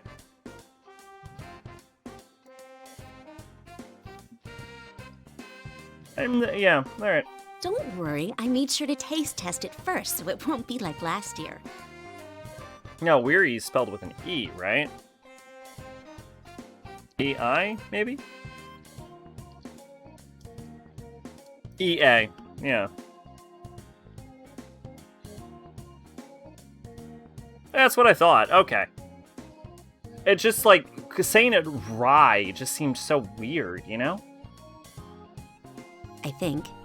Well, you've got a point. We don't want people to keep calling us poison chefs, do we? Ooh, that does smell really good. Oh man, I can't wait to try it. Hearing Chie's delighted voice even makes me happy. I wonder if everyone will be as excited about my food as Chie is. Just as I'm thinking about how to bring it up to everyone, I hear a familiar, cheerful voice from behind. Hey there, sorry I'm late. I ran into this guy at the elevator. Good to see you guys again. Welcome back! We missed you! The guest of honor's finally here! You're looking well. Welcome back. Should we... It's Yosuke-kun and Yu-kun. Chie bounced off happily as can be, but I'm a little lost in my emotions. I wonder how much Yu-kun knows about what happened yesterday. Yosuke is the first to notice what I'm getting at and casually transitions into the subject. Huh? Oh, he already knows about the Midnight Channel thing. He's actually the one who called me up about it. Oh, I see. This has turned into a pretty thrown-together reunion, hasn't it? But I'm glad you came. Yu-kun smiles at my words. His kind smile and calm demeanor. Yu-kun hasn't changed at all. I'm happy, but there's definitely a sadder side to this reunion. I wish this could just be a fun gathering with us all reuniting like normal people. My thoughts are interrupted by an exaggerated cough. It's Yosuke-kun. Apparently he was waiting for us to all sit down. After grabbing our attention, Yosuke-kun begins to speak. Well, it sucks that we can't hang out more before jumping into another mystery, but to celebrate our partner's return, I hereby reinstate the investigation team in response to the Midnight Channel going back on the air last night. Oh, the team is back! Just hearing that name again gets me all fired up. Yeah, let's do this! I don't think the applause is necessary. Yosuke-kun sarcastically teases us for applauding, but after glancing around at everyone, I'm sure we all felt that it was appropriate. I mean, there's no reason for any of us to turn that down.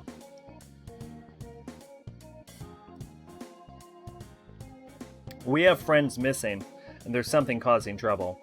Of course, we're going to help out and get to the bottom of this. After confirming that everyone's on board, Yosuke-kun continues on. Our reunion is now a full-fledged tactical meeting of the investigation Let's get cracking. team. I mean, this is no laughing matter. No one's heard from Teddy, Kanji, or Rise. Just those three, right? Yeah. Oh, I got a hold of Naoto-kun, but I didn't tell her about this stuff.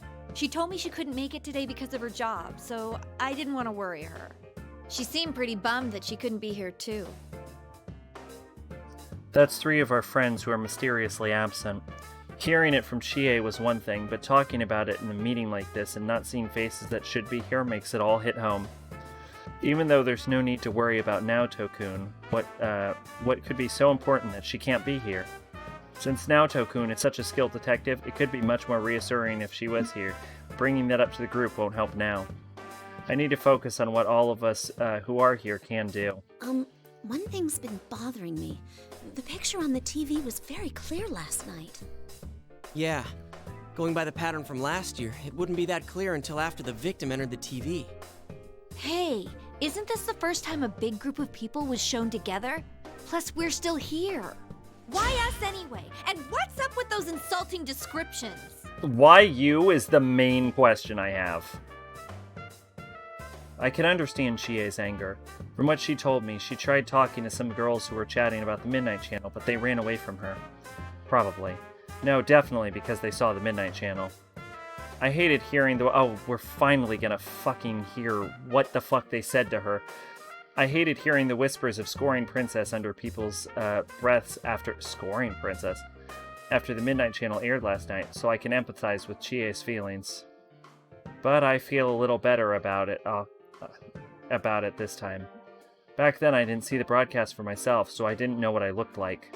Of course, I still hate that I was on it again, and it's still really embarrassing. What bothers me most is Teddy.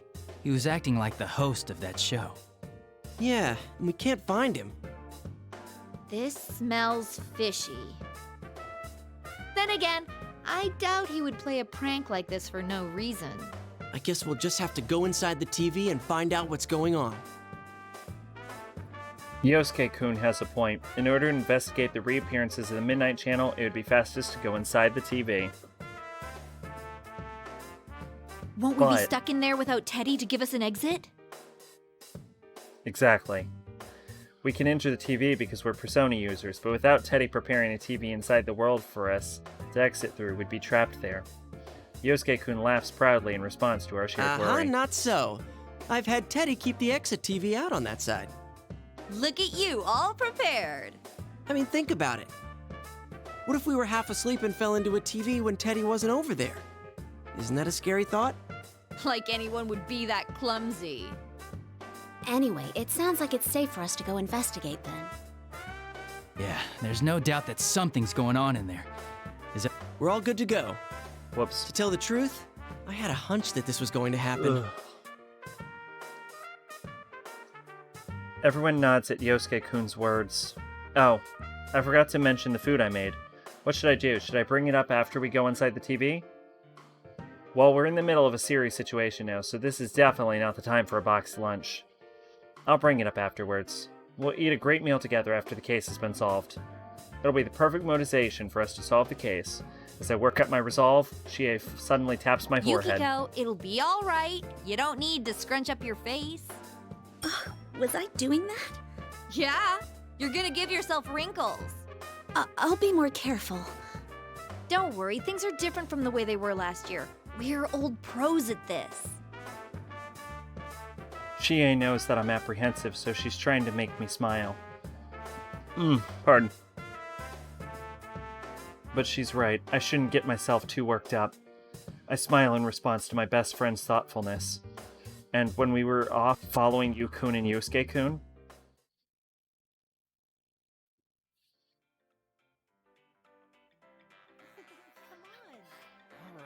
Oh.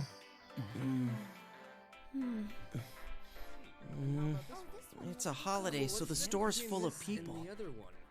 I feel like things are picking up around town. It's time to go. Hello. All the models are on sale right now. You know, it's been a while since last time. I'm a little nervous.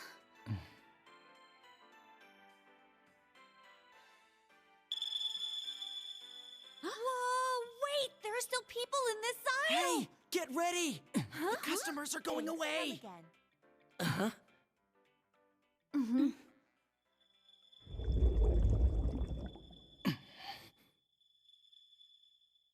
Let's go! Yeah!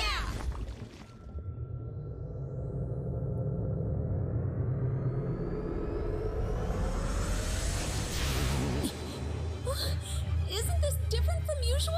Oh no! What do we do? What can we do? We can't stop now!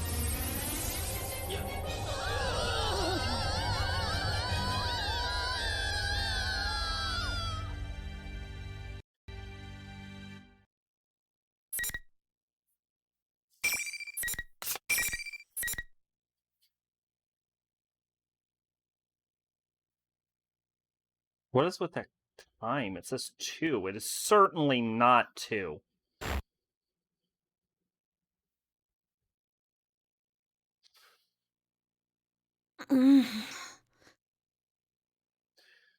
What happened? I was with Yu-kun and the others, and we entered the TV as usual. And then... Where am I? My mental fog clears immediately once the cold sensation against my cheek and back kicks in. It doesn't feel like I'm hurt anywhere. I'm filled with confusion as I get up and look around, but looking around only raises further questions. The scenery looked familiar on a basic level. It looks like an auditorium. But wait, is this our school's gym? I know I'm in a gym at my high school, however, the details are completely different. There are mounds of chairs stacked in weird formations everywhere, and everything feels a bit creepy. Then I notice that something even more important is amiss. Oh, where's Chie? Yukun? Hello? Isn't anyone around? I don't see any of them, and no one replies to my inquiries. It seems like we've gotten separated. Usually when we enter a TV together, we all end up in the same place. All of a sudden, something started gushing out. Smoke? It's white smoke, as like you see in TV and movies. I took a defensive stance, ready to ready myself for anything. Considering I'm inside the TV, I need to be ready for anything. Wait.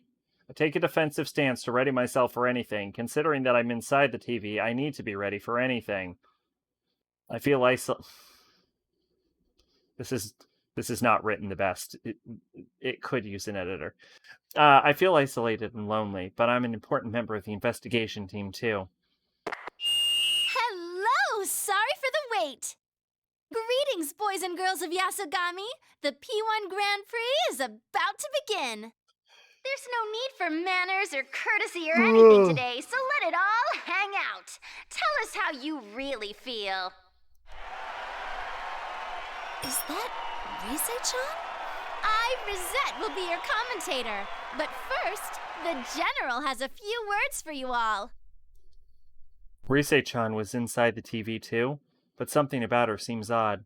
Despite my perplexity, the big monitor on the stage in the gym turns on when Rise's voice gives the cue. What appeared was an oddly dressed... Teddy? You're all here now. Well then, I'm proud to announce the opening of our very own P1 Grand Prix! P1 Grand Prix. Oh, that sounds familiar. I recall the program that aired on the Midnight Channel yesterday was named Where's that. that cheering coming from? Was it just a sound effect? I don't see anyone here. But ignoring that for a moment. Yuki-chan, you still haven't figured out what's going on? Yeah, the fact that Teddy is able to reply to each person individually makes me think that everyone is in their own version of the school. Should I give you a special deluxe smooch to wake you up? Huh? Daddy, those clothes! I'm sorry, but every time I look at you, that hat, it fits you. I saw it once on the TV yesterday, but still can't stop laughing. I'm dying here. I've never seen a gigantic hat like that sold anywhere. Just too funny. Snark, ha ha ha ha ha ha. What's so funny? Ahem. Are you sure you want to keep laughing like that? If you keep it up, you won't be able to reach your most cherished thing. It's just that outfit. I actually hope that this route involves every time Teddy shows up on screen, she just fucking laughs him out of the scene. My most cherished thing?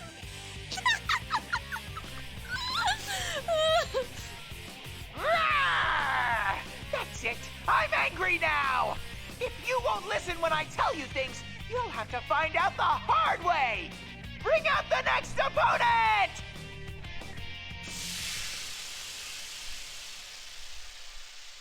It's no use, it's still funny. I'm gonna die. My ears are tearing up and my abs are hurting and laughing so hard, but then the smoke starts pouring out again. Once the smoke clears, I can see Yosuke-kun. Seeing him finally puts an end to my laughter. Yosuke-kun, I'm glad you're okay. Of course I am. Now let's just hurry up and do this. I'll take this opportunity to overcome the Amagi challenge in a different way.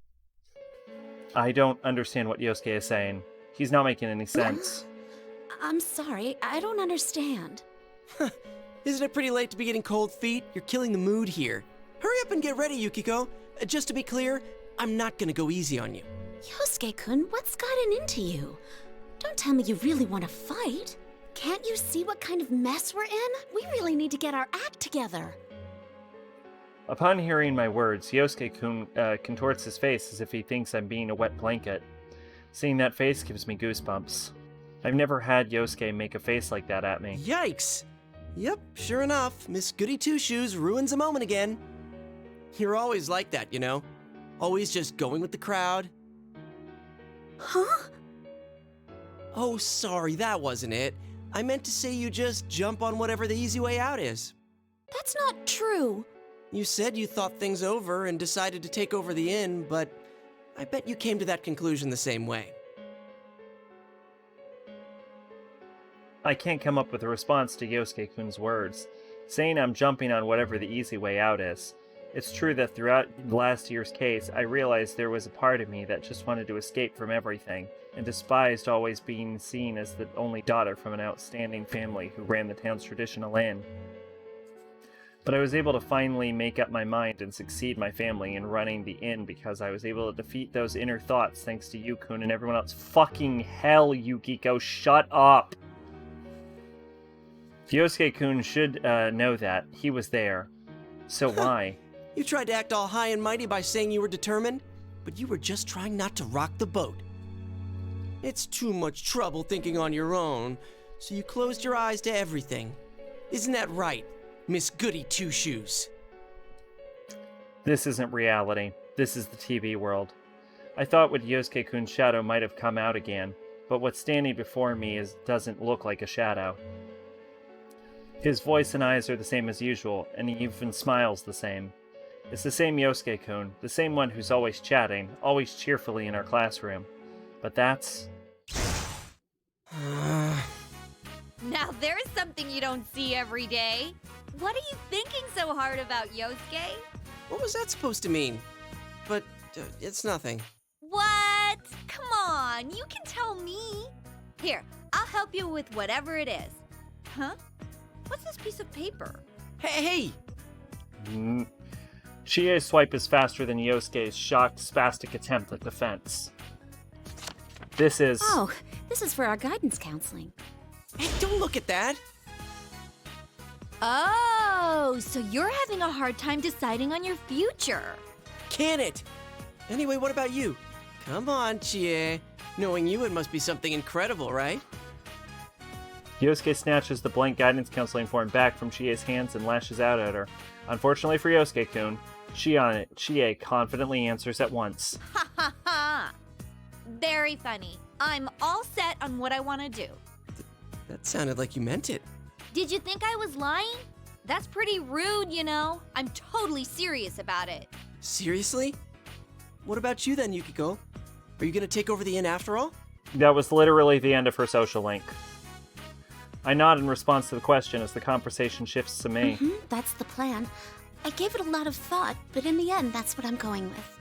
So I get the feeling that all social links are canon. Does that make me the only one still undecided?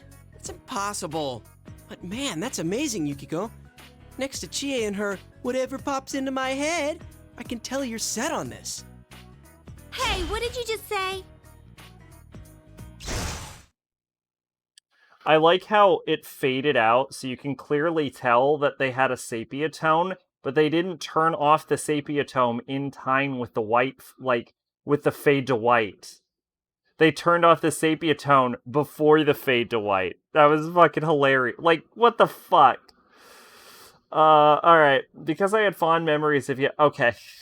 I'm just gonna say this. We just finished Strikers, which is a sort of spin-off sequel title to P5, and compared to that, this is not good. This is not good. Because I had fond memories of Yusuke-kun's approval. Now, to be fair, this is Persona 4 Arena, or at least the DLC. I don't know if the original was better handled. And I also don't know if only Arena sucks dick. Maybe Ultimax is really well done. Because I had fond memories of Yosuke-kun approving my decision so enthusiastically, my shock right now is even greater. Is that how you really feel? That I'm just taking the easy way out? No. It's not an easy way out. Sure, fine. It's useless talking about it. An idiot like me wouldn't understand what a goody two-shoes like you thinks. Let's decide this with an easier way. Come, Jiraiya! Yosuke-kun summoned his persona. A persona and a shadow are one and the same, so they cannot exist at the same time. That is wrong, actually. But you can keep thinking that if you want. In other words, what stands before me is definitely the real Yosuke-kun. Any possibility that this isn't Yosuke-kun has just been shot down. The words hurled at me a moment ago bury themselves even deeper into my chest. I want to talk things out with him, but it doesn't seem like Yosuke-kun is willing to listen right now. Then... Come, Konohana Sakuya. I'm not just going to stand here and take this. I need to figure out how the others are doing, so I need to fight and win for now. Well, here goes the first battle. Captain versus Snow Black is about to begin. Who will Lady Luck smile upon? I'm as curious to find out as you are, dear viewers.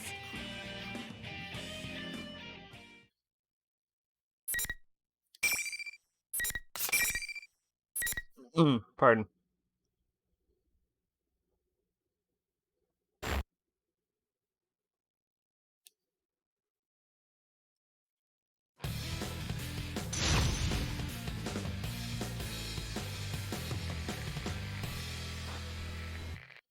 Alright, now I have to teach myself how to play a new character. And stay down! I think you missed. Get started! Can she heal herself?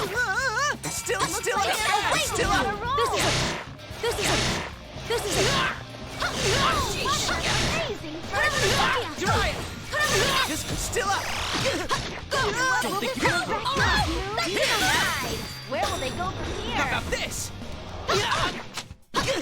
Still up! This is turning into a tight situation. Please hit. Still up! Not bad! Has the battle been decided? This is Still up! The opponent still standing. Oh, the poison is wearing down their stamina. All right, announcement over. Until next time.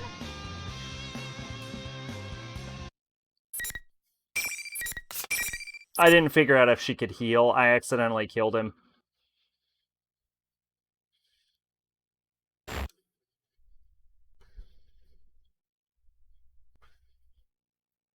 I won? I really fought and defeated Yosuke-kun? Teddy's cheerful and joyous voice reaches my ears as I stand depressed. Now that was one relentless battle! This is what makes the Grand Prix so spectacular! What are these voices coming from? I search the surrounding area to find the source of the cheering. All around us are students in their uniforms. No, that's not right. These things are human-shaped, but they're definitely not humans. We're surrounded by them and they're all cheering. That reminds me. I think these things were there when I was fighting Yosuke-kun as well. Is this some kind of special effect that Teddy's using? Or considering it's the TV world, are they shadows? They're watching and cheering, but they don't really seem hostile. Nothing is staged or worked, folks!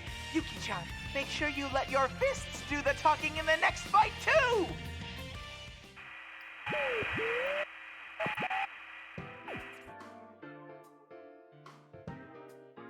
The strangely dressed Teddy makes his weird announcement, and the monitors turn off. Rise-chan announces a 10-minute break over the PA system. I try talking to her, but she won't answer, no matter what I say, probably because you're talking to a fucking PA system. Everyone's acting so oddly. Yosuke-kun stirs and gets up. Oh, Yosuke-kun. I'm sorry I didn't go easy on you. Nah, I really am worthless scum. I'm sorry you have to put up with me. Huh? Yukiko, I understand what you wanted to say, but I need a moment. I don't think my heart can take any more right now. Yosuke-kun is still saying things that don't make any sense. It's like we were having two completely different conversations, and he's acting different than he was before. Yosuke-kun slaps both of his cheeks and then turns towards me. Alright. I think my heart will be okay. Yukiko-san? Are you hurt or anything? No. You kinda sucked. Huh? No, I'm fine. But Yosuke-kun, are you sure your heart's okay? You look pretty shaken up. That ain't... I mean, that's not true. Huh? He's still acting a bit odd, but I feel like I'm actually having a conversation with Yosuke-kun this time. I suggest that we talk about what's going on, and Yosuke-kun agrees. What exactly happened a moment ago? After some talk, we both agree that it was strange the world inside the TV had changed from the beautiful scenery it had when we were last here into Yasugami High. Then we discussed the change in Teddy and Risei-chan. Additionally, Chie and Yukun entered the TV with us, but neither of us have seen them. What is going on with the TV world? Damn it, I wish we had something to go on. I did notice that there were some shadowy people around us while we were fighting. They don't seem hostile, but it's still eerie. These silhouettes weren't in the TV world last time we entered it. They looked like students or shadows. Though they were too well behaved to be the kind of shadows we're used to. Well, if they're not going to attack us, we can leave them alone for now. Oh, another thing. Teddy said that if I don't fight, I won't be able to reach my most cherished thing. Most cherished? Like something that's really important to you? Oh, maybe he meant me. Maybe he did. I doubt that. Holy shit! Holy shit, that was ice cold! Who knew a gentle denial could hit so hard? But seriously, what was Teddy talking about? I didn't bring anything important to me in this world. Oh no! Could it be... The boxed lunch! It's gone! I know I had it in my hands when I came here, but now it's gone. I looked around frantically, but there was no trace of it. Oh no! Did I drop it somewhere? When? Where? Did I drop it when we entered the TV? I'm sorry, Yosuke-kun. I need to go look for it. Huh? Look for what? Hey, Yukiko, you can't go alone. It's too dangerous. I'm sorry about having to ignore Yosuke-kun, but I couldn't tell him what I'm looking for. I made all the food to surprise everyone with, after all. If they're not surprised, it won't mean as much, and they'll enjoy it less. Wait up! Yosuke-kun is about to catch up to me as I'm exiting the gym, but then suddenly, Yosuke-kun stops moving in midair. Yosuke-kun, what are you doing? Is that a mime act? No, there's some invisible wall here. What the hell? You got through, but I can't. 'Cause you're a loser. As Yosuke-kun makes his herky-jerky weird poses, the monitor behind him came on. What appeared was, snark, it's Teddy in that silly-looking hat thing again. Did I forget to tell you? Only the winner can move on to the next fight. No one's getting out of this school until a champion's been crowned. Only the one who fights to the very end and comes out on top can leave. What's up with that? What am I supposed to do then? I can't get out of here. That's right. Sorry, but you're stuck there, Yosuke.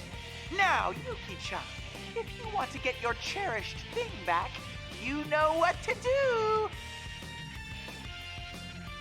Teddy directs a knowing smirk right at me. Did Teddy take my boxed lunch? If he did, that's absolutely unforgivable. To others, it may just be an ordinary boxed lunch.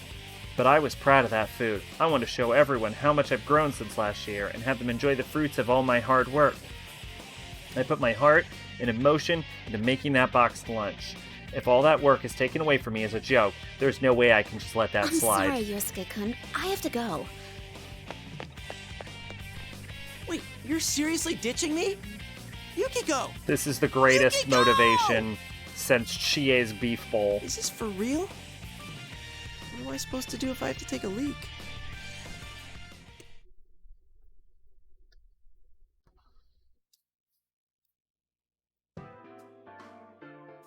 After exiting the gym and running around for a while, I noticed while this place may look like Yasugami High, the building layout is very different. Occasionally I bump into invisible walls like the one Yosuke ran into. I can't continue on a path I was taking. Doesn't look like I'll be joining up with you and Chie here. I can't believe I lost my box lunch in a place like this. Where in the world could it be? Did anyone lose something? Huh? That voice wasn't Teddy or anyone else I recognized. It also wasn't the voice of those silhouettes either. It was distinct and echoed down the halls. It's a girl's voice. When I turned to look, I see a girl wearing a Yasugami High uniform looking around. I don't recognize her, but I recognize the bundle she has in her hands. Excuse me, that's mine. You dropped this. You're a careless one, ain't ya? You ought to be more careful. Huh? Oh, thank you. She got a serious tone to her voice and a very distinct intonation to her word. Yeah, no, I know, I love it. I don't remember anyone else like this at our high school. I'm as curious who she is, but there are more important things to attend to. The girl before me doesn't seem like she's going anywhere, so I'll chat with her after I checked my box lunch. It's a bit rude, but it should be understandable in this situation. I hurriedly began opening the bundle. No! I could tell from opening the lacquerware box's lid, it's totally ruined. I should have known, though. When I woke up inside the TV, I was splayed out on the floor after all. The box lunch obviously wouldn't have survived unless someone in the TV world happened to catch it and set it aside. You can still eat it. Maybe. Yep. I try to reassure myself. The flavors got mixed up a bit, but it's all the same in your stomach, right? It's still good, it's still good. I can still give it to everyone. Oh, Jesus Christ. No, I can't. Even though it's still edible, there's no way I can make this look anywhere near presentable. Yikes. That was a box lunch? Yeah, it's all jumbled up now, so I can't give this to anyone. Give it? Oh, were you gonna share it with your friends? That's right. Wow, that sounds great. You made it so you could enjoy it with everyone, huh? I'd love to do something like that myself. You gotta enjoy your youth while you can, right? Is this girl trying to cheer me up? Even though we're in an odd situation, it picks up my spirits just to know there's someone else here who understands the emotional process that goes into making a box lunch like this. Jesus Christ, Yukiko! Of course, even if she didn't have any interest in box lunch, I'm just glad that I found someone that could actually talk to in this place. By the way, what are you... Oh, I'm sorry. I'm Yukiko Amagi. So, what are you doing here? Well, I'm the student council president. It would be weird if I wasn't at school. Student council president? Huh, I think I remember elections being held back in April this year. I didn't quite remember who got elected, so she's the one. Wait, what? Something's not right. I mean, this is... Oh, no, that's not what I meant. Are you, a persona user? What? What are you talking about? She can't use a persona, but she's here in the TV world? So, in other words, that means... Miss President doesn't notice my confusion and continues right on. There's that wackadoo event going on right now, ain't there? They can't pull stunts like that on campus. That's why I'm looking under every rock for him, so I can shut the whole shebang down. Excuse me, wackadoo? Does that mean it's not good? Are you looking all around the school so you can put a stop to this tournament? Well, that's what I said, ain't it? I can't believe they didn't run this by the student council first. Not that we ever would have approved a cockamamie event like this. Anyway, I gotta go stop this tournament. You too, you know? You're that, what was it? Snow Black? Huh? Wait a moment. I'm not participating in it by choice. That's a complete misunderstanding. Oh, this is so embarrassing. Miss President seems quite surprised by my words. Is that true? Well, you do look like a serious student. I can't believe they're even roping normal students into this. You should get yourself home and leave the rest to me.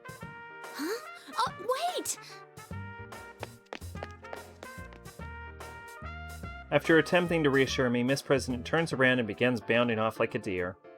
I chased after her, but not only is she really fast, my path gets blocked by invisible walls again. When I turn a corner, I have no choice but to abandon my chase. This won't budge at all, no matter how hard I push at it. What in the world is it? I feel like someone's already decided where I'm supposed to go to. Still, who could that girl be? She didn't know about personas, and she seems to think that this place is just plain old Yasugami High. Could she be a victim that was dropped into a TV? When I think about that, I feel disgusted at myself for worrying more about my box lunch than her safety. Stupid me. Wait, if she is a victim, then why wouldn't she appear on the Midnight Channel? Usually the program comes on after a victim enters the TV. None of this is going to help me get any real answers. I need to push forward and focus on understanding what's happening here. Next time I run across Miss President, I need to make sure I get things clarified. If she really is a victim, then I need to rescue her from this world.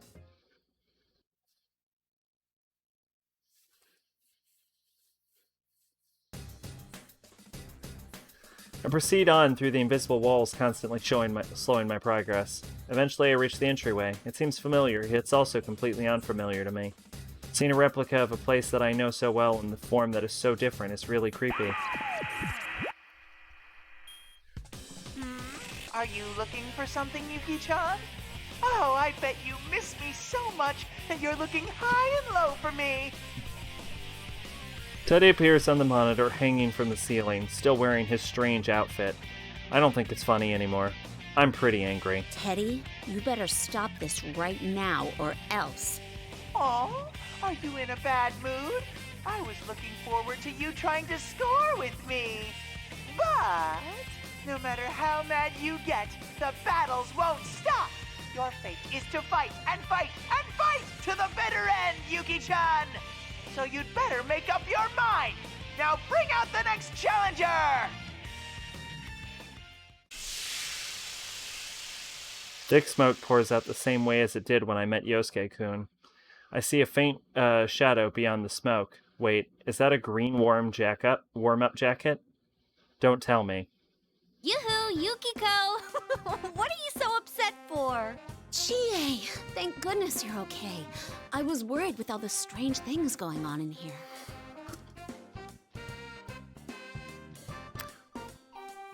I am so glad that Chie is safe. The anger and tension I was feeling moments ago all drain away.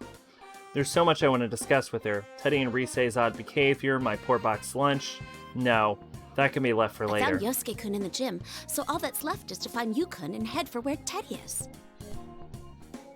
Right now, we need to think about joining up with everyone. Just when I'm about to say how reassuring it is to have Chie with me. I don't want to do that. Huh? Chie? Yeah, I wouldn't want to meet up with Teddy either. How come I have to help? Just so you know, I'm having a blast with this P1 Grand Prix. You're always like that, Yukiko. You just assume you'll get your way. I couldn't believe my own ears. The Chie before me is the real Chie, but it's the same as with Yosuke-kun. She's belligerent and saying offensive things. But she's nothing like a shadow. My best friend Chie is saying horrible things to me. Have you ever thought about the problem you cause for others? You may not realize, but you completely rely on us. That box lunch you brought today is a perfect example. Nobody ever said they wanted you to make them one. No, I didn't mean it to be like that. Is that really how things are? I'm about to dispute what she's saying, but I'm at a loss for words. I mean, I guess I do force myself on others. I do rely on others, so I can't completely deny Chie's words. Even though I think that's not true, maybe that's just how I want to see things. What Chie is saying may actually be how everyone else views me. Woohoo! The cattiness is through the roof here! Let's get today's episode of Girls Gone Feral started! There you go again, the same old I didn't mean crap from you. You think that excuses you from relying on other people? Yukiko, I'm serious about this. Let's settle this once and for all. Here goes Persona! Chie takes a fighting stance after hearing Risei's voice blaring from the speakers. I don't want to fight, but Chie's even summoned her persona. This whole situation just doesn't make any sense. But I'm not gonna allow myself to get beaten up without making sense of this either.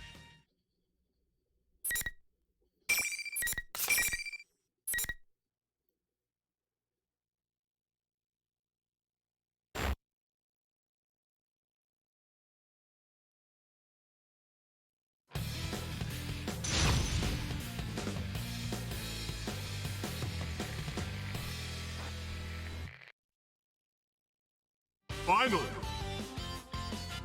Fight! could both use it as fight pit.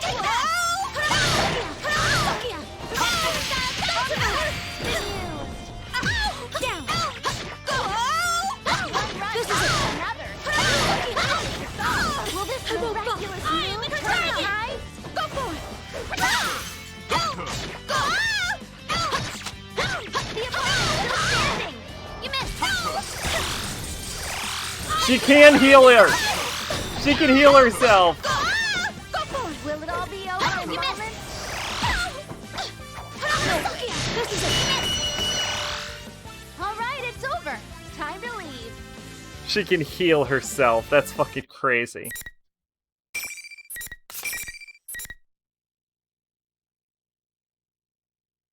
I'm glad I got that off.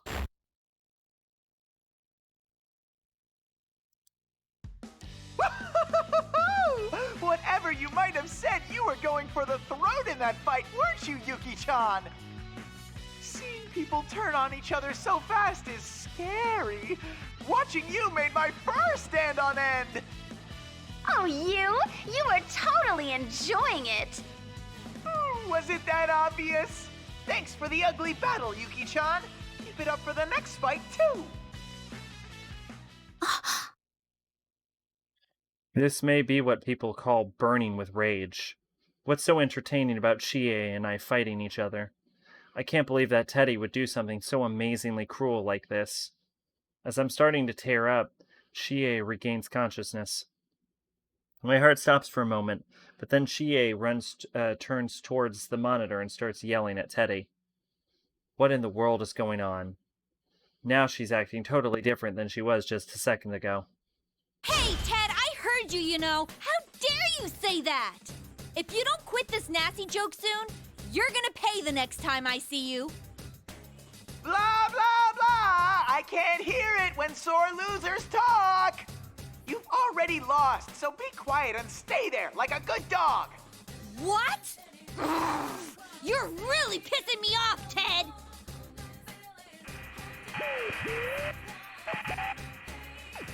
Teddy completely ignores Chie, who's about to jump at the monitor, and kills the broadcast before Chie can get in a satisfactory comeback. I have no idea what to think right now. This Chie right now is 100% the Chie that's my best friend. But she's the same Chie who was here before the fight. She's not a shadow, and I don't think she got replaced when I wasn't looking either. Chie?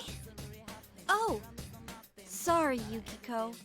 I think I went at you a little too hard. Wait, huh? Are you back to normal?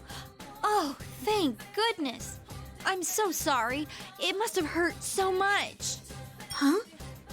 Back to normal? Oh, that stupid Teddy. There's no way Yukiko would say those things.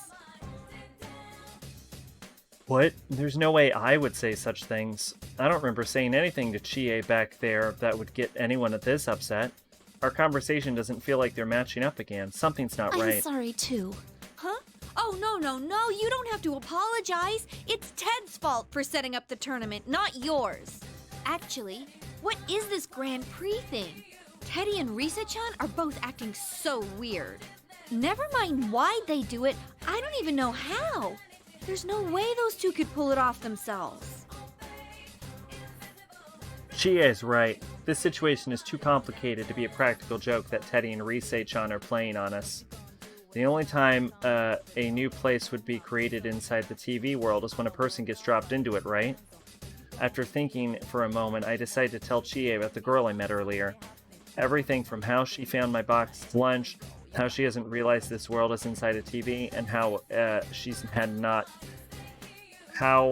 had not appeared on the Midnight Channel. Really? Huh. I guess we'd better keep an eye out for her. A ponytail and a Yasugami High uniform. Okay, I can remember that. Hey, Yukiko. Is that your boxed lunch you're holding? We had a pretty intense fight back there. Is it still okay? About that. Oh man, what a tragedy. When I show her the ruins of the boxed lunch, Chie's shoulders sag. Yes, it truly is a tragedy. My creation is now the embodiment of pitiful boxed lunch. You're not getting away with this, Ted. You'll learn firsthand how vicious I can be over wasted meat. There's actually not much meat in it. There isn't? Anyway, let's hurry up and find him, so we can get revenge for your boxed lunch.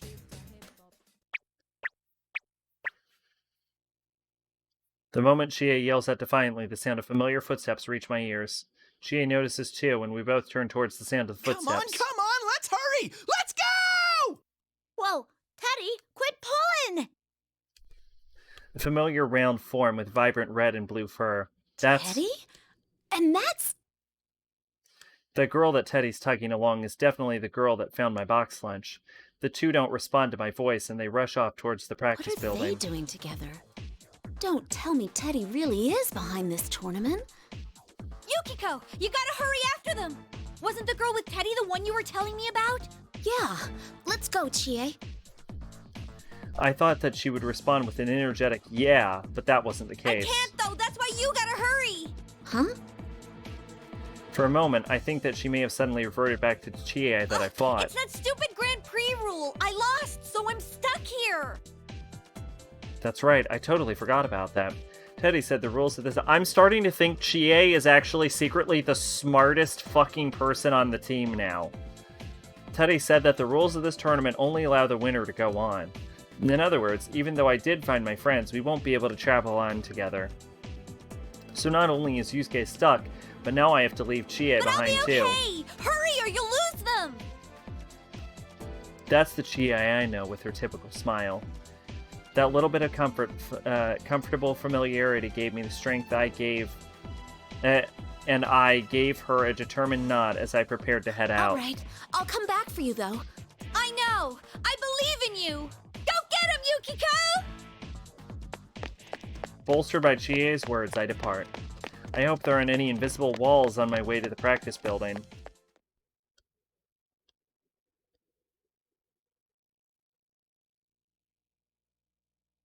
Like I keep saying, you have to believe me. Why won't you understand? When I enter the practice building, the first thing I hear is Teddy's voice, but I don't see him. I follow his voice, and it seems like it's coming from the music room. Huh? And suddenly Yuki-chan's here! You're Yukiko-san. Teddy looks at me surprised, while Miss President looks at me in wonder. I finally caught up to them. It seems that since we're not talking through a TV, we can finally have an actual conversation. It's time you explained yourself, Teddy. Why are you doing this? And who is that girl? Did you call her into the TV? I'm very upset with you right now. What are you talking about? The murder in your eyes is terrifying! Okay, that one wasn't even good. Why? Why is every cutie pie I meet angry with me? What did I do? Is it because I'm Miss President's Knight?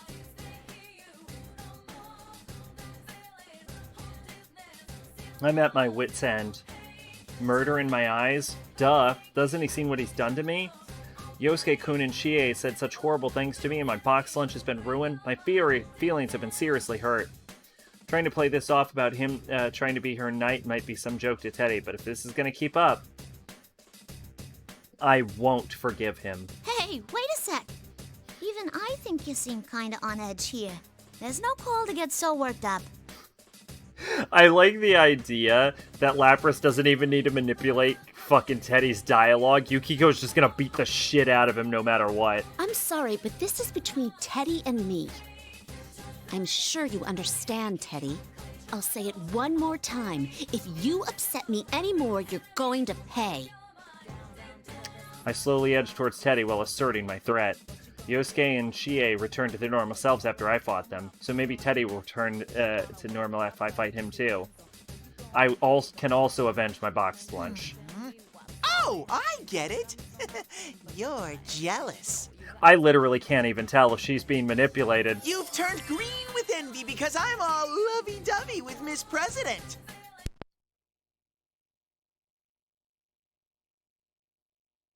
I don't even know if Lapras is manipulating their fucking dialogue. I think she might just kill him. Something snaps inside me. Ah! Yuki-chan's seriousness gauge just exploded! It was your fault! But I'm Miss President's Knight! I can't lose! Nope, Lapras can fucking hear them. They didn't even manipulate the dialogue. They just pissed her off.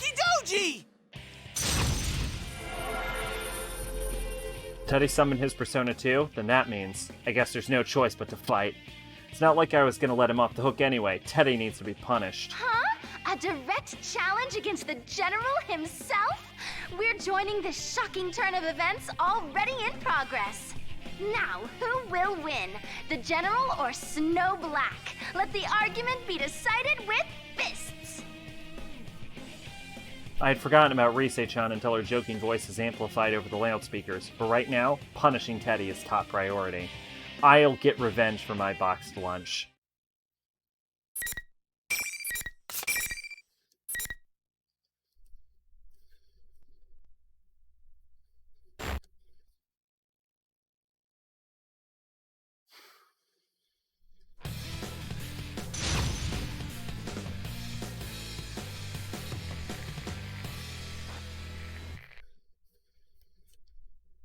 Final. Fight!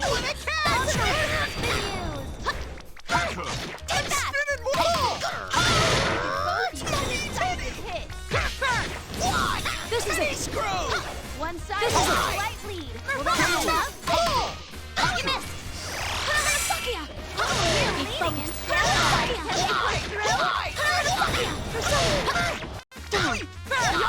This is gonna be awesome! Getting serious. You missed. Take that! Now, will they go for the kill? Take that. The opponent is standing! In the end, the victor was no surprise.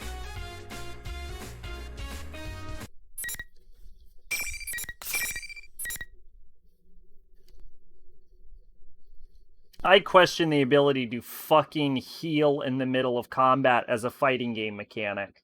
Like, I'm not an expert on fighting game mechanics, but like, that seems a bit much as an ability that I can activate by holding a button.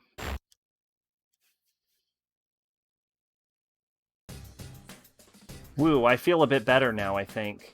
Teddy should go back to normal, just like Yosuke and Chie. I run towards my poor lunch and I think, I've avenged you. Although a boxed lunch's long-cherished desire is to be eaten, right? It won't be fully avenged until it fulfills its purpose. What's inside is completely mixed up, and it looks bad, but all the flavors have mixed together, too. It smelled good when we were at the food court, but right now it's smelling a little... No, quite different. But maybe that's just a result of the tastes I combining. wonder if it's still edible. No, it's not still edible.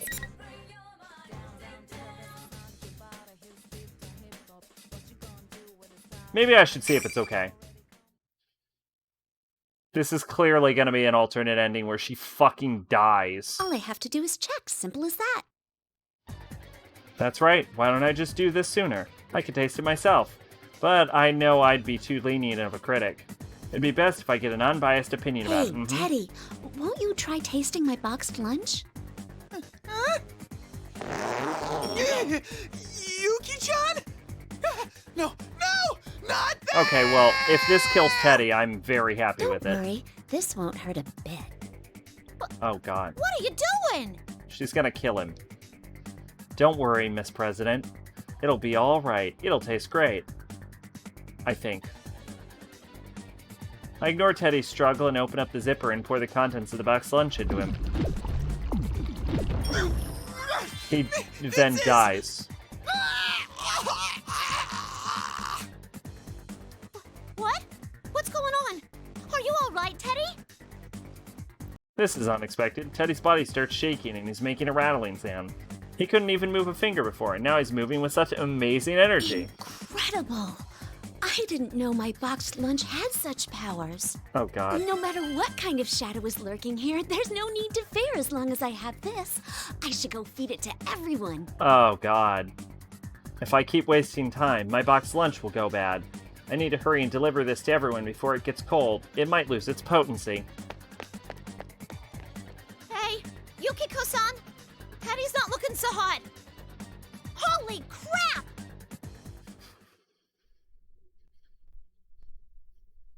Worth it. After I left the music room, I feel bad for being so rude and not letting Miss President have some of my food. She did find it after all, but oh well. The ones I really want to give this to are everyone in the investigation team. I figured that I should go back to see Chie, but those invisible walls got in the way and I couldn't make it back to her. As I plod forward in the only direction I'm allowed to proceed, I rejoice after peeking into one of the open classrooms and seeing the back of one of the people I'd been looking for. Yukiko, are you alright? Oh gosh. Mm-hmm. I'm okay. I'm glad I found you. Yeah, something's not right here. It's too dangerous to wander around separately. Yuko seems to be seriously troubled, but everything will be okay now if he eats my boxed lunch. Here, eat this. It'll cheer you up.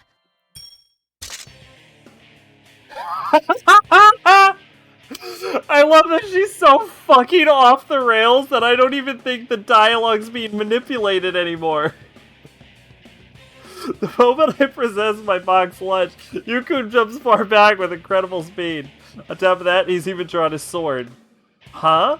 Don't tell me. Has Yukun gone crazy too? Yukun, no! Yukiko, calm down. You need to snap out of it. They're not even doing anything anymore. Just as I thought, our conversation isn't matching up. No. Nope, this tracks, actually. It's the same as when I first ran into Yosuke-kun and Chie. All the more reason to heal him with this boxed lunch. When I try presenting the boxed lunch to Yukun again, he slowly backs away from me with a tense expression on his face. This isn't like Yukiko. If she was in her right mind, she wouldn't be putting her friends' lives in danger like this. There's no way around it. I'm sorry, Yukiko. Yukun raises his hand to the sky and summons his persona. It's no use. Yukun won't return to his normal until we fight. I don't want to fight him, but I don't have a choice. Don't worry, Yukun. My boxed lunch will help bring you back to normal. I'll make sure to heal you, Yukun. We're gonna go back and redo that Teddy scene. Although I'm sure it's just gonna be the same.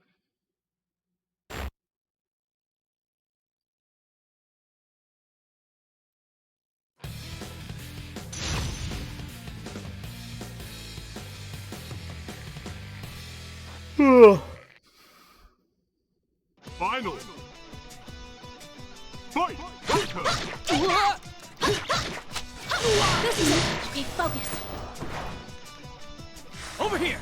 Back! I'll play with you. Persona!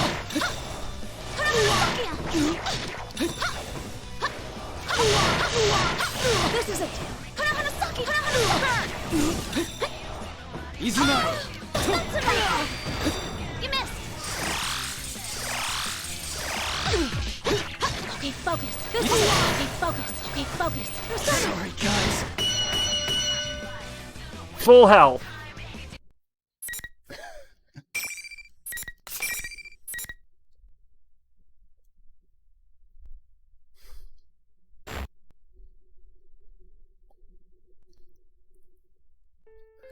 Yukun has fallen flat on the ground, face first, and isn't moving an inch. Did I go a little too far? But now's the time to bring out you know what. Are you alright, Yukun? I'll have you healed in no time. Have you returned to your usual self, Yukiko? What are you talking about?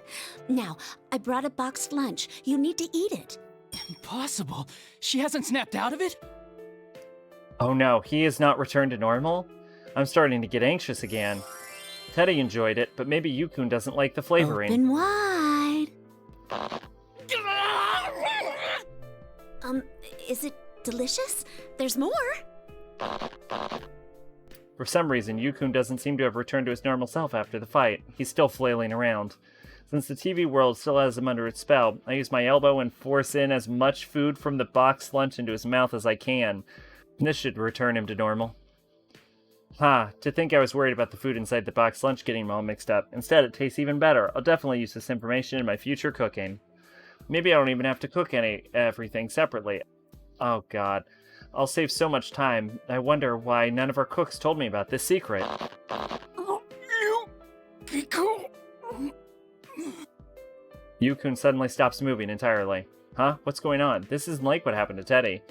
I look into Yu's face and see that his eyes are closed and his body's gone limp. Oh, he must have been so tired that he fell asleep.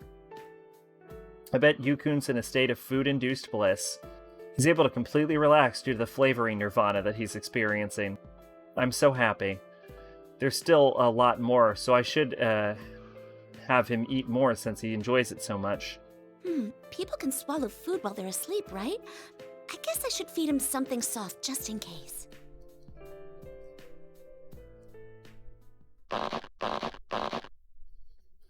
Oh man, I am so hungry. Oh, there she is. Huh? Yu's with you? Huh? Yosuke-kun. I thought he couldn't leave the gym. Yosuke-kun? And everyone else too? What's going on? Sheesh, what are you talking about, Yukiko-senpai? The case has been solved. Yep, but for some reason, you and Yukun hadn't shown up. Oh, I did take the divergent path. That's why we all came looking for you. So, what were you two doing here? I was killing him. Huh? Naoto-kun's here too? The case has been solved, so this weird tournament is over, and I don't have to fight against everyone anymore. I take time to check off the faces of my friends that I've gathered. Yosuke-kun, Chie, Rise, Yu-kun is right here. Oh, even Naoto-kun and Kanji-kun are here. So everyone in the investigation team gathered, and we all have free time now, right? Teddy's not here, but he's already eaten, so he'll be fine. Oh, this is perfect timing. Let's all eat my boxed lunch to celebrate the case being solved. Huh? Boxed lunch? She didn't say what I thought she said, right? I assume your employees at the Amagi Inn made this for us? No, I made it myself. I put my heart into it. Huh? Wait, didn't your boxed lunch get all messed up? Oh, don't worry about that. It won't make a difference after you eat it. Everyone is smiling at my words. I'm glad I decided to make this boxed lunch. This boxed lunch will be perfect to relieve all the tension they built up from working on this weird case that had us all fighting each other. Yosuke, you'll try it, won't you? Yukun, who had gotten up without my knowing, places a hand on my shoulder. I think he's silently congratulating me on a job well done. He's probably telling the others that they should partake. I'm so happy, but all this praise is a bit embarrassing. Isn't that a bit... Hey, Kanji, where do you think you're going? Get off my back! This ain't the time for bluffing. I'm too young to die. Oh wait, there's probably not enough for me anyways. I can't take any if there won't be enough for my senpai. Oh, you don't need to be so modest. I brought plenty. When I showed them the food packed away in the tiered box, everyone looks overwhelmed. It was a lot of trouble making so much. They probably never seen a super big feast this big. I'm happy that they're so surprised. Holy crap. Ah! Come on now. I want to see clean plates.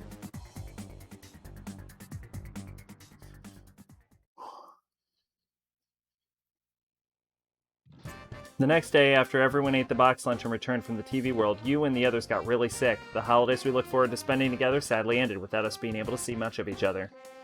Maybe they all got swine flu or something. Even though we didn't spend much time together, the holiday was fun since it had been so long since everyone was able to get together like this. Now I just need to take everything I've learned and practice even harder to find a way to top my boxed lunch for when we can all get together next holiday. End. And again, the false ending is in fact more interesting than what was actually happening.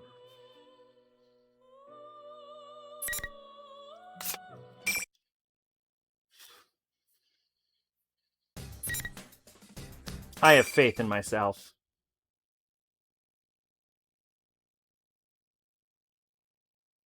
No, now's not the time for that. I've been allowing myself to get caught up only thinking about myself and worrying about my food this whole time. I need to focus on important things, like saving Miss President. Are you okay, Miss President? Are you hurt? Teddy didn't try anything funny, pardon. did he?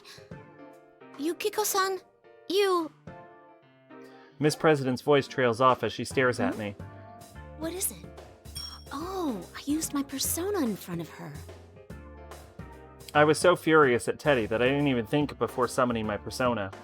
From an outsider's perspective, that fight must have seemed like I was actually participating in that fighting tournament thing.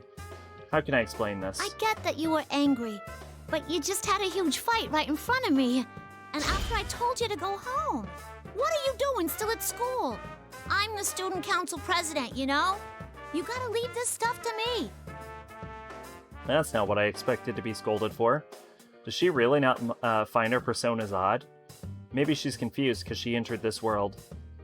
But I can't save Miss President without having her trust, and I can't have her disliking me or becoming suspicious of me.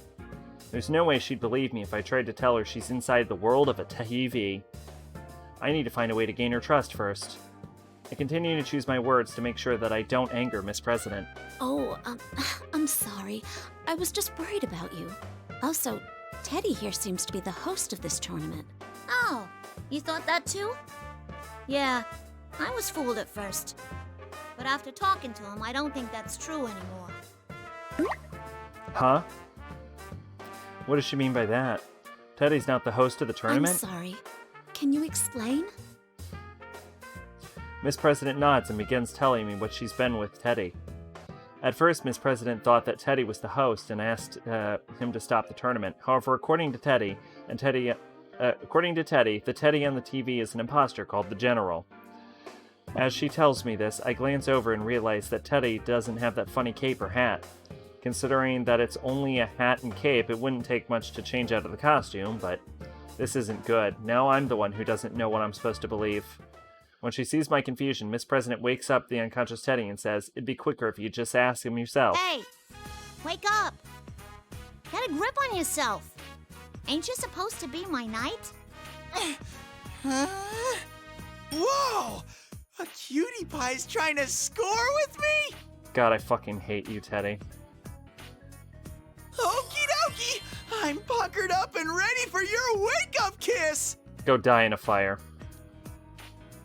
Teddy, do you need me to punish you again? Yes. Yikes! I was just joking. I'll be good. All right, then tell me what's going on. She said that the Teddy hosting the tournament wasn't the real one. But in that case, what have you been doing all this time? Yuki-chan, you believe me? Of course. We're friends, aren't we? Though that does depend on what you tell me. You don't give an inch! I don't really want to believe him, but considering how many things seem odd inside the TV world, I need to hear what he wants to say.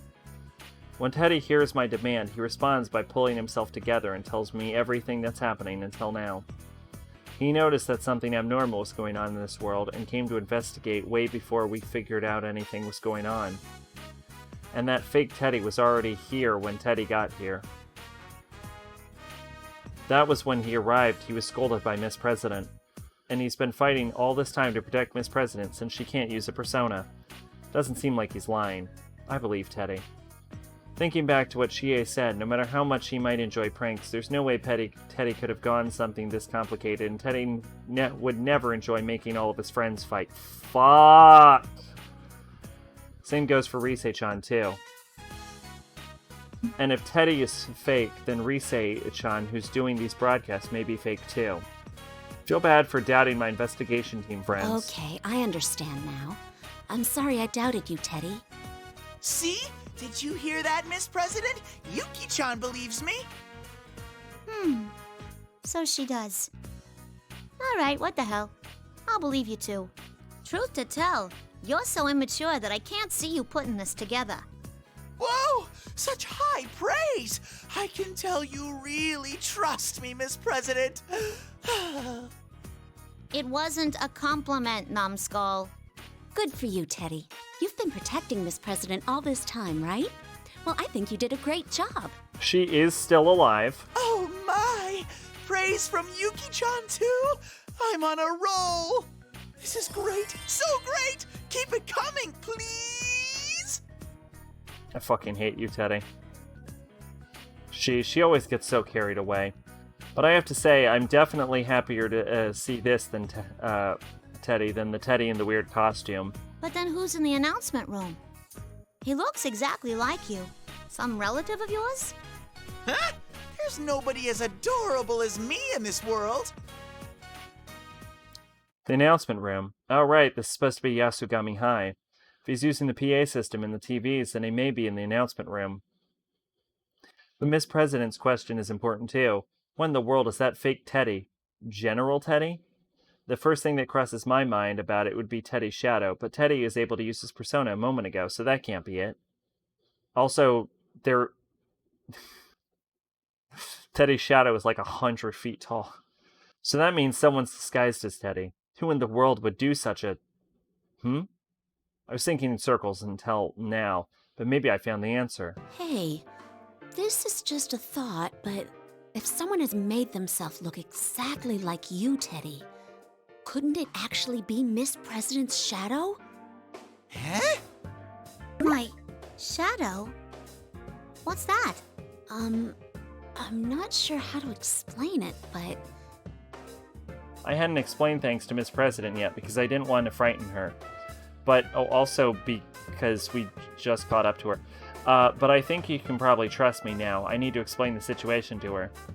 Teddy and I both explained our understanding of the situation to Miss President. We tell her that she's been dropped inside a TV and is currently in another world.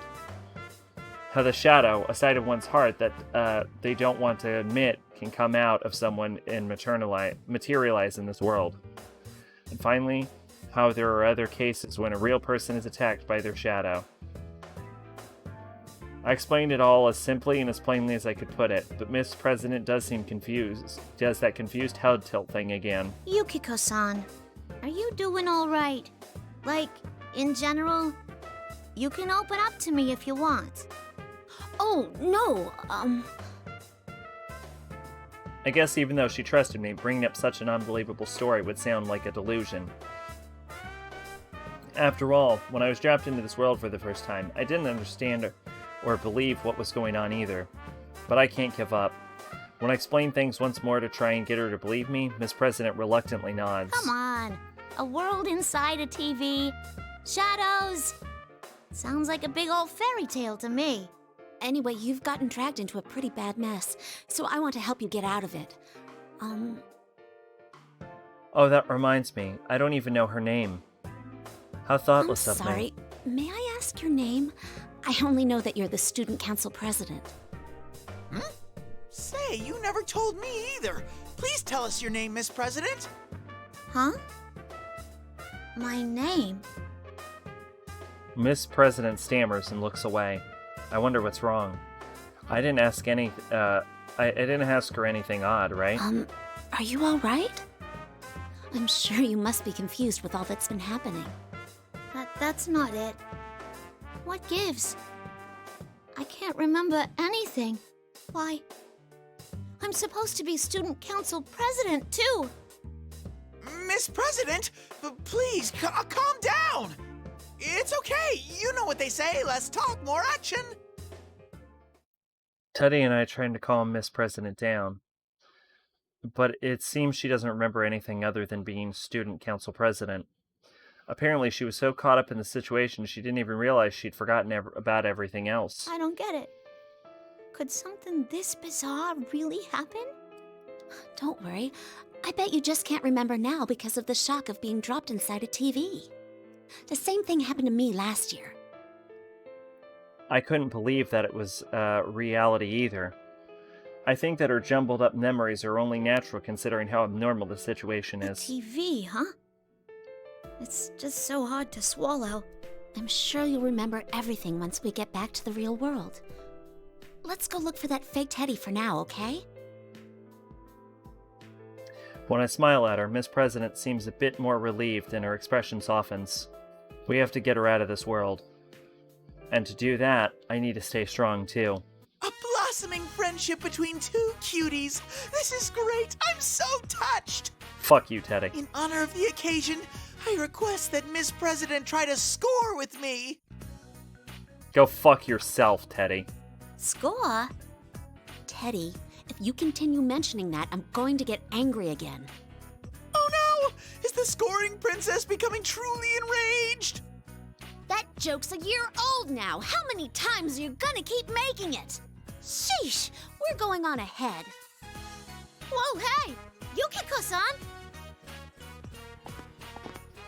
I take Miss President's hand and begin walking briskly. Sheesh.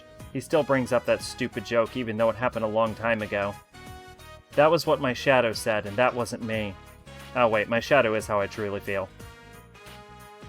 In any case, that's not what I'm really like. I would never try and be scoring princess. Yikes! Wait for me! Yuki-chan! Miss President! I don't want to be left alone! Oh god, I have to play as Teddy. I forgot. This tournament's rule dictates that only the winner can move on. So much has happened that I forgot that I just beat Teddy in a fight. It'll be fine. Plus, knowing Teddy, he won't stop hitting on us or bringing up that scoring princess stuff. I don't want Miss President getting the wrong impression of me, so I ignore Teddy and head on to the announcement room.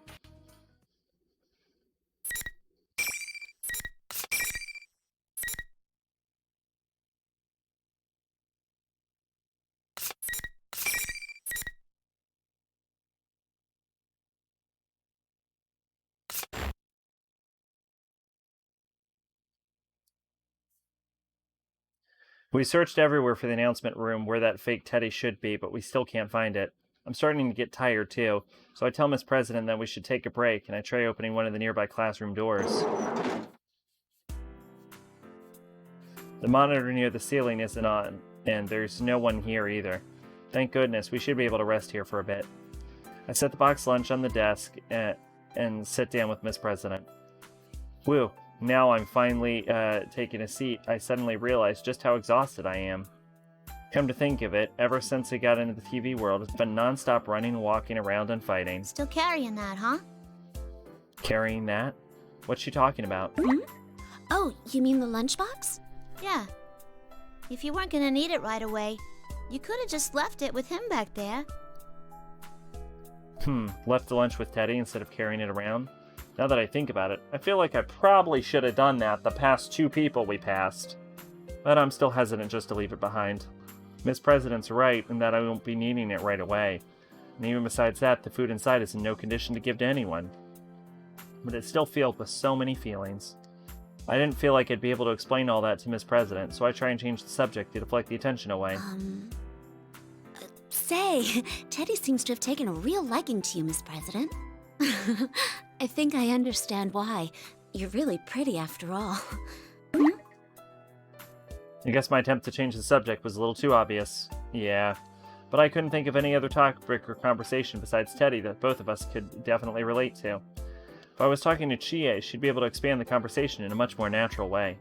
Miss President cocks her head and speaks up. Hey, can I ask you something? Am I good looking? Miss President always does seem something I'm not expecting in these situations. I must have the exact expression on my face as Miss President did a moment ago. Miss President seems embarrassed that I'm looking at her with this expression. I guess I should answer her question, though. Yes, I think so. I bet you'd look great if you dressed up.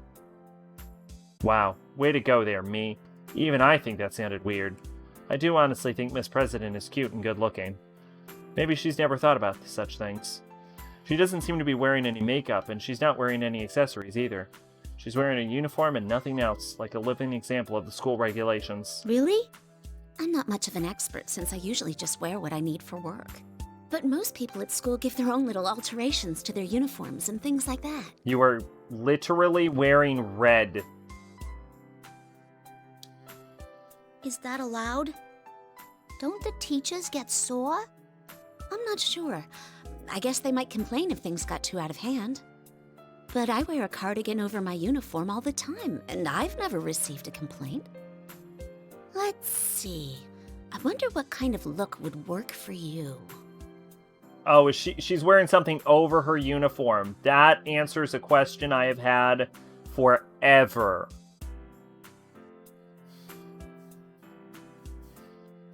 I look into the compact mirror I have with Miss President. Then again, it's so small there isn't much I can really see. When I try putting my cardigan up to Miss President's chest and change her hairstyle a bit with my headband, Miss President's eyes brighten up. That was kind of cute. After Miss President shyly fixes her messed up hair and returns my cardigan and headband to me, she speaks up fondly. Oh, I would have liked to see that. I never knew I could look like that. See? Isn't it fun to give your uniform your own personal touch? Seeing Miss President so happy makes me happy too. It seems like Miss President really didn't have any interest in her looks up until now. That's a bit of a I never gave much waste. thought to fashion, though. I think Chie would be better at telling which colors compliment you best. Chie? Who's she? She's a great friend of mine. Chie's a natural at choosing colors and things that look great on people. Red looks good on you, Yukiko. Chie was the one who said that to me. She's always looking after me, and sometimes I feel that she knows more about me than myself. When I go shopping with her, she always finds clothes for me that she's positive would look good on me, so I bet she'd be able to find clothes for Miss President in a flash. A friend of yours? I want to meet her too. Sure. Once this is over, we can all go shopping together. I'm sure there are lots of outfits that would look good on you. Yeah, let's do that. I'll hold you to it. I feel a little closer to Miss President now. I don't have that many friends, but it still makes me happy when I make a new one. I'm sure Chie would be surprised too. She's always exaggerating, so I bet she'd say something like, I can't believe Yukiko asked to hang out with someone besides me. I put on the cardigan that Miss President returned to me, just as I'm about to suggest we get going. Pardon. A mysterious yet familiar voice echoes in my head. Senpai! Can anyone hear me? That voice. Risa-chan? She's making contact through her persona, so it must be. It's different from the voice that was being broadcast over the PA system. This feeling is definitely Rise-chan's persona. Rise-chan's persona is a bit different from others, in that it has special abilities that allow it to sense faraway presences and deliver people's voices to others. I tell Miss President what's happening, and she seems amazed that my friend contacted me. I then quickly turn my concentration back to the conversation with Rise-chan. Yukiko-senpai! Thank goodness! Sorry, I was so relieved that I started tearing up. Are you alright, Yukiko-senpai? Mm-hmm, I'm fine. What about you? Are you okay? You were doing these weird broadcasts until a moment ago, but you're back to normal now, right? That wasn't me! A fake Teddy was saying those things in my voice. Ever since I got kidnapped, he was watching me. I didn't get any chances to use my persona. Yukiko-senpai, where are you right? Wait a sec. Are you with someone right now? I see. Rise-chan doesn't know about Miss President. I quickly tell her about Miss President and what has happened. Weird. Something's not right about her. I can't put my finger on it, but she's not normal. Not normal. Well, I start thinking about what she could possibly mean by that. Rise continues on. So based on how things went last year, you think that girl's the victim and the fake Teddy's her shadow? Oh, God. Oh, fuck.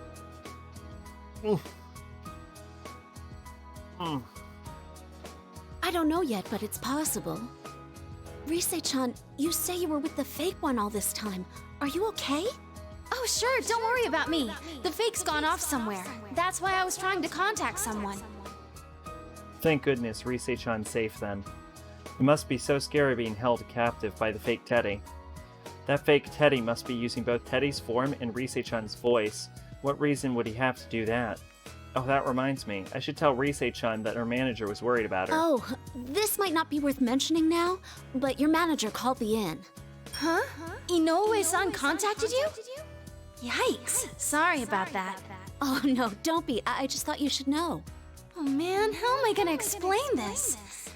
I seriously have no excuse. I'll just have to lie and say I ran away from home for a few days. I'm gonna get in such trouble for this. Ugh. But one thing at a time. We have to deal with this situation first. Don't worry, the others are here too. We'll rescue you in no time. Yeah, I'm sensing them now. Cool. I'll be waiting, so hurry and come get me. Oh, but be careful. Rise-chan answers energetically, but I know there's no way she's alright being captured by the mastermind behind this case. I bet she's scared and worried. I have to hurry and rescue her. Rise-chan ended the communication after telling me she was going to try and contact everyone else. I told her where Yusuke-kun, Chie, and Teddy were, so hopefully she'll be able to contact them. But my objective is now clear. I have to go to the announcement room, rescue Rise-chan, and then do something about that fake Teddy. Now that the goal is in sight, I can more thoroughly focus on reaching it. Well, that didn't look weird or nothing. Were you talking to your friend inside your head? Oh, yes. Sorry. I bet it's hard to believe, but... Nah, I could tell from watching you. You didn't look like you were faking it. You must really get along with him. Huh? I could see on your face that you didn't doubt him at all.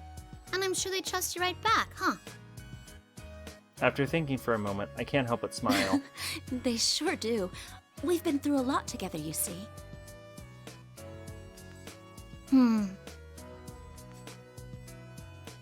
I feel like Miss President's acting a little off. Because I had been having a full conversation without paying any attention to her, I thought she might be feeling like she was out of the loop, but it seems like something else is on her mind. Christ, stop it. It's like she feels awkward.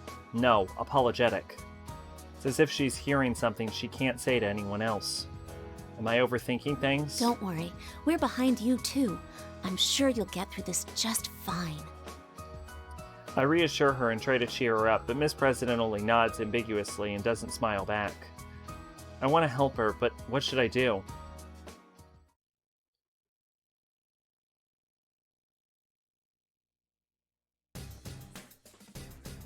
We walked around the school some more and finally found the announcement room. Whatever is the cause of this case is inside here. That realization makes me tense up. I motion towards Miss President, and after she nods back, I quickly open the door at once. Yukiko-senpai, you came! Oh, only Rise-chan is inside the room. I thought the fake Teddy would be like, "Mwahaha, you finally made it this far. Now let me tell you my master plan," or something like that. That's when the fake Teddy appears on the monitors in the announcement room. Welcome, Yuki-chan. Looking for me? You must know already, but this is the stage for the final battle. Thank God.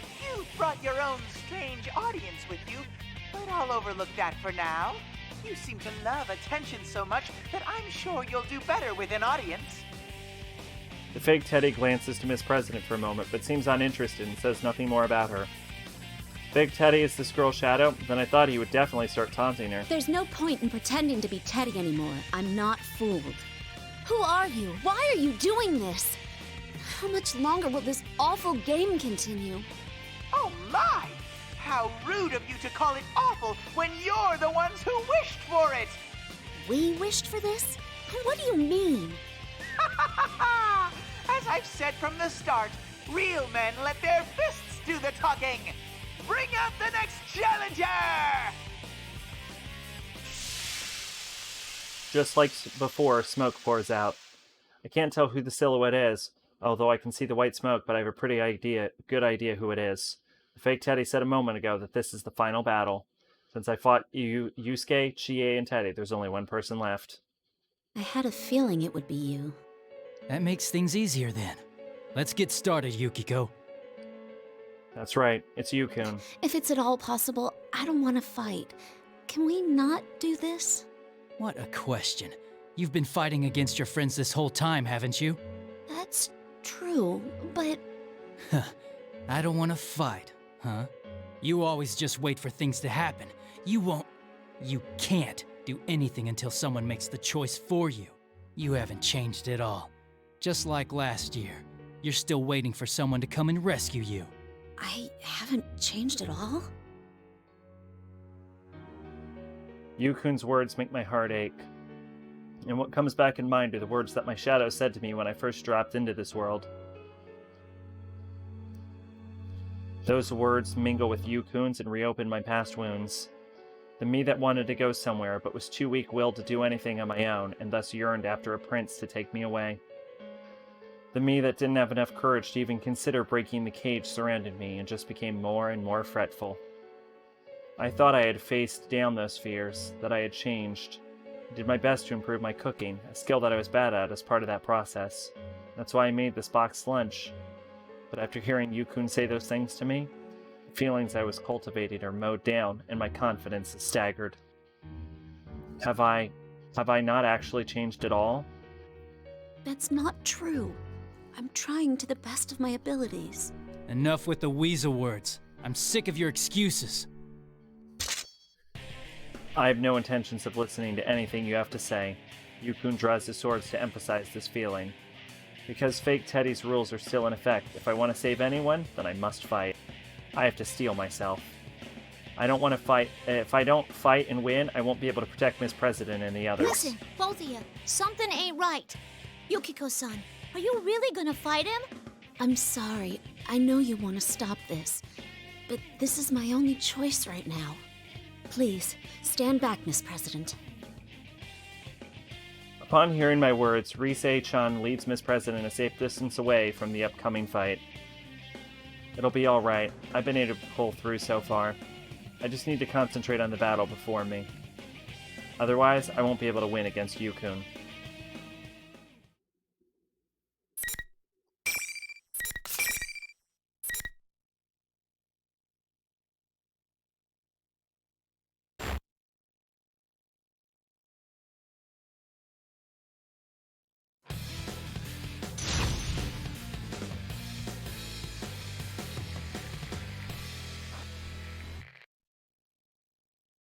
Final! Fight! Counter! I think they could both use the decisive Izuna! Down! Stay away! I think they could both use the decisive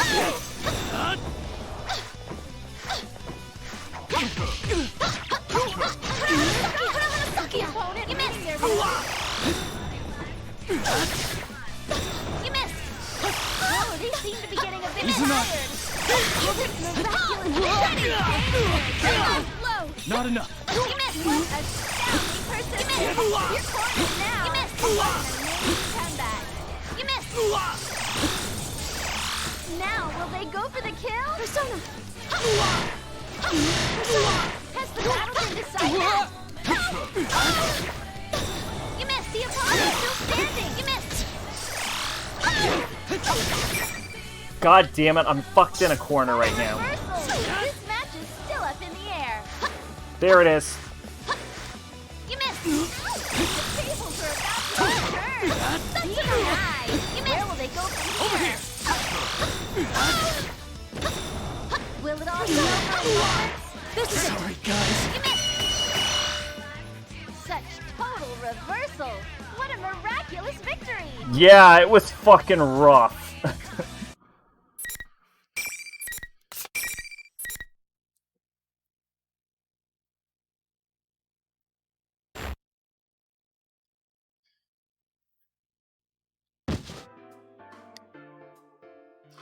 I really just beat up Yukun. He finally came to visit us after all this time and we end up fighting? How did this happen? The same with Yosuke-kun, Chie, and Teddy, too. That reminds me, everyone said the same things to me before I fought with them. Maybe I really haven't changed at all. You're pretty strong, Yukiko. Oh, I'm sorry. Are you hurt anywhere? Everywhere. I ended up fighting you anyway. I try to excuse myself to Yukun, who's just gotten back to his feet. Yukun looks puzzled. I knew something wasn't right. You've done a complete 180 from how you were a moment ago. I was just thinking the same thing about you. If you doofs don't mind me butting in, something wasn't right with either of you. It was like neither of you could hear what you was saying. The way you answered each other didn't make no sense. We didn't hear what each other was saying. Oh my god, it took this long for her to figure this out. It's like, it was like this after each of my fights. After we finished fighting, it seemed like our conversation before the fight wasn't matching up at all. I didn't have time to check, and I was scared to confirm this, but what if what we were hearing each other say wasn't actually what we were saying at all? I see. Was that the fake Teddy at work too? You think he's doing it on purpose to make friends fight each other? That's crazy. Why? How could anyone do something so horrible as making someone fight their friends? Miss President is disgusted by the situation. It almost seems as if she was the one who was forced to fight against all her friends. She must be a very kind person. I feel as if she's becoming angry for me. I tell her not to let the situation bother her and try to calm her down. And then I introduce her formally to Rise-chan and Yu-kun. I explain how I met her in this world and how she can't remember anything, and how she may be the victim at the heart of this case.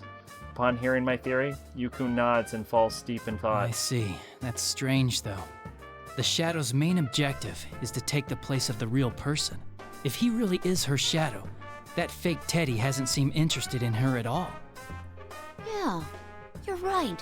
He completely ignored Miss President a moment ago, too. You still haven't figured it out? I made sure to spell it out for you from the start, too. That voice suddenly echoes throughout the room. I feel as if I've heard it somewhere before. But it's a voice that I really don't want to remember. Who's there? Where are you? You haven't found what you cherish, have you? What you truly desire. The voice's owner slowly reveals herself. That figure was the one I didn't want to see. I faced her once in the past, but now that I have to face her again, I'm scared. God, I hope I don't have to fucking fight again. Yukiko-senpai's shadow? This can't be! That's right, the one that appeared before everyone was myself. My own face mocking Now that me. everything's peaceful, no one will help me. I'm suffering now, yet no one notices. I'm beside myself because I can't tell if I'm making any real progress. Isn't that right, me? I can't believe this. Why? I mean, I've already defeated my own shadow and obtained a persona. There's no way she could be, before me again. But then I noticed something. If I stir up more trouble, everyone will worry. I'm sure. No, I know for a fact that my real prince will come save me this time. My shadow smile widens as she stares at me. I couldn't face that gaze, and my eyes wander across the ground. My box lunch slowly came into my field of view.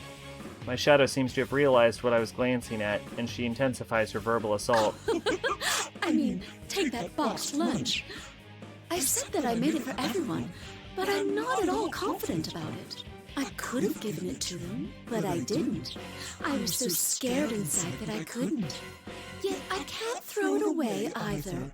That boxed lunch is just like me. I did my best, but I don't know whether or not it came out good.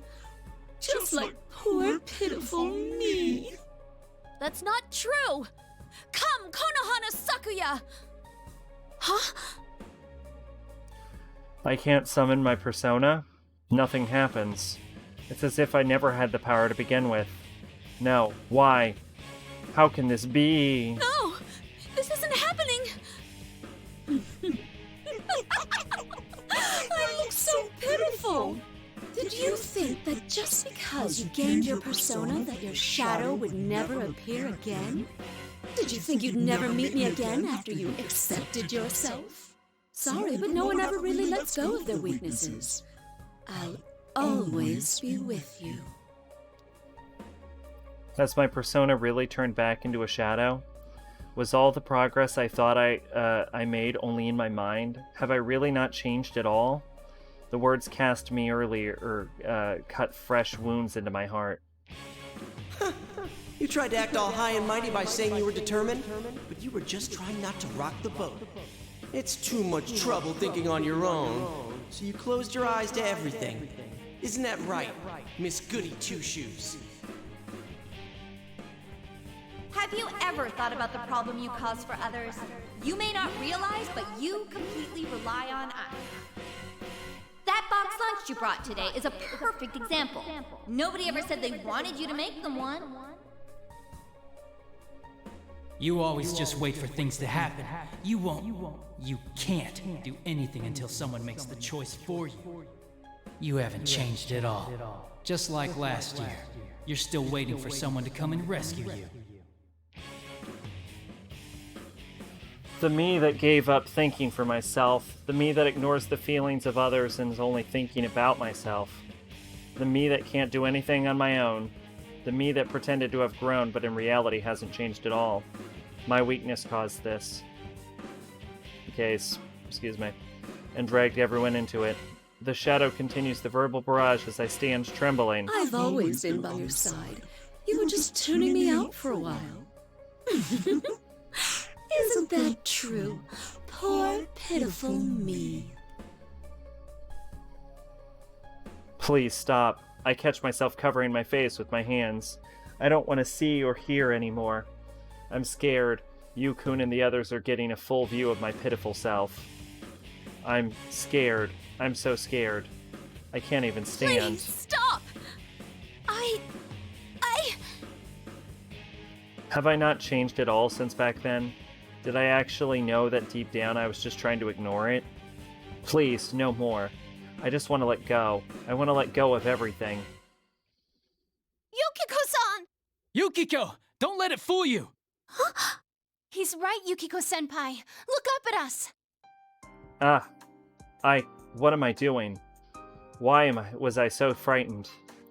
Kun, Rise-chan, Miss President, I can hear all their reassuring voices too. I'm not alone. No matter how pitiful I am or how painful things are, I have great friends who aren't embarrassed of me. They accept me as who I am, and will fight alongside me. Reassuring voices pull me out of the darkness. I slowly open my eyes. Before me, I see Yukun back. He stepped in between the shadow and tries to protect me. Rise-chan is holding my body up. Don't give in. You overcame your weakness back then, didn't you? We all know you did. We were there. Yeah, you're not running away from anything. Not last time, and not this time either. You came to rescue me just like you said. This is the second time you've done that. You're not weak at all. You're both right. I can face myself. I can do this. Yukun, please, let me do this. Yukun and I exchange glances. When he sees me nod with determination, Yukun's expression softens and he stands aside. He believes in me. His trust makes me so happy right now. Thank you, Yukun. Look after Miss President and Rise-chan. Of course. I got back to my feet and stand firmly. I fix my gaze upon the smirking shadow in front of me. If this was my weakness that caused this case, then I'll bring an end to this case myself. People never let go of their weaknesses. You're probably right about that. That's why I must continue fighting against mine. And I can do it because I know I'm not alone. Yes. Now I can take a step towards that goal. Yukiko-san, can you really beat her? Miss President's voice. Yeah, I'm surprised too. If not for everyone, I never have realized I possess such inner strength. I take a deep breath.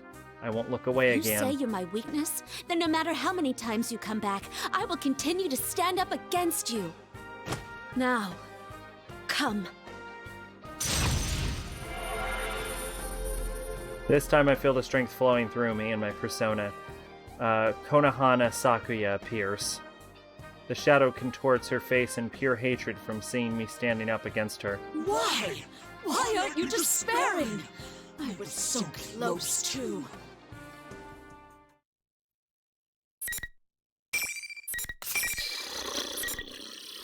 Yukiko has more fights, I think, than Yosuke did.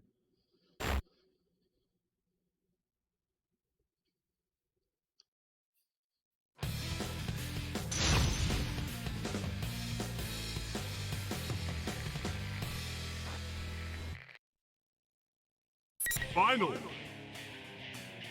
Fight! This is it! Down!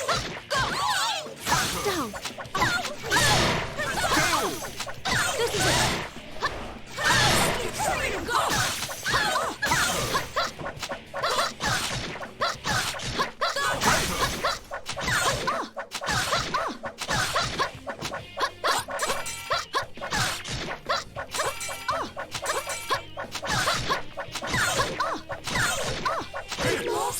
You know what they say about keep doing it until the enemy figures out how to stop it.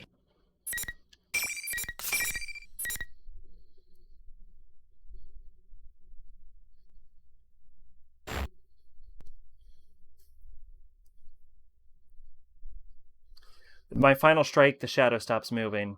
I won. I've defeated her again. You did it, Yukiko. Thanks. I truly feel horrible that my weakness was what caused this case. I'm sure that everyone will accept me, though. And this time, I know for sure that I'm not just pretending that I overcame my weaknesses. I'll be alright now. If I go astray again, I'll be able to stand against it. Huh? Senpai, be careful! Something's not right with the shadow! We all turn towards Rise, and simultaneously all the lights in the announcement room turn off. What happened? They repeatedly suffered the pain of fighting their friends, but they still didn't lose heart. A voice echoes in the darkness.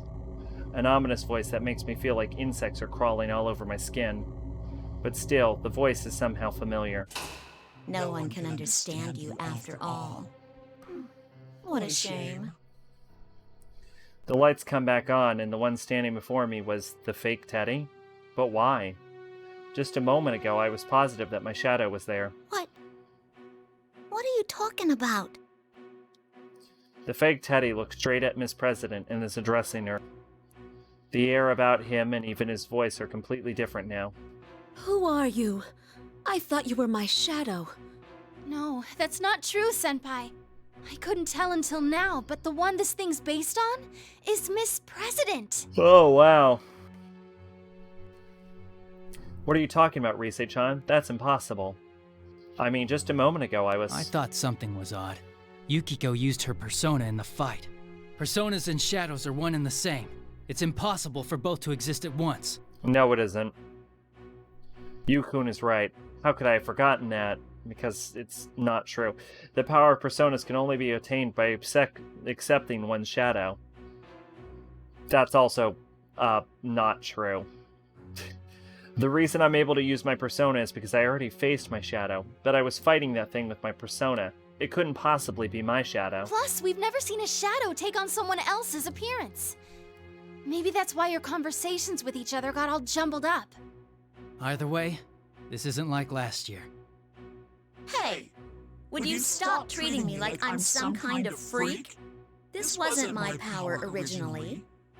It's hers. Her power? What's that supposed to mean? Miss President cradles her head and denies the shadow's words. No! No! I'm not like that! Why so desperate all of a sudden? It's about time you remembered. Stop deluding yourself!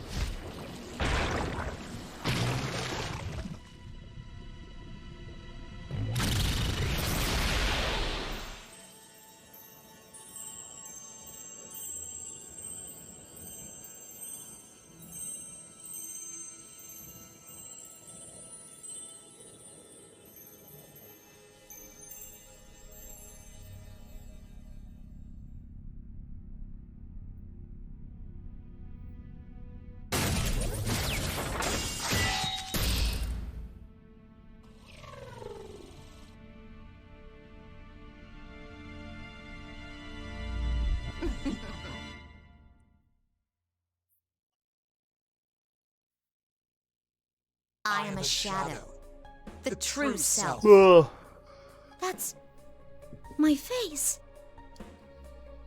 No. The fake Teddy turned into a form that looks exactly like Miss President. So it's Miss President's shadow? A shadow that can change forms is completely unheard of. I still can't believe it, despite all evidence pointing to... Well, unheard of to you, Fox.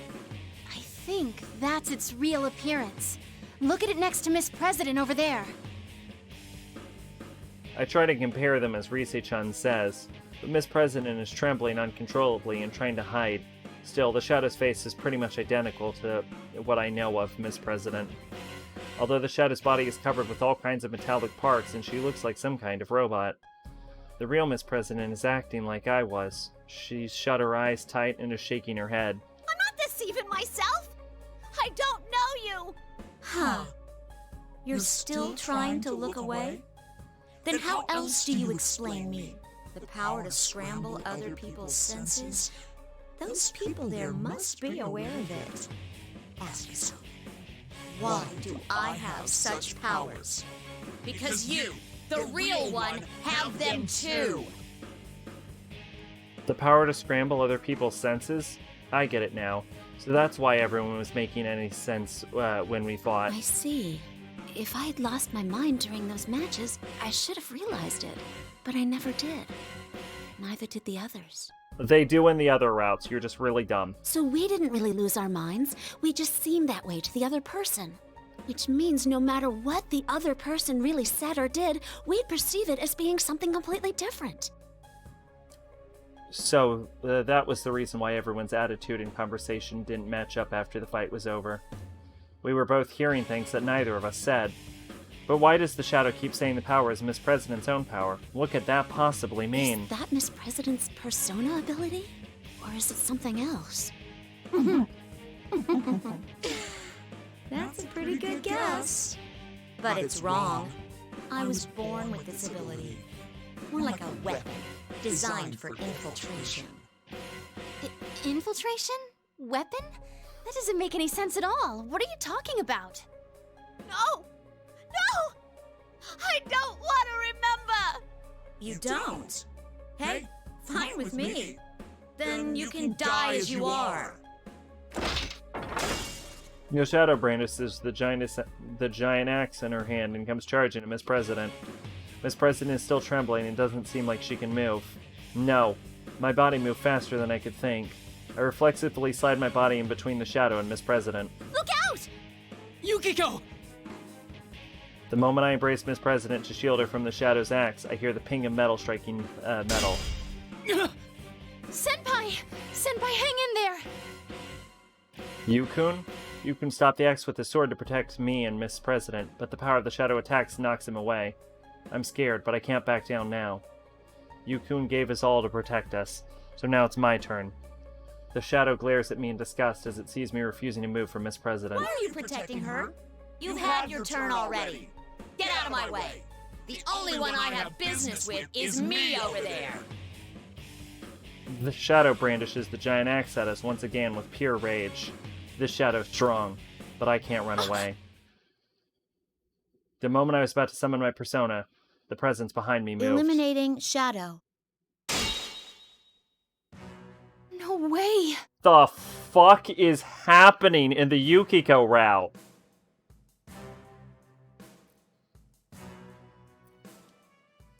Huh? I've absolutely no idea what happened. I hear sounds of machinery whirring. It's not from the Shadow. It's coming from Miss President. Target confirmed to be a Shadow. 5th generation anti-shadow suppression weapon Labris, initiating elimination process. What in the world is Miss President? What the fuck is happening in the Yukiko route? She has gone so completely off the rails compared to the others. Alright, so that's it for that. Looks like the next time we're gonna do Kanji, and then Teddy, and then we're just gonna go Naoto, Mitsuru, Akihiko, I guess, in that order. Just bop, bop, bop, bop, bop, bop, bop, bop. So it took 10 hours to do 4 routes for P4A. So I guess if it takes another 10 hours, all we'll get to is Mitsuru, and then we'll finish P4A in 3 streams. And then fucking Ultimax is going to be all of this. Which I have to assume is going to be a lot shorter than P4A, but still. And then we still have to do the Adachi episode. Holy goddamn shit.